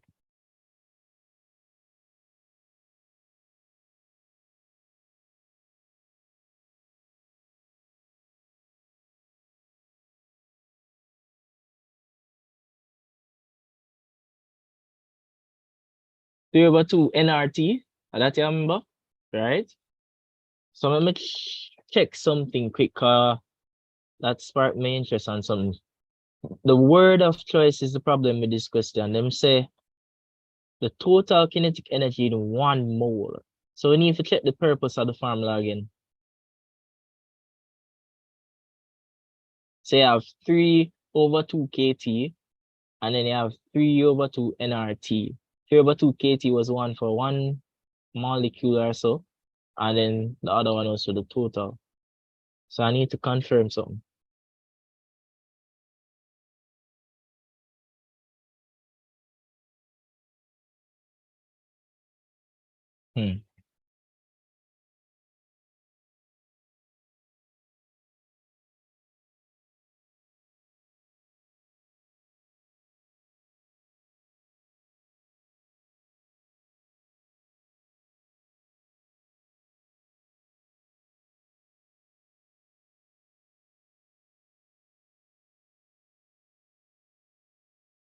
Oh, so it was for 1 mole. Cool. So what they're asking you for is this. Kinetic energy, total kinetic energy of the monatomic gas. How we know? They ask for the total kinetic energy of the monatomic gas in 1 mole. So it's like all of it in 1 mole of the substance. But then this would have been like just 1 molecule.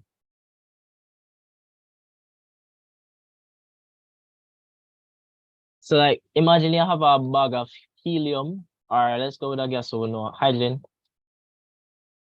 You just take 1 hydrogen molecule and you find this for it. But then if you want to find all light for 1 mole, you use this. So that formula there was for this question wants us to find the yeah. So the answer is in fact that, because they want us to find the total energy in the monoatomic gas, and apparently that's within 1 mole, right? Specifically for 1 mole. And it's 3 over 2 nRT, but they tell you 1 mole. So you know that you can replace N with 1. So you end up with 3 over 2 RT. So that's why that is that. So bother me.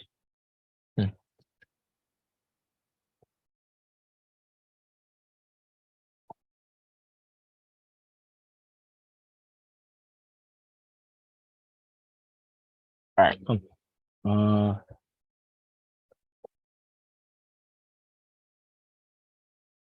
This is 9 over 1. You remember when we did see this? We did do this already, I believe, yes. We did say I1 over A1 squared equal I2 over A2 squared, and therefore I1 over I2 is equal to A1 over A2 and both of them square, so you can just all square.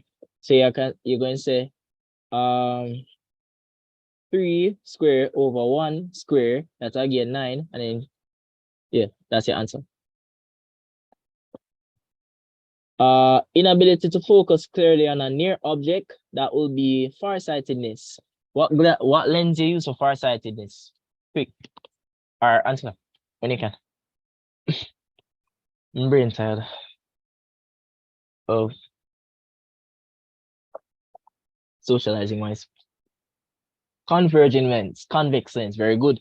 Remember the mnemonic NDLC. Long-sightedness, converging lens. Because what happens is that the light form behind the retina, because it's long-sightedness, so the light form far. That's what remember. It's a bit far behind the retina. So you have to use a converging lens to converge it in front of the retina. Right. The geologists use the thermocouple to find temperature under the ground. Don't ask that. This, so the formula going to be what? Them tell we ice point and steam point, and then you want to find the unknown temperature of a resistance thermometer. So that would be like your platinum resistance thermometer. So if you want to find that unknown temperature, somebody tell me the formula.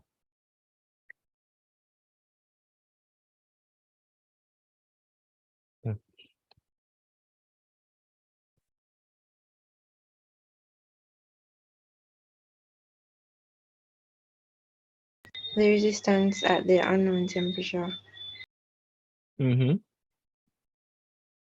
minus the resistance at ice point over the resistance at the steam point minus the resistance at ice point times 100. Excellent. So you have to remember this formula because you're guaranteed to see at least one of these questions tomorrow. Guaranteed. So you have to remember this formula. So the unknown, very good.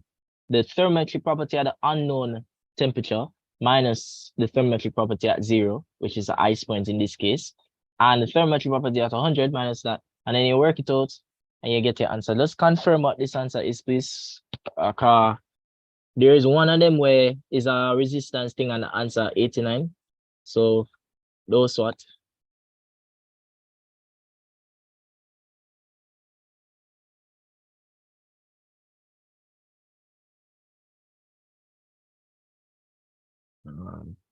See there.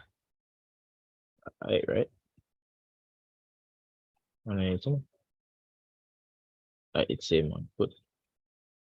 Excellent. So I'm gonna put it as X. Hey, that's at 29.6. So you plug it in and you get your answer. Very good. Degrees Celsius. And system will work it out. Even if you're in an exam tomorrow, make sure you work it out, because you never know if them change something and you must can use it. Look at this one.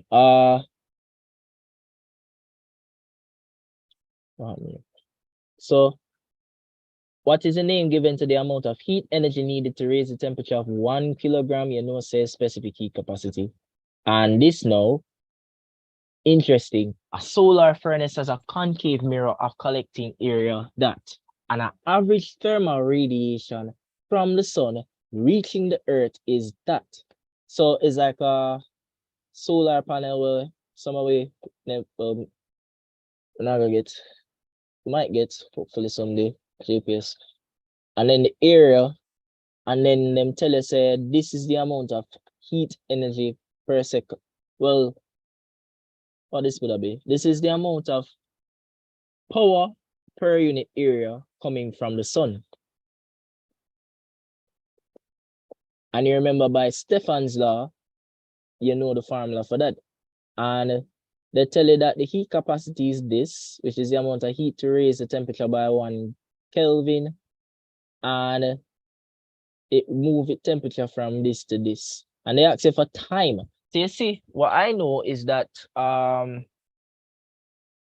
so you'd write the given information first. I know that the heat energy lost from the sun in the form of radiation would be equal to the heat gained by the system down there. So let me just show you.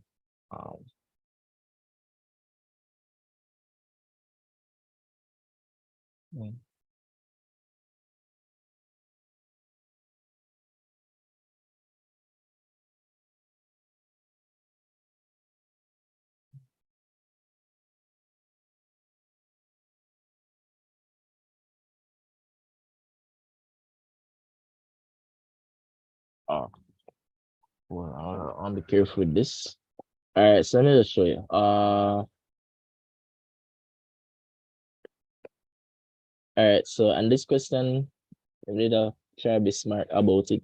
So the heat energy lost from the sun would be equal to the heat energy gained by the furnace down there, so the solar panel kind of thing. And for the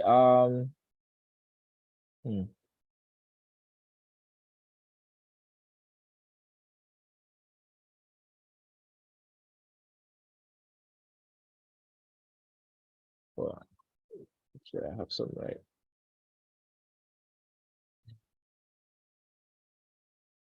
Why you do that?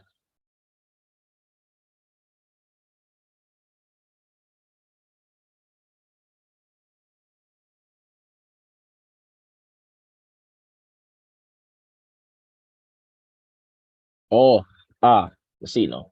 Fair. All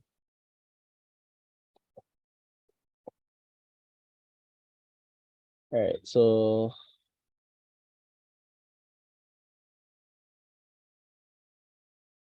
I never heat energy may equate. That's why. What they actually equated was power on both sides. So I'm gonna show you. So what is power? Power is energy over time. Right? Energy period of time. And so let me just show you over here. So sorry. So what we did, energy period of time. The heat energy gained by the thing, in order to find out, you can use MCAT. Anytime you want to find an enthalpy, it's MCAT. You know that already, right? And in terms of the rate of change of heat energy in that thing, you can say MCAT over time. So what we're saying over here is that the amount of heat gained by that furnace per second is represented with this. And I'm going to show you how we get this now. So what we say is MCAT over T. So that rate of flow of heat energy into the furnace is equal to the rate of flow of heat energy from the sun. But what we have for the sun, we know we have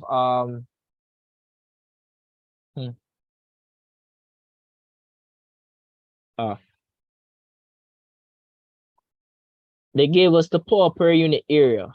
How we know we get that? Because they told us in watts per meter square. So that's a power per unit area. Somebody remind me of Stefan Lago.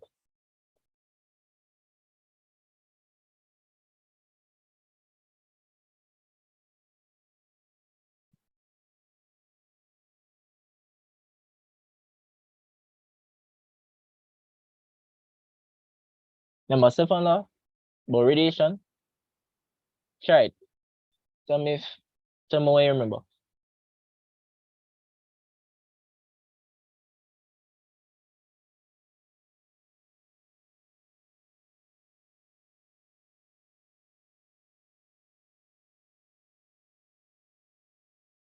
Stefan Law, guys. So remember, while conduction had the formula we did see earlier, radiation have its own formula. Stefan's law. Him say power per unit area is equal to the Stefan constant, which is about 5.6 something, whatever, times. Yes, good. Must know the formulas. But if you don't know the formulas, remember stuff. So power per unit area, Stefan's law. This is Stefan's law. What they gave us was watts per meter square. So what I can do, if I want to find the power and I have the power per unit area, what do I need to do?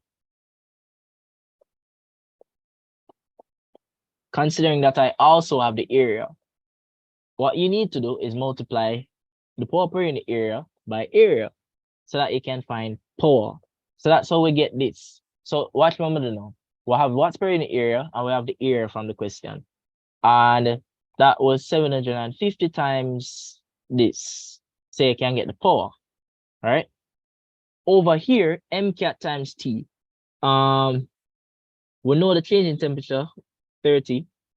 But what about the the mass and the specific heat capacity? What happens is that so they didn't give us specific heat capacity and they didn't give us mass. But what they actually gave us is the heat capacity. So they wanted to know if you know this. There is a connection between specific heat capacity and heat capacity. Big capital C is equal to small c times m. Why? Because if the specific heat capacity is telling you the amount of heat increase per mass kilogram, and you multiply that by the number of kilograms, what you're finding is the overall heat change that occurred, which is your specific heat capacity, which is your heat capacity, sorry. So let me say that again. The heat capacity is the amount of heat change that occurred to raise the temperature, right? But then this is the amount of heat change to raise 1 kilogram of it to that temperature. And then if you multiply that by the number of mass you have, you find out the overall heat change to raise it all by 1 temperature. And that's what this is. So that's why this makes sense. So big C equals Tm, right? And this now means since we have the big C, we can substitute it for the MC. So we'll put big C here instead. So we'll put 1,000 times the change in temperature over T equal this. So you see how much thinking for this? And then you just transpose for T and you get 50 seconds. We're good?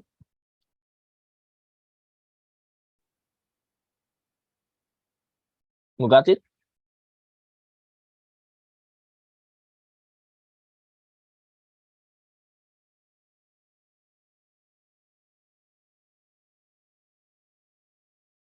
We get it?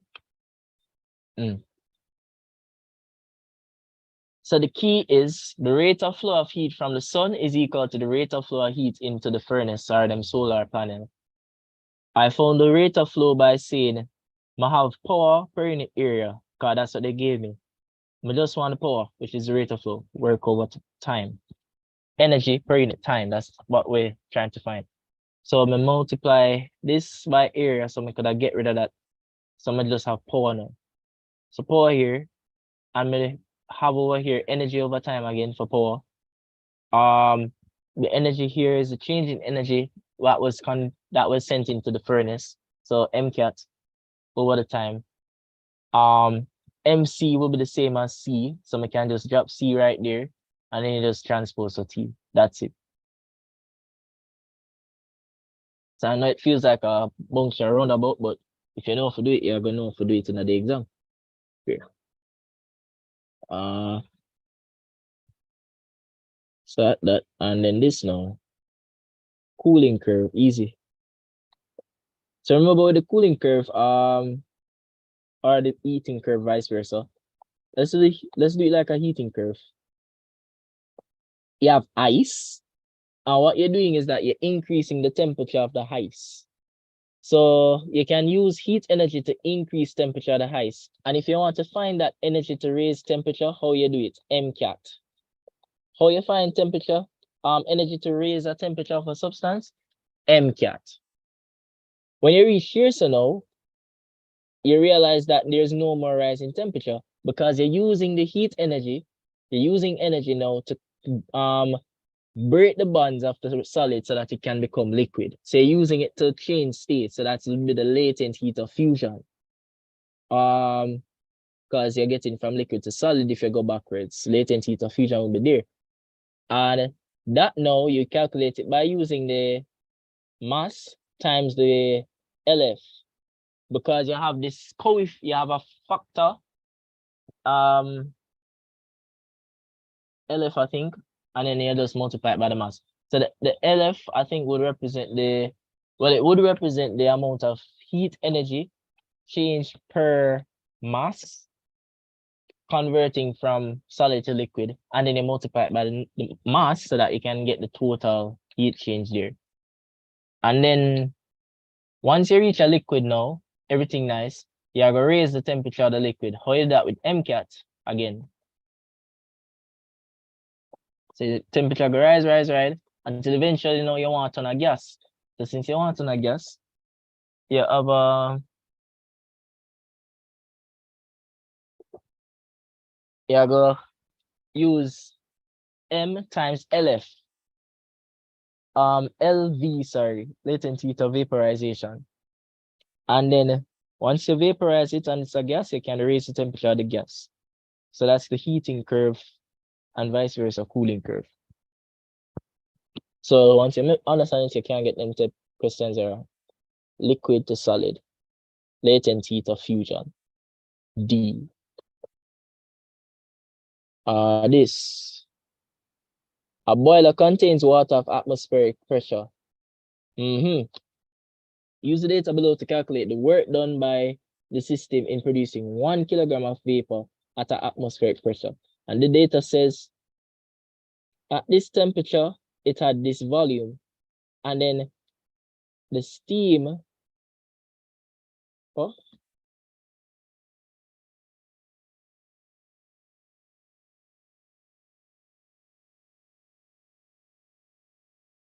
ah,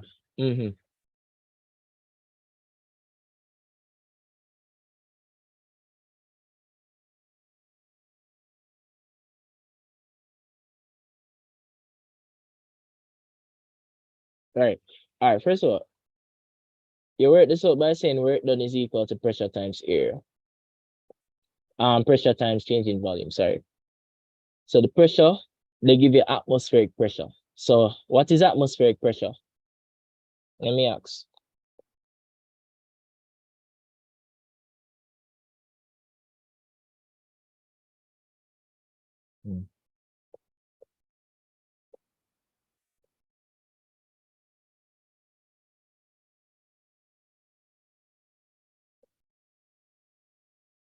All right, let me not ask random values not needed. Atmospheric pressure is 101,000, I think 325.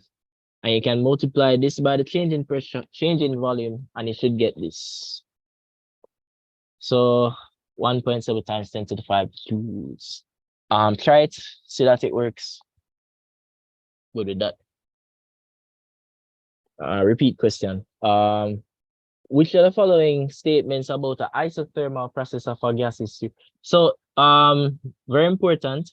Temperature of a gas is proportional to the internal energy in the gas, and that would be proportional to the average kinetic energy in the gas. So if you increase its temperature, its overall internal energy increase, and that will increase its kinetic energy, and therefore it's going to have more collisions, and that will make the volume increase, and one bag of things. And if you have an isothermal process, the temperature not changing. So without a change in temperature, you're not going to have a change in the internal energy. Therefore, in isothermal, the internal energy change is 0. So the isothermal graph, internal energy is constant. Remember that. And it looks like this. The PV graph, the PV for it is a curving like this, just like the adiabatic one. So it's that. This question, repeat question. See, I will just read off it.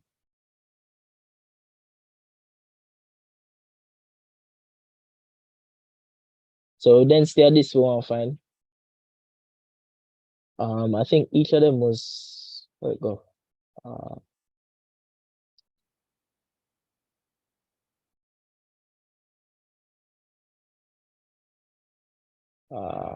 And I.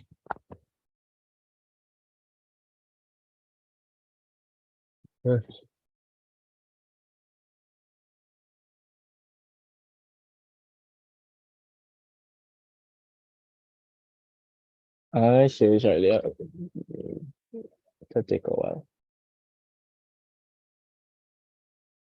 Yeah.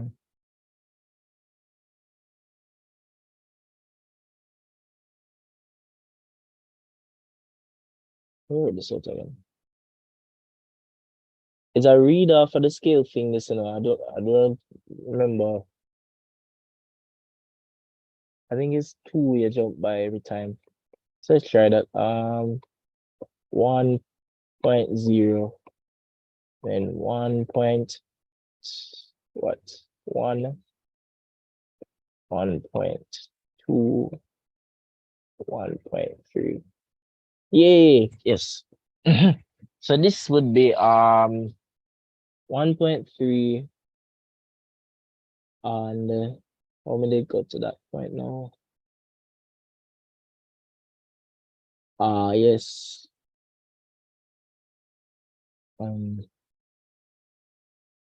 What you should remember is that this is how we know say it got back to being this big old value is because right beside that this unknown liquid density is water. And look at water. Water have a density of 1 gram per centimeter cube. Well, follow? Well, follow? Well, following, guys?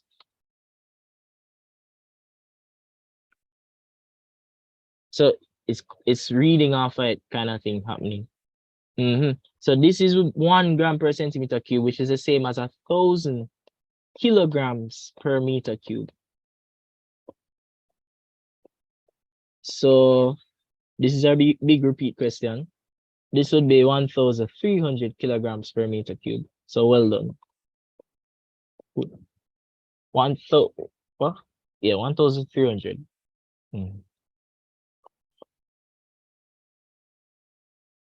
Excellent. This question come over here.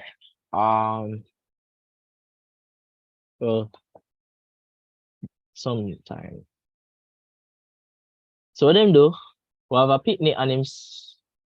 Oh, the answer is 1,300. You saw how I read the scale? I was reading it from top to bottom. So every 2 represented 0.1. So this became, well, yeah, 0.1. So this became 1.0, 1.1, 1.2, 1.3. And that would correspond to 1,300 kilograms per meter cube. This is 1.3 grams per centimeter cube. We're good?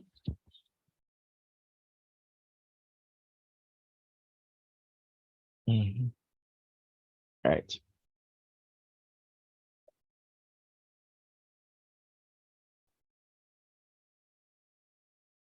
Look at this fancy one.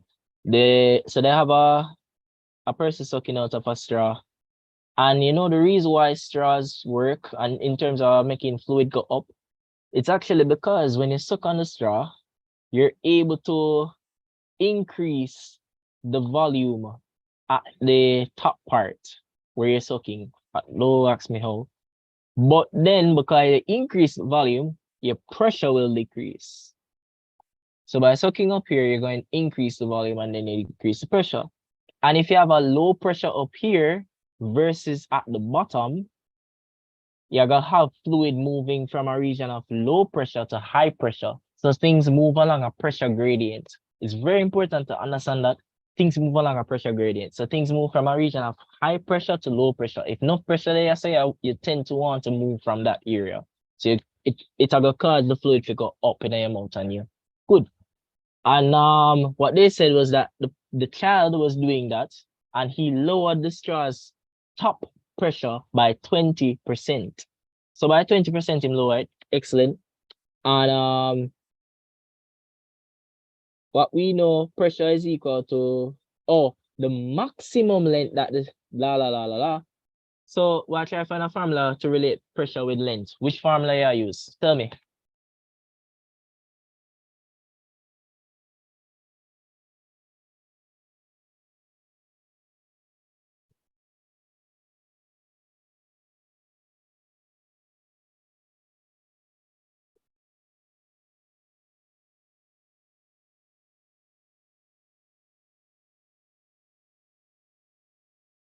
Testing. Which formula you know connect pressure with length? Some distance that you know. Which formula?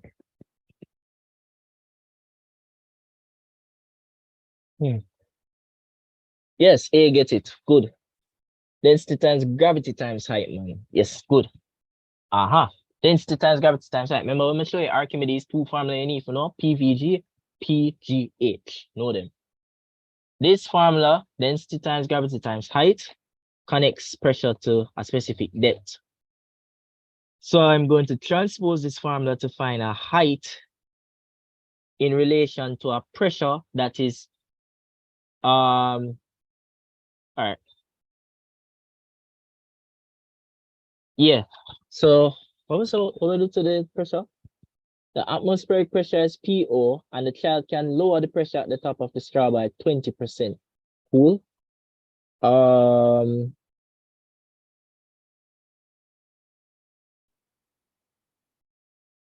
That's weird.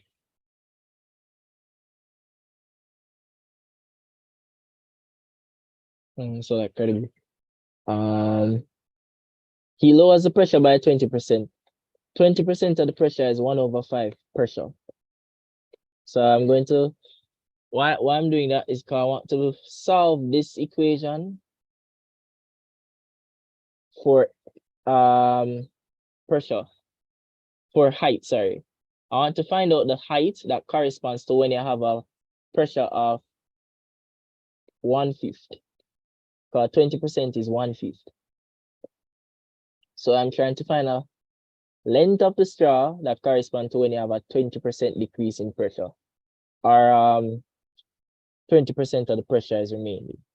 I don't like how they word this question because them saying reduce the top of the straw by 20%, which would have meant that 80% remaining.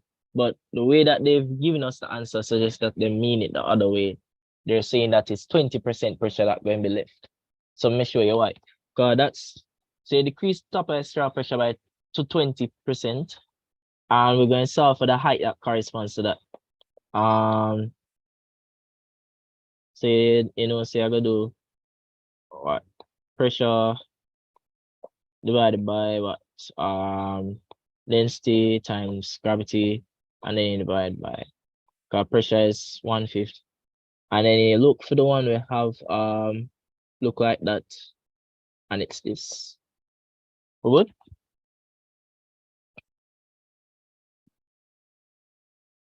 Good?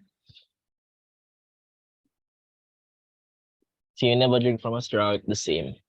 Good?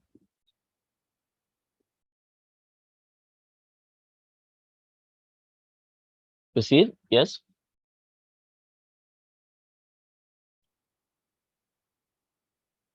Oh. All right, so you get it. Good. All right, so make sure you remember that question. Area under the graph is strain. Which of the following statements about a deformation of a solid is not true? Stress is extension per unit length. What? Not stress, it's strain. Right. Stress is what is stress? What's the formula for stress besides school? What's the formula for stress?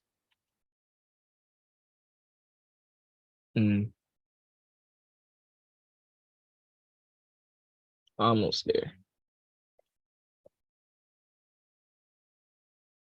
Yes. Force per unit area.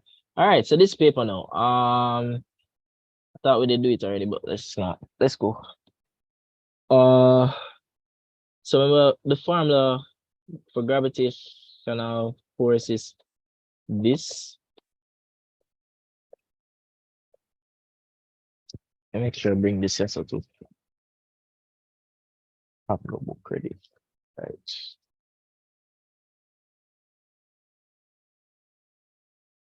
All right, good.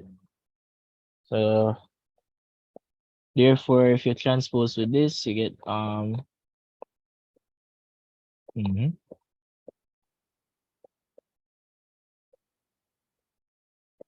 gonna want the SI units. So I'll say, so force is kilogram meters per second square. Then you have a distance square, and then you have divided by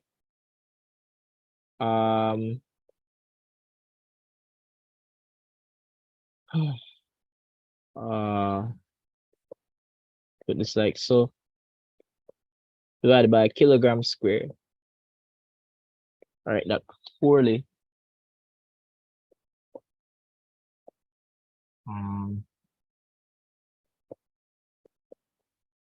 And then you can say, all right, cancel stuff. So you end up with kilogram, meter cube. Let's see if I'm leaving out anything. No, it's not kilogram. It's going to be meter cube per second per kilogram. And the moral is you shouldn't get them questions around. Ask if you have a problem. And you go up and you look for the one that looks so. Meter cube per kilogram per second. Oh, it's per second square? How them get that?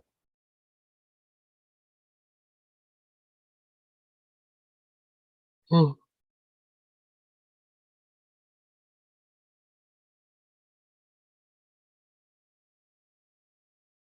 Oh yeah, because force is kilogram meters per second square.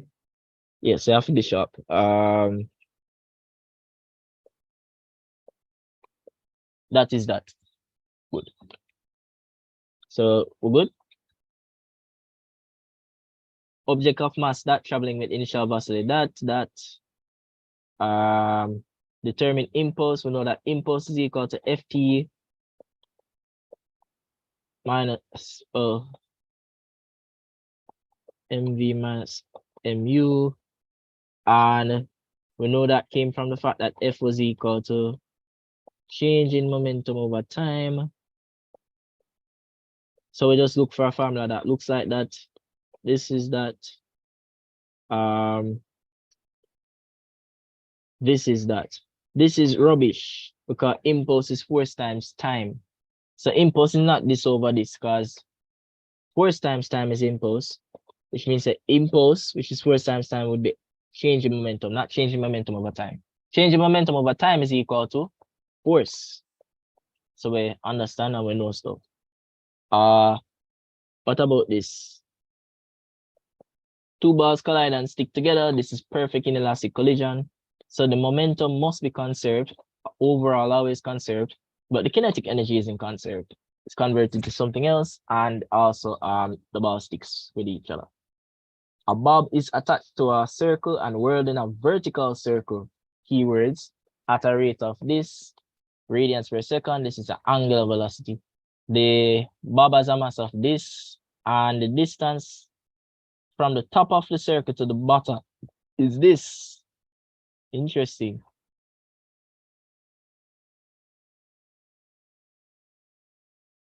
Interesting. Never read it like that before.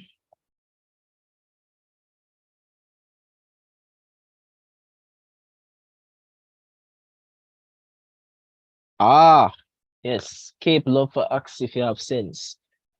So let's find out if you have sense. Yes, we do. So we're asking for what is the maximum tension. So I'm gonna ask you, where is the maximum tension in a vertical circle?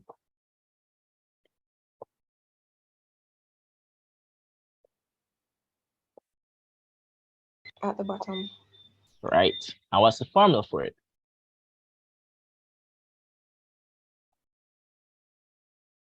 The weight plus the centripetal force. Very good. mv squared over r.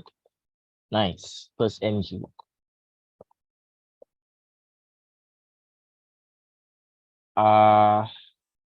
Right. So and now we know the formula we need to use. And if you remember, we get that formula because we know so the centripetal force would have been equal to the tension force minus the weight force. So you transpose potential, you get tension being the centripetal force plus the weight force. So, and then what did they give us though? They gave us omega, which means I'm not gonna use this. I'm gonna use m omega square times r. So I'm plugging in what I have. I'm gonna get 8.9.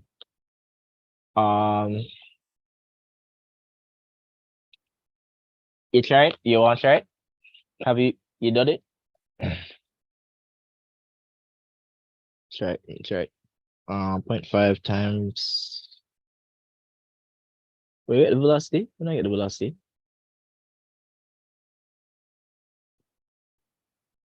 Oh, because we're not using velocity, we're using omegas. All right. But there's a trick to this question. You realize they gave you the distance from the top to the bottom. Radius only come to the center. So the radius would be 2 meters. So you just have a pre-war going, right? You say, work it out now. 0.5 times omega square. So 2 square. Times what now? R would be 2. And then you're going to add that with mass times gravity. And it's just so satisfying. You get your answer as 8.9 newtons. Right. I worked this out for somebody earlier. Inclined plane. I think I worked this out yesterday as well. Newtons. What am I say? So something is running down an inclined plane. Because of that, you have to say try to find out what's the force carrying it down. And you see that the angle right here corresponds to the angle right here. So this is mg cos theta. And then this down here would be mg sine theta. So it's mg sine theta that's causing the body to go down the hill, right? This is normal force, N, normal force. Right, good. And that force that's carrying it down the hill is countered by a frictional force. So normal force is going down. Well, no, mg sine theta is going down the hill, but frictional force wants to friction it. So the net force would be equal to Newton's second law, mass times acceleration, sum of the forces. So mg sine theta is going down. Let's consider that as positive. And then friction is going against it. And the axis for acceleration. So if I want to find the acceleration, I need to get rid of mass. When transpose, divide both sides by mass.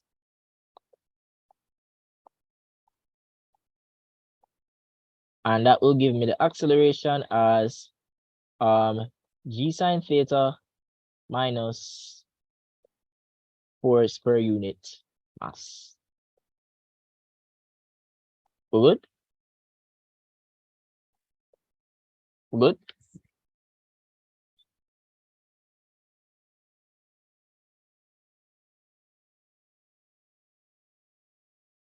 We're good?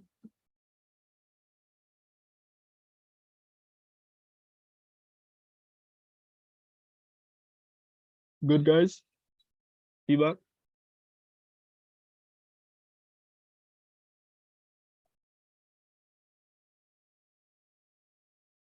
Repeat? Should I repeat?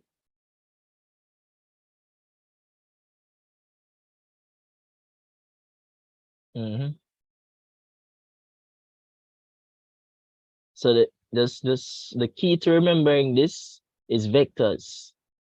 What force is carrying you down the incline?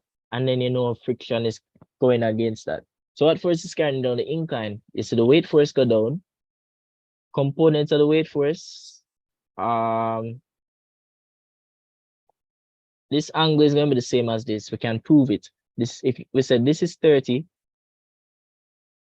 and this is a 90-degree angle. Sorry, no. Use yeah, that can work. So if this is 30 and this is 90, so 30 plus 90 would be a value. What value is that again? 110, right? And unless I'm wrong, it's 120, sorry. Yeah. And why I did that, because I'm going to subtract 120 from overall inside the right triangle is 180. So that would give me here 60. And then 90 degrees here, you end up with this being 30. So I just want to prove to you that this angle is the same as this angle. So that over here, this component is mg cos theta. And then this here is mg sine theta, the one that's carrying it down the inclined plane. And then you have a force that's countering that. And then Newton's second law said the sum of the forces equal the net force, which is mass times acceleration, and then you can find acceleration. Easy. And you make sure you remember that. So another proportionality question. I think I did. Okay, let me just do it this time. So we said the gravitational field strength of a planet. What is the gravitational field strength of a planet whose mass is 1/3 that of Earth's and whose radius is 1/2 of that of Earth? So first thing, what is gravitational field strength? Ask. I did say it earlier, so check in to see if you're listening to me. If you're remembering.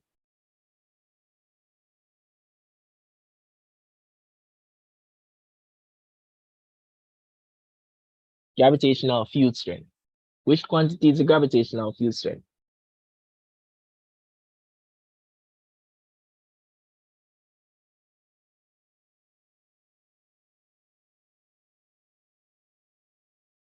Which is G, acceleration due to gravity.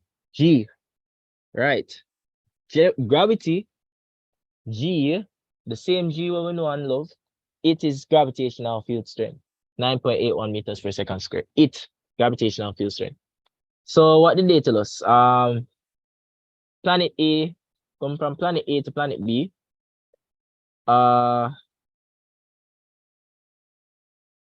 Them said that the mass is 1/3 that of Earth. Let's call it planet A Earth. And then radius is 1/2. I don't like when I say 1/2, so I think is it 1.5 or 1/2? But I'll go in with 1/2.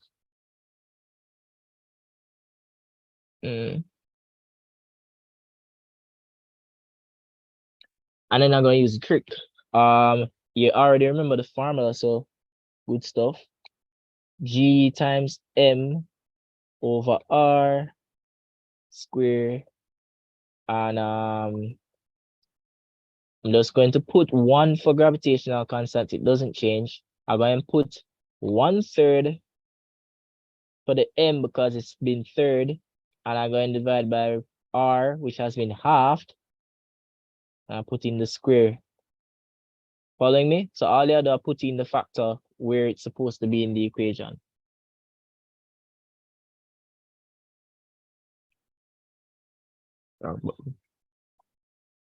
All right, so yeah, end up with 1/3 divided by so that would be 1 over, well, I'm making a mistake. A half square rooted is how much? Or half squared is what? 1/4. Right, very good. And then now we can say 4/3. So this tells me that my acceleration due to gravity, my gravitational field strength is going to be increased by a factor of 4/3. Remember this formula. Remember this method. What is now?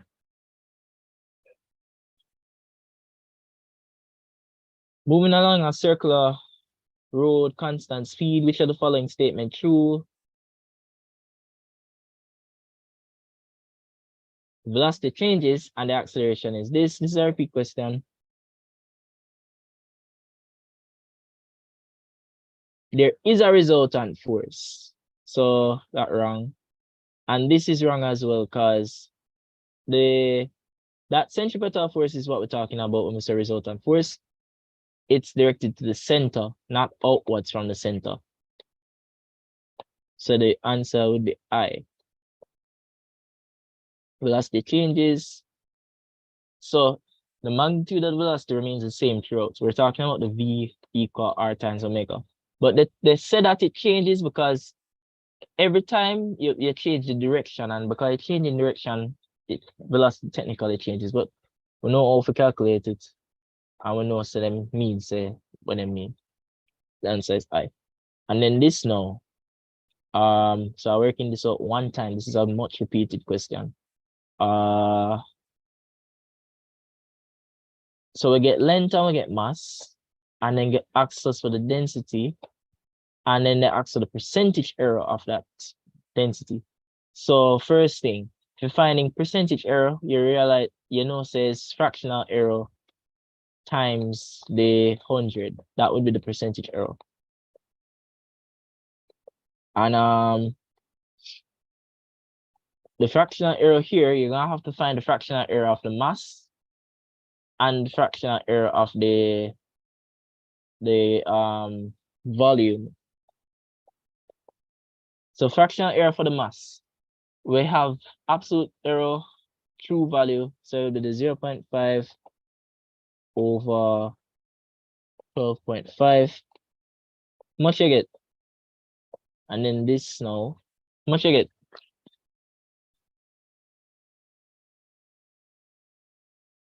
All right, this, all right. And then for the volume now, the tricky thing, notice the volume is what you actually got was length. So what you want to find is 3 times length. That's what you want to find. And another way of saying that is that you want to find length raised to the power of 3. So length cubed. Is that the right way to put that?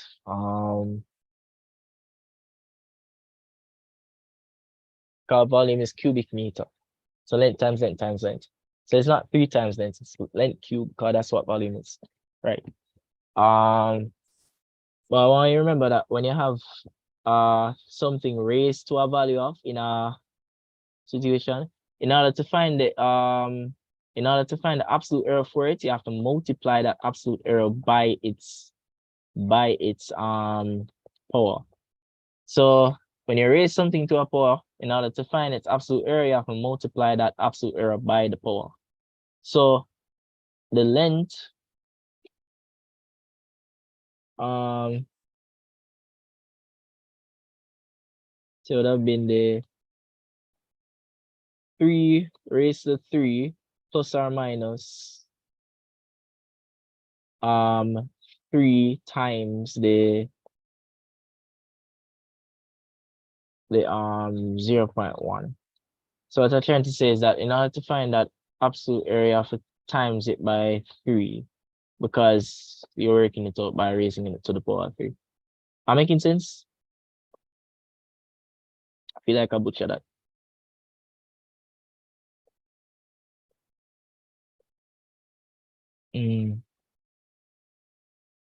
So it would be 3 times that absolute error. So just remember the rule, you'll be good. Oh, yeah, so I have to be 3 times the 0.1 divided by 3. Because this is the absolute, this would be the fractional error, and you multiply it by 3. That's what I wanted to do. All right. So 3 times.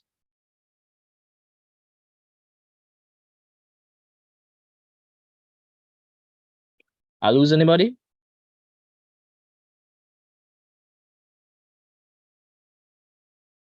Okay, 0.1. So the total fractional error would be 0.14, and you multiply it by 100 and you get 14%. Yeah. Right. I lose anybody? We're good? So remember, volume is length cube, side times side times side. But what we're saying is that if you want to find the absolute error or fractional error for something that has been raised by a power, you have to multiply that error by the power. So that's why when me I try to find the error for when you say length cube, me have to multiply the fractional error of the length by 3. That's how I did that. That's why I did that. Then you get the 14. Make sure you understand, please. And then this now, for an object undergoing projectile motion, which of the following best describes the vertical and horizontal components of velocity? The horizontal component remains constant, vertical component changes, because in the horizontal, there is no acceleration. In the vertical, there is acceleration, right? An object is floating in a fluid. Which of the following is not true? When you have float, it means you balance, which means that the downward force is equal to the upward force. So this is wrong because they're saying that the up thrust is greater than the weight. That would be like a balloon where up is more than down. And the others are true. This is Archimedes' principle. Geostationary satellites. Who can tell me what a geostationary satellite is?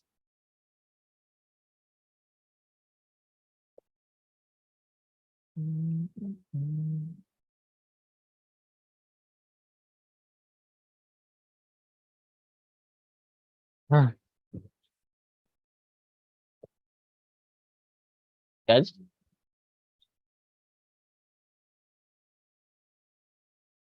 So, all right, we're going to get a little more on that. So a geostationary satellite is a satellite.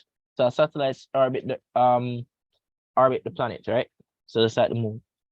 And when you say geostationary, it means they orbit the Earth at a specific height of 36,000 kilometers. So that's the specific distance above the Earth that they're found. And they're going to move around this Earth in the same period as the Earth. They're going to move around the Earth with the same angular velocity. And they're going to move around the Earth with the in the same direction as the Earth. So it's like the Earth to move and the satellite to move at the same time. So when you're observing the satellite, it looks stationary because everything will move at the same time. So they're geostationary satellites. This question. Oh, the opposite would be a global positioning satellite. That's GPS. Global positioning satellites are a little closer to the Earth, and they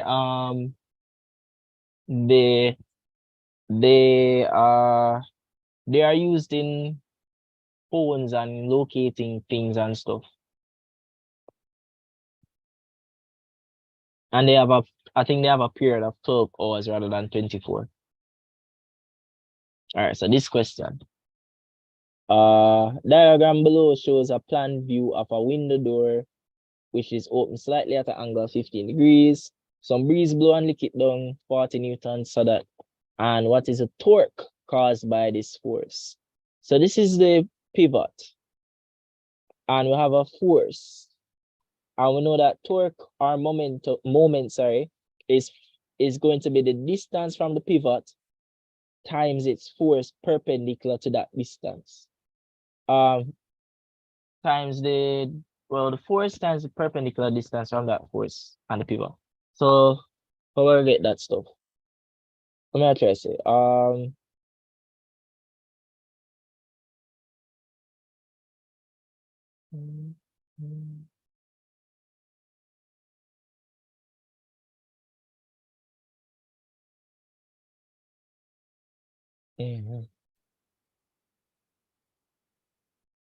I'm starting to doubt my answer for this.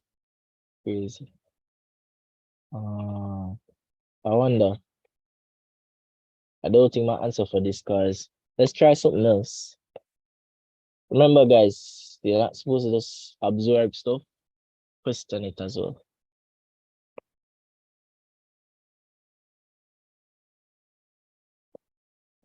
Let's see if it works.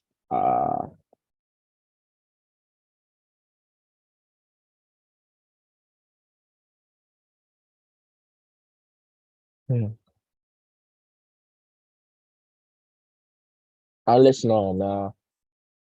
Almost some overthinking business that now. Right. But it still work out. It still work out.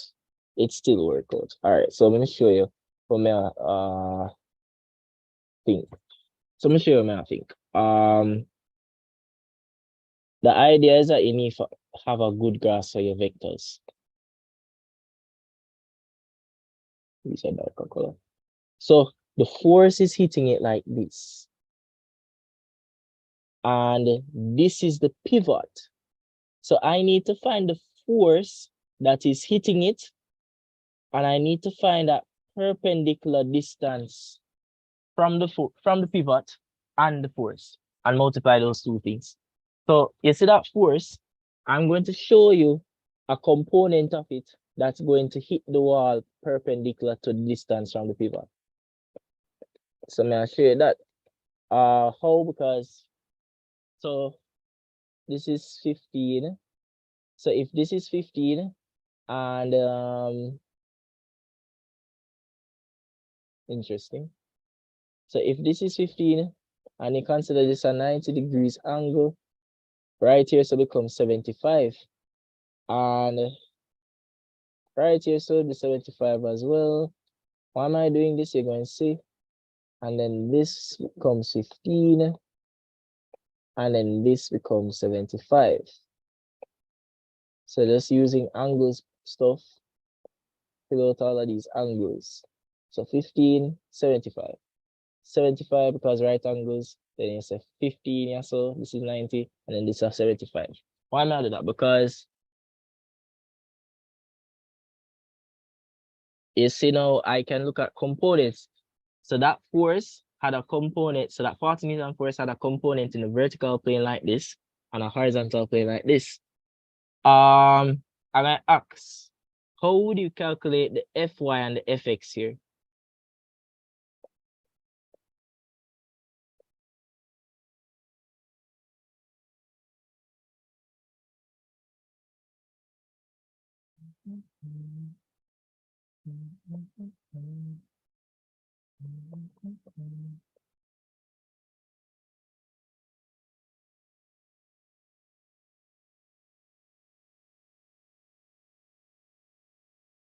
Guys?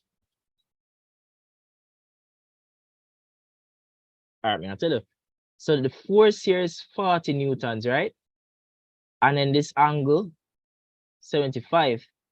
So that means that this component, Fx, is going to be F cos theta. F being 40, and you can say cos 75, right? And then this would be F sine 75 up here. So what did I want to do in the first place? I want to find a No, I'm never use the parallelogram thingy. I use the whole well, it's Pythag basically. I use the one with sandwich the angle is the cosine one, the one with don't is the sine one. But what did I do this all for? Because I want to find a component that is going to be perpendicular to that distance. So you see this Fy over here, I can also draw it right here. So the parallelogram kind of come out for real. So you see Fy, it can also be represented here. So Fy acting right here. And then you have a let me make sure I'm doing this the right way.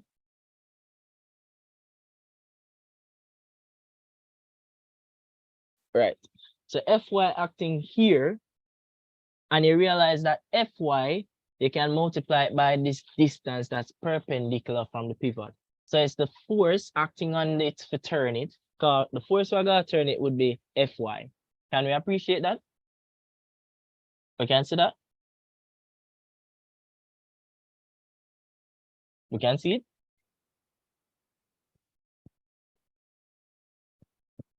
Guys?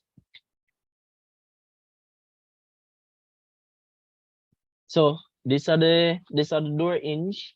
These are the door. Breeze are gonna go and push it this way. So Fy are gonna turn it. and then it just multiply that turning force by the perpendicular distance from the pivot. So I say 40 sine 75 times the distance from the pivot, which is 1.5. And then that gave me 58 Newton meter. Brilliant. All right, so I'm gonna make sure you understand. We're good, guys? We're good? All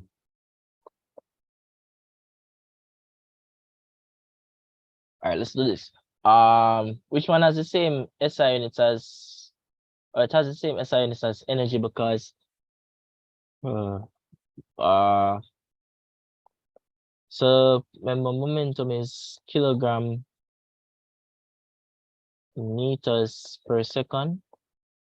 If you square that, you're going to end up with kilograms square meters square per second square. And you're going to say divide by m, so you're going to multiply by 1 over m. So it's going, oh, be careful, be careful. What is m? Mass.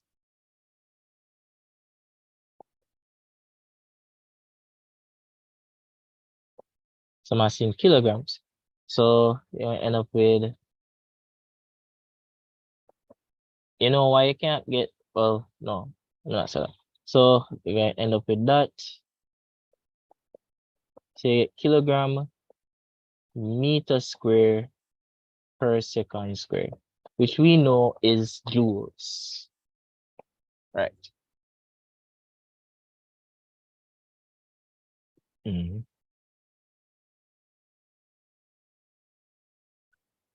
Guys, as I said, if you need to leave though, recording gonna be up as soon as I finish. So the thing is, by the time we reach 2011, most of it is repeated.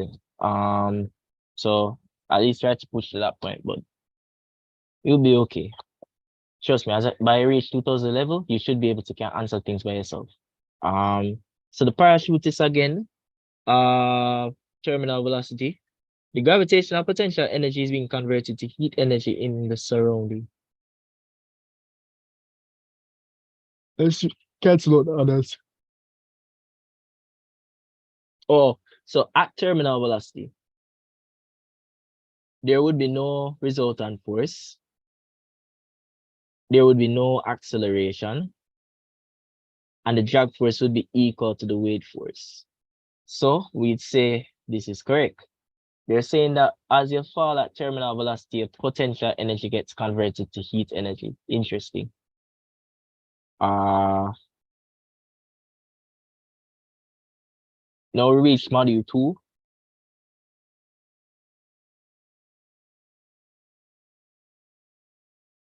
So pendulum was brought to its amplitude and then released. Which one of these show one cycle?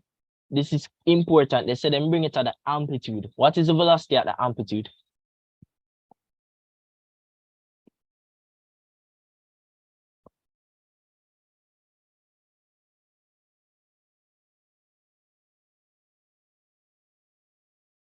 Right. And therefore, sine graph.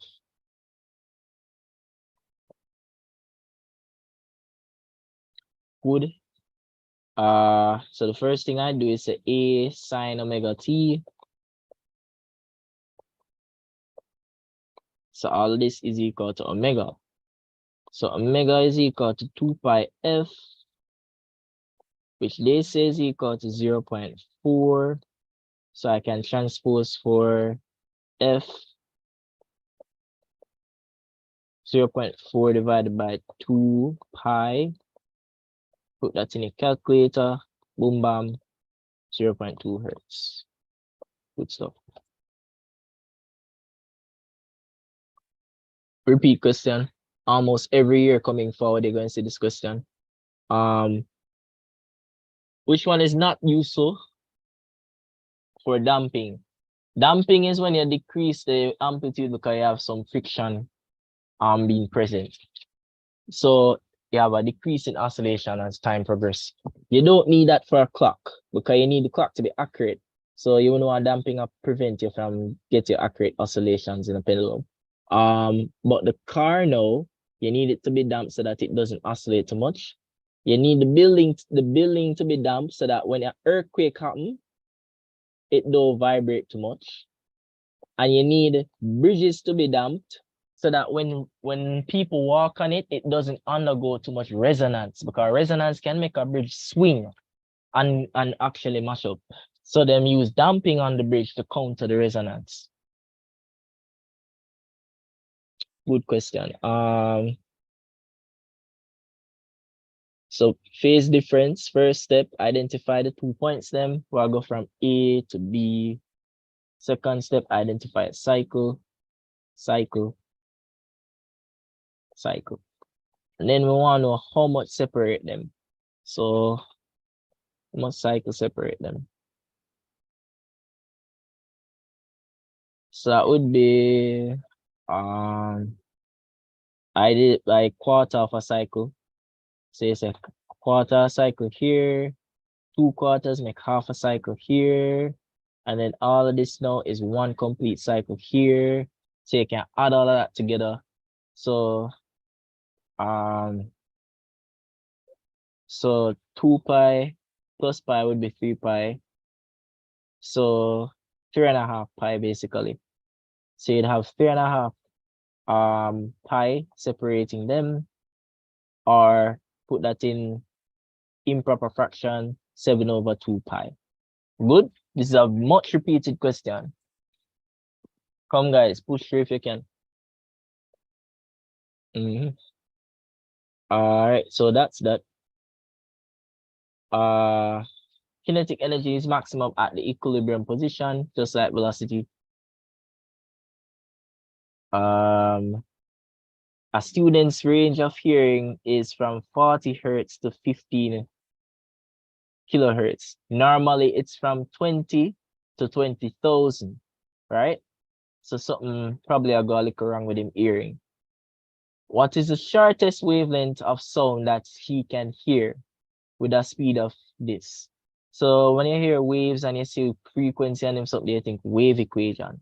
So wave speed is equal to wave, you know what wave speed equal to? Therefore, we're trying to find wavelength. Wavelength is wave speed over frequency. So you plug in the shortest frequency that you have over under the speed with them give. And that should be this. Easy. So if you wanted to find that, what's that? I got 8.25. Oh, let's try it again then.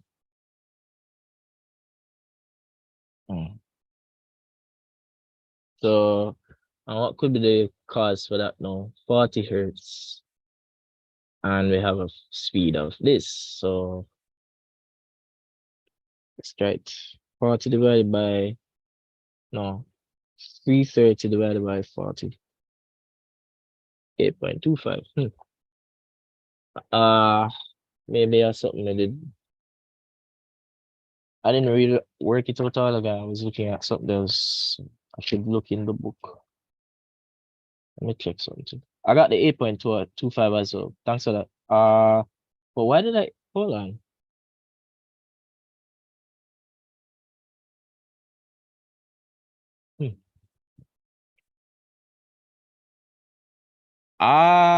Wait, hold on.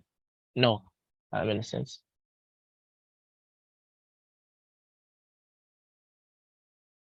All right, I'm gonna show you how I'm gonna rinse this. What's the relationship between frequency and wavelength? They're inversely related. So you would get the shortest, you'd get the shortest wavelength at the largest frequency. So you can never stop thinking with physics. Lovely physics. Can't get enough of it, right? Yes, very good. My bad, brain was taking a lapse. So that's why we're gonna use the 15 kilohertz. My bad. I know it was that, I was wondering why. Let me look in my book.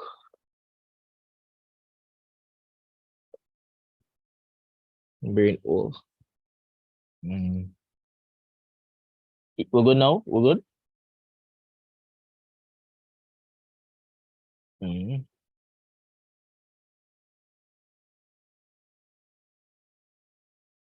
So we understand why we use the larger frequency, because remember, frequency is inversely related to wavelength, right? That's why a high frequency wave like gamma radiation has a low wavelength, and vice versa. Radio waves have a large wavelength but a low frequency kind of thing, right? So that's why we know so the high frequency is one that have the shortest wavelength. And you see how them capitalize it too to make sure so them be fair enough to say, oh, think about it. Right. And then if you put the answer for the other one so that the people them who book ups just never get it, you get knocked. So physics though just want you to cheat or SWAT. Which of the following statements concerning sound and light is correct? We know say sound is longitudinal, light is transverse. We know say sound cannot be polarized. That's the other version of that question. All right, so where on this stationary wave does an antinode exist? Antinodes are at the maxes. So you'd get one at P and you'd get one at R. Nodes are right here. I challenge you. What would be the part difference between P and R?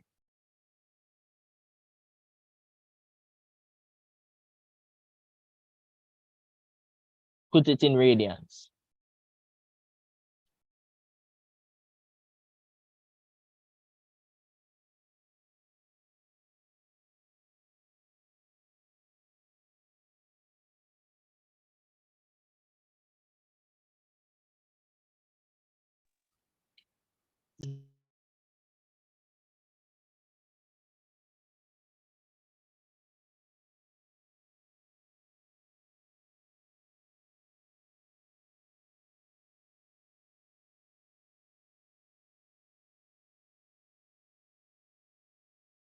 Sorry, I got distracted. Let me answer this.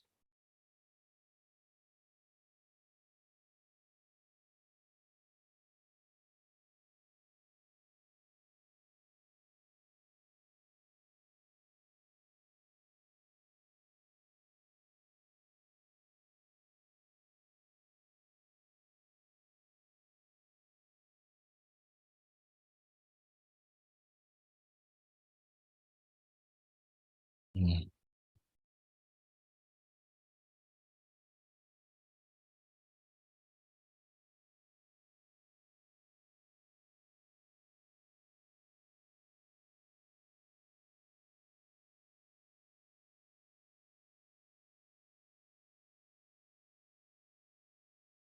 Answering something on the phone. Sorry, give me a second.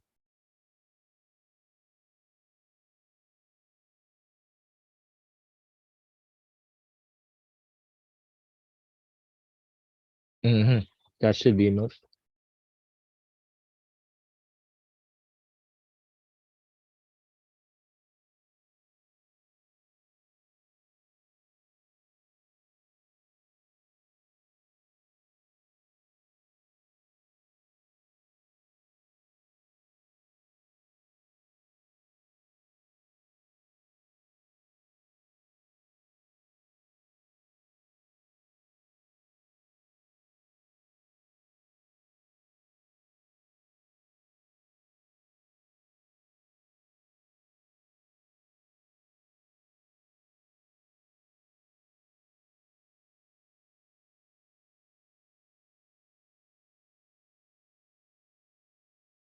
Guys, try to join the group chats as well because sometimes it's faster to answer stuff in the group chats. So I did something there was answering the group chats too, and I'll be answering things up onto the exam. So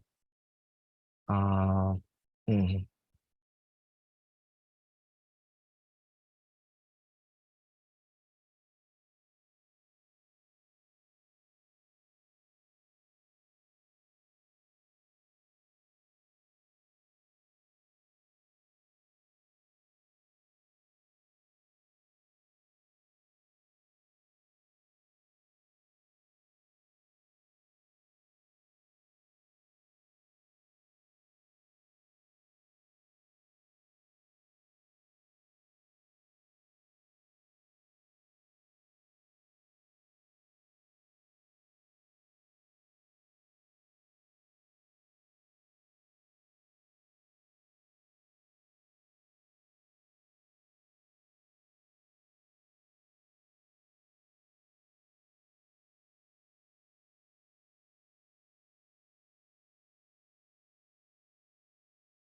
All right, Malcolm. All right. Cool.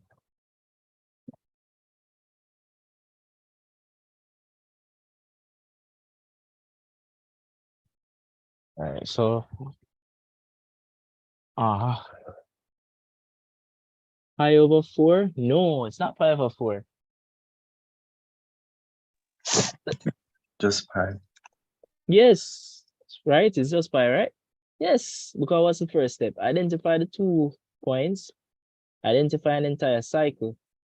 So let's call this an entire cycle, right? Whatever. And then what fraction of a cycle would this represent? If you map it out, you realize this is half of a cycle, which means it would be half of 2 pi, which is pi. So I want you to be comfortable with phase difference.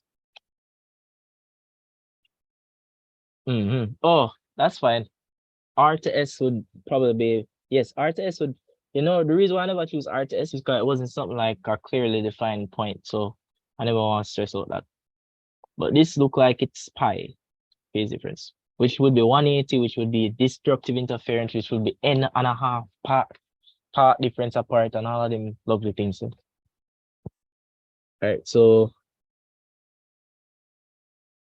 oh, now pitch and loudness. When you have a high pitch, frequency increase. When you have a loud sound, amplitude is what you increase. When I'm louder, more amplitude. When I have a high pitch, more frequency.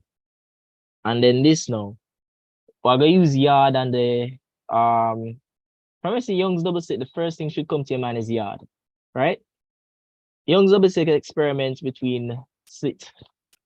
Wait, the separation between slits is half. What do you call the separation between slits? Is it A? Is it Y? Which one is it?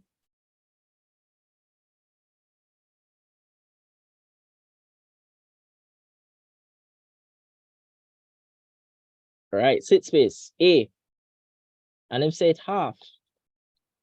Say half the slit space, and then the distance between the slits and the screen would be what?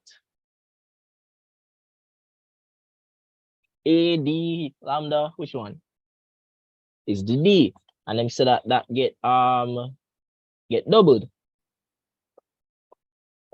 So I'm going to put those, and I want to see, what I'm saying? I want to see how it affect the fringe width, which would be which one?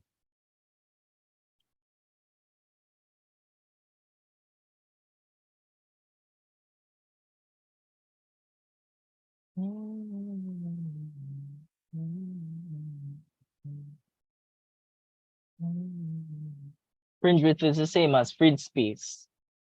And then so why is, yes, good. So I want to find out how all of those things affected Y. So I don't make the Y the subject. And then I'm going to put in those factors. So lambda remains the same. This got doubled, and then this get half. So it's 2 divided by a half, which I think is 4. So that means a quadrupled. Good. Right, so polarized.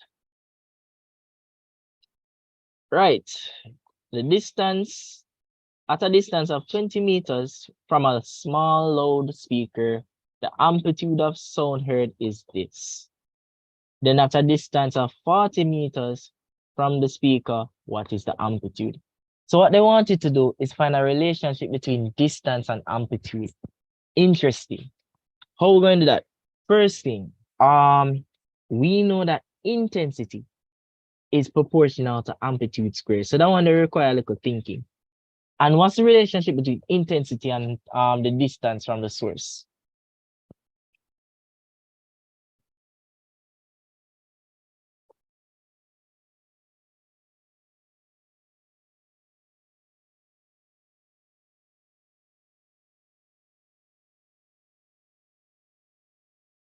They're inverse related, but it's the square of the distance. So earthquake-wise, the further away you are, the less the intensity. That makes sense. So looking at this now, we can say, all right, A square proportional to I, and I is proportional to 1 over E squared. So what's your style? I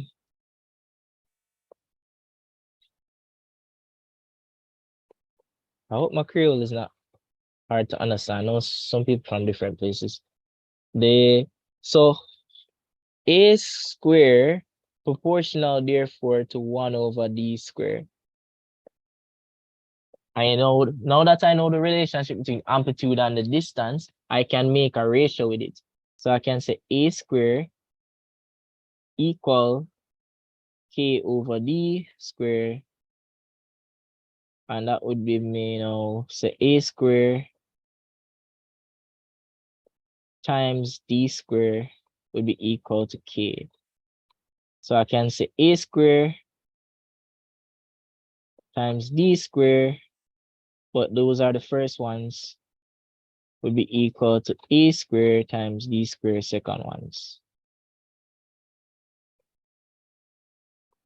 And what we're trying to find is the next D, right? The next amplitude rather. So we're trying to find A2. So we're gonna say A1 times D1. Let's say all squared, make life easier. And then we're going to divide that by D2 squared. That will give us A squared, A2 squared. So what you really want to do is do the square root and you get your answer. So try that and see.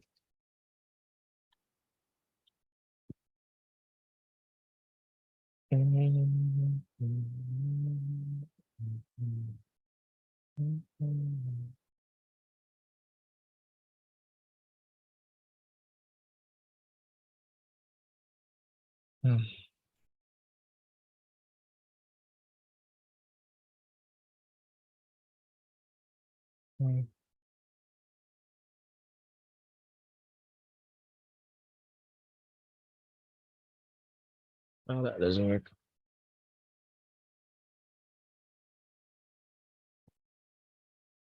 It should give it a 0.006. So I've checked it.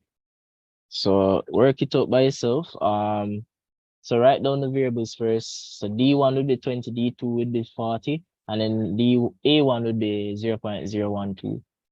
And you plug in those variables. When you see it tomorrow, you know how to work it out. Very good. So that gives you 0.006 millimeters. Excellent. All right, move.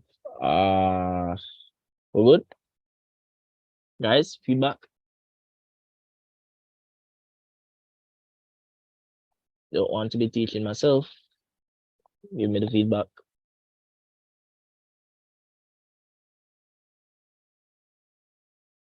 Kinda. So your doubt is with proportionality constants. So let's not doubt it. All right, so this is kind of strange, but it's still cool. We know the relationship between I and A, and we know the relationship between I and D. And then we say, all right, I is the common factor here, so these two are related to each other. And then we use that to make an equation to show how two instances would be related, and then from there, maths the rest. You solve for A2. So make sure you can do maths. Basically, that's what it's saying. And then it's 0.006 meters. Excellent. Standing waves are produced in a 10-meter long stretch string. Cool. And the string vibrates 5 segments and a wave speed of 20 meters per second. So you know what you're going to do? This is a string standing wave, but you're going to have to draw it out so that you can find out what's going on. 5 segments. So that's the 5th harmonic.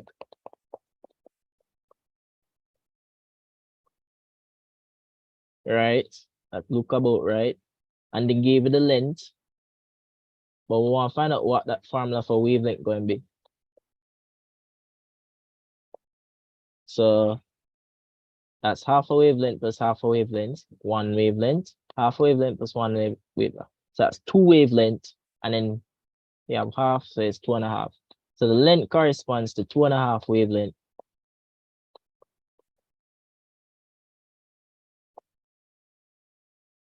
That would be 5/2 and then that would be 2 over 5L is the wavelength. So now that you know what wavelength is, you can find speed. That what I find now, frequency. And then we'll say it would be speed over wavelength. So let me try it. The speed would be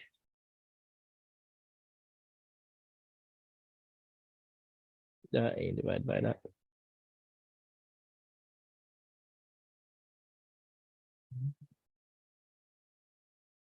I got the 5 hertz. We're good? We see it, we see it. We see it. We see it, we see it. No? Yes?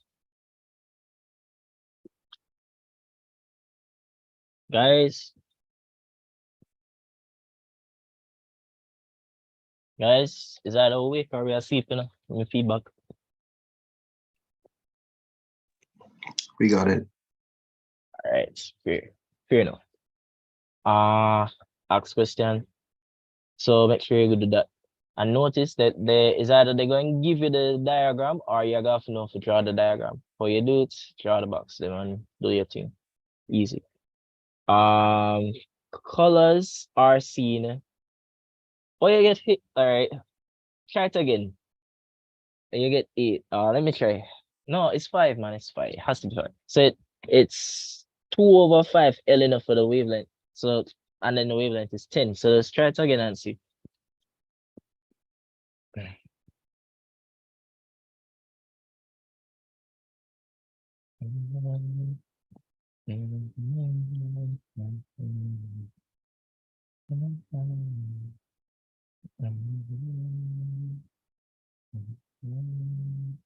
All right, 5 again.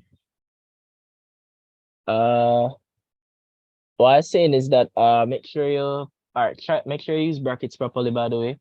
So wave speed is 20 and then it divided by 2 over 5L. So work out the 2 over 5L first. 2 over 5L, so 2/5 of 10 sound like I'm brain now work. So me just I thought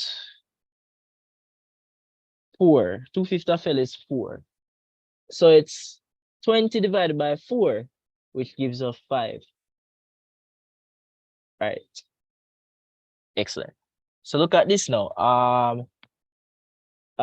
Actually, just have to swap this.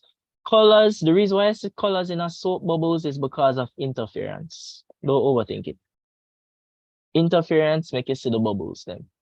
Color bubbles. I think it's because when you think about it, interference have to do with like constructive and destructive, and you can split the light waves. I think a better answer would have been diffraction personally, but when I looked this up, it did say interference. I was sticking with what I saw.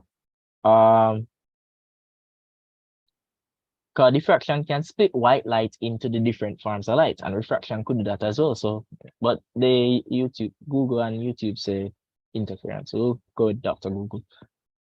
I'm going to show you something now. 1 over F equal 1 over V plus 1 over U. Now, if I times both sides with them denominator, like maths tells us to do, I'm going to get, U over UV plus V over UV. So once you have like denominators, you end up with U plus V over U times V. That would be equal to 1 over F. And I like this way better. And you use it to find the thingy here. So what them say? Them bring in some terminologies. Near point. What's a near point?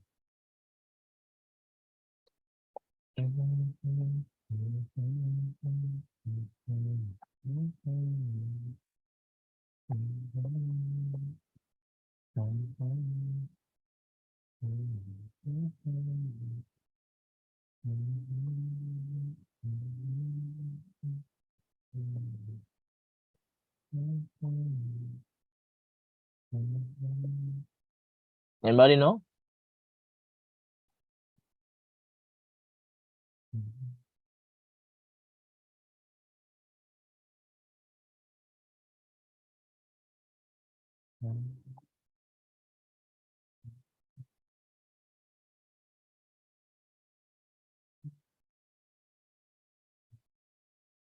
All right, come here. So the near point is the closest distance that you can see something. After you push it beyond that, closer to your eye, you can't see anymore. So it's like you push your finger up to your eye, anything close, too close, the closest you can actually still see your finger properly, that's a near point. The normal near point is about 25 centimeters. Anything less than that, closer to your eye, you can't see it properly. So that's normal near point. In a person who has a near point that's greater than 25, what pathology is that? What disease? What wrong with them? If them near point is greater than 25, what wrong with them? Let's see if we're thinking.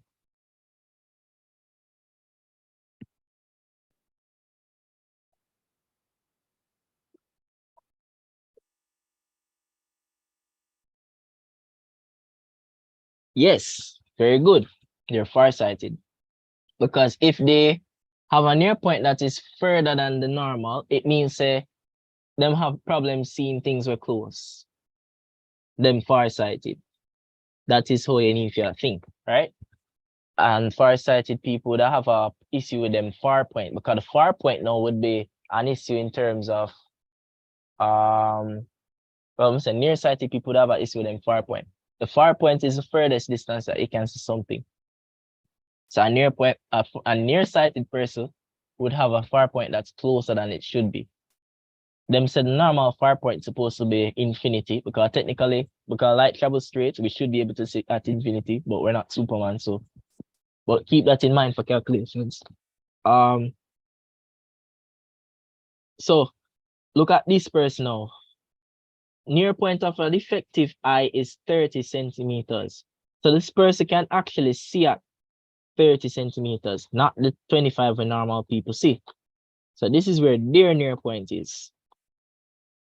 And they said, what would the focal length need to be to correct this person's eye defect? So I'm going to show you how we correct eye defects with physics. The physics behind glasses. This is how it works. So this person, we realize that this person is long-sighted. So how the physics work behind correcting it?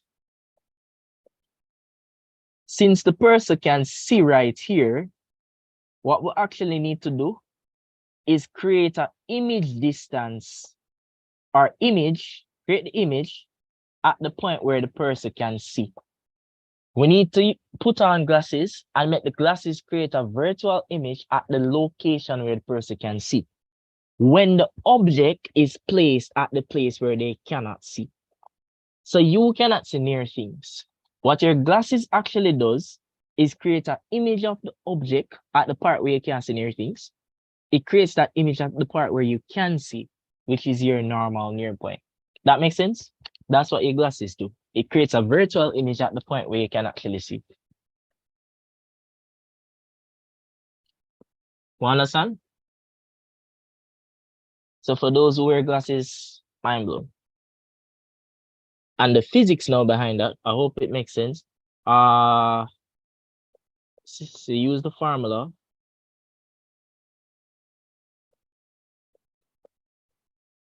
But since it's a virtual image, the V going to be negative. And what would be the image distance? The 30 centimeters, because I want to make the image fall at the I'm actually going to use the other formula I just created. I don't want it. I have a problem using the normal formula for this for some reason. So the object distance is going to be 25, and then the image distance is going to be negative 30, and then this going to be, so it's multiplying those two, and then this going to be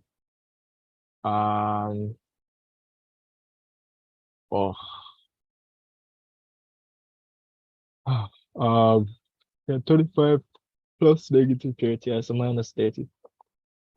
So I'd be giving you 750. Believe it's 750 again, divided by 5, and that would give you, and these are, you realize you're getting negative negatives, and negatives cancel. You'll get negative 150, negatives cancel, so you can get 150 centimeters, and that's the dot there.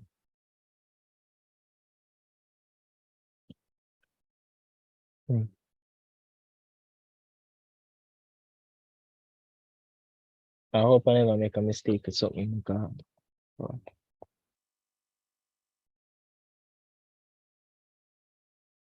course I did. Why not?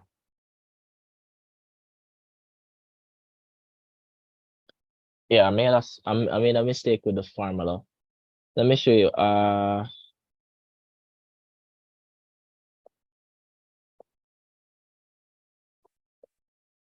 Guys, you see me?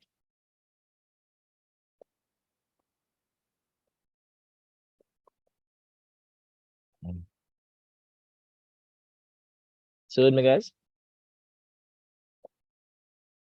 Yes, sir. All right, so look at what I did wrong with the formula a while ago. This is all for 1 over f. So u plus t over uv would have been for 1 over f.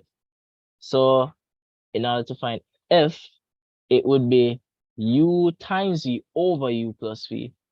So this is actually representing u v over u plus v. Right. Good stuff. On the absolute thermodynamic temperature scale, this could be like your constant volume gas thermometer. This is the equivalent to, so if you convert in Celsius to Kelvin, you just add 273. Right. Once you see a large range, you're looking for the constant volume gas thermometer. Largest range, constant volume gas thermometer, which also has a thermodynamic scale setting, which means it follow the rule that everything of 0 at negative 27 degrees, 273 degrees, right? So it have a 0 volume at that temperature. This now is the thermocouple. We really work this out already, but we know how to work it out. We say readings of the thermometer are this at the ice point, this at the steam point, and this at the unknown. So it'd be saying, this would be there minus the R0, which is your ice point, over R100, steam point 1 minus R0, and then times all of that by 100. But they get one early and it was a different one. So you realize you need to know if you can work it out, because them like to give different ones of these. I think the earlier one was something like 20 something. So heat capacity is the joules per Kelvin. Remember that heat capacity is equal to specific heat capacity times mass from that question that we did do. All right, so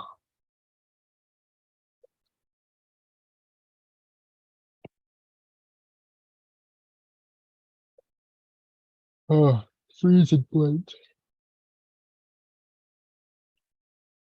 I guess this.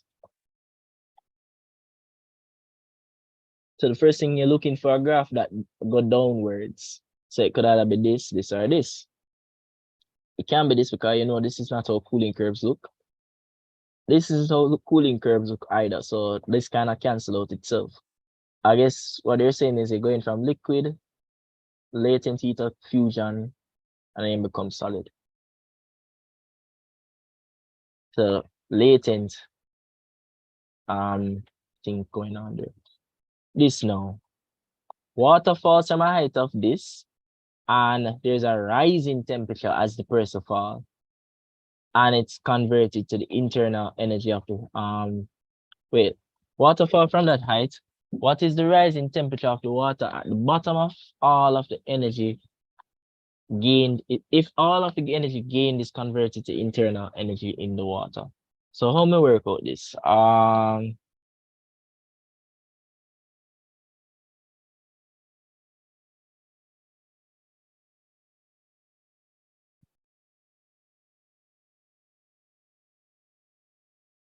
You see, once you see energy and a whole bunch of stuff, remember, say energy lost equal energy gained, right? That's your foundation, and then you say, all right, all right, sure, fine. Temperature. So let me show you. So first of all, from say falling things from a height, you know, so the energy we can consider as its potential. And at the bottom, you can find change in energy or you can find the energy weight have at the bottom, or overall the internal energy. You could find it also by saying M cat. Because how you know other thing if you use is because you want to find something what to do with the energy in the system and temperature. So you're doing that, you're going to cancel out the masses and you're going to solve for the delta T. It's delta T I want. Fair enough. And notice that makes sense because they ask what is the rise in temperature. Because delta T is telling you that there's a change in temperature. So they just want to know the difference in temperature that occurred from top to bottom. So as you go down, that potential energy get converted into energy. And that's why you have a rise in temperature. You get converted to heat energy. So let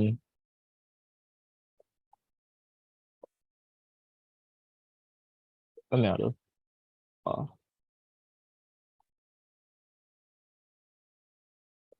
This, right? Yes.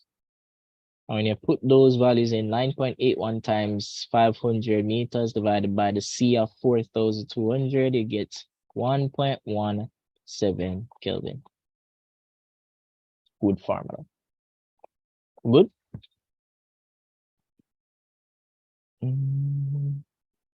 All right, so metals are better at thermal conduction than non-metals. Remember, some metals use electron diffusion, non-metals use lattice vibration.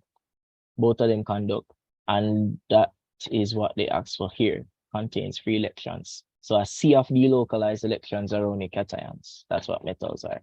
And you see that type of question that come again? It's a different one though.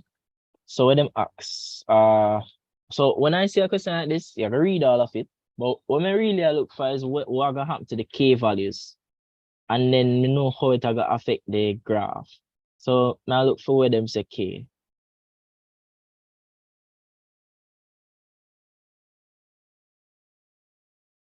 C tier. So the thermal conductivity A is greater than B. So A have a greater K than B, which means since K is greater here, that means you have a smaller change in temperature over length, because remember they're inversely related. So let's find a graph that represents that. Notice the length is maintained in both scenarios, but A, because K is bigger, this is smaller. So you have to understand that so that when the different types come up, you see this question: which of the following methods of heat transfer occurs as a consequence of changes in density? Would be convection, because remember, applied temperature, increased volume, decreased density, and then the pulse of rise, butterfly. Okay. The temperature inside a furnace is this, and the center of the furnace is a cube of side this and this. What is the rate of heat transfer between the furnace and the cube? So it's like I go from surrounding temperature to the cube temperature. So how you find this is with Stefan's law.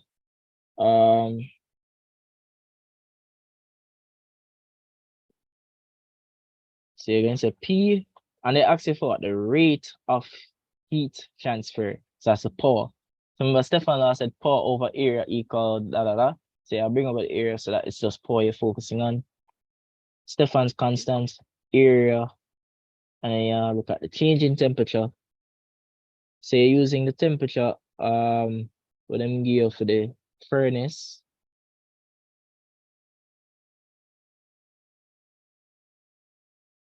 And be careful.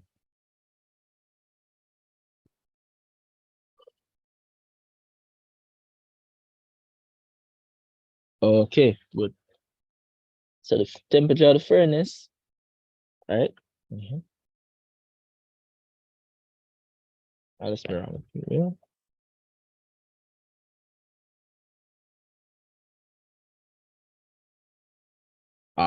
So here's the trick with this formula. No? You see, it has to be the it has to be, and I'm going to show you in the book so you're more confident.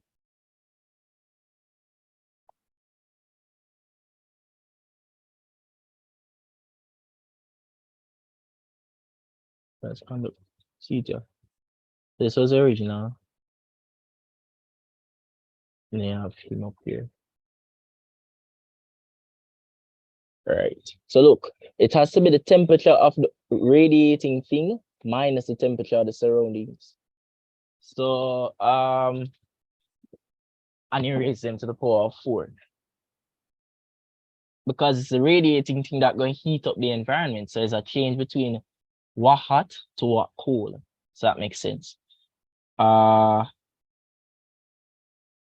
you have to put you in the problem with this formula. You have to have something. You have to keep in mind things have to be brought to their base SI units.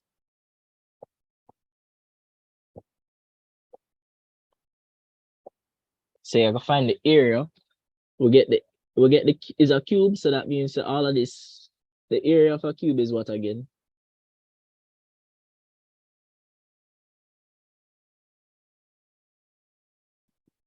Guys?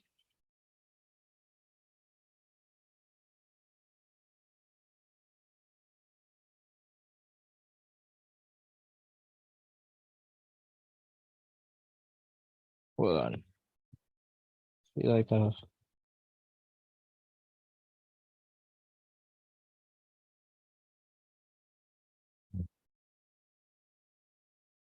remember the area of a cube formula? Anybody?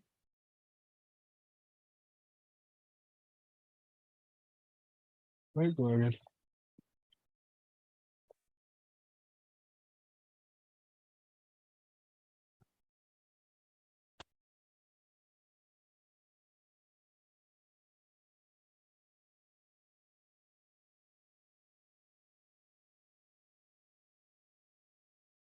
Oh, this no.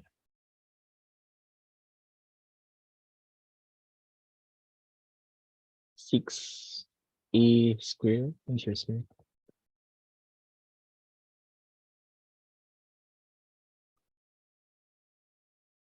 So are you going to send these papers in the WhatsApp group? Yeah. And I've been adding them to the website link. Okay. So that so if you need to leave, get some rest.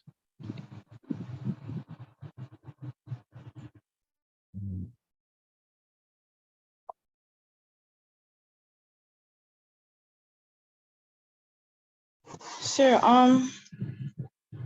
there was a question that was earlier in the paper. Question 4, was the answer root to M over capital E? Repeat that. There was a question, like question 4, to be exact, was the answer root M capital E? It was asking about the mass involving kinetic energy E, which of the following has the same base units as momentum. Oh, it was energy. It was the something. Let me find it. Look. Thank you. I think it was. Wait, is this one? No, sir. It had answers like E, capital E over M, M, capital E squared. I think there are 2 possible questions just like that. One of the answer them is this. And one other one different. How to work it out? You have to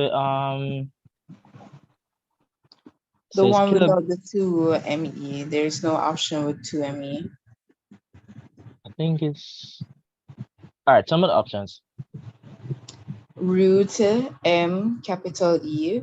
Wait, tell me the option that was right. I'm gonna show you why it's right. It's not answered. I remember which question it is now. Something there. Oh, I can't remember how many get it.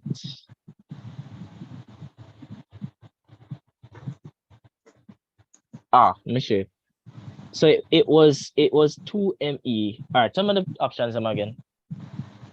Root M capital E, M capital E, M capital E squared, and the final one is E over M.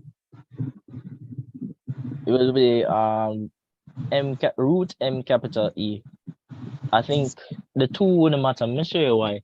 Because M is going to be kilograms, and then the mass, the energy, SI unit kilogram meter square per second square. So you end up with square root of kilogram square meter square per second square. So you end up with kilogram meters per second, and that's the same as momentum.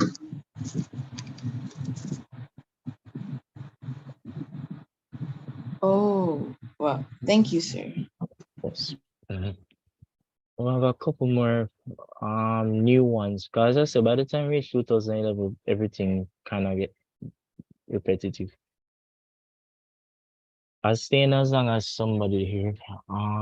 Let's go though. This, I can tell you that it's 55. I'll work it out. No, it's 30, not 55.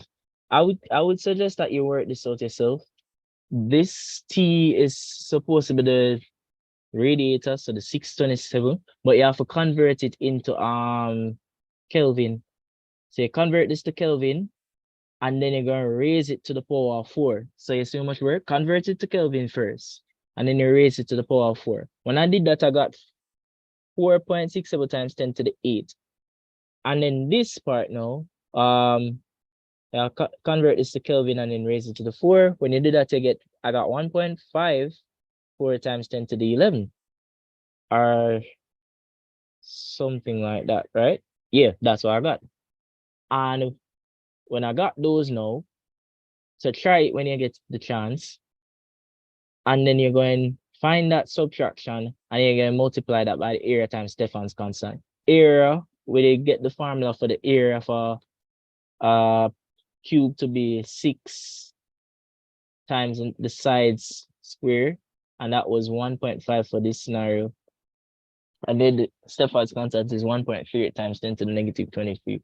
So there's a lot of putting in the calculator, but it answers 13 kilowatts. If you work it out and you feel like you need to, yeah, but it's 13 I got. I know sometimes if you work it out the wrong way, you're going to get 55. There's a mistake that you can make to get 55. I think is if you put this here instead of here. All right, so here now. This question, I don't know how to work it out. I was trying, I didn't get it. But I'd work with 2. I remember at one point I feel like I did work it out and I got the 2. I just don't remember how I did it. So that's good enough right now. But I was trying and I wasn't getting the answer. So I'm gonna move from it. But it has something to do with pressure equal density times gravity times height. So I have something to do with that. I just don't remember how to put it together. So I'm not going to try. That's that. Remember the infamous flea. Young's modulus is flea. You're more than likely seeing this tomorrow. Typical end of test question. Helium. So what was the formula that related pressure with density?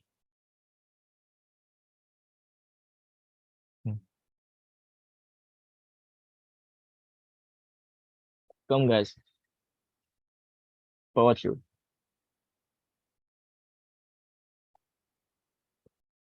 Pressure with density.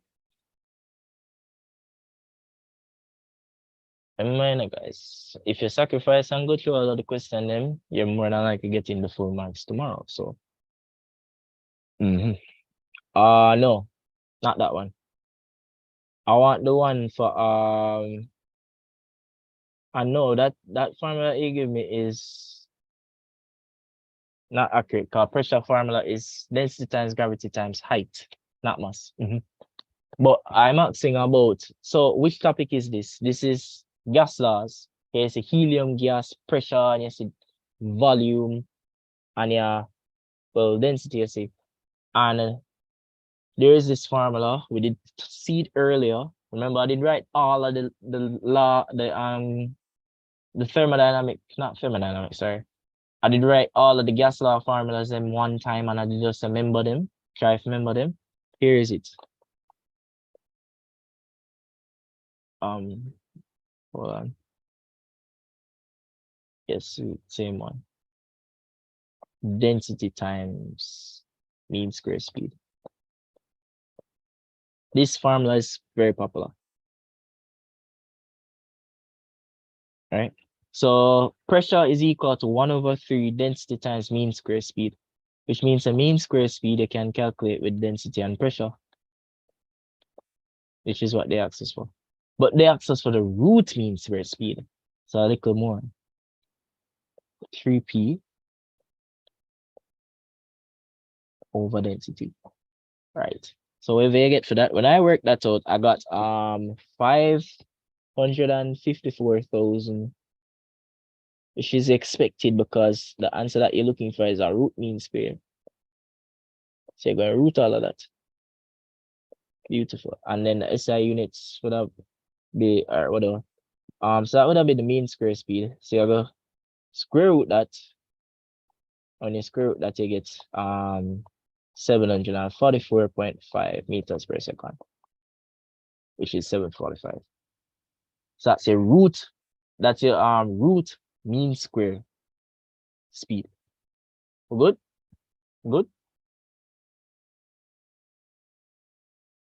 You catch this?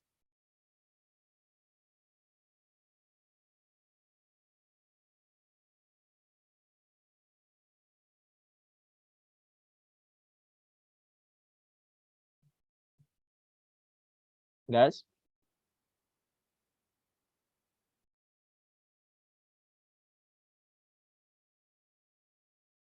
All right. T got it. Cool. All right, come. Make sure you're good. Ask questions. All right, so 7:45. That's by the time we make sure so study everything by. We did do this already, remember? 150. Because they had what they did about this identical springs they were, and it have that load, it have that extension.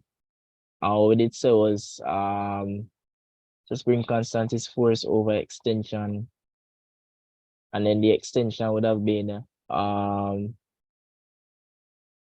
on, what chance?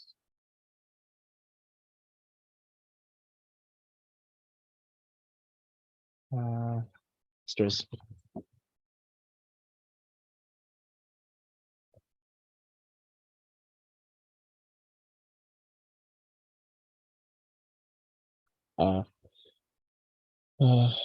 So it was, remember, so they're in parallel, so the extension would have be halved. So I guess a 7.5 divided by what's half of 2.5. I think that's how we did do it. Should be all. No? What may I miss?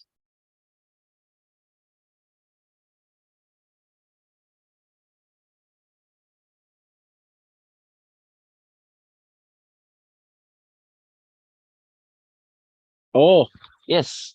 They asked for one of the springs. Good. All right. So it's like a backtrack. We never did do this before. We did a question similar to this before, but about this backtrack. I'm just looking at my book.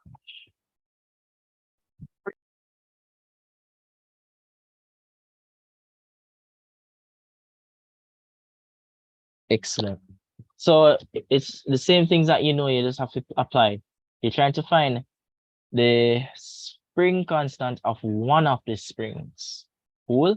When you know about springs in series, in parallel, the spring constant for both of them in parallel is the same as the spring constant of two of them. You multiply 1 by 2.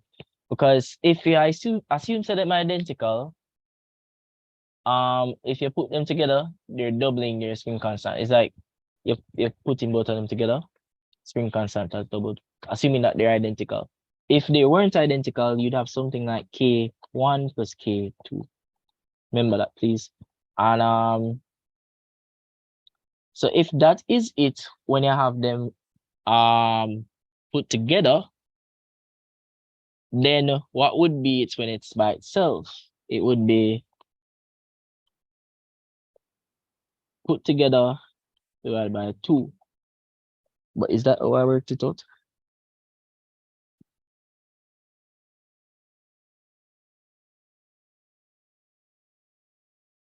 All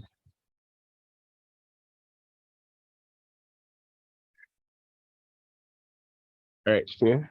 Let's see if we can work it out this way. So I'm just see if I find spring constants of both of them put together.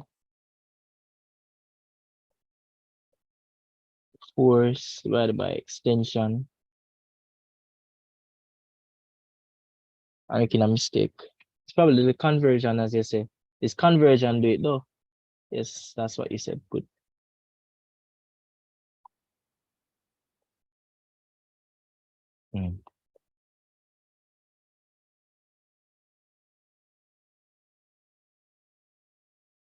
Let's just work that out. Ah, boy.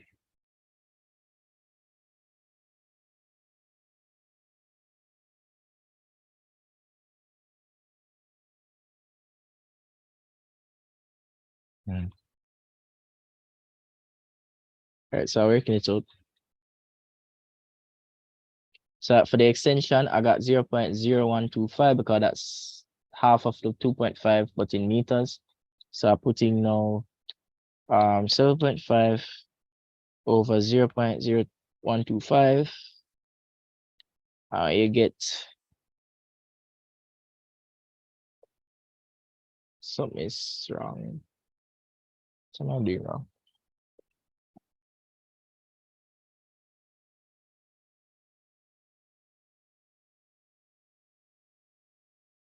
Oh, yeah, sorry.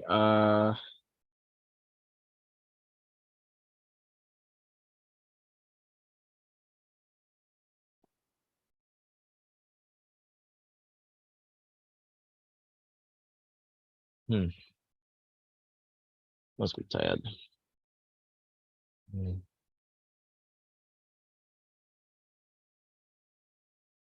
Let's do it a different way then.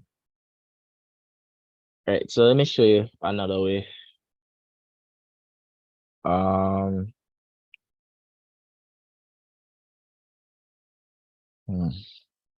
right, so the extension for them in parallel would be half their original extension. You put that, which means hold on.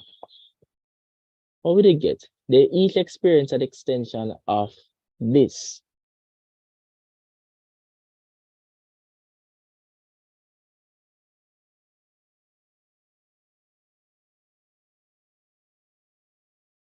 So each experience an extension of that.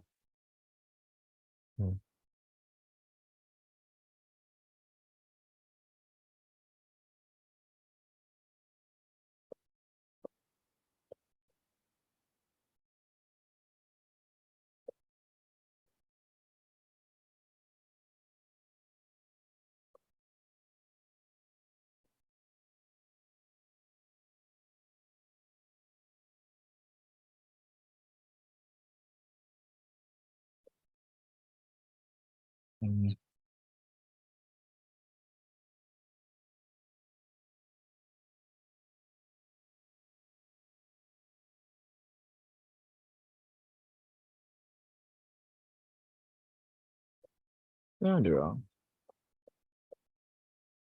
Yeah, they're not wrong.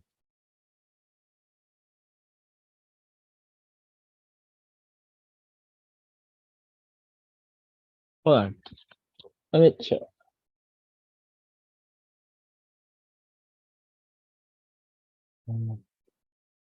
I get 600 newtons for this. All right, let's play along with it. Let's play along. This would have been KP. Okay, so I'm not doing something wrong with this adults myself because you did. This is the issue of anticipation. Right. Come again. We'll try to find K, right? KP over 2. So we got KP to be 600, which means a K is going to be 300 nanometers. So let's run that again so that we feel sure. What did we know? We know that the force that was being added on both of them is 7.5 newtons. We knew that the extension of both of them would be half the extension that each of them experienced. So that's why I say half of the 2.5, and you convert that to meters. So overall, the spring constant of both of them put together would have been 600 Newton meter. And then, since you know that the spring constant for both is equal to 2 times the spring constant for one of them, because it gets thicker, so it more spring constant, you're going to convert to find spring constant to one of them by dividing Kp by 2, and then you get 300 Newton meter. So don't follow the crowd, work with your head. We good?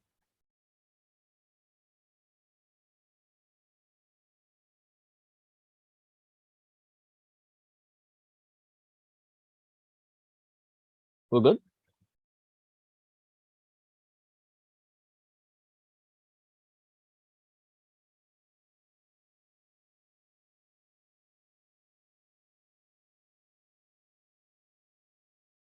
Good.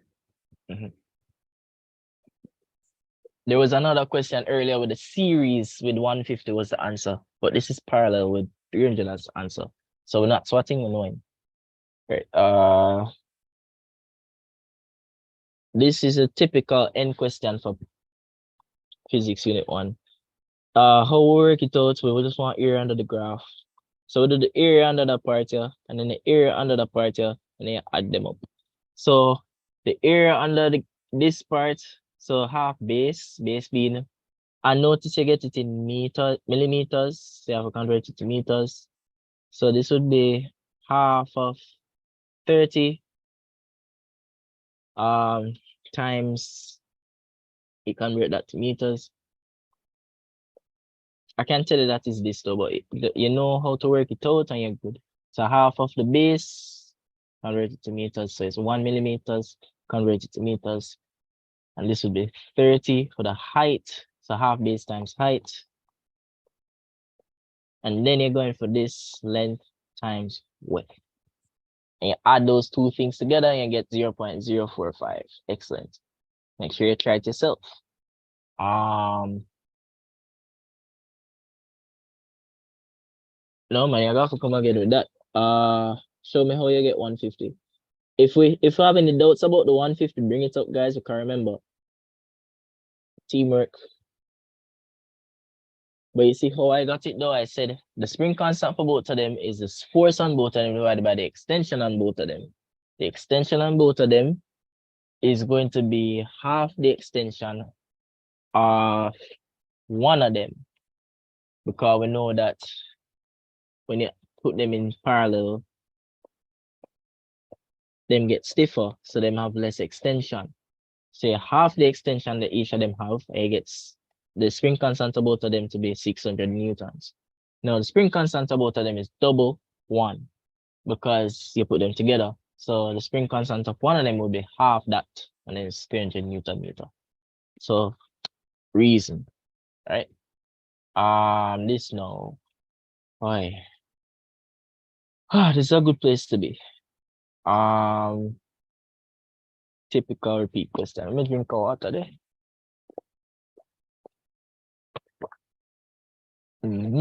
Almost there.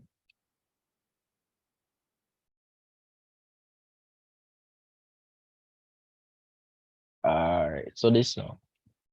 Say rubber ball weight suspended and angle wind at a force of h. So this is a conical pendulum, and we know the conical pendulum. Angle here correspond to angle here. So you have a tension component of t cos theta and then t sine theta. And you have weight force go down.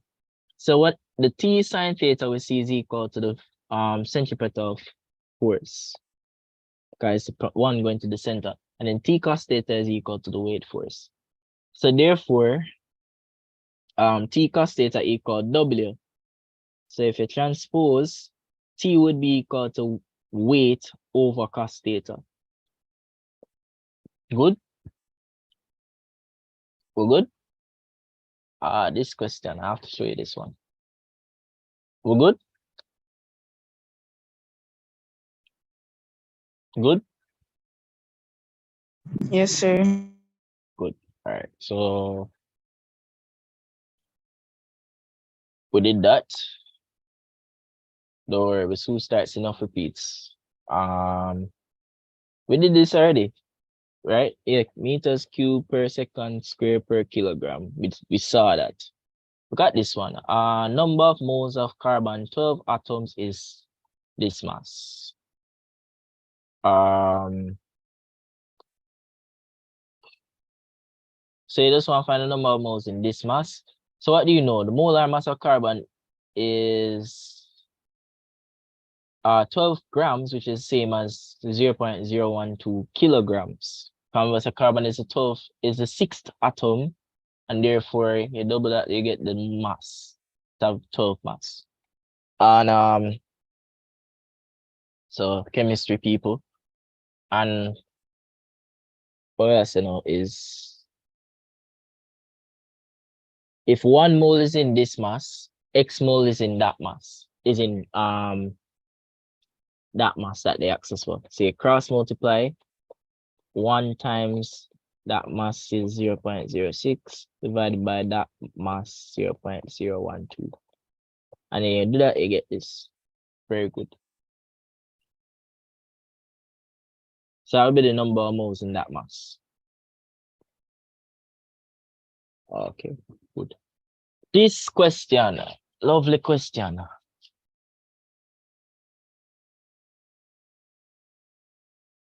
No, because remember say so both of them experience a spring extension of what them say both of them. What they're saying is that by themselves, if they were to put that mass on them by themselves, then get an extension of 2.5. But when you put them together, the K double, therefore the extension half. So then would I get half an extension? You see that? And this is in parallel. The opposite happens in series.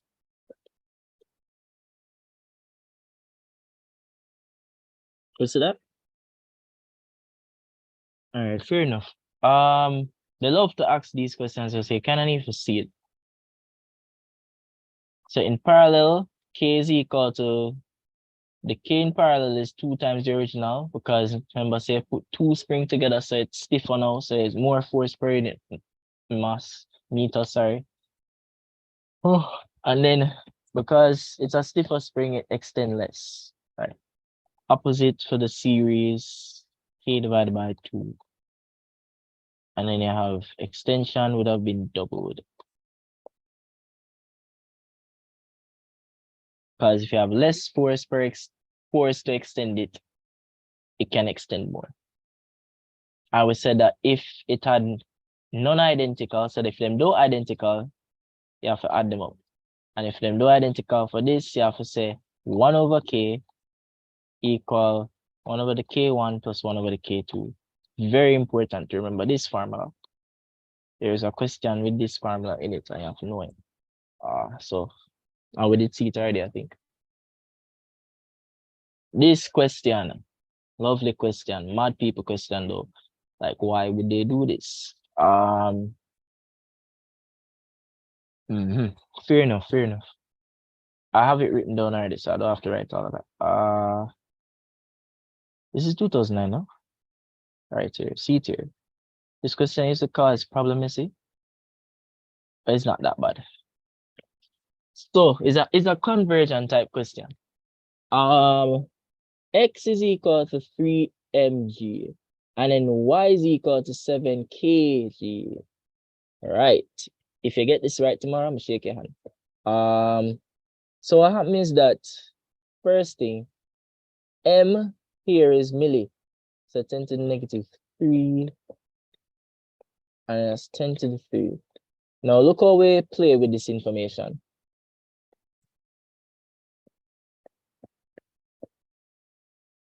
So we'll go up here now, and we say, all right, what? No, I don't like how this is written. I did this better.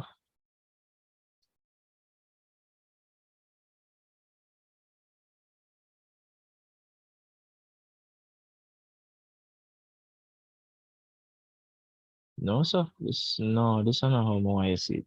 There's an easier way. All right, I'll share another way. This is problem. Easier way. Easier is better.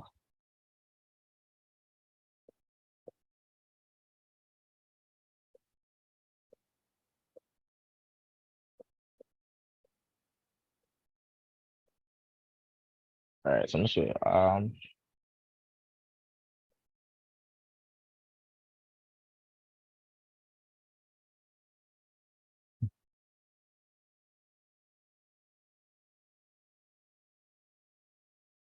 All right, so what they want to do? We need to show a way to represent y. We want to show an alternate way to represent y. That's all we need to do. And if you're lazy, you could have just proved said this is y. But I'm gonna show you why that makes sense. Because y is equal to 3 times x. X we say is 3 mg. So follow me. 3 times the 3 mg. And that would be 9 mg. And 9 mg is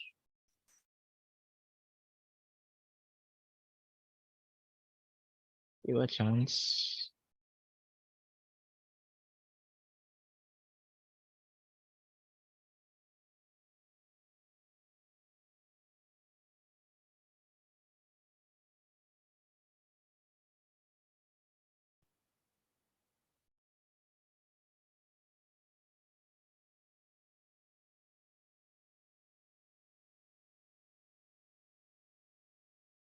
Oh, sorry.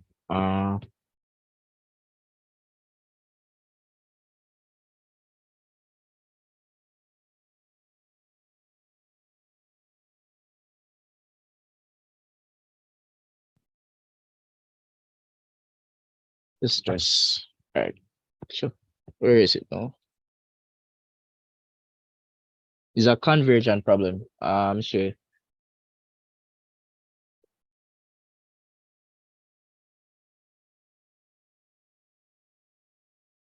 Mm.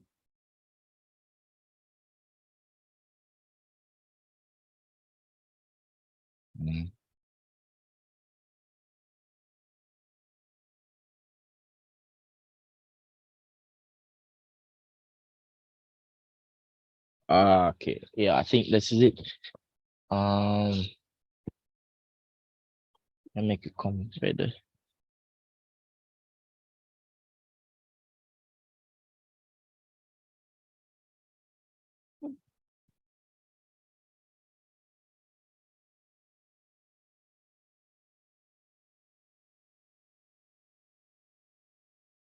Oh yeah, man, that. No.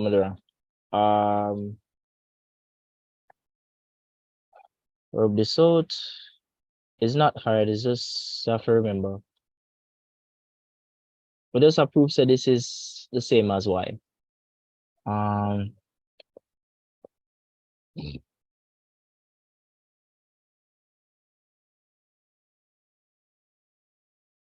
Right. So let me show you. Okay. So let me show you now. We're gonna prove say C correct.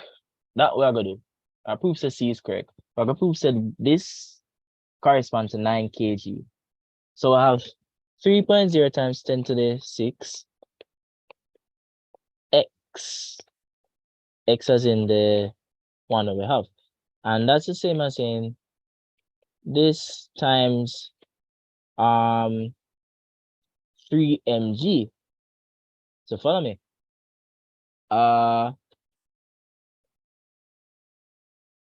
So 3.0 times 10 to the 6 times 3 mg. So it'd be like 9 times 10 to the 6 and then mg, and then you can say now mg is milli. So if you times this by milli, which is 10 to the -3, you're going to be same as dividing it by 1,000. So that would be 9 times 10 to the 3 grams. And that's the same as 9 kilograms. Oh, look up here. What is Y? 9 kilograms. So it proves that it is 9 kilograms. So miss, repeat.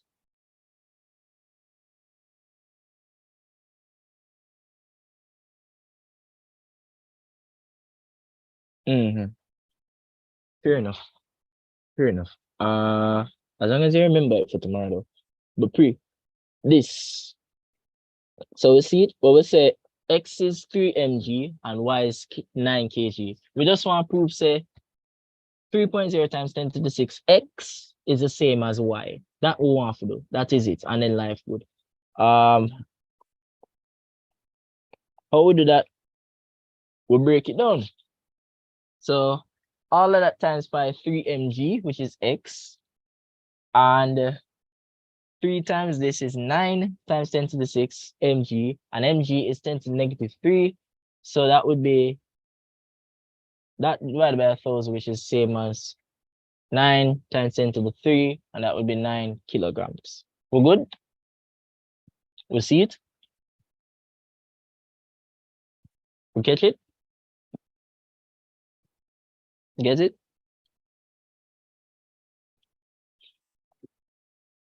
Should I repeat? So this is the same as this. We get it?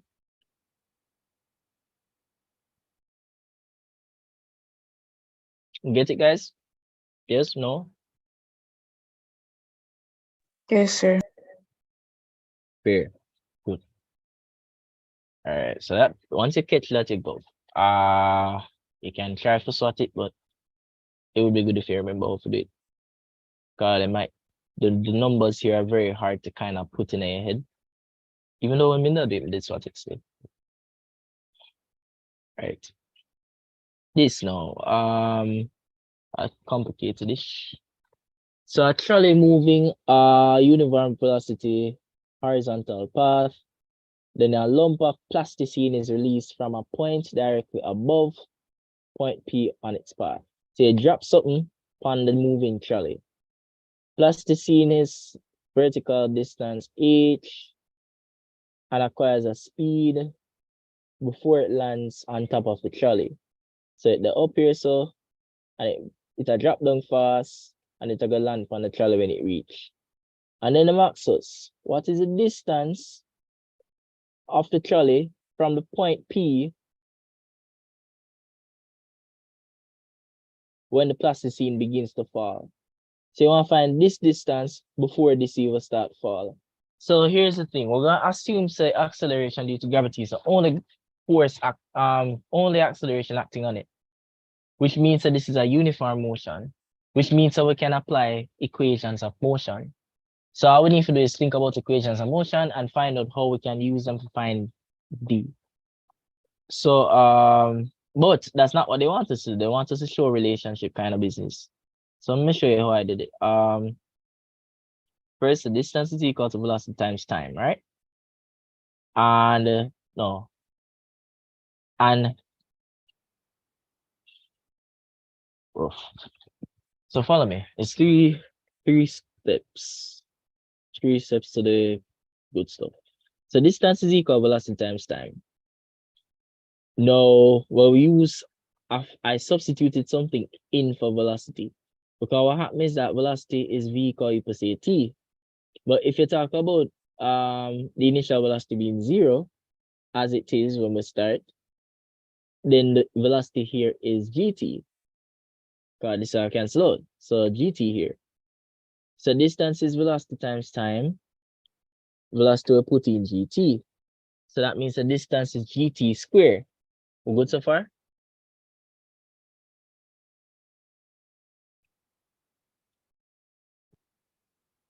We good so far?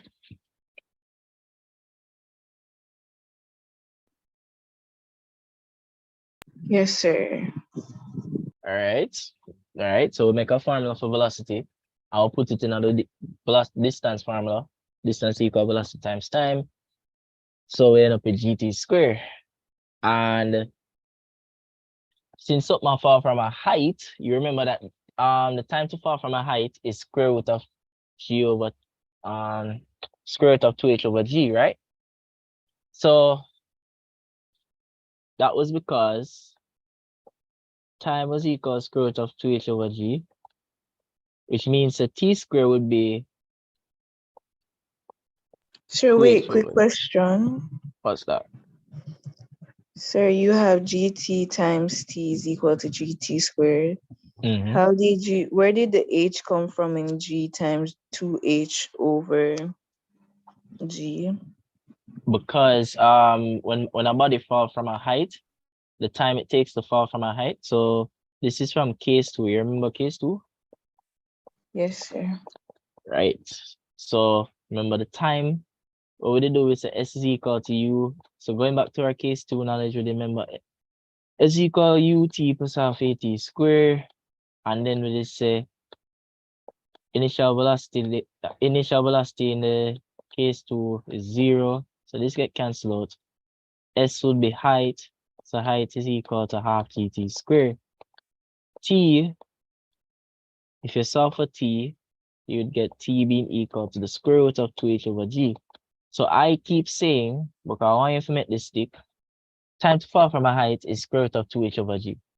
There was an earlier question where the answer was 0.61 seconds. It was the time to fall from that height. Time to fall from a height. And if this is the time to fall from a height, t squared is equal to 2h over g. So that's how I'm going to put 2h over g into the position where I had t squared now over here, going back to this. Because what happens is that something is falling from a height. So that's how I know so that can connect in it. I'm going to just put that right here and put that right here. G's cancel out. And because the G's cancel out, you end up with seeing that distance. It took so long to figure this out. But yes, good.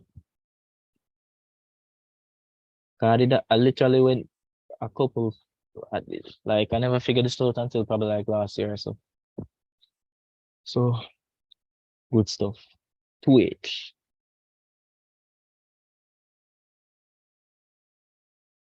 A man shows.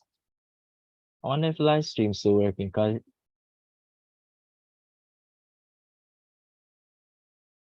it's saying preparing live stream. I don't like that.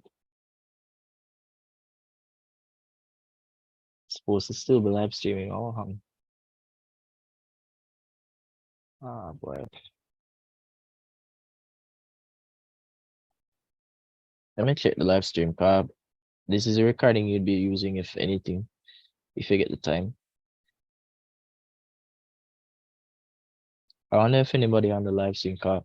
It would be better if you were on the Zoom.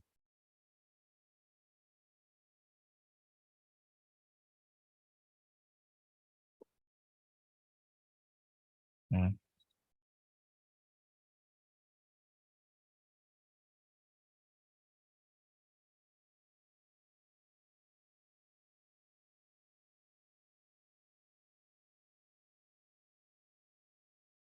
Let me just check the live stream quick. Come, right there.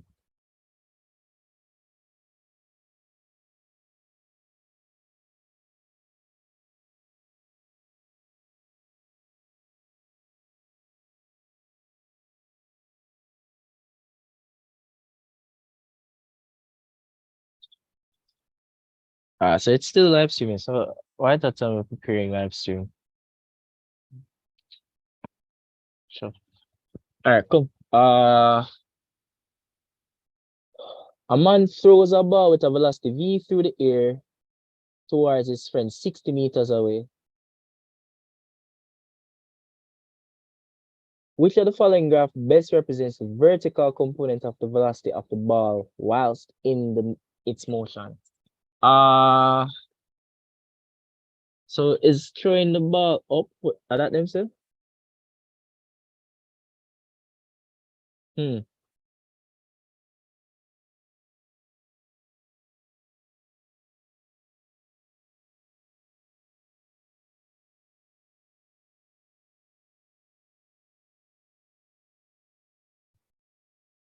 Something suspicious. Exactly. So it would be this scenario that we're representing. But I never can go to like that. All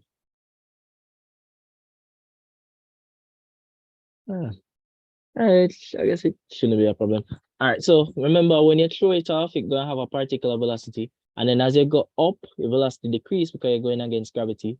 And then when you reach max height and you go down back, your velocity start increase again because you're going with gravity now. But you're in the opposite direction, that's why you're getting more negative. So this is a typical graph of when you throw something up and it come back down. I guess it works so even if you throw it up and it go back down over range. That's interesting. All right, so this now, this typical repeat question. This is 2009, right? So I can just go to this. Oh, amen.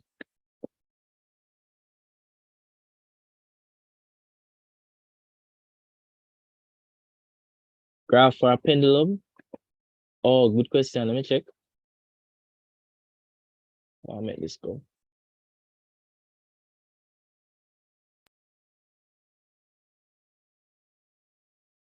Too much things on my screen. Check.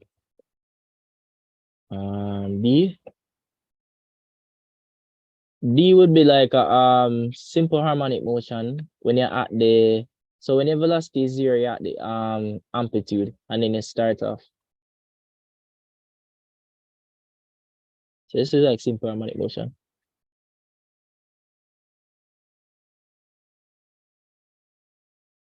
Let me show you this now.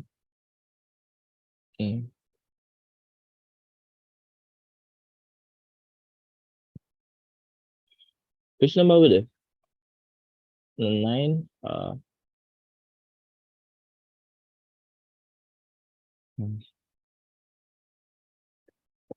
It doesn't show you the calculation. Back up. I'll show you the calculation. How many is the water?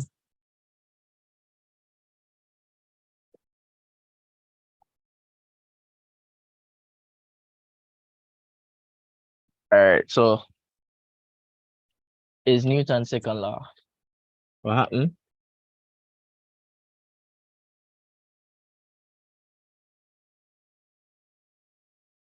All right, stay sharp. What we're saying now is, I'll make sure I'm doing this right. So you have two masses, right? And they said they can move freely, so there's no frictional force. And then they tell you that the one with the heavier mass has an acceleration of 10 meters per second squared. So the heavier one is this. So this is what I did. The net force would be mass times acceleration. And the acceleration, and then they told me the acceleration is 10. And we know the heavier one is 5. So that means that the net force acting on it is 50 newtons. Cool. Right. So if the net force on this is 50 newtons, the one over here will also have a net force of 50. So force equal mass times acceleration. The net force over here going to be 50. Its mass is 2, so that its acceleration is 25 meters per second squared. Repeat question, understand how it go. Net force over here is the same as net force over here. And you find out what that's it. Inelastic total energy not conserved, momentum must be conserved, right? Your momentum is always conserved. Momentum is always conserved. That's why it's the law of conservation of momentum. So got this one now. Drink some water. Right, I'm gonna ask a question. Do we know the speed of a satellite? How to calculate it? Big people question this.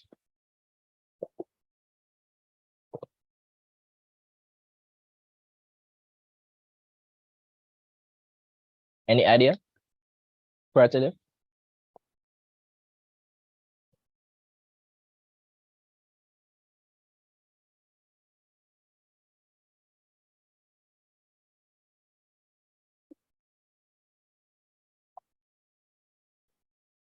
Right, I'm gonna show you something.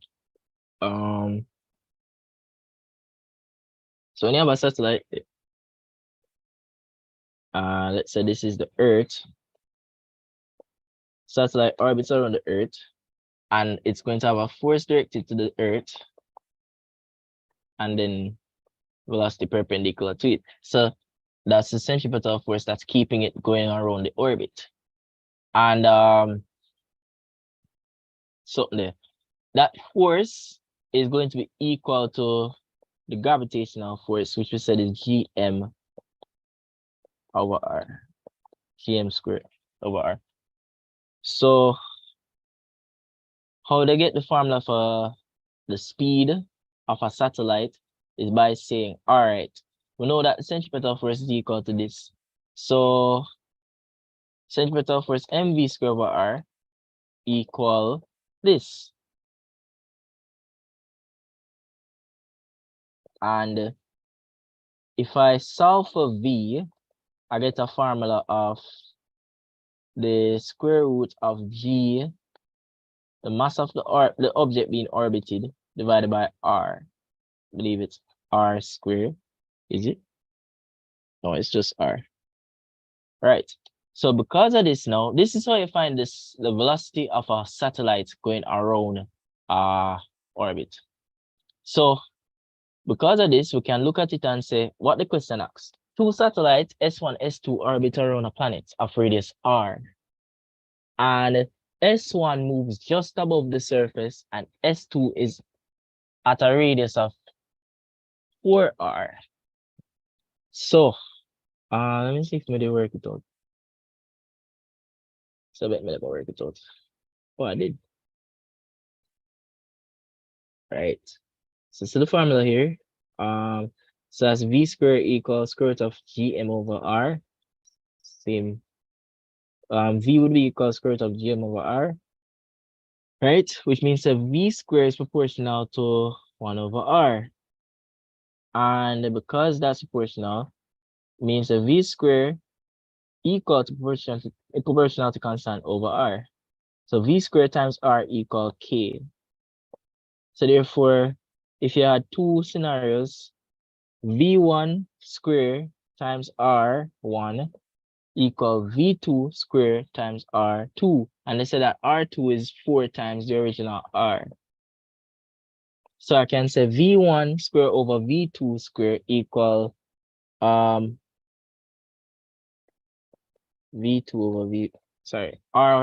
over r1. And you see where I'm getting with this, proportionality is king. And that would mean that's the same as saying v1 over v2 all squared. So you can just get rid of that by square rooting over. Here is what we did.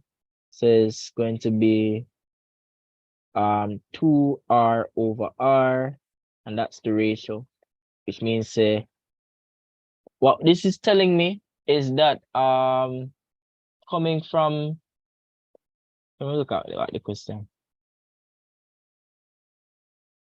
There's an easier way to work that out now. I'll show you the easier way. Use the trick. What them said, the r has been quadrupled. That them say, right? So you just need to put 4 in the formula. That's the easier way. So I'm showing you guys the easiest way to do stuff because life rough. I do get right?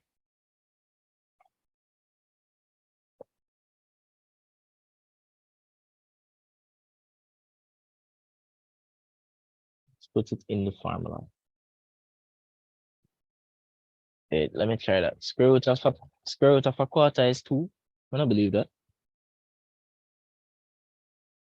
No. So what's the problem?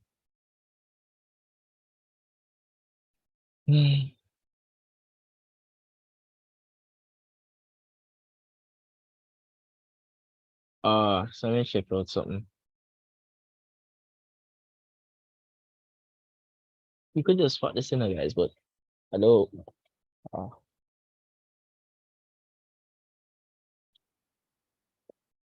Something is wrong. What's wrong? Square root of this or that.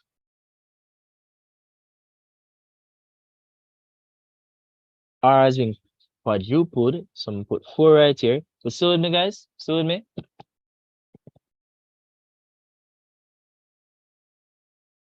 We're going to swap this one. I'm show you how to work it out that way, yeah? So it's not like I'm gonna show you how to work it out.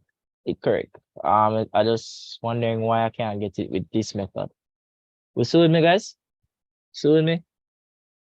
No? Yes? Yes, sir. Live and well. Live and well. Yes. And then we can sleep tomorrow. When you're doing exams, make sure you plan out your sleep well enough so that you can get sleep and do things when you need to do.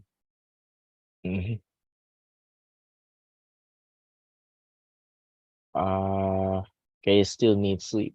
If you're going to an exam too tired, you're not going to be able to function well enough unless you're well prepared. I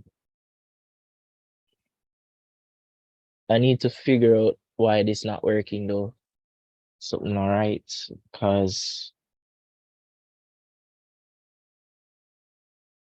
right now, look, something wrong. R has been quadrupled. That's what them tell me.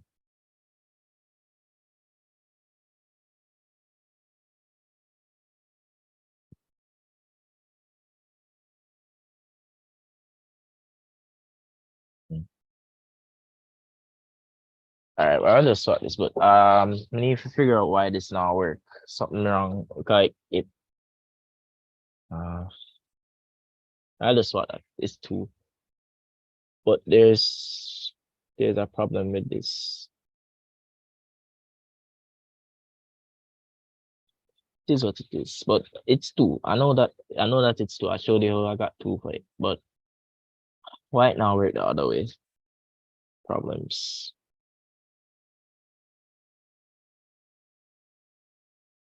I'm like confusion.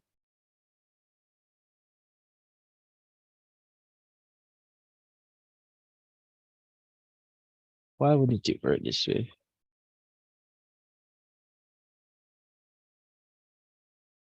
What's the square root of so I know, see, never give up. Why? Because sometimes things will work out. Because you just need to do the maths. So square root of 4 is 2, right? Just to make sure it is. So I'm gonna show you why I did I get that wrong. Because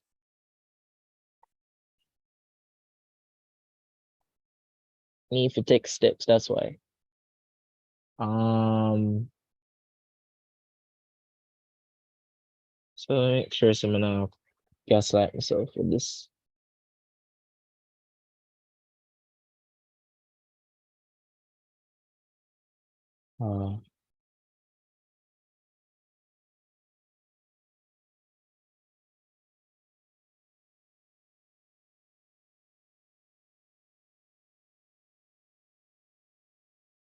Channel.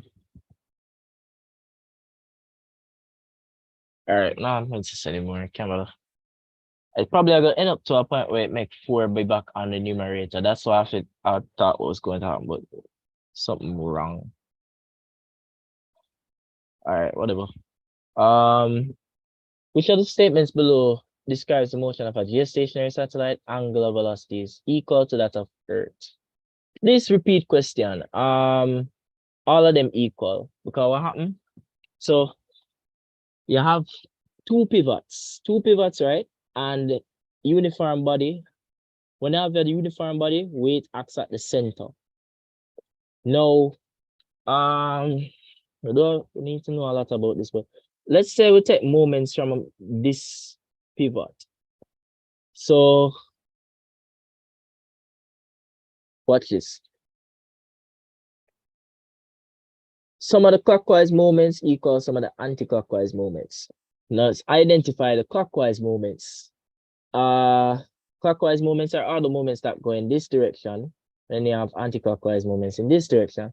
So with respect to this point, you can see this force times this distance. So that let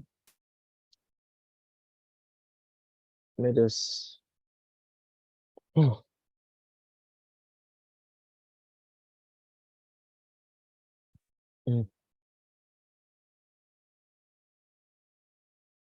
Oh, yeah, in order to see it, they use the other pivot. So they use the other pivot. Let me use the other pivot to show you. So it would have been this distance times this force. So in the clockwise direction or in this direction, you can see I have a moments produced by W and Y. But in this direction, you have a moments produced by all of the distance here from the pivot times the force going up in this direction. Remember, say it's the distance from the pivot. So Y times W, that would be moments in this direction. And then the distance from the pivot times the force up here. So that's why this is correct. So the sum of the clockwise moments equal to sum of the anti-clockwise moments. You see that? You see that? You saw that?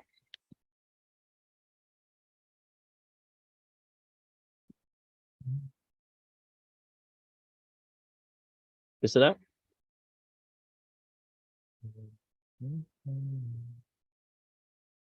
Guys, you see it? Should I repeat? Sir, I see it, sir. All right, so clockwise moments. Because they like to repeat this question a lot. Yes, it is. That's why you just understand it once and then you're certain say it right. So I'm just showing you why it's correct. Previous years it did cause problems. So you get why this is right. What about this? It's right because some of the downward forces equal some of the upward forces. And as you can see, upward forces is this plus this, and downward forces is this. So why is this one correct? Because, so what is Px? Where is Px? P times X, and then say that is equal to T times Y. That is correct if you say, if you chose here as the pivot. Let me just make sure I'm being right. Yes, it's correct. Good, good, good. That would be correct if you chose here as the pivot.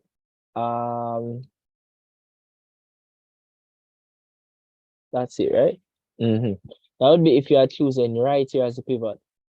So some of the moments on this side equals some of the moments on this side. So distance times the force, and distance times the force. So that's why this is right. So this one must have all of them right. Right. A rock is thrown vertically upward from the ground, neglecting air resistance. Which one best represents its kinetic energy? If you're going up, that means your velocity is decreasing, which means your kinetic energy is decreasing. Easy. Why is it not one of these? These over here, because looking for something uniform, since we're assuming that its air resistance is negligible. And this is foolishness.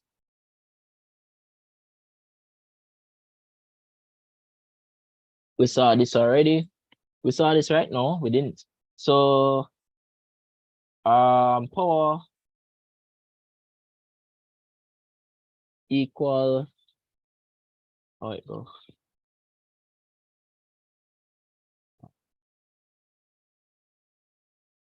Power equal energy times time. And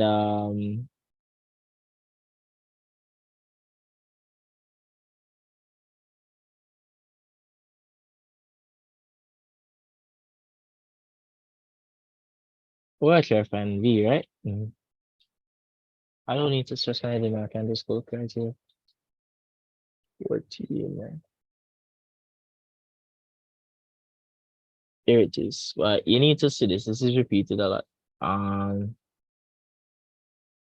So power is work per unit time, right? That's power, which means that we're gonna try to find velocity, but we'll get there. So which means the work done, which is energy, is equal to power times time. So what we're saying is that this is energy. And the energy in the system, in the car, so visualize. So this is an engine, we'll have a maximum power of that. And I'm asking for the least time to be accelerated from rest. So in other words,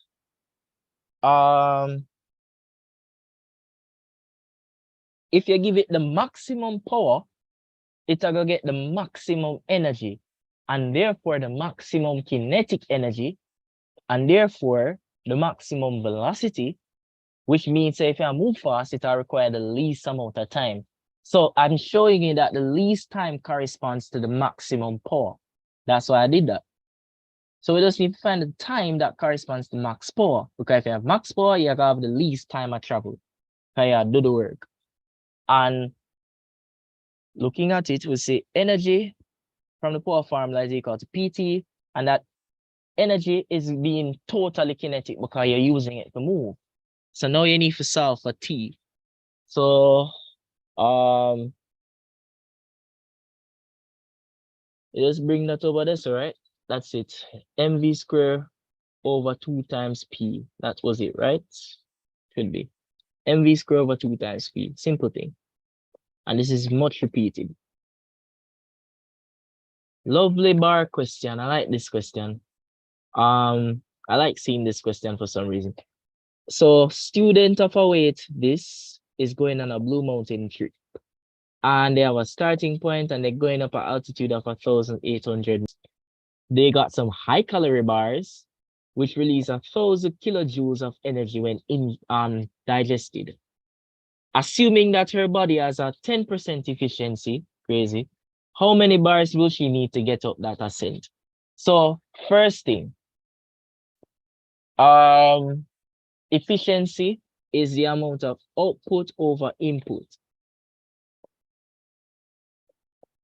All right. So her efficiency is 10%. It's telling us that for the input that she take, the 100% where she intake, she only make 10 of its use, and she dash for the rest of the 90. When you find efficiency, you say output over input and you divide it by, when you multiply it by 100. All right. Now, if you can find out the so what we got was the output. No, what we got was the efficiency. We got the efficiency. What we want to find out is the output corresponding to that efficiency. Let me show you why. So let me just show you with the question. Okay. So follow me. We got the efficiency. And you want to find the output that you're getting from the thing. So you get the output as 100,000 joules when you do the formula. So you just reciprocate, your transpose you find says 100,000, which means that for every candy bar, you only get 100,000 joules of energy. So now you know exactly how much energy you're getting per candy bar because your efficiency is 10%. So no matter how much you eat, it's 10% total you get. And that 10% in response to the candy bar is 100,000 joules. So now you know exactly how much energy you get from each of those candy bars. So now you want to find out how much energy you need. So since you know how much you get from one candy bar, because you find out the output, how much energy you need, you're going up a hill, where a mountain rather, we have a 900,000 need, or 9 million rather need, because this is energy to go up at the top of that. So you know the amount of energy to go up at the mountain, and you know the amount of energy I get from each bar. So in order to find out how many bars you're going to need to use that, to get that energy, you're going to divide that energy by the amount of energy you're getting from each bar. So the entire trip is this, 900,000, and you will get this from one bar. So how many bars you need? In total, you need 9 of these so that you can get the same 900,000 energy. So one bar give you 100,000 energy. So you need 9 of those bars so that you can get 900,000 energy. Well, understand?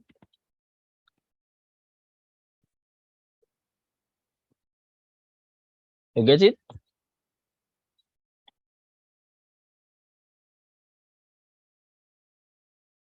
Yes, no, yes, yes.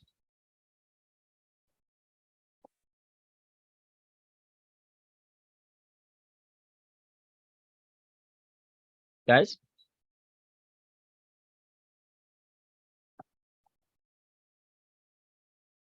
Guys? Here. So wait, understand? Yes, sir. All right, so this 9. So you just find out the amount of energy you need to use overall, and you find out the amount of energy I get from each bar. So now you know how much bar you need to get that total energy. Make sure you understand.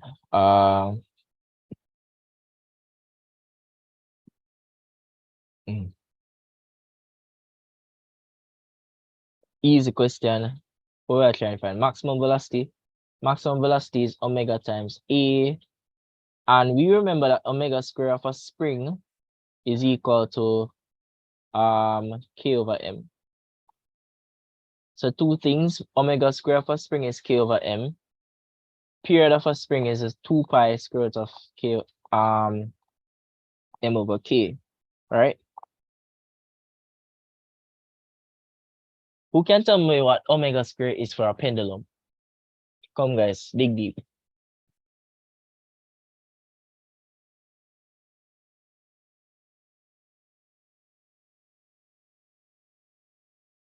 So no, just like how you know the period of a pendulum is 2 pi square root L over G, what is the omega square of a pendulum?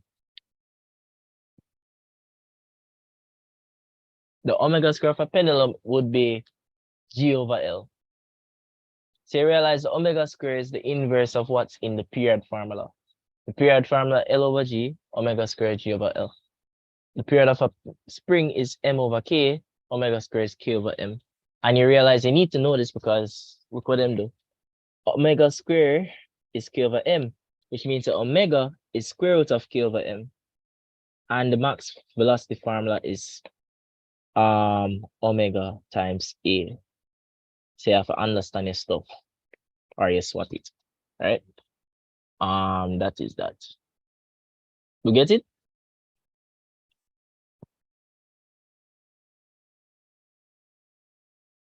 We get it? Yes. Mm-hmm. All right, so let's take a 2 minute break.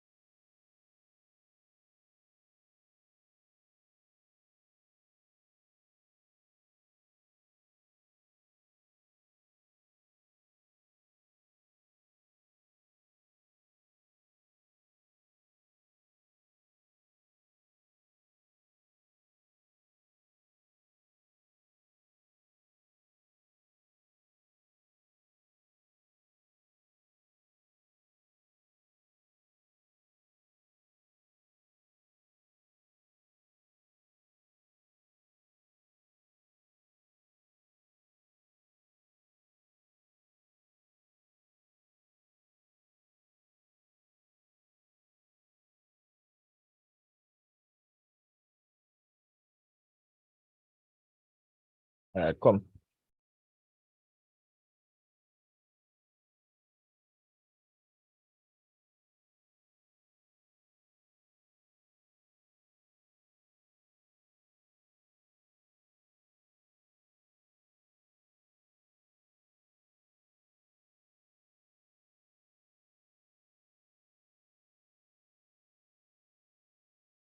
All right, come in.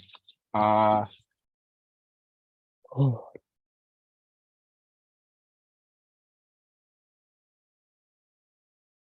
right, so remember we did see this earlier. Repeat question. This would be omega.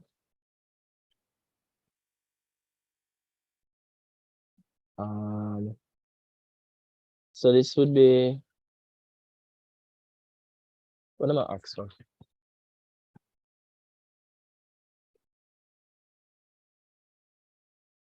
System made up of a light helical spring, which is small mass, la la la.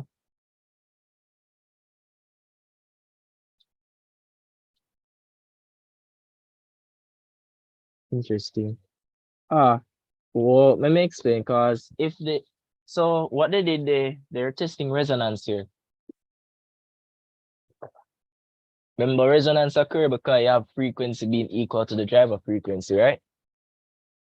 Now, when you have a resonance, eventually when you reach that driver frequency being equal to the frequency of the system, you're gonna have the max amplitude. But if you were to damp it, you can decrease that amplitude. If you are in an evacuated chamber, however, where there's no friction, then you'd have none of that dampening occurring. So you would get the best of both worlds. You would get the best. That's why this is this. So a stationary wave produced by superposing frequency, and then successive nodes separated by this. So we know the speed of a wave is equal to wave speed. You know what I mean? 500 times. So that distance between successive node represents half a wavelength.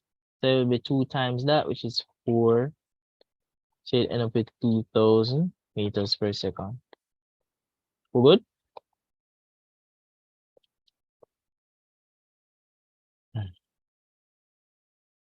Yes, sir.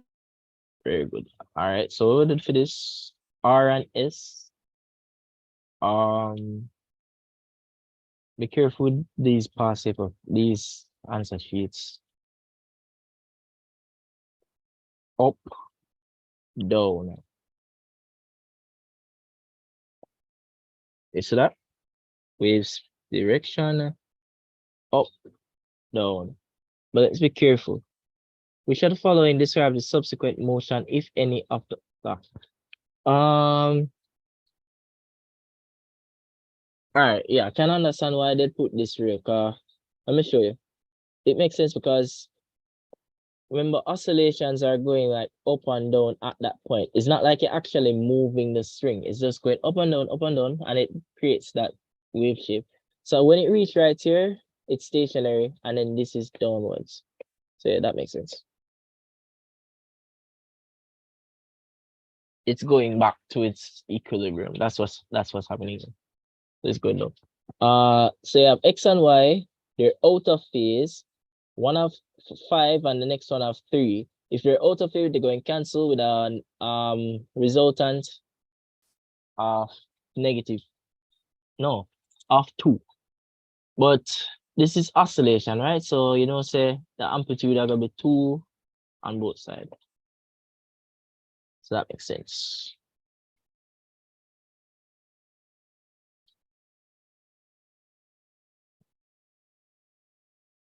What else now? Intensity is proportional to amplitude square. A standing wave is set up on a stretched strings as shown in the diagram below, which is correct. Easy if you understand. They're out of phase because, as you can see, 180 degrees. Excellent. P and S would be in phase with each other because they would be exactly a whole number of a wavelength apart.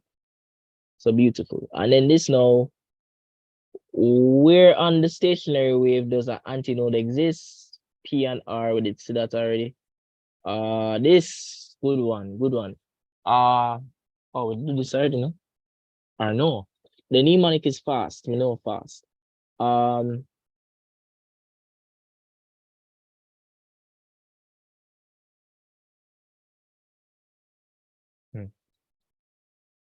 So two liquids on each other. In liquid X, the angle of refraction is that, and the angle is that. So this is that. Give me more. Which pair of statements is true if the wavelength decreases? Ah, you see how them Jaffa? Them are test your understanding. Them talk about wavelength. So them want to know what is true if the wavelength decreases as the light crosses the boundary. So which one will I go from? We'll go from Y to X. So them say the wavelength decreases as you go from Y to X. So let's look at something. I already write it, so I'm gonna need to do it again. This is proportional to wavelength. So when the speed increase, the wavelength will also increase. When does the speed increase? When going from a more dense to a less dense medium, and you moved away from the normal, all of those lovely things. So going from here to here, them say the wavelength decrease. If the wavelength is decreasing, it tells me that the speed of the wave is decreasing. And if the speed of the wave is decreasing, it means you're going slower, and slow means towards the normal. Remember the fast mnemonic? So you can look. The angle is smaller because you're going slow, you're going towards the normal, and then the speed going to be smaller as well. All right, so it's all about understanding. Good? Yes, yes.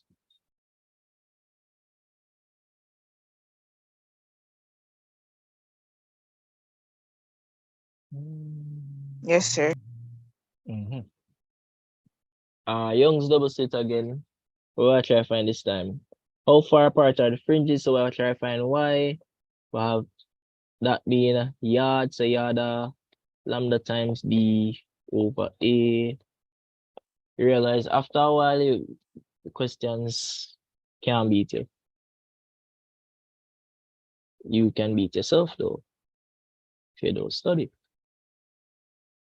26.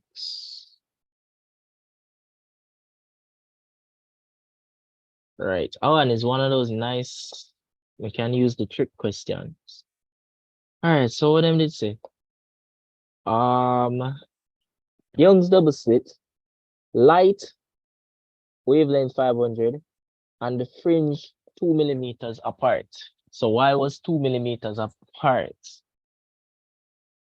Interesting. Hold on. All right.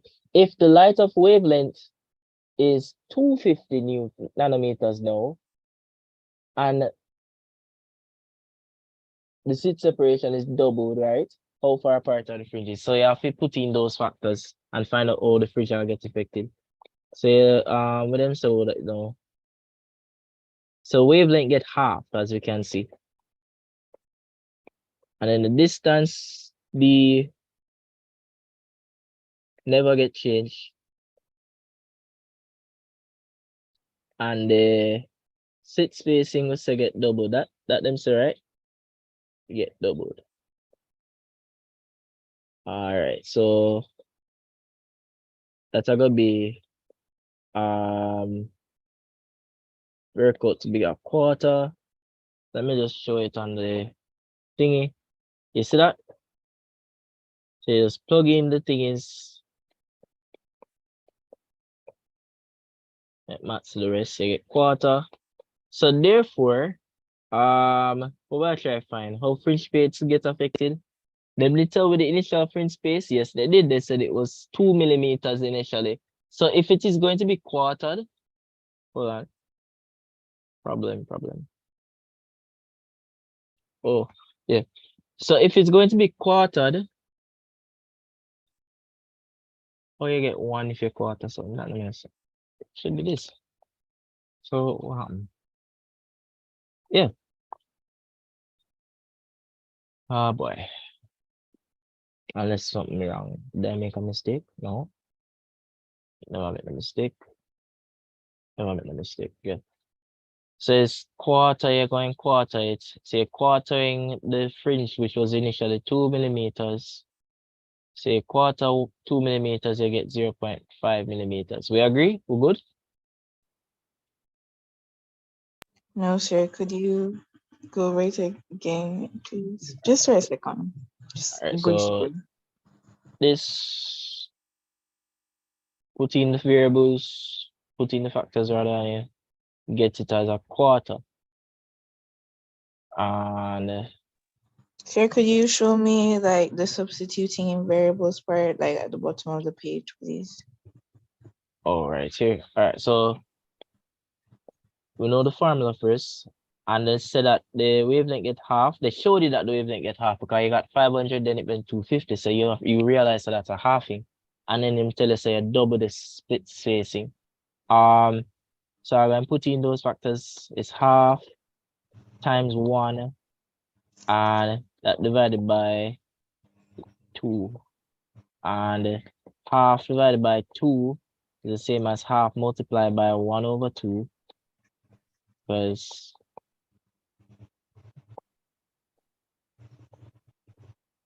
and then you end up with a quarter. Oh. Right. Very good. And it should be in, it depends on what them give you. What would you get? Wavelengths? Wavelengths always measured in nanometers, or you measure it in meters. If you convert 250 nanometers to meters, you get 2.5 times 10 to the negative 7 meters. Be comfortable with converting nanometers to meters. It's always some hundreds value for the nanometers, and then it becomes something times 10 to the negative 7 meters. Comfortable with that, please. So it's going to be quartered, and you're going quarter 2, and you get this. And I should have put y here. So all right, so X-rays differ from microwaves in that they have a shorter wavelength. Can we agree? Remember that microwave, they're lower than X-ray. So remember, yes. So gamma, then it's, oh, that frightened me. So it's gamma, then X-ray, then UV rays, then 1x, visible light, then infrared, then microwave, then radio waves. So remember the order. X-ray most higher than microwave. Microwave, they're all the way down the south. If it's something we can use on a daily basis, it can't be high up in other energy levels. Makes sense. And if it's high up in the energy levels, that means that it have low wavelength. So we can see some X-rays would have a lower wavelength than microwave. This now is 6.3. How we work it out is how we work this out again? See it here. So this is the sound level equal 10 log that, and what we're solving for. Oh, so what we're looking for is the ratio between the two logs, the two intensities.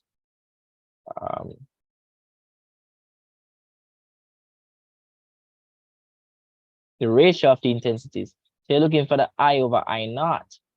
So all you need to do is just transpose, and you'll find that ratio. So I would have preferred if I had transposed first. So it would have been about all this. It would have been sound level divided by 10 antilog, and that would give you the ratio. So, and the ratio became 6.3 decibels. Well, it now got SI units because same thing cancel, same thing. So 6.3 would be the ratio. Accommodation is the manipulation of the focal length. So let me see. This is good.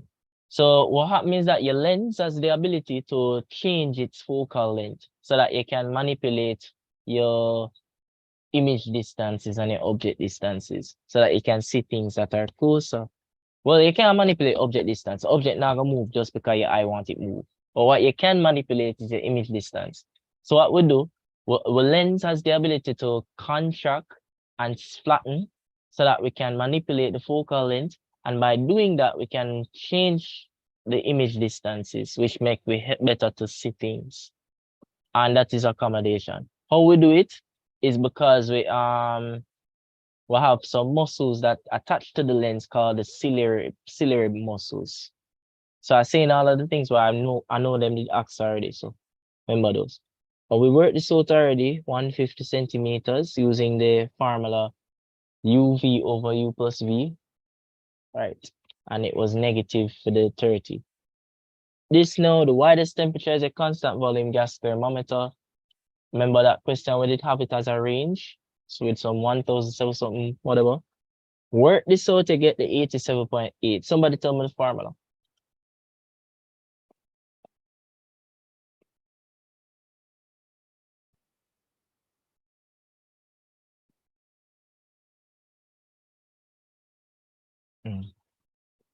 No formula, guys? Give me. I don't remember. No, you need to know it. All right, let's do it. What we are trying to find? We're trying to find a temperature at unknown. We're trying to find the temperature using X unknown minus X at ice point over X at ice point minus X at 100 degrees, which is boiling point, minus X at ice point. Right. And then you times it by 100. Right? Right. Yes. So you secure the 1 mark if you remember that formula. Right, I'll go come. So we'll put in this is a mercury thermometer it look like, and then put in the distance at the unknown temperature, and then the distance at ice point, and then the distance at the steam point, and then the distance at the ice point. So it's like you take 2 big values and you subtract the 2 smaller values from them, and then you times it by 100. Just remember the formula. That guaranteed point. Literally, you're going to get the point as long as you remember the formula, and then use it properly. So do this yourself and see, so this is 87.8. Okay, realize there's a whole bunch of them. Will have every paper is a new one, so you just need to know if you use the formula. An immersion heater rated at this is fitted into a large block of ice with this temperature. The specific latent heat of fusion of the ice is this. So this would be the amount of energy required to convert 1 kilogram of that substance from liquid to ice. That's what latent heat of fusion, what that thing it tell you. Right. And how long did it take to melt? So it's just remember, say energy in equal energy out, or energy transferred equal energy gained, kind of thing. So we got the power, so power equal energy over time. Cool. So energy equal power times time. So since we know energy equal power times time, and we know the energy here going to be the M times the LF, all we need to do is solve for T. All right, so you would say M times LF divided by 4. And you make sure you convert everything right. Conversion is the bane. See the working out here? Use brackets if you need. See this now. So interesting. I never did do it like that.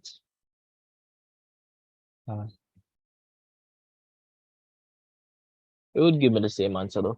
What I did instead, it looked like I used the power formula, but in order to get the energy, I just use this. But this is the same as what I just did. Like when you transpose, you're still going to get the same 20 seconds. So good.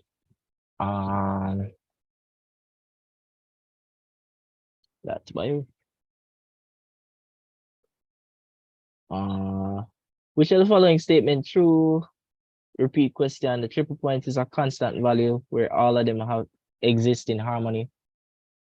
Ice, water, and gas. And you also have the boiling point. It does depend on pressure. That's why we have a pressure cooker. That's exactly why you have a pressure cooker, because pressure is directly proportional to temperature. If you have a greater pressure, particles collide more, therefore you have more internal energy, therefore you have more temperature. So pressure proportional to temperature. That's why I have a pressure cooker. Higher pressure, higher temperature, cook faster. Stupies. And then whilst a substance is melting, its temperature remains constant. You know that already because latent heat things. So I and I. We know this already. Because we did say that the MGH is equal to the MCAT and we solve for the delta T. Questions like this. So you have an insulator. So this is a conduction question. You know what's the one formula for conduction? Tell me quick.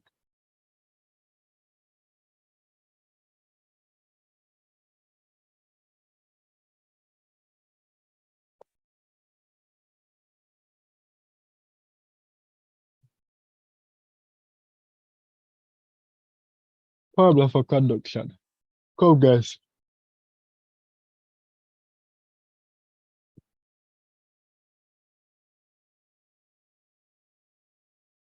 Remember?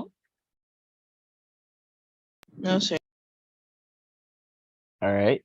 Well, remember it for tomorrow though. Today actually. So it is K A delta T over L.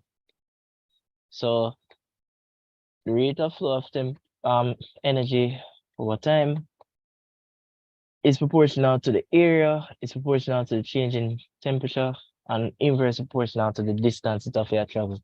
So this is the only formula for conduction, and you will get a question about conduction. So you must remember the one formula. Let's look at this question. So I'll just show you how I work it out.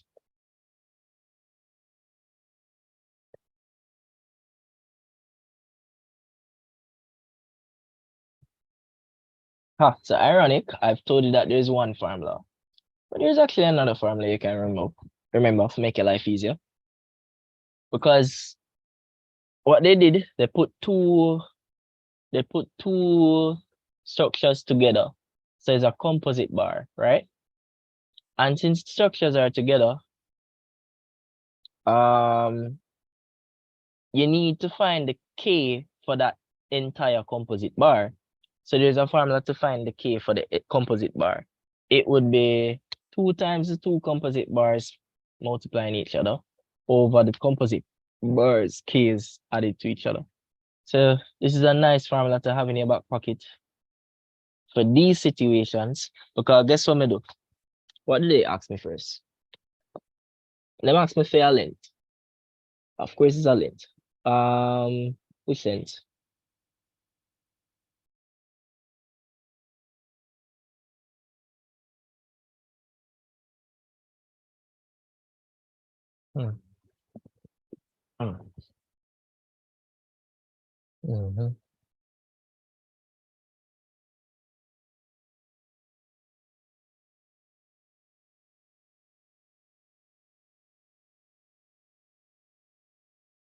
So you're asking for this L.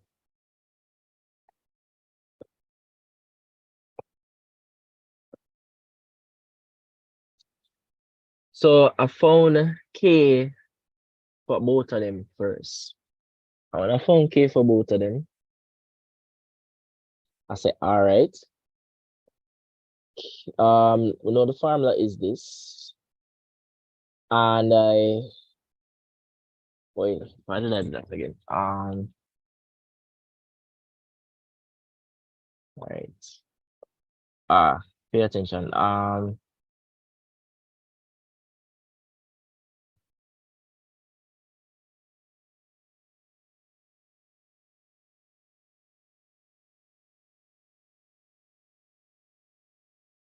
Okay.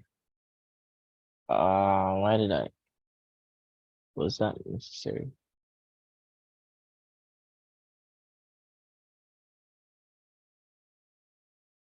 Okay, fair enough. I will say why. It makes sense. All the best. All the best. I'm gonna send this up as soon as I finish. The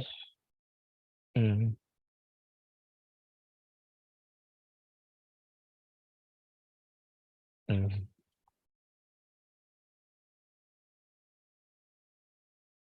Mhm. All right, so all right, so we know the K for the two of them together, and I wanted to find L for the just one of them. So I found out what factor did the K increase by. That me do. And when them put together, the K is 120. But for this alone, the K is 300.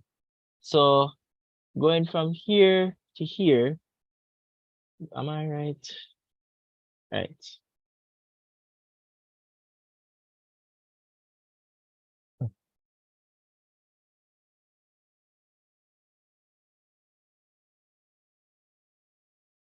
Mm. Yeah, going from here to here, going from the composite to just looking at A, it would have increased by a factor of 2.5 in terms of the K. That's what I want you to see. And that 2.5 factor is what I end up using to find what L is. Because then I say, all right, I know that a factor of 2.5 increased K going from when it was composite to when it was at just being the one decimal. I'm going to find the L for the one decimal. That's why I'm going to do this. I just want to know what happened to the L. So I know that it increased by a factor of 2.5. And looking at the equation, I'm starting to not trust this, you know.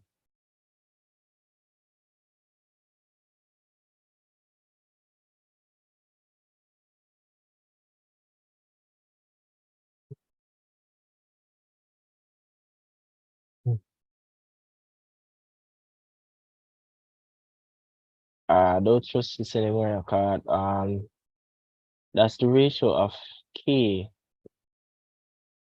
It don't link back to L. And even then K and L are they proportionally constant? Are they directly proportional to each other? That's the question. They actually are, because you can see say if you bring this over, they're proportional. All right, so that's why they do it. They're directly proportional to each other. So I can say since K increased by a factor of 2.5, L also increased by a factor of 2.5. So I'll work out the L by using the formula, and then I times it by 2.5. So that's why I got 75.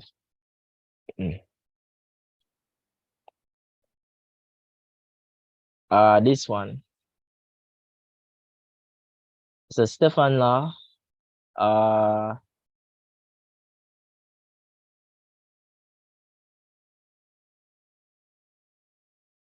You know Stefan law.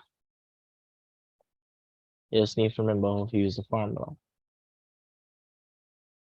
They gave you the temperature, raise it to the 4. You have area. No, this is the Stefan's constant. This is the area. I guess the area was some cube business, so you times you cube it. Because it was some cube business. And you get 0.602 kilowatts. So that would be 602,000 watts. All right. Oh, I have to be careful with the SI units. Because realize 780, you have to convert it into Kelvin. Alright, so good with that. I remember the area of a cube, they expect you to know it apparently. You say the area of a cube is 6 times the length of the cube squared.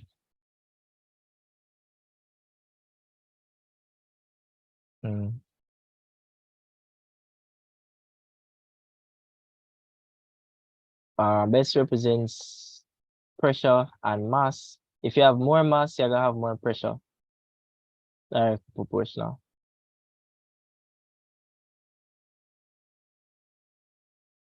We know this already. Collisions are elastic. So you get a density, root mean square is this. So the max effect pressure. So remember Remember the formula? Anybody want to know the formula before?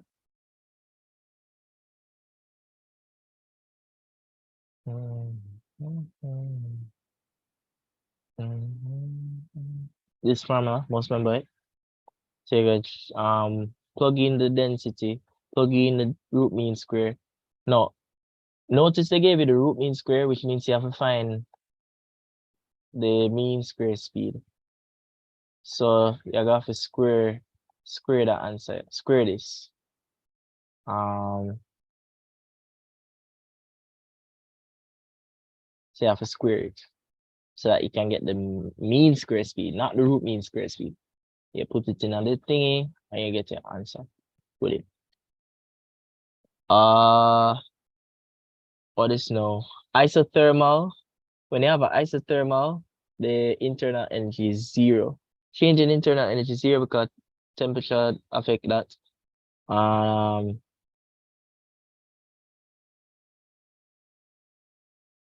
Therefore, this will be the answer. Because you know the formula. See it here. So this is 0. So you carry over that, you get that. Flea and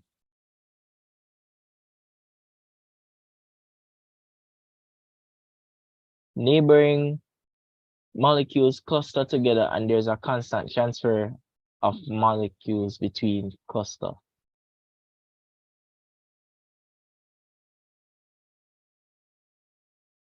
The pattern of a molecule is not fixed. These are liquids. Yeah, it makes sense. That's true. That's true. That's true. Force is not strong. Force is strong in solid. And they're packed together in a solid. These are things for liquids.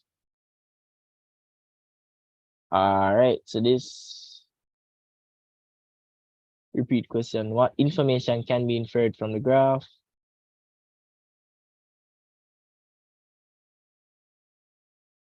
Force constant, you can calculate.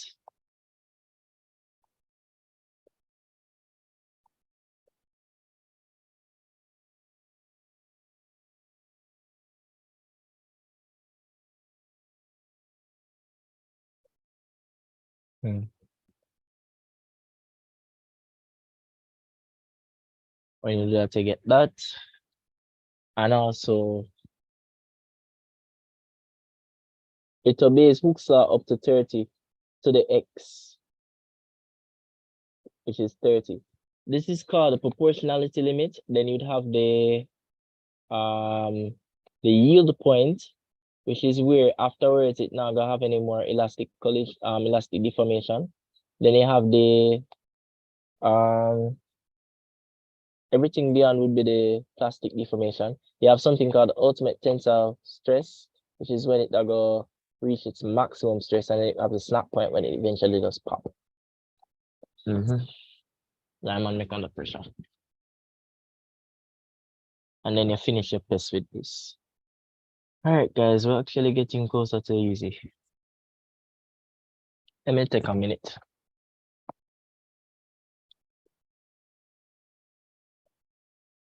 So I promise you that 2011 is when things get easy. Let's prove it.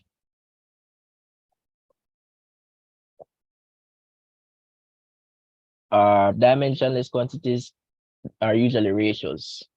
So relative density, which is density of the object over water, and then refractive index, sine I over sine R, them things there. Strain is also a dimensionless quantity. However, strain is extension of it. 14%. Why is the speed easy? Because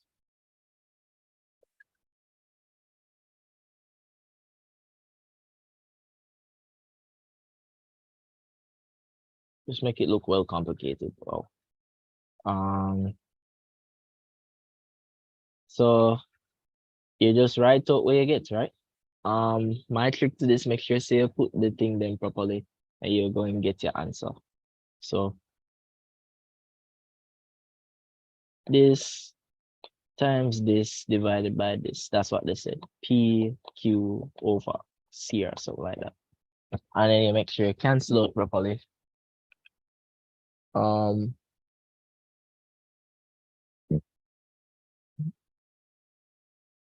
Yeah, and everything works out. Mm-hmm.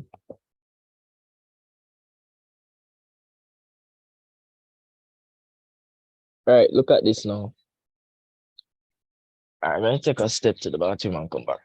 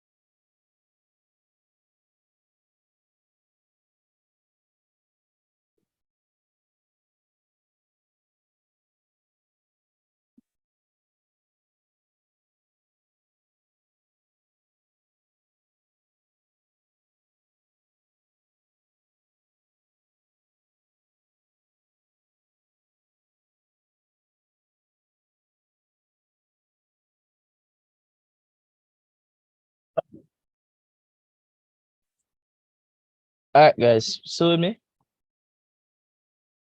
Yes, As we sir. said, very good, very good. When pay off. As we say, after 211, yeah, she said much easier. Just a couple more unknowns. This. So the molar mass of aluminum is this, and its density is this. The number of atoms in a piece of aluminum with 1 meter cube volume is approximately. So we want to find the number of atoms in 1 meter cube of aluminum.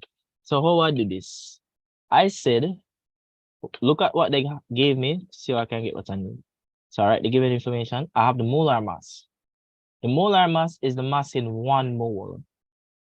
And I can use that to find the volume in 1 mole.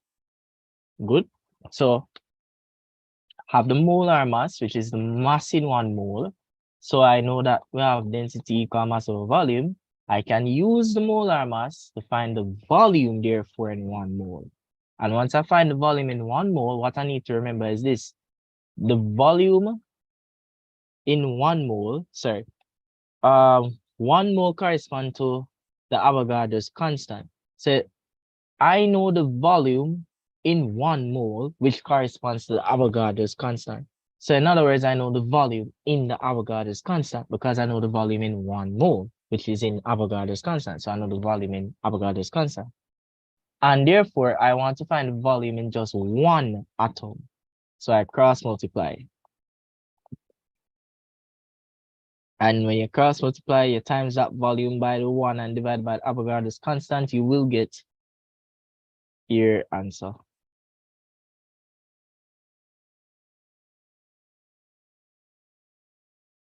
See it here. So this is the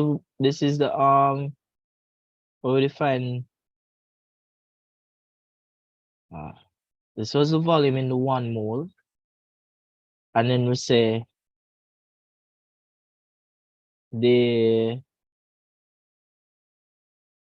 so I could have skipped all of that and I'll take extra steps. The volume of the 1 mole, I just calculate, which was what? This value. So the volume in 1 mole in Avogadro's constant. So what volume would be in 1 atom? And you cross multiply and you get your answer to be 6.02 times 10 to the whatever that was. So 10 to the 26. Oh, 28, sorry. So make sure you know it because the questions won't come labeled, so you have to know.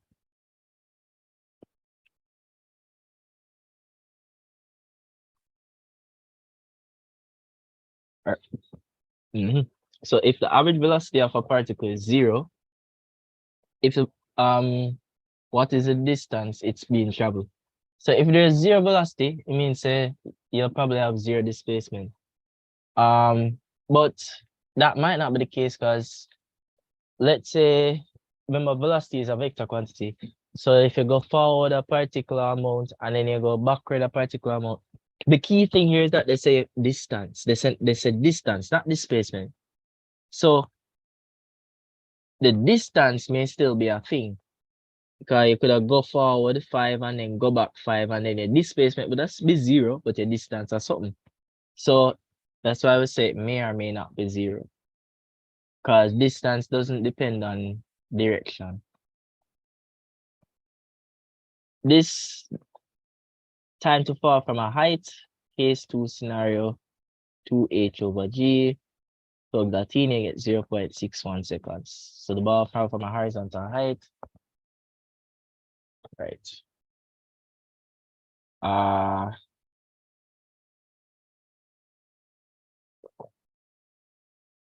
We didn't do this already. Remember? We did this.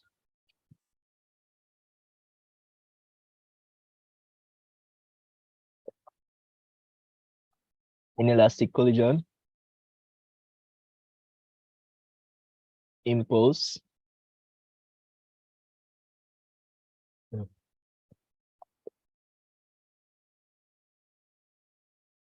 You got this. So remember the parachute is I explained from earlier. If we talk about the person falling the parachute and then they open the parachute, remember, so they would have been traveling at terminal velocity before they open the parachute. So at terminal velocity, the net force is 0. Therefore, the acceleration is 0. That's the problem I'm having with this. Because they said the man with a parachute. Oh, okay, I see what happened. I forgot. So this person just jumped out of the plane. So the man is with a parachute and jumped from the plane. So when he just jumped out of the plane, the acceleration going to be due to gravity. Remember? Because he only have weight force acting on him initially. No drag force yet. So him start off with the acceleration of g. And then him open the parachute after 2.5 seconds. So him never even get to reach terminal velocity, it seems. Because what happens is that this is the acceleration time graph, by the way. If him did reach terminal velocity, well, maybe it's being represented still.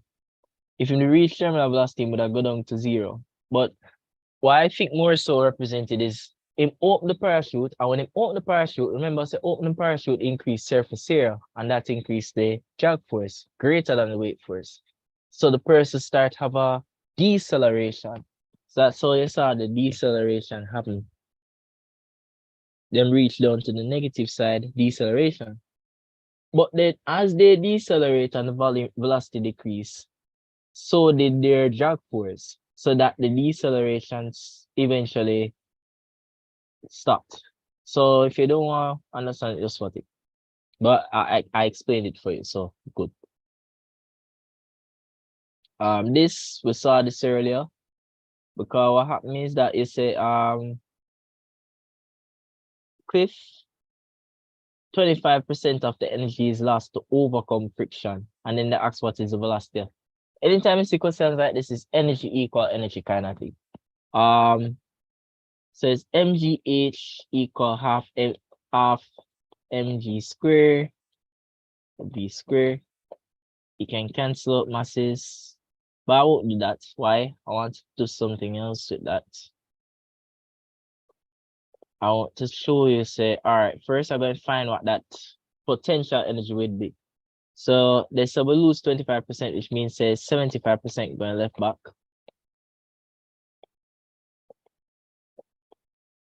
And I'm going to show you the rest here.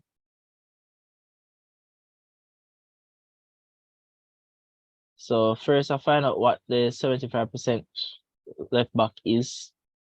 And then I say, all right, I'm going to solve for V. So potential energy equal half mv square. So V would be equal to what? 2 times that potential energy. Remember, so we did lose 25% from it. Square rooted. Is that right? Oh yeah, if I divide it by the mass.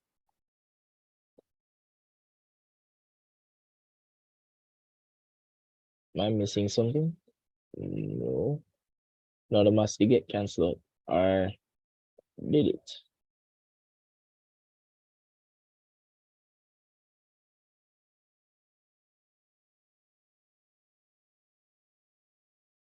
Hold on, what did I do wrong? Something happened.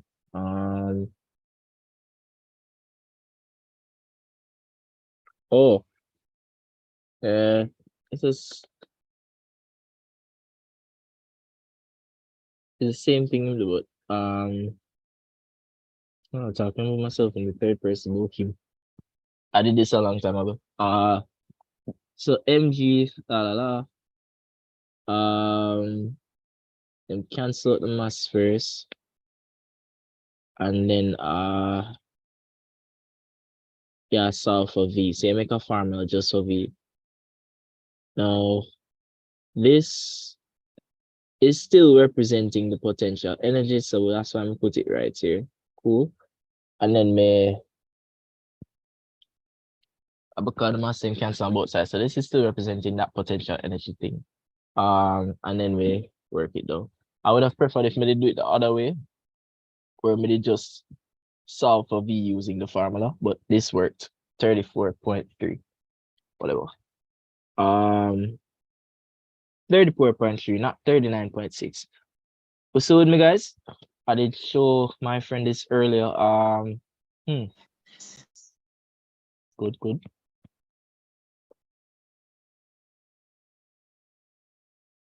Something wrong.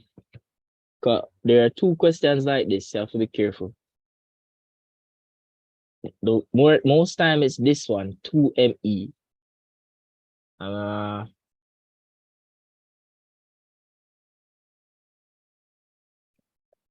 It's the same thing, right? I have to do it again. Yeah, I did do this earlier with the person. Remember 2 is 2 not gonna have a SI unit, so you just put that as 1. Mass as kilogram, energy, kilogram meter square per second square. You're going square root all of that, and you end up with kilogram meters per second in linear momentum. So a candy bar there, I like seeing candy bar. 9. What is now? When a particle oscillates in a straight line in simple harmonic motion, the period of the pendulum is independent of the amplitude of oscillation. That makes sense because period of a pendulum is equal to 2 pi square root of L over G. You don't see amplitude in this formula anywhere, which means a period not affected by amplitude. That's our reason. Look at formulas, not guess. We can even read the rest of them to rule it out. Directly proportional to displacement, is it?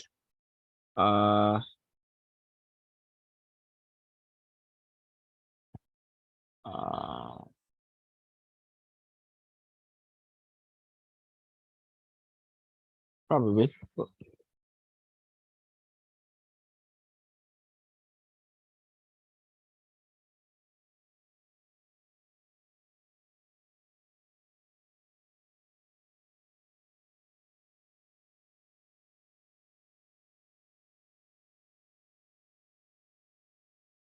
I think these are the safer answer though, based on the rest of them. These are the safest answer. So it's independent of amplitude, because amplitude now not to do with this. It's just L and G. This is the good repeat. This resonance need to occur at a similar frequency. When you have the lengths being equivalent, the frequency is going to be very similar to each other. Because remember, the frequency is 1 over period, and the period is 2 pi square root of L over G. L is in it. So length corresponds to period, which corresponds to frequency. So once you have a similar length, you have similar frequencies, and therefore resonance can occur. This is called a Barton's pendulum. I forgot that. Cool.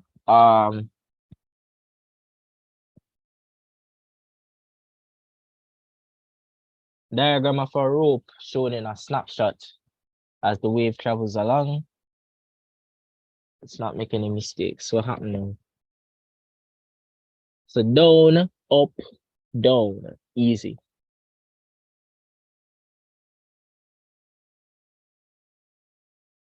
Which of the following events is associated with a transverse wave but not longitudinal? Sound wave frequency 200, speed of this. What is the phase difference between 2 points which are 3 meters apart in the direction of the wave? So how I approach this, first you find out what the wavelength is. Now that you know what the wavelength is, identify if they're in phase or if they're out of phase. What is the phase difference representing in terms of the wavelength? The phase difference is 3, the wavelength is 2. So let's say they have a 1.5 wavelength separating them. That means them out of phase. And that means pi. So you see how many ways they like to ask that same question there? Understand constructive versus destructive interference. We're good? And it's the same logic. Now I come with again half a wavelength because it's out of phase. We're good?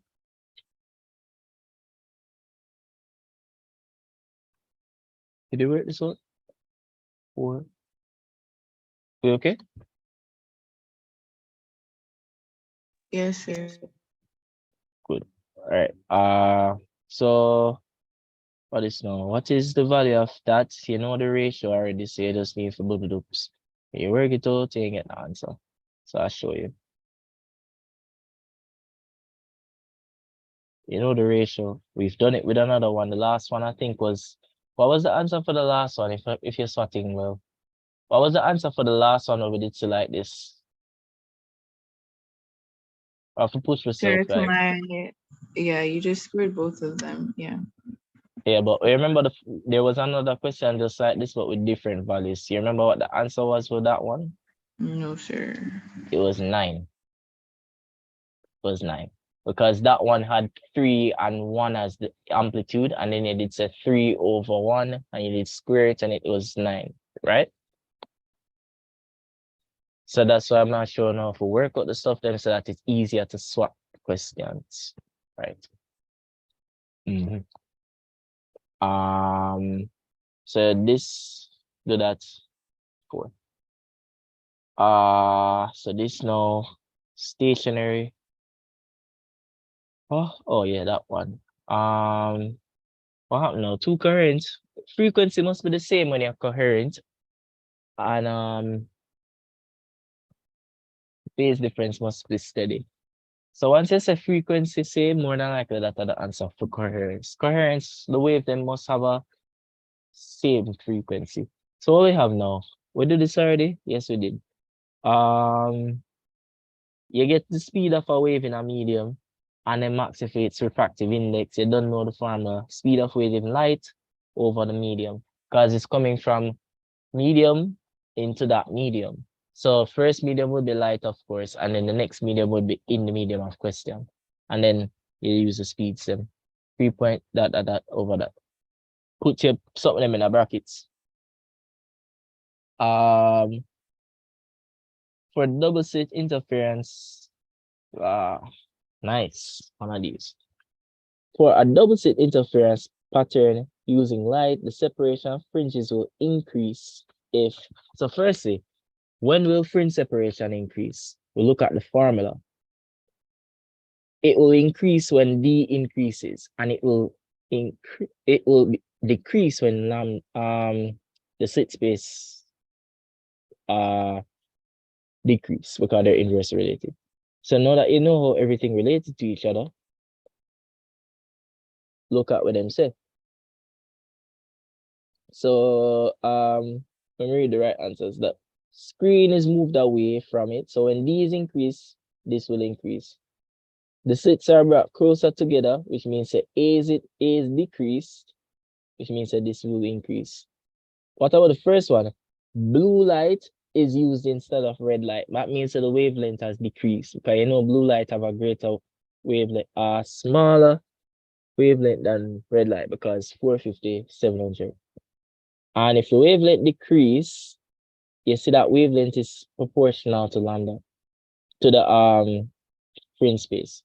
So if you decrease wavelength, you would have actually decreased Y instead of increased it. So it's all about proportionality. That's module 1 for you. Well, unit 1 for you. What is now?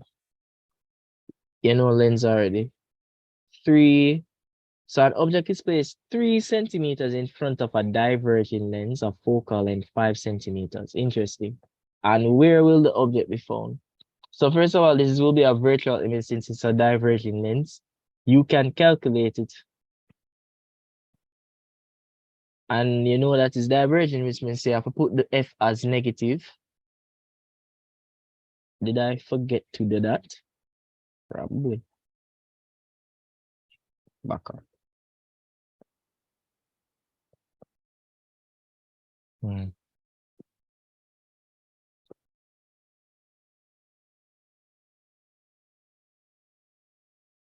just checking if I did work it out somewhere else.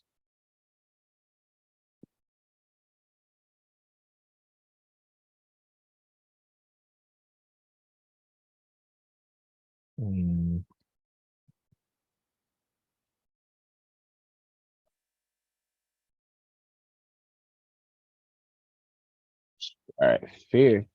I didn't, so well, I did. Yeah.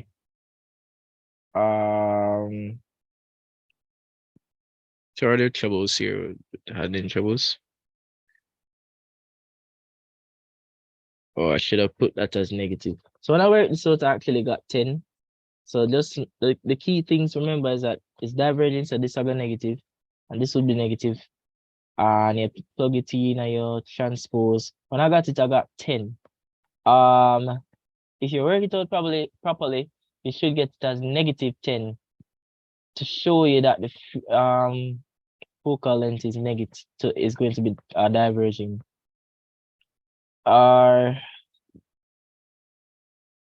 Interesting.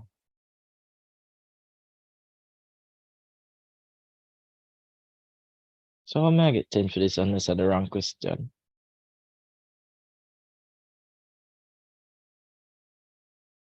Oh boy. So much trouble. I'll go with 2. I think I'd work it out another time though. But it's a lens question. You just plug it in the formula and you get the answer. And remember the SI, the science. I think the answer is 2. I remember seeing 2 for this. Right? That's what when you get the time. And it has to be in front of the lens because it's that virtual. What is now? Oh yes, I had said I was showing you this. Which of the following statements regarding lens is correct? The object placed in front of the converging lens can form a bigger virtual image. All right.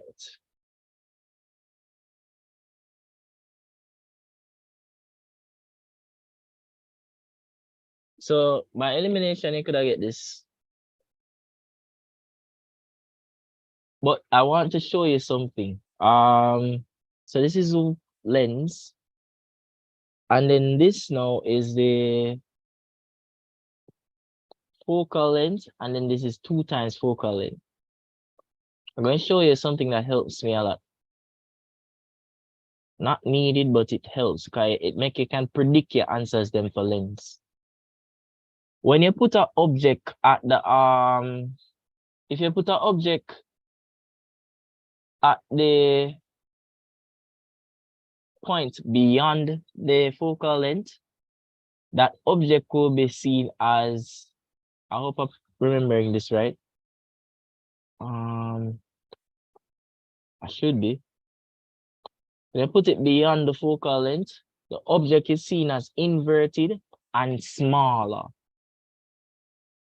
When you put it between, sorry, so it was beyond 2f, 2 times the focal length. When you put it between here now, it's still a little bit inverted and smaller. I want to remember, when you put it between the focal length and the lens itself, it becomes a virtual image that is larger. I think this is actually how you create magnifications, by using a convex lens, because convex lens, when you put an object between the focal length and the lens itself, it makes the image larger. That's how you make magnifying glass. So 2 things. When you put the object beyond 2f, it makes an inverted real image that is smaller. When you put it between f and lens, it gets larger and it's virtual. This is a magnifying glass that you created.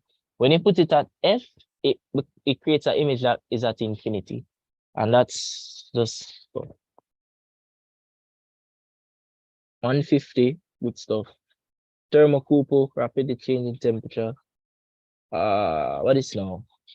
25. So you see what them do? Them gear the temperature them at the bottom and at the top. And them ask you for the one that correspond at 10.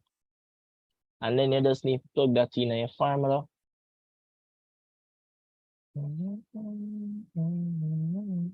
Convert it. So unknown minus the one at 0, 100 minus the one at 0 times 100. And then you get it to the 25. So you see how much variations, how much different ones you need to know if you use the formula.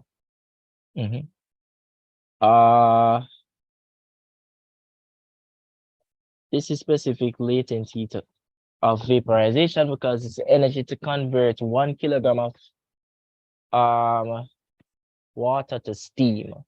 So you're converting, so it's latent heat, water to steam, vaporization. And it's 1 kilogram, so it's specific. This question, so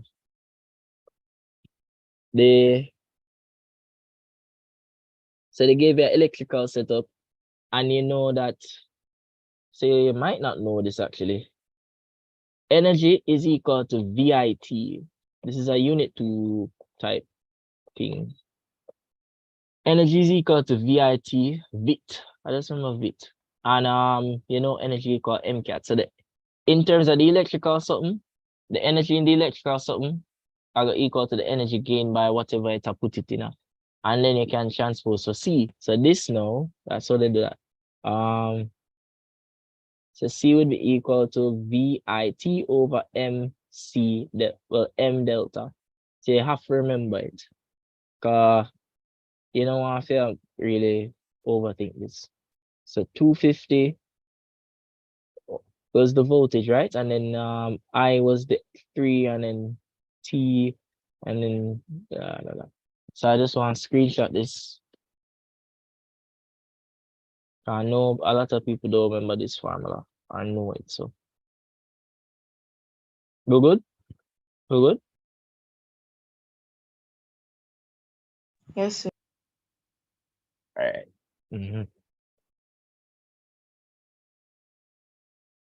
I'll take a picture of this quick.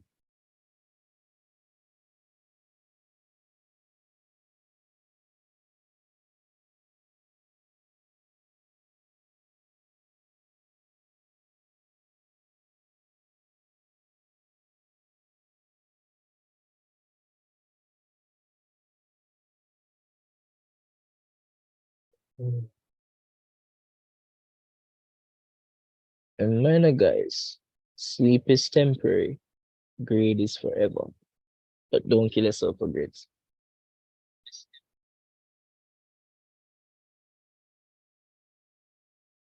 It's temporary. I'm gonna send this in the group chat. So I want that question to be seen, because I know it's not something that you see a lot. All right, so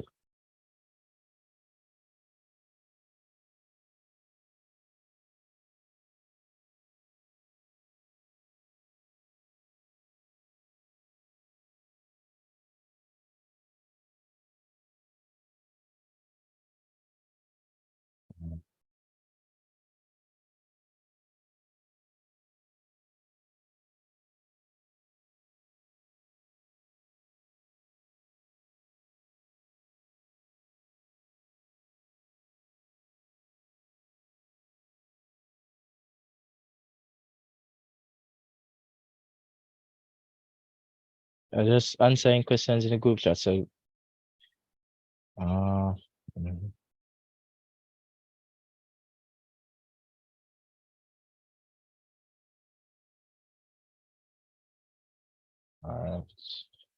Back. So you have to remember this. And then you see this repeat. And you know this already. This. So contractor builds an office window. You get the length, width, thickness. Temperature across is that. Thermal conductivity that. Calculate the heat per second. And you know the formula. QT equal K A delta T over L. Plug those values in and you get your nice answer.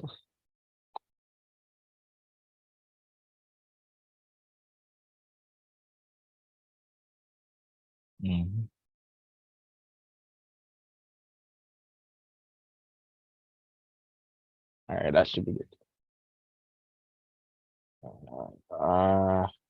So remember, it's the temperature of the radiating thing minus the temperature of the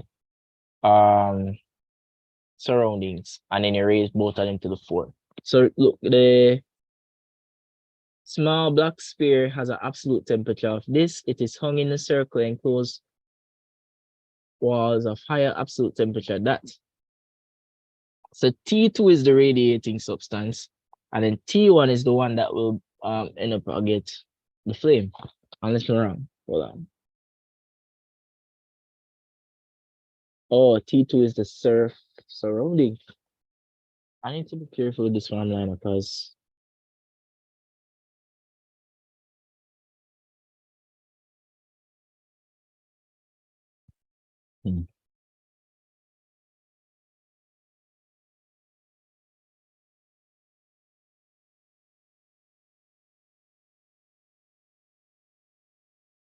fair.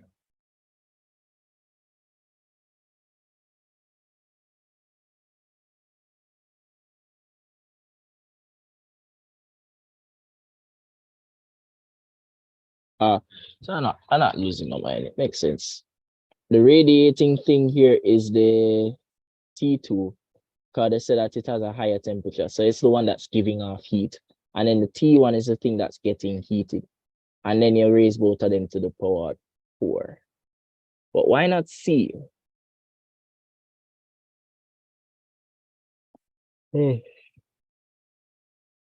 Why not C? Why not C? What's the problem with C?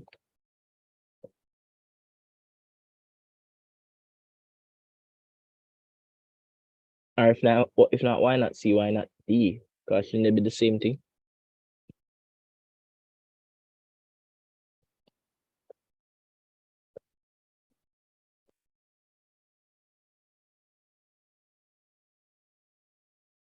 Yeah, I don't know for this one, guys.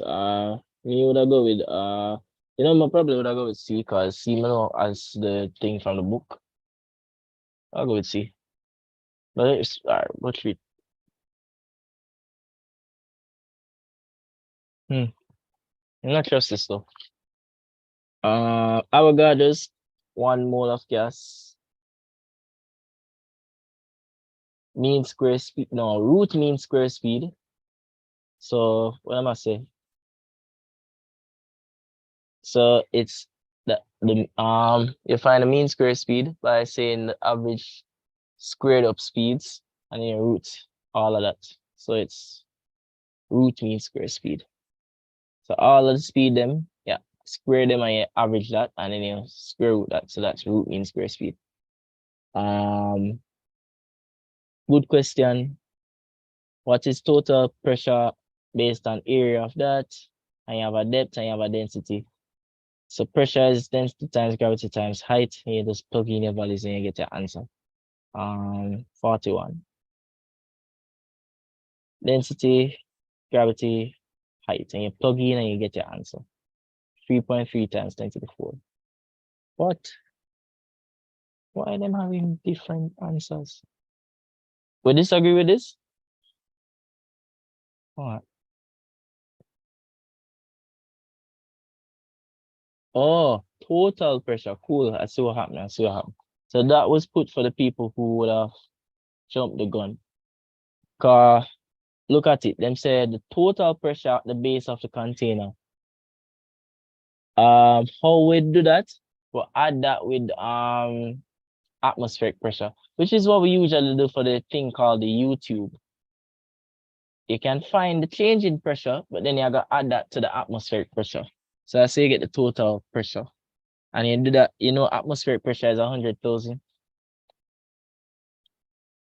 So I say you get the 1.33 times 10 to the 5 pascals. Another common repeater, flee, always fleeing, And then this one, largest pressure. Which one has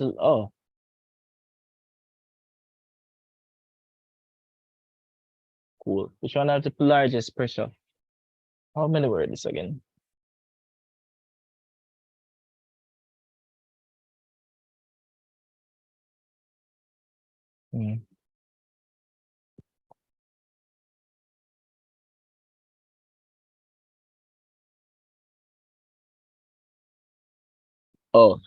Remember, so pressure equal density times gravity times height. We still in the guys?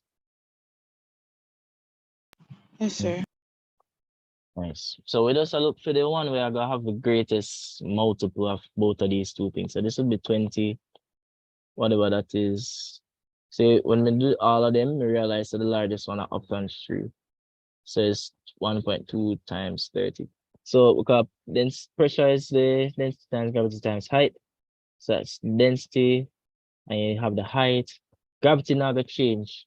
So if you factor it in, you just want to say which one are gonna be the largest in terms of when you multiply up. So it's this. And then this is elastic band, which undergoes hysteresis. This would have been the area where the hysteresis occurred. And then they end it off, of course, with the 0.045. Typical way to end the past paper for people one. This again.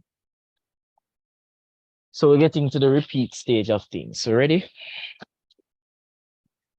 I need you guys to help me out with the repeat stage. By showing say I remember stuff, you can send your answer in the chat. So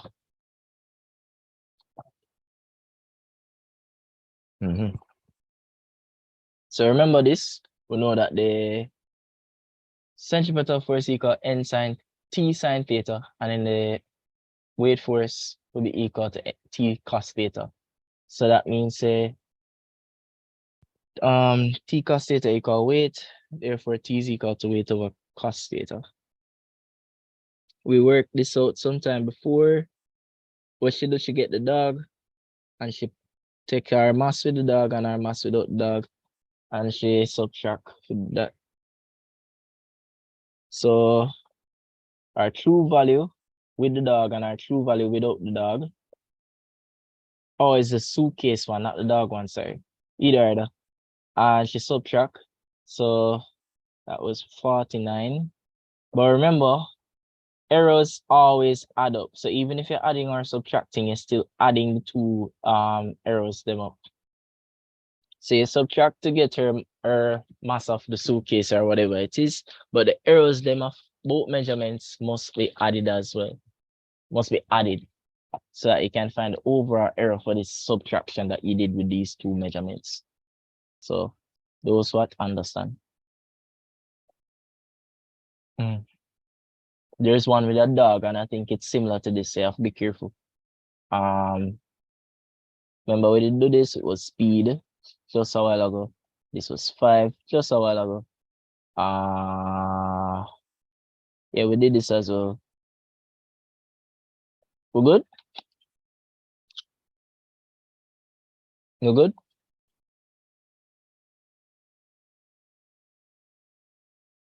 We're good?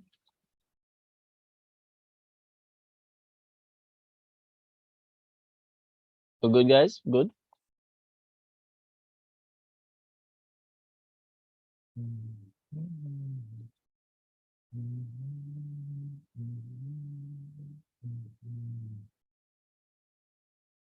Guys, we're good?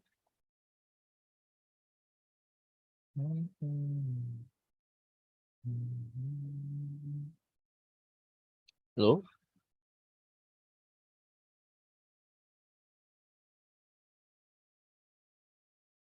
Courtney?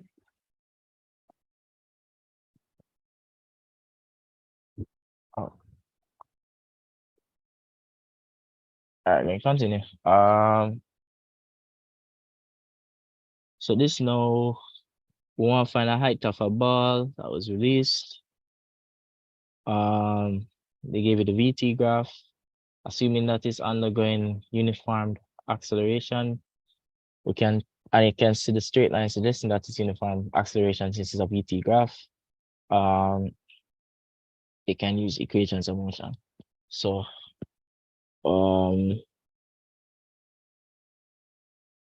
starting from initial velocity 0, so we can say the height was equal to half gt squared because we use the s equal ut plus half at squared formula.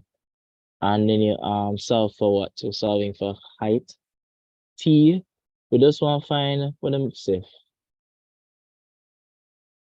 The height from which the ball was released, so we need to interpret that from the graph.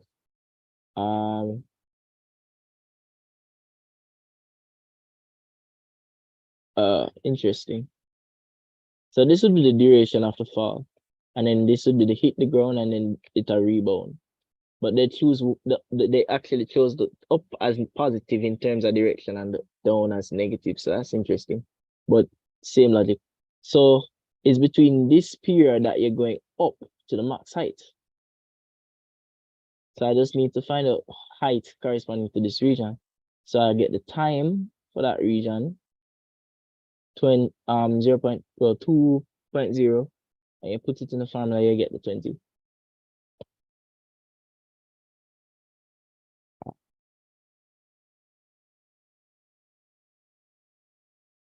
So I used 2.0 because specifically when it hits the ground is when it's done right here.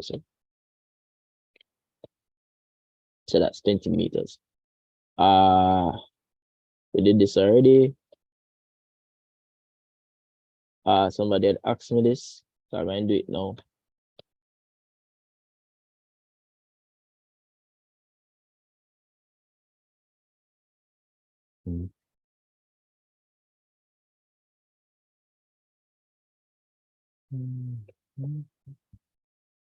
So follow it, we're good. See you guys.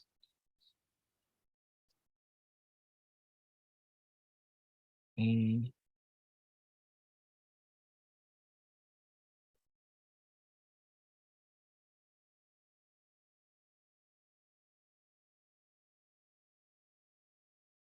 Guys?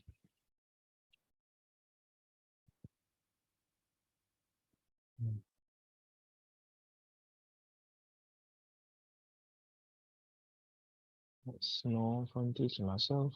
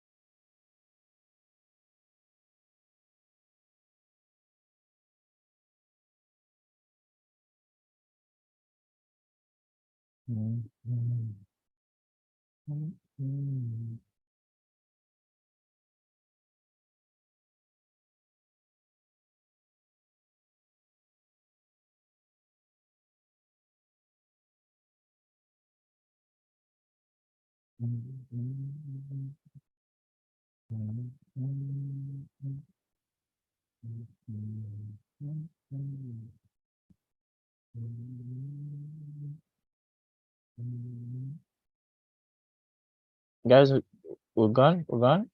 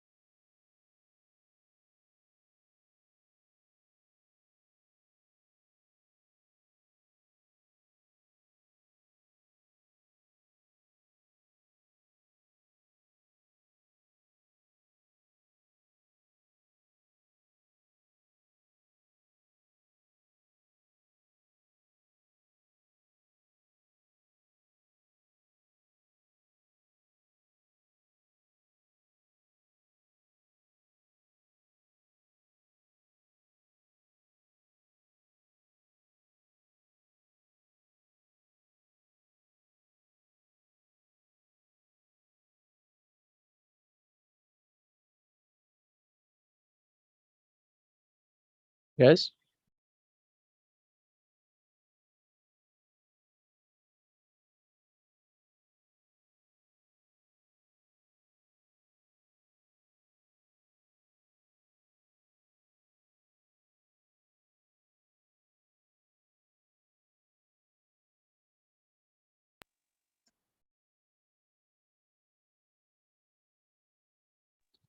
Hi, sir. I'm gonna go take a nap, Okay, fair. but thank you so much. This has been really helpful.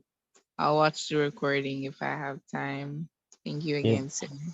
you're really not gonna have the time, love. The easier would I go through the document instead. Don't watch the recording. So hopefully, I'll just send the document in time. Get some rest and wake up. Set an alarm. Will do. Thank you. Bye, sir. Good luck. Thank you.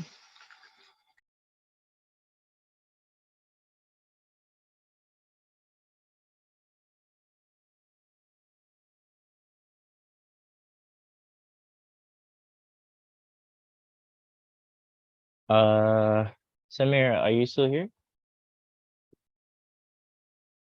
We're leaving before we reach the repetition part. Everything gonna be repeat now. But hoping that we at least cover the important stuff.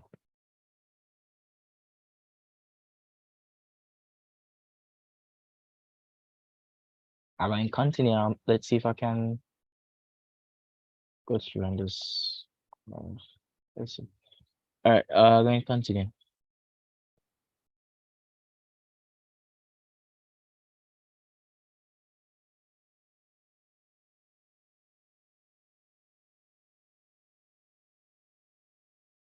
It might be better to do stuff on this Zoom online local. That way.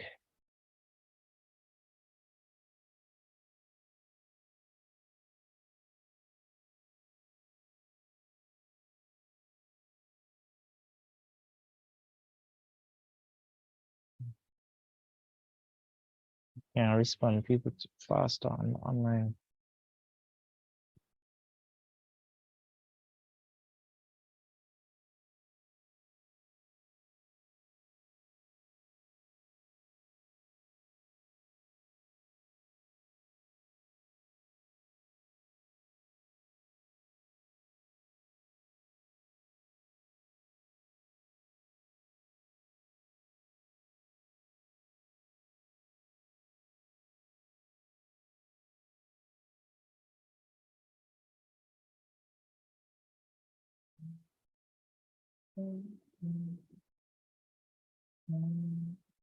I know what I'm going to do. Hopefully it helps somebody. I finished recording, but I'm going to just go through like just pointing what's the answer, and not going to do any explanations since nobody here. I'm just going to do that and then send it afterwards. Per kilogram meter per second. I'll take a picture of this.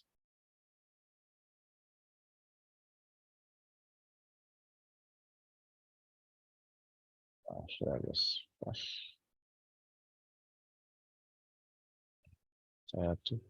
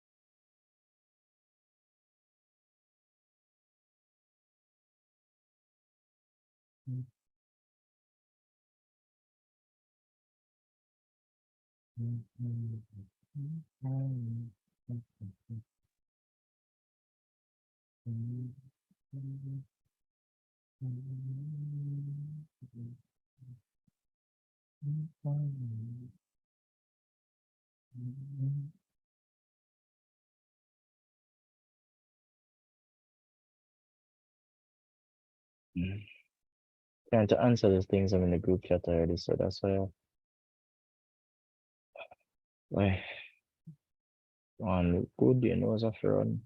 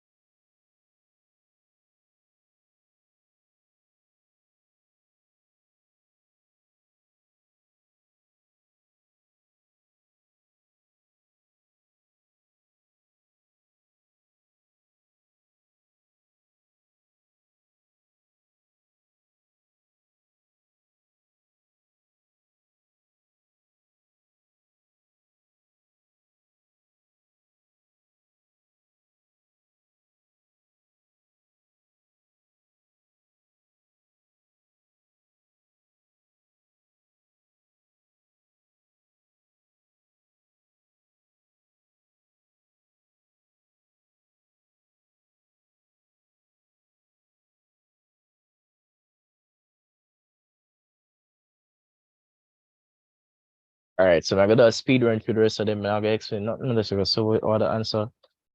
But by now we would have touched information if we can answer any question. So that's why I'm gonna do that. Hopefully we'll go through. All right, so wish you the best with that. Those who know that, so know that. Those hold on. My brain I got for her with this. I think it was impulse. If P is the moment of a force. Where is question 13 when you need it? Oh yes, see there. Hey, I did it. Absence. Yes, when you work it down, it works out to be energy. So you just need to be comfortable with this stuff, right? This is 2 MV. The candy wire. So a graph like this, you remember this space, it says an energy displacement graph, amplitudes at the amplitude, look what happened. The potential energy should be maximum at the amplitude. So which one of them have it at correctly labeled? That's the question now. This one look like it, you know, that's why you can't trust these papers. So this is saying EA, right? No, this wrong. To the right wrong. This is the right one. Is it? Yeah. I'm going to show you. This is the right one. So I'm gonna show you what so you're looking for the graph where potential energy is maximum at the amplitude. So and this is a displacement time graph, hence the maximum displacement amplitude. You can see up here for the potential energy is with max here, kinetic energy is with 0, and then the opposite occurs at equilibrium, and do that. And then total energy is at the top, because why it have to be at the top? The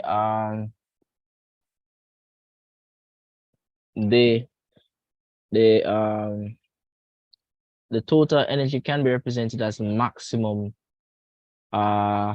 kinetic energy or the maximum potential energy. So that's why it has to be the largest value there. We know that. Let me just take a picture of this quick.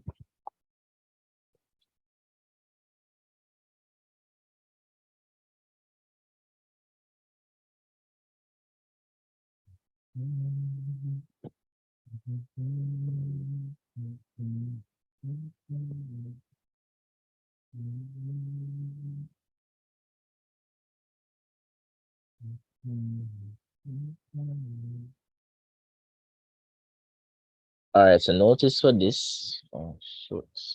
Notice for this. The graph. So we're looking at first amplitudes. You note that the amplitudes are max here. So look at what happened to the potential energy when the amplitude is max. It is maximum as well, and the kinetic energy is minimum. And then at the equilibrium, kinetic is max, potential is minimum. And then look at the total energy. That's the last catch. The total energy corresponds to the maximum potential and the maximum kinetic. So that's like. So I'll just make a short video.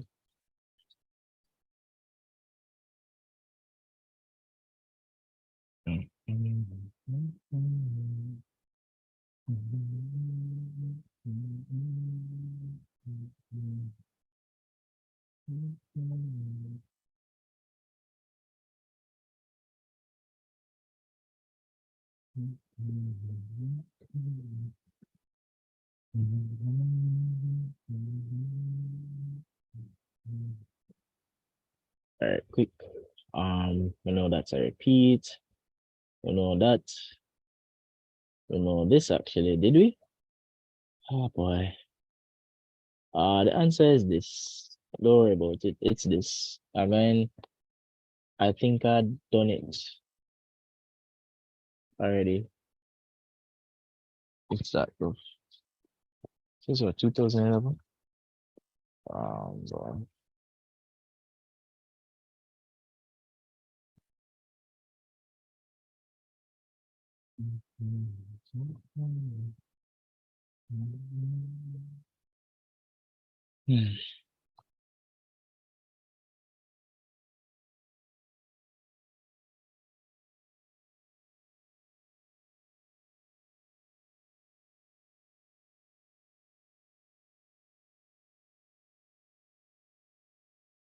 Yeah, so this is the answer. I just can't show it right now.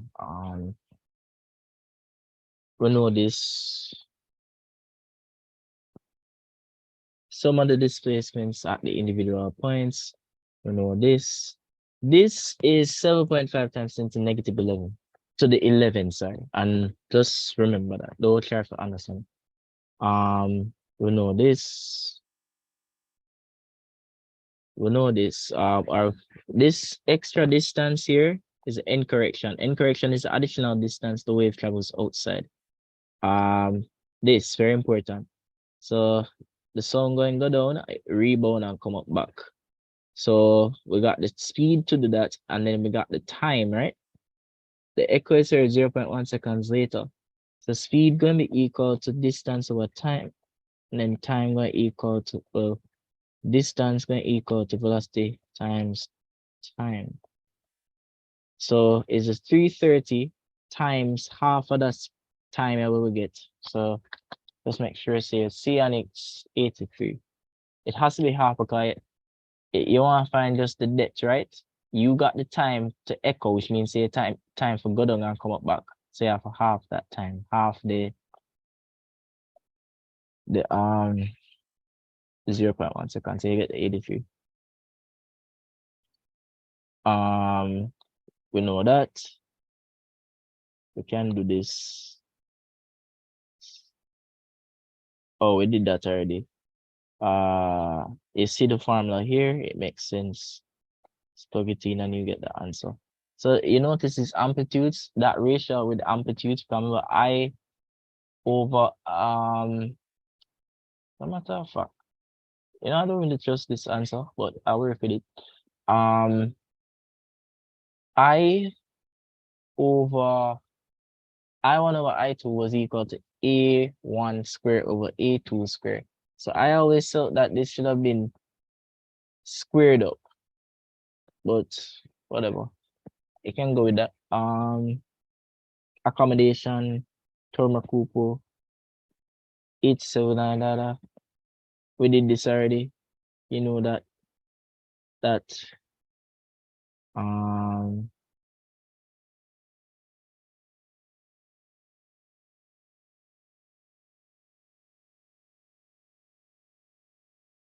yes, because when you do work, you lose energy and therefore you lose temperature because the internal energy is proportional to temperature.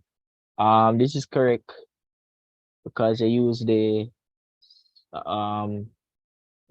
formula Q, you know the formula Ka times delta T over L, and you have to remember that L is the thickness and then the A is the length times width. Correct. We saw that already. You're just gonna add the let me be careful. Yeah, add the pressure where you get from the additional distance there, plus the atmospheric pressure. Easy. Flea. Yeah. For that question, 41, they didn't answer the total pressure, they only answer the pressure at P. Wait, could you repeat? For that question, they only asked for the pressure at P, they didn't answer the total pressure. So I was confused about this A or is it C? Oh, I didn't realize that you were still awake, so that's why I was but I still the same approach of I just want to tell you the answers and right. But let's read it. I know I did read this though. Manometer pressure at X.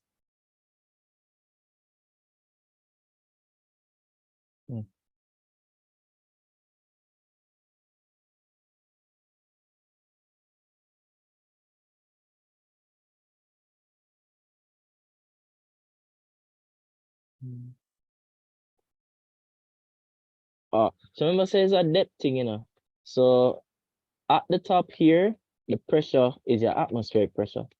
Cause you're exposed to the atmosphere at the top. And then as you go down, your pressure is increasing by pressure equal density times gravity times height. So you're going to add that to as you go down. So I guess at P, which is the distance H level down, you're going to say atmospheric pressure plus that pressure. This is the safest answer. So what was your specific problem with it? That makes sense? The fact that you didn't say total pressure. Again, absolute total pressure of the gas. I guess, but looking at the options, you can infer that they mean total pressure. Unless you're thinking they meant this. Yeah, that's what I was thinking. Fair enough. But usually the manometer, we know the standard is to add the atmospheric pressure to it. So I would have feel safer going with A. Because when you study when you look at the topic, they always say add the atmospheric pressure. So I would have feel safer with the A. I also have a flea, and then you have this root mean square. Remember we worked this out earlier. So pressure equal density times mean square speed, and it's 1/3 that. I have to remember how to manipulate that. 750. This is like a very ductile metallic kind of thingy. You have to know that easy. End it off with this. So better question tomorrow. I'm gonna end with this. More than likely. We did that already. Remember, strain is a dimensionless quantity. We did that already. So reach the stage now, as I did tell you, after 2011, everything is repeated. So speed, not a base SI unit, acceleration due to gravity. Anything we don't repeat is something that you can figure out, because if you've been working, you should be able to figure it out. So what is now? A signal station sounds its horn and flashes a light to warn the approaching ship. The ship hears the sound 10 seconds after the flash is seen. Cool. Makes sense. Speed is lights faster than sound. If the speed of sound near is that, how far away from the signal is the ship? So it's just like how we did do the go down the water kind of question. How far away you want to find the distance? But you have to remember so the time is half. So you're going to say 340 times 5. Right? That's what we did. 340 times 5.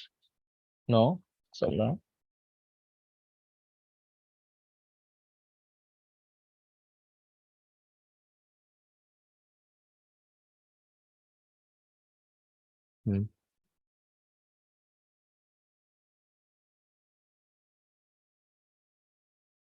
What happened? Let's share it again.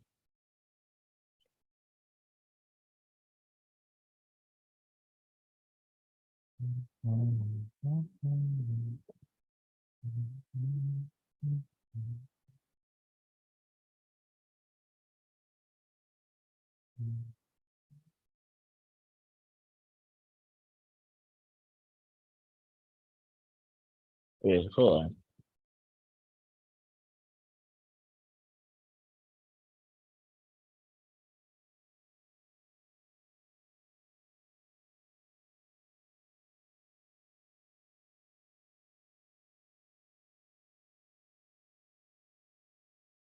But you're supposed to have the time, so how come?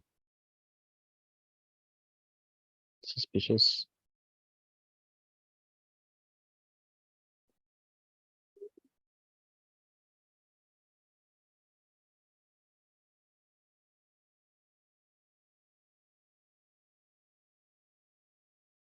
Oh, well, I guess, I think about some bouncing business. It not bounce, it just go straight.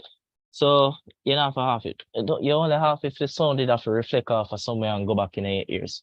So this did just travel from the sound place and go in other person's ears. So it's just velocity times time. Simple. Which one of them is not an equation of motion? You know all 4 of them, so you can't get this wrong. This should be ASS.